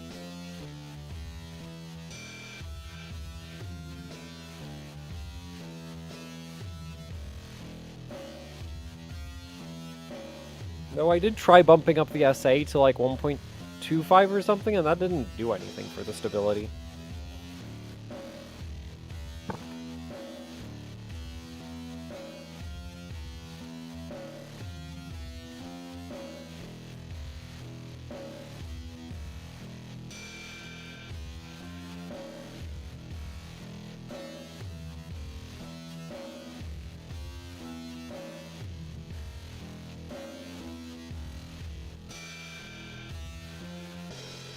Did you try 1.3 SA? What, on the ITX yesterday? No. I just gave up on 7800. I dropped it to 7600 and the stability immediately cleared up.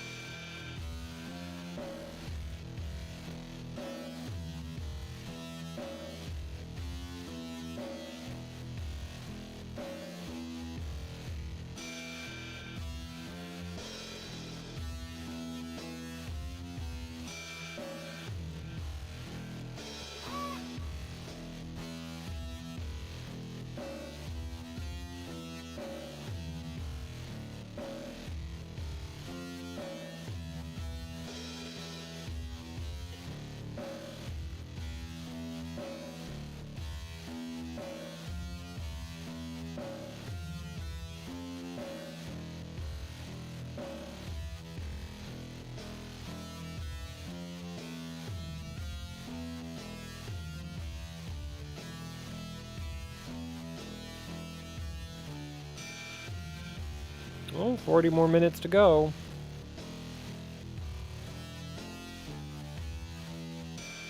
Oh yeah, probably a good idea to end the stream before, like, it goes over the 12-hour limit again. We're at 8 hours now. Wait, it works? Yeah, because we're running just completely stupid voltages.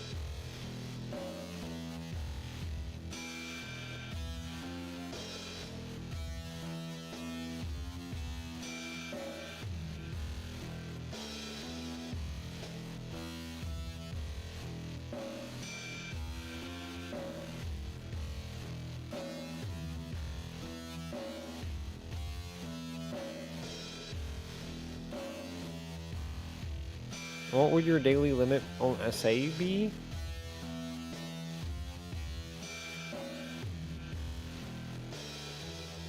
I'm normally, like, if I was pushing DDR4, I'd be willing to go up to, like, maybe 1.4, 1.45-ish. Like, if it's scaled, I'd probably go that high. Never thought I'd see that working at, like, DDR5 speeds.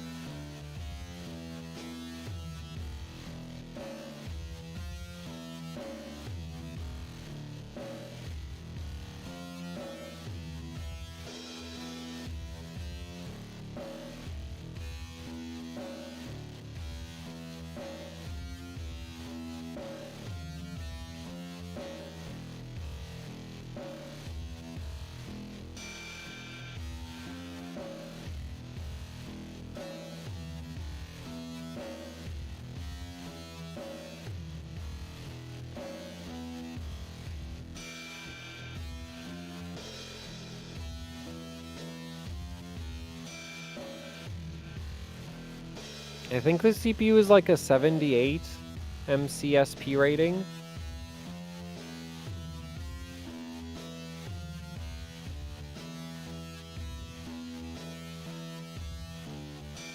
Because I have run it before.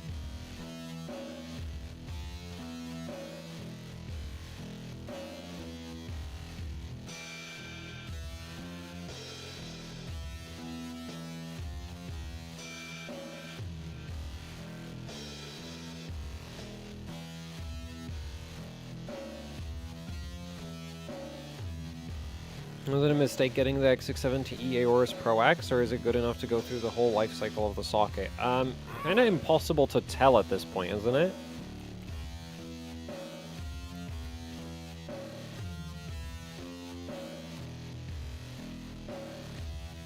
Also, yeah, like, kind of impossible to tell. Like, there's no way of knowing... No way to know if, like... I mean... Like, yeah, like, there's no way of knowing if, like, the boards will get, like, drastically better with one of the later chipsets. I kind of doubt it.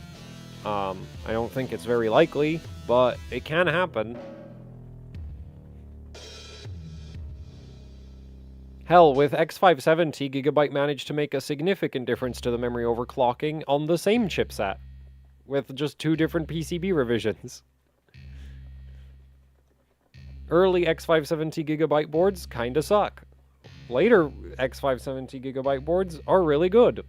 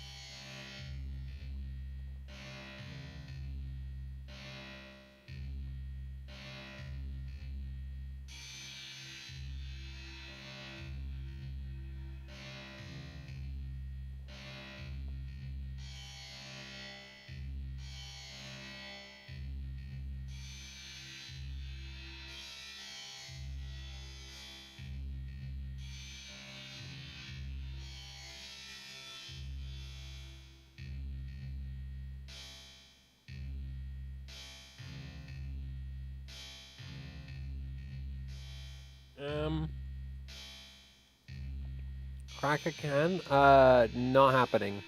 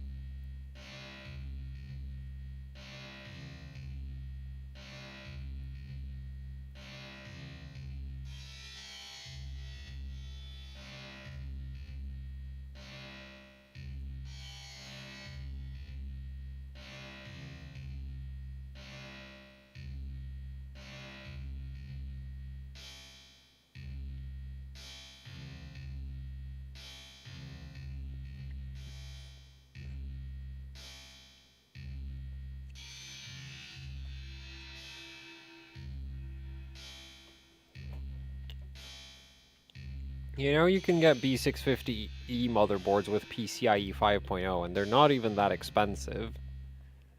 Also, unless you're planning like a 4090 class card, I don't think PCIe 5.0 is going to be like relevant to GPU performance for a while.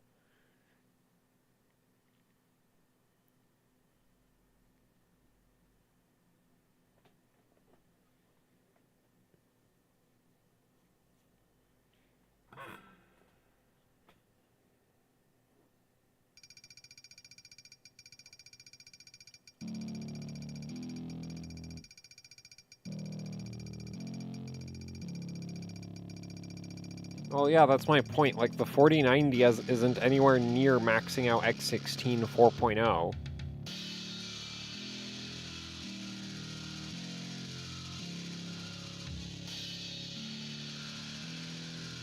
Have you tried OCing the 8700G? No, because I don't have one. Yet.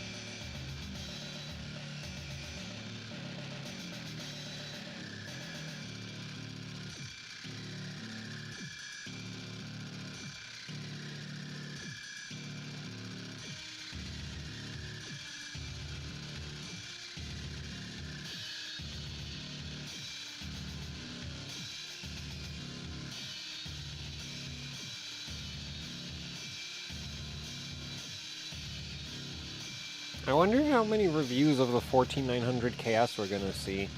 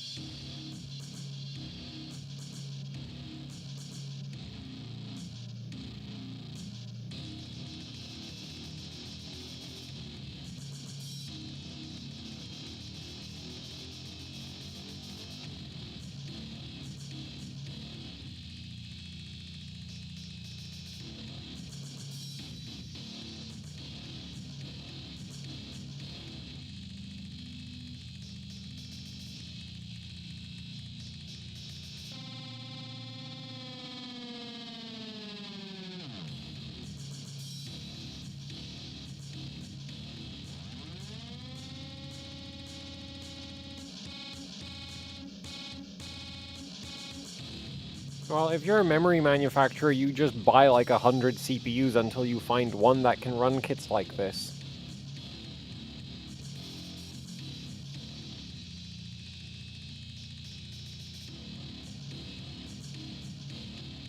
Like, you're gonna buy a bunch of CPUs for memory testing anyway, so like... You're gonna have a stack of CPUs, you may as well figure out which ones are the best and which ones are the worst.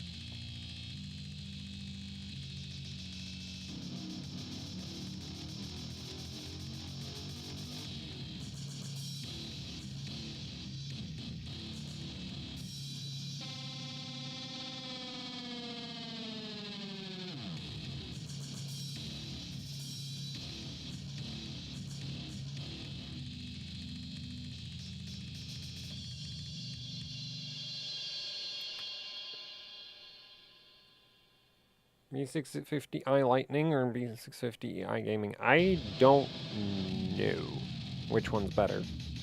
I've not tried I've not tried either of them, and like I'm not aware of any tests for either of them.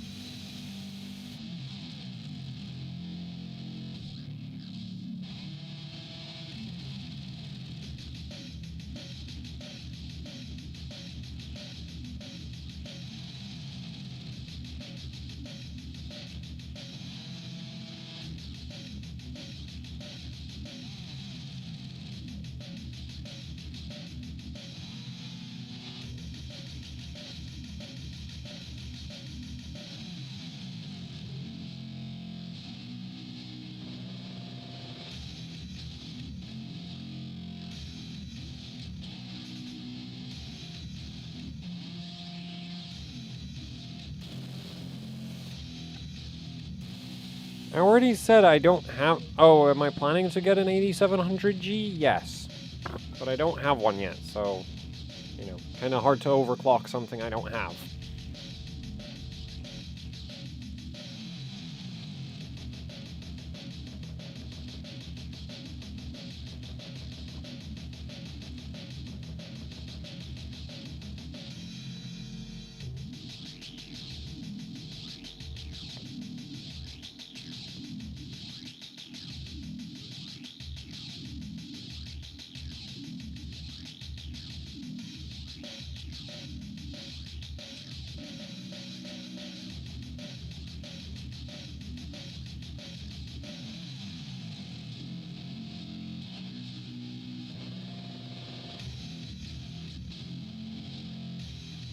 What does monolithic CPU mean? Yeah, it means everything in one die. I mean, like, the issue with that is, like, would you consider, like, really old CPUs that had a North Bridge monolithic?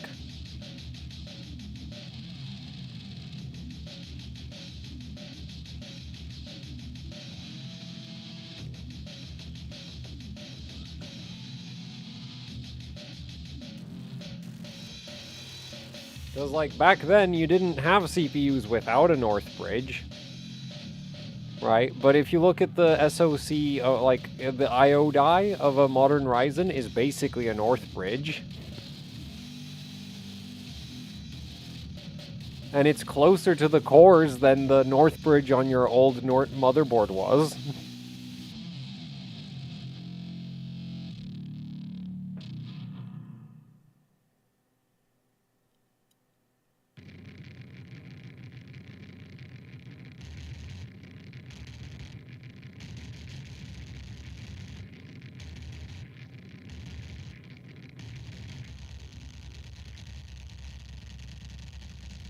I'm about to fall asleep. Like, yeah. Like, honestly, I'm kind of thinking about just, like, starting HCI and then going to bed, probably.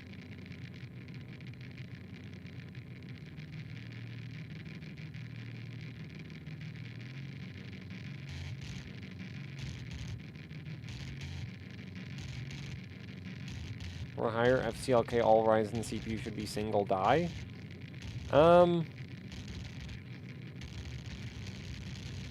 Like, yeah, that would improve the FCLK.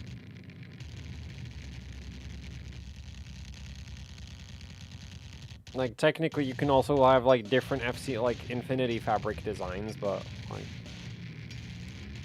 Generally speaking, the monolithic Ryzens clock the Infinity Fabric higher. Actually, well, like, if you look at, like, Ryzen 1st Gen, the FCLK on that doesn't really go that high. And it's monolithic. Right? Like, AMD, like, the I.O. die wasn't a separate piece of silicon until Zen 2.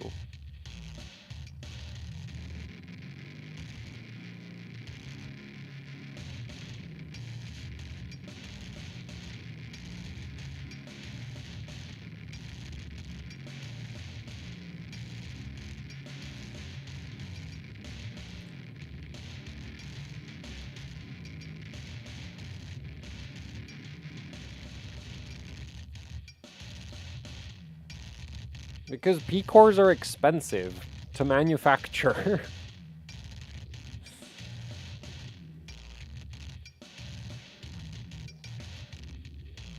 E-cores are really cheap to manufacture.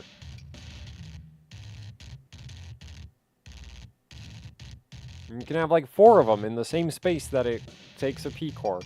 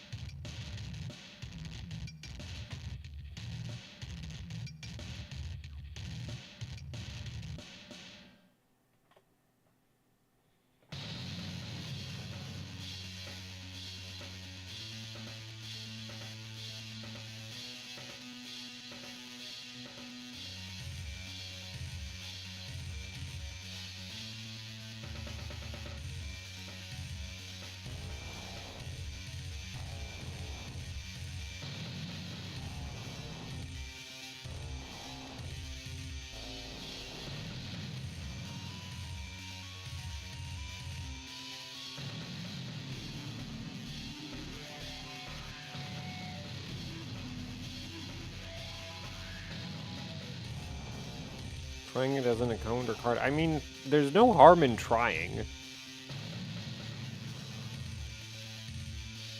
Like, you can always pull it out if it doesn't work.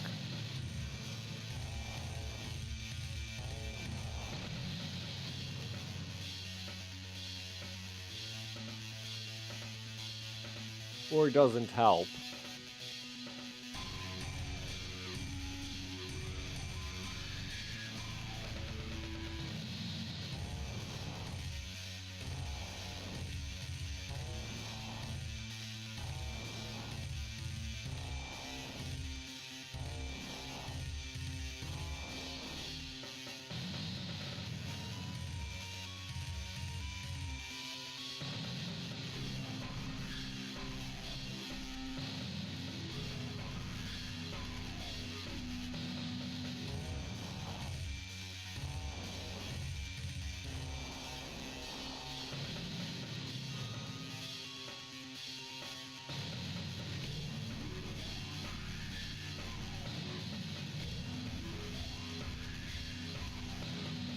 Any B650 boards with asynchronous VCLK? Yeah, the Tai Chi, the Master from Gigabyte, and that's it.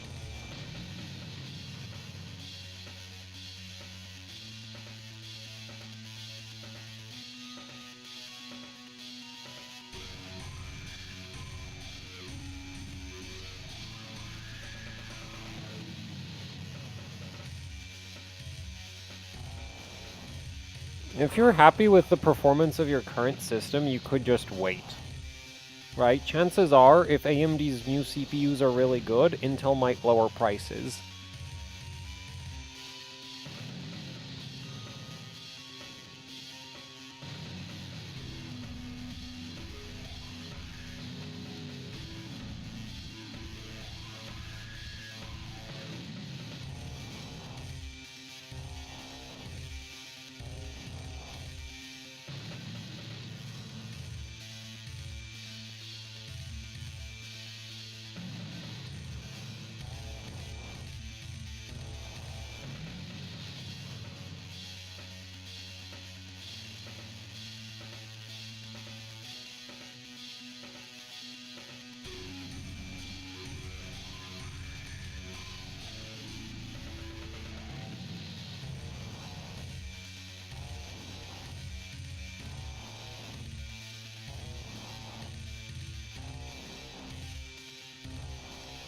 Is it the same CPU from yesterday? Yes. Like, I didn't get enough super chats on yesterday's stream to buy another 14900K.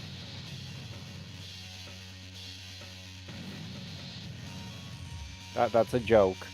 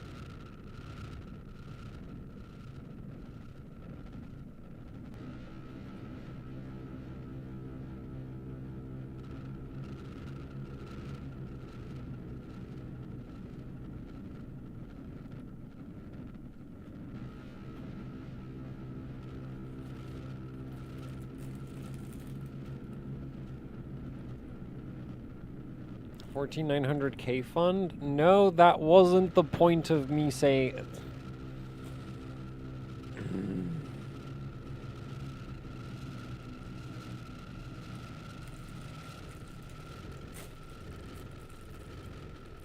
That's what I get for saying that.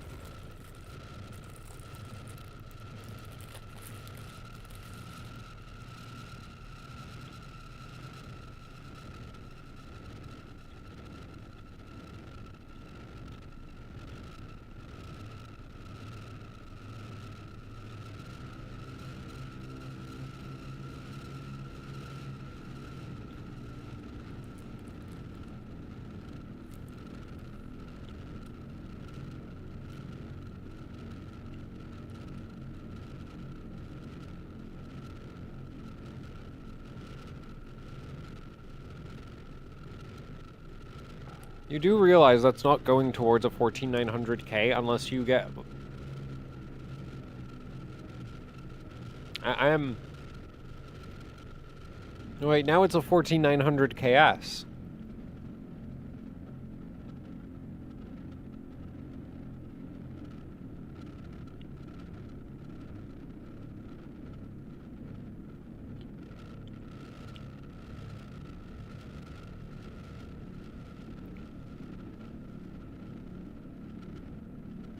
I give for the value you provide. Okay, you're fine then. Luca guy is not fine.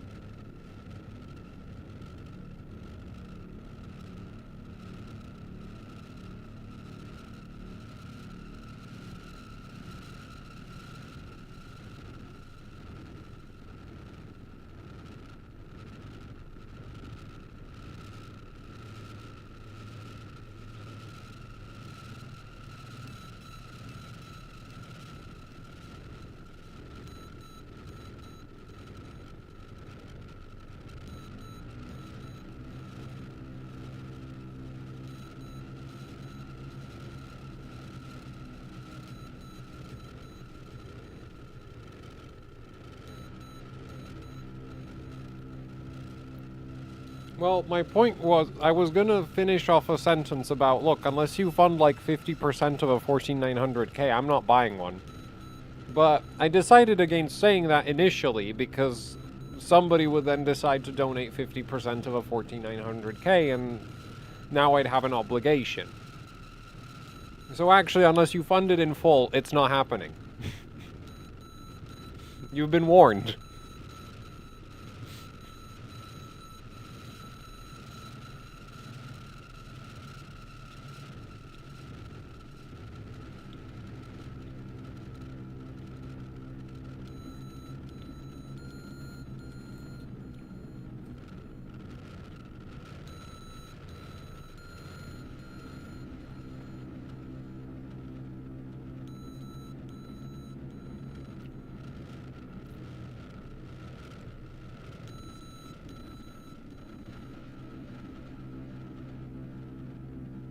Donate towards an 8700G fund? Well, an 8700G is gonna happen.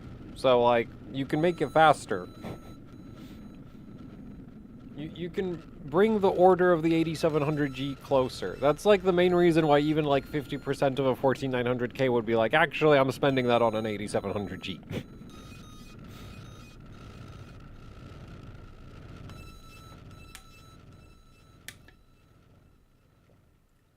Wouldn't necessarily be against a 14600K or a 14700K, though. Because it's like, it doesn't really make a difference as far as the memory controller is concerned.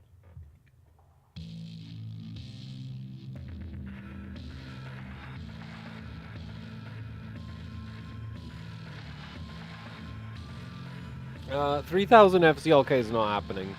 I think the best one I've heard of is like 2700, and that it's like a boot FCLK instead of like do anything.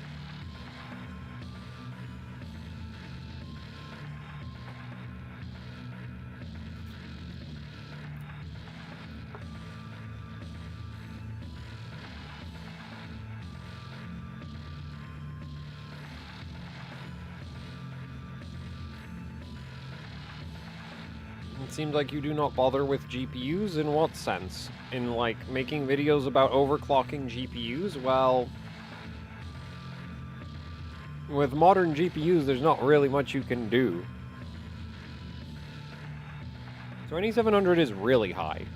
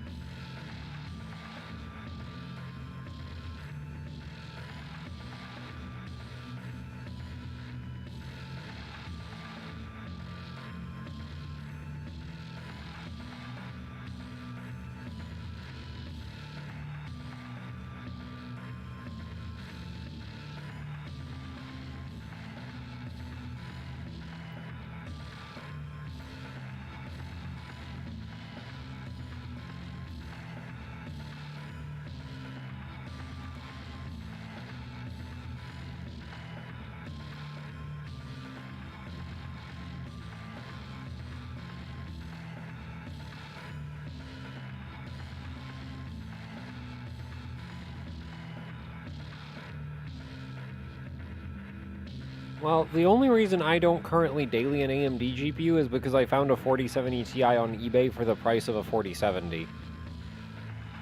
Mostly because it was broken. And still is kind of broken, because my solution, the problem with the card is that, like, it has, like, this weird fan speed bug, and so my solution to the fan speed bug was, like, well, if we remove the fans and replace them, then it can't have a fan speed bug.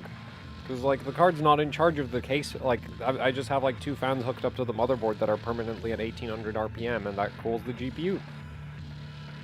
Problem solved.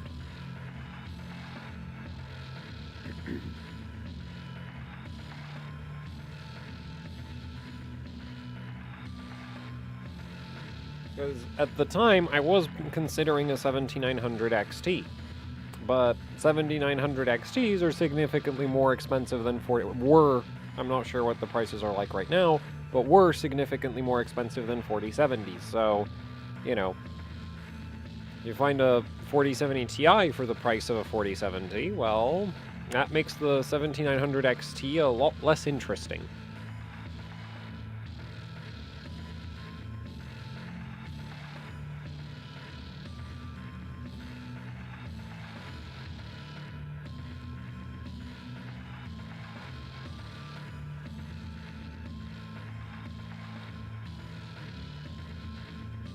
Also, with the GPUs, it's not that I don't bother with them, it's that, like, for the motherboards, I get a lot of review samples. For GPUs, getting review samples is a lot more difficult.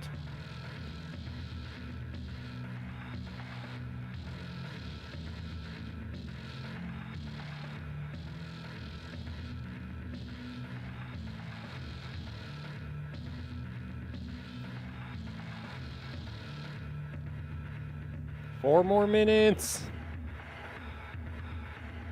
I think for HCI, it's just going to be like, if it starts, I'm going to end the stream. Like, if it doesn't do anything weird with the thread allocation. Because, yeah, I want to finish. We don't need to do another 12-hour stream.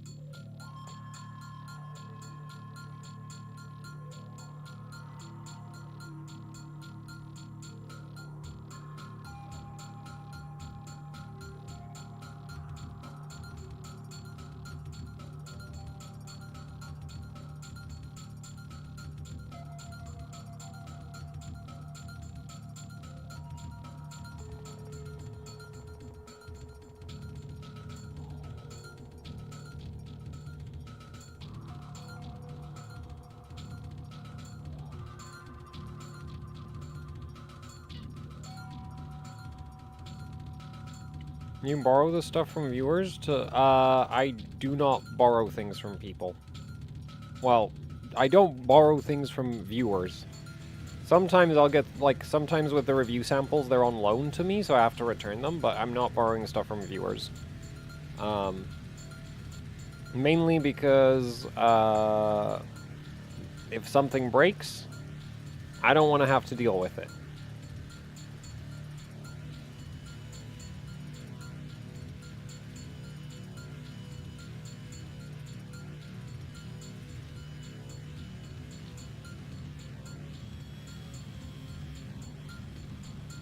B650E-F a good motherboard?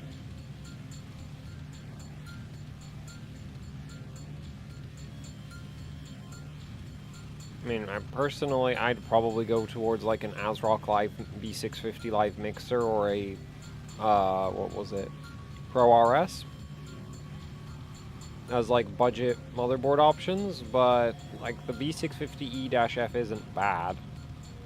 Also, I don't know what the current pricing is on it, but when I first got it, like, the price, in my opinion, was kind of ridiculous for it.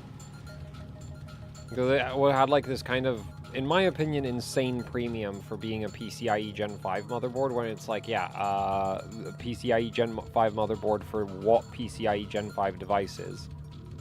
And I guess you could say, oh, well, M.2s, but you can get a Gen 5 M.2 slot on a lot of motherboards that are cheaper than that.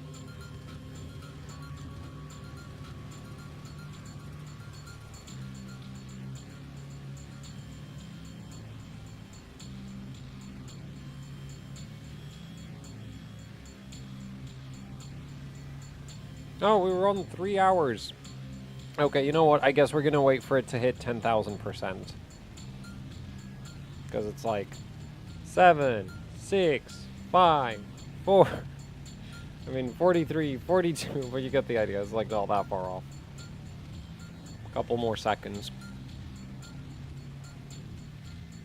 And so, of course, it's gonna error out right now. It's gonna error right now.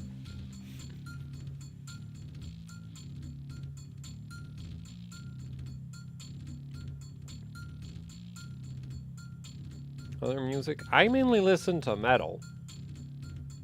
And like pop punk.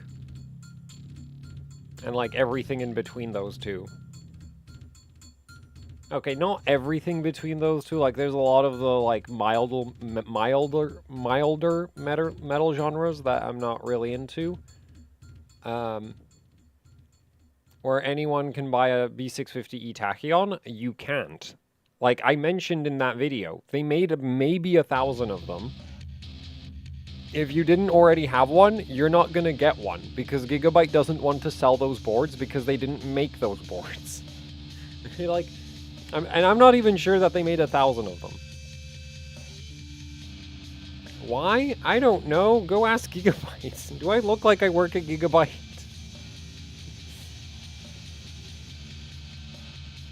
Okay, let's see if HCI still has issues with the error cores.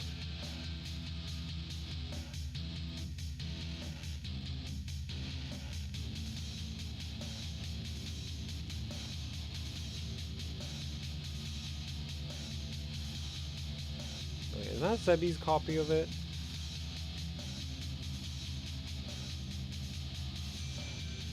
Yeah, it looks like it.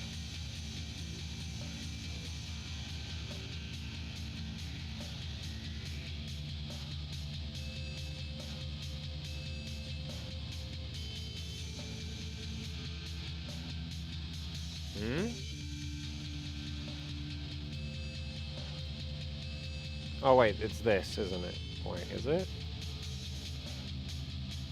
Oh, it is this.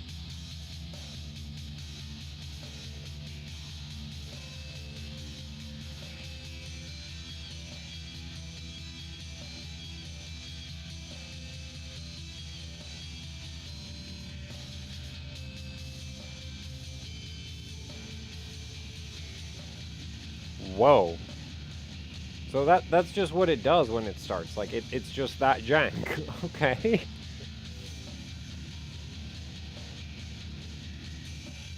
Well, at least it seems to handle the error cores correctly. Well, that's good news.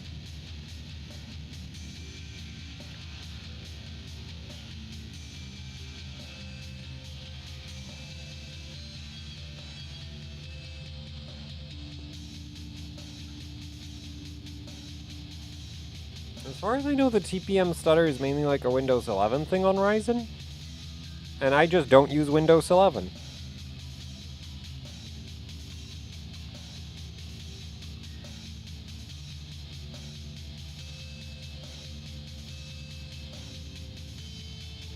I will literally switch to Linux before I use Windows 11.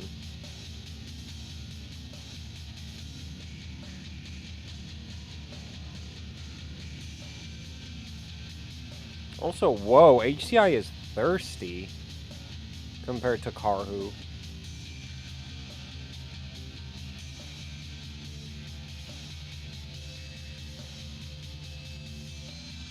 Like, it's pulling almost as much power as Y-Cruncher was.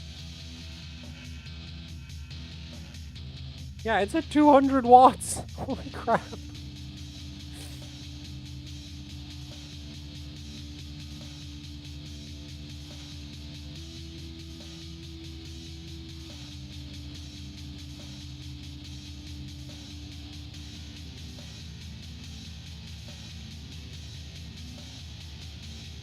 I've been listening to a ton of jokes recently. I've never heard of them.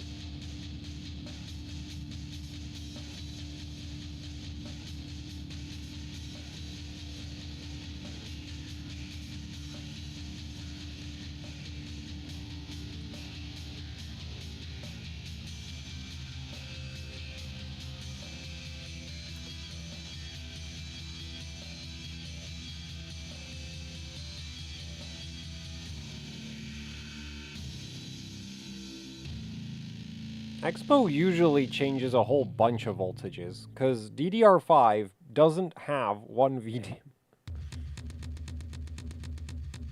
Anyway, I think I'll end the stream here. And I guess for HCI, I'll just go with the usual, wait for it to reach 400%. A minimum, like, coverage percentage.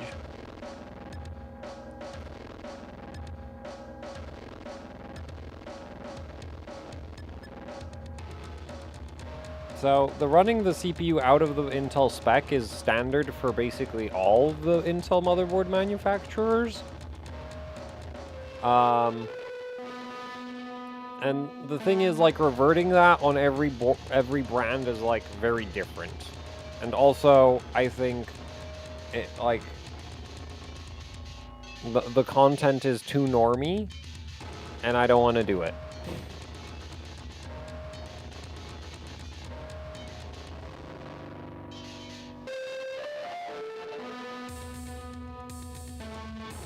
Wait, have test complete. Oh no.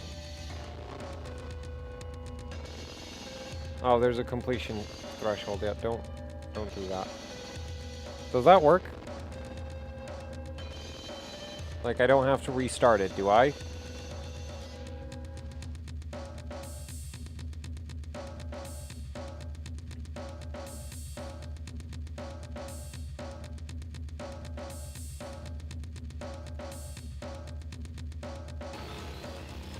Okay, I guess at this point I'm restarting it, aren't I? Oh well, it's not like it was it's not like it got that far.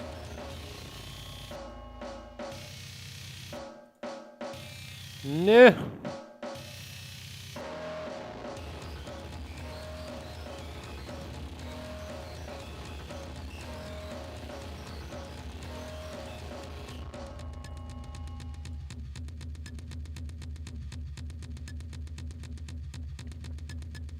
Okay, test complete actions are disabled, and now we just press burn.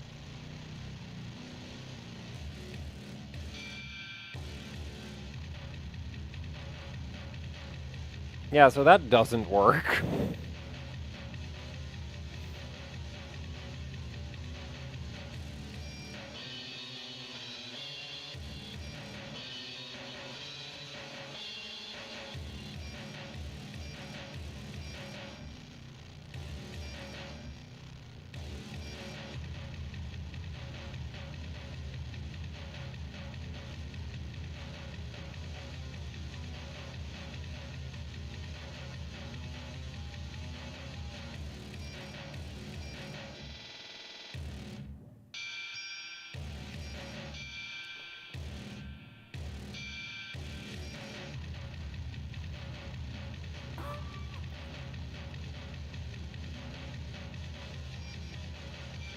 Okay, I think that'll be it for the stream.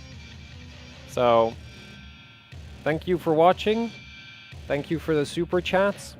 A big thank you to Speed Fastest for suggesting the voltages that like are working here. First person to actually make a good suggestion instead of just not. And goodbye, I guess. Oh right, and we're on YouTube, so like, share, subscribe, you know, do the influencer things for me. Thanks. Bye.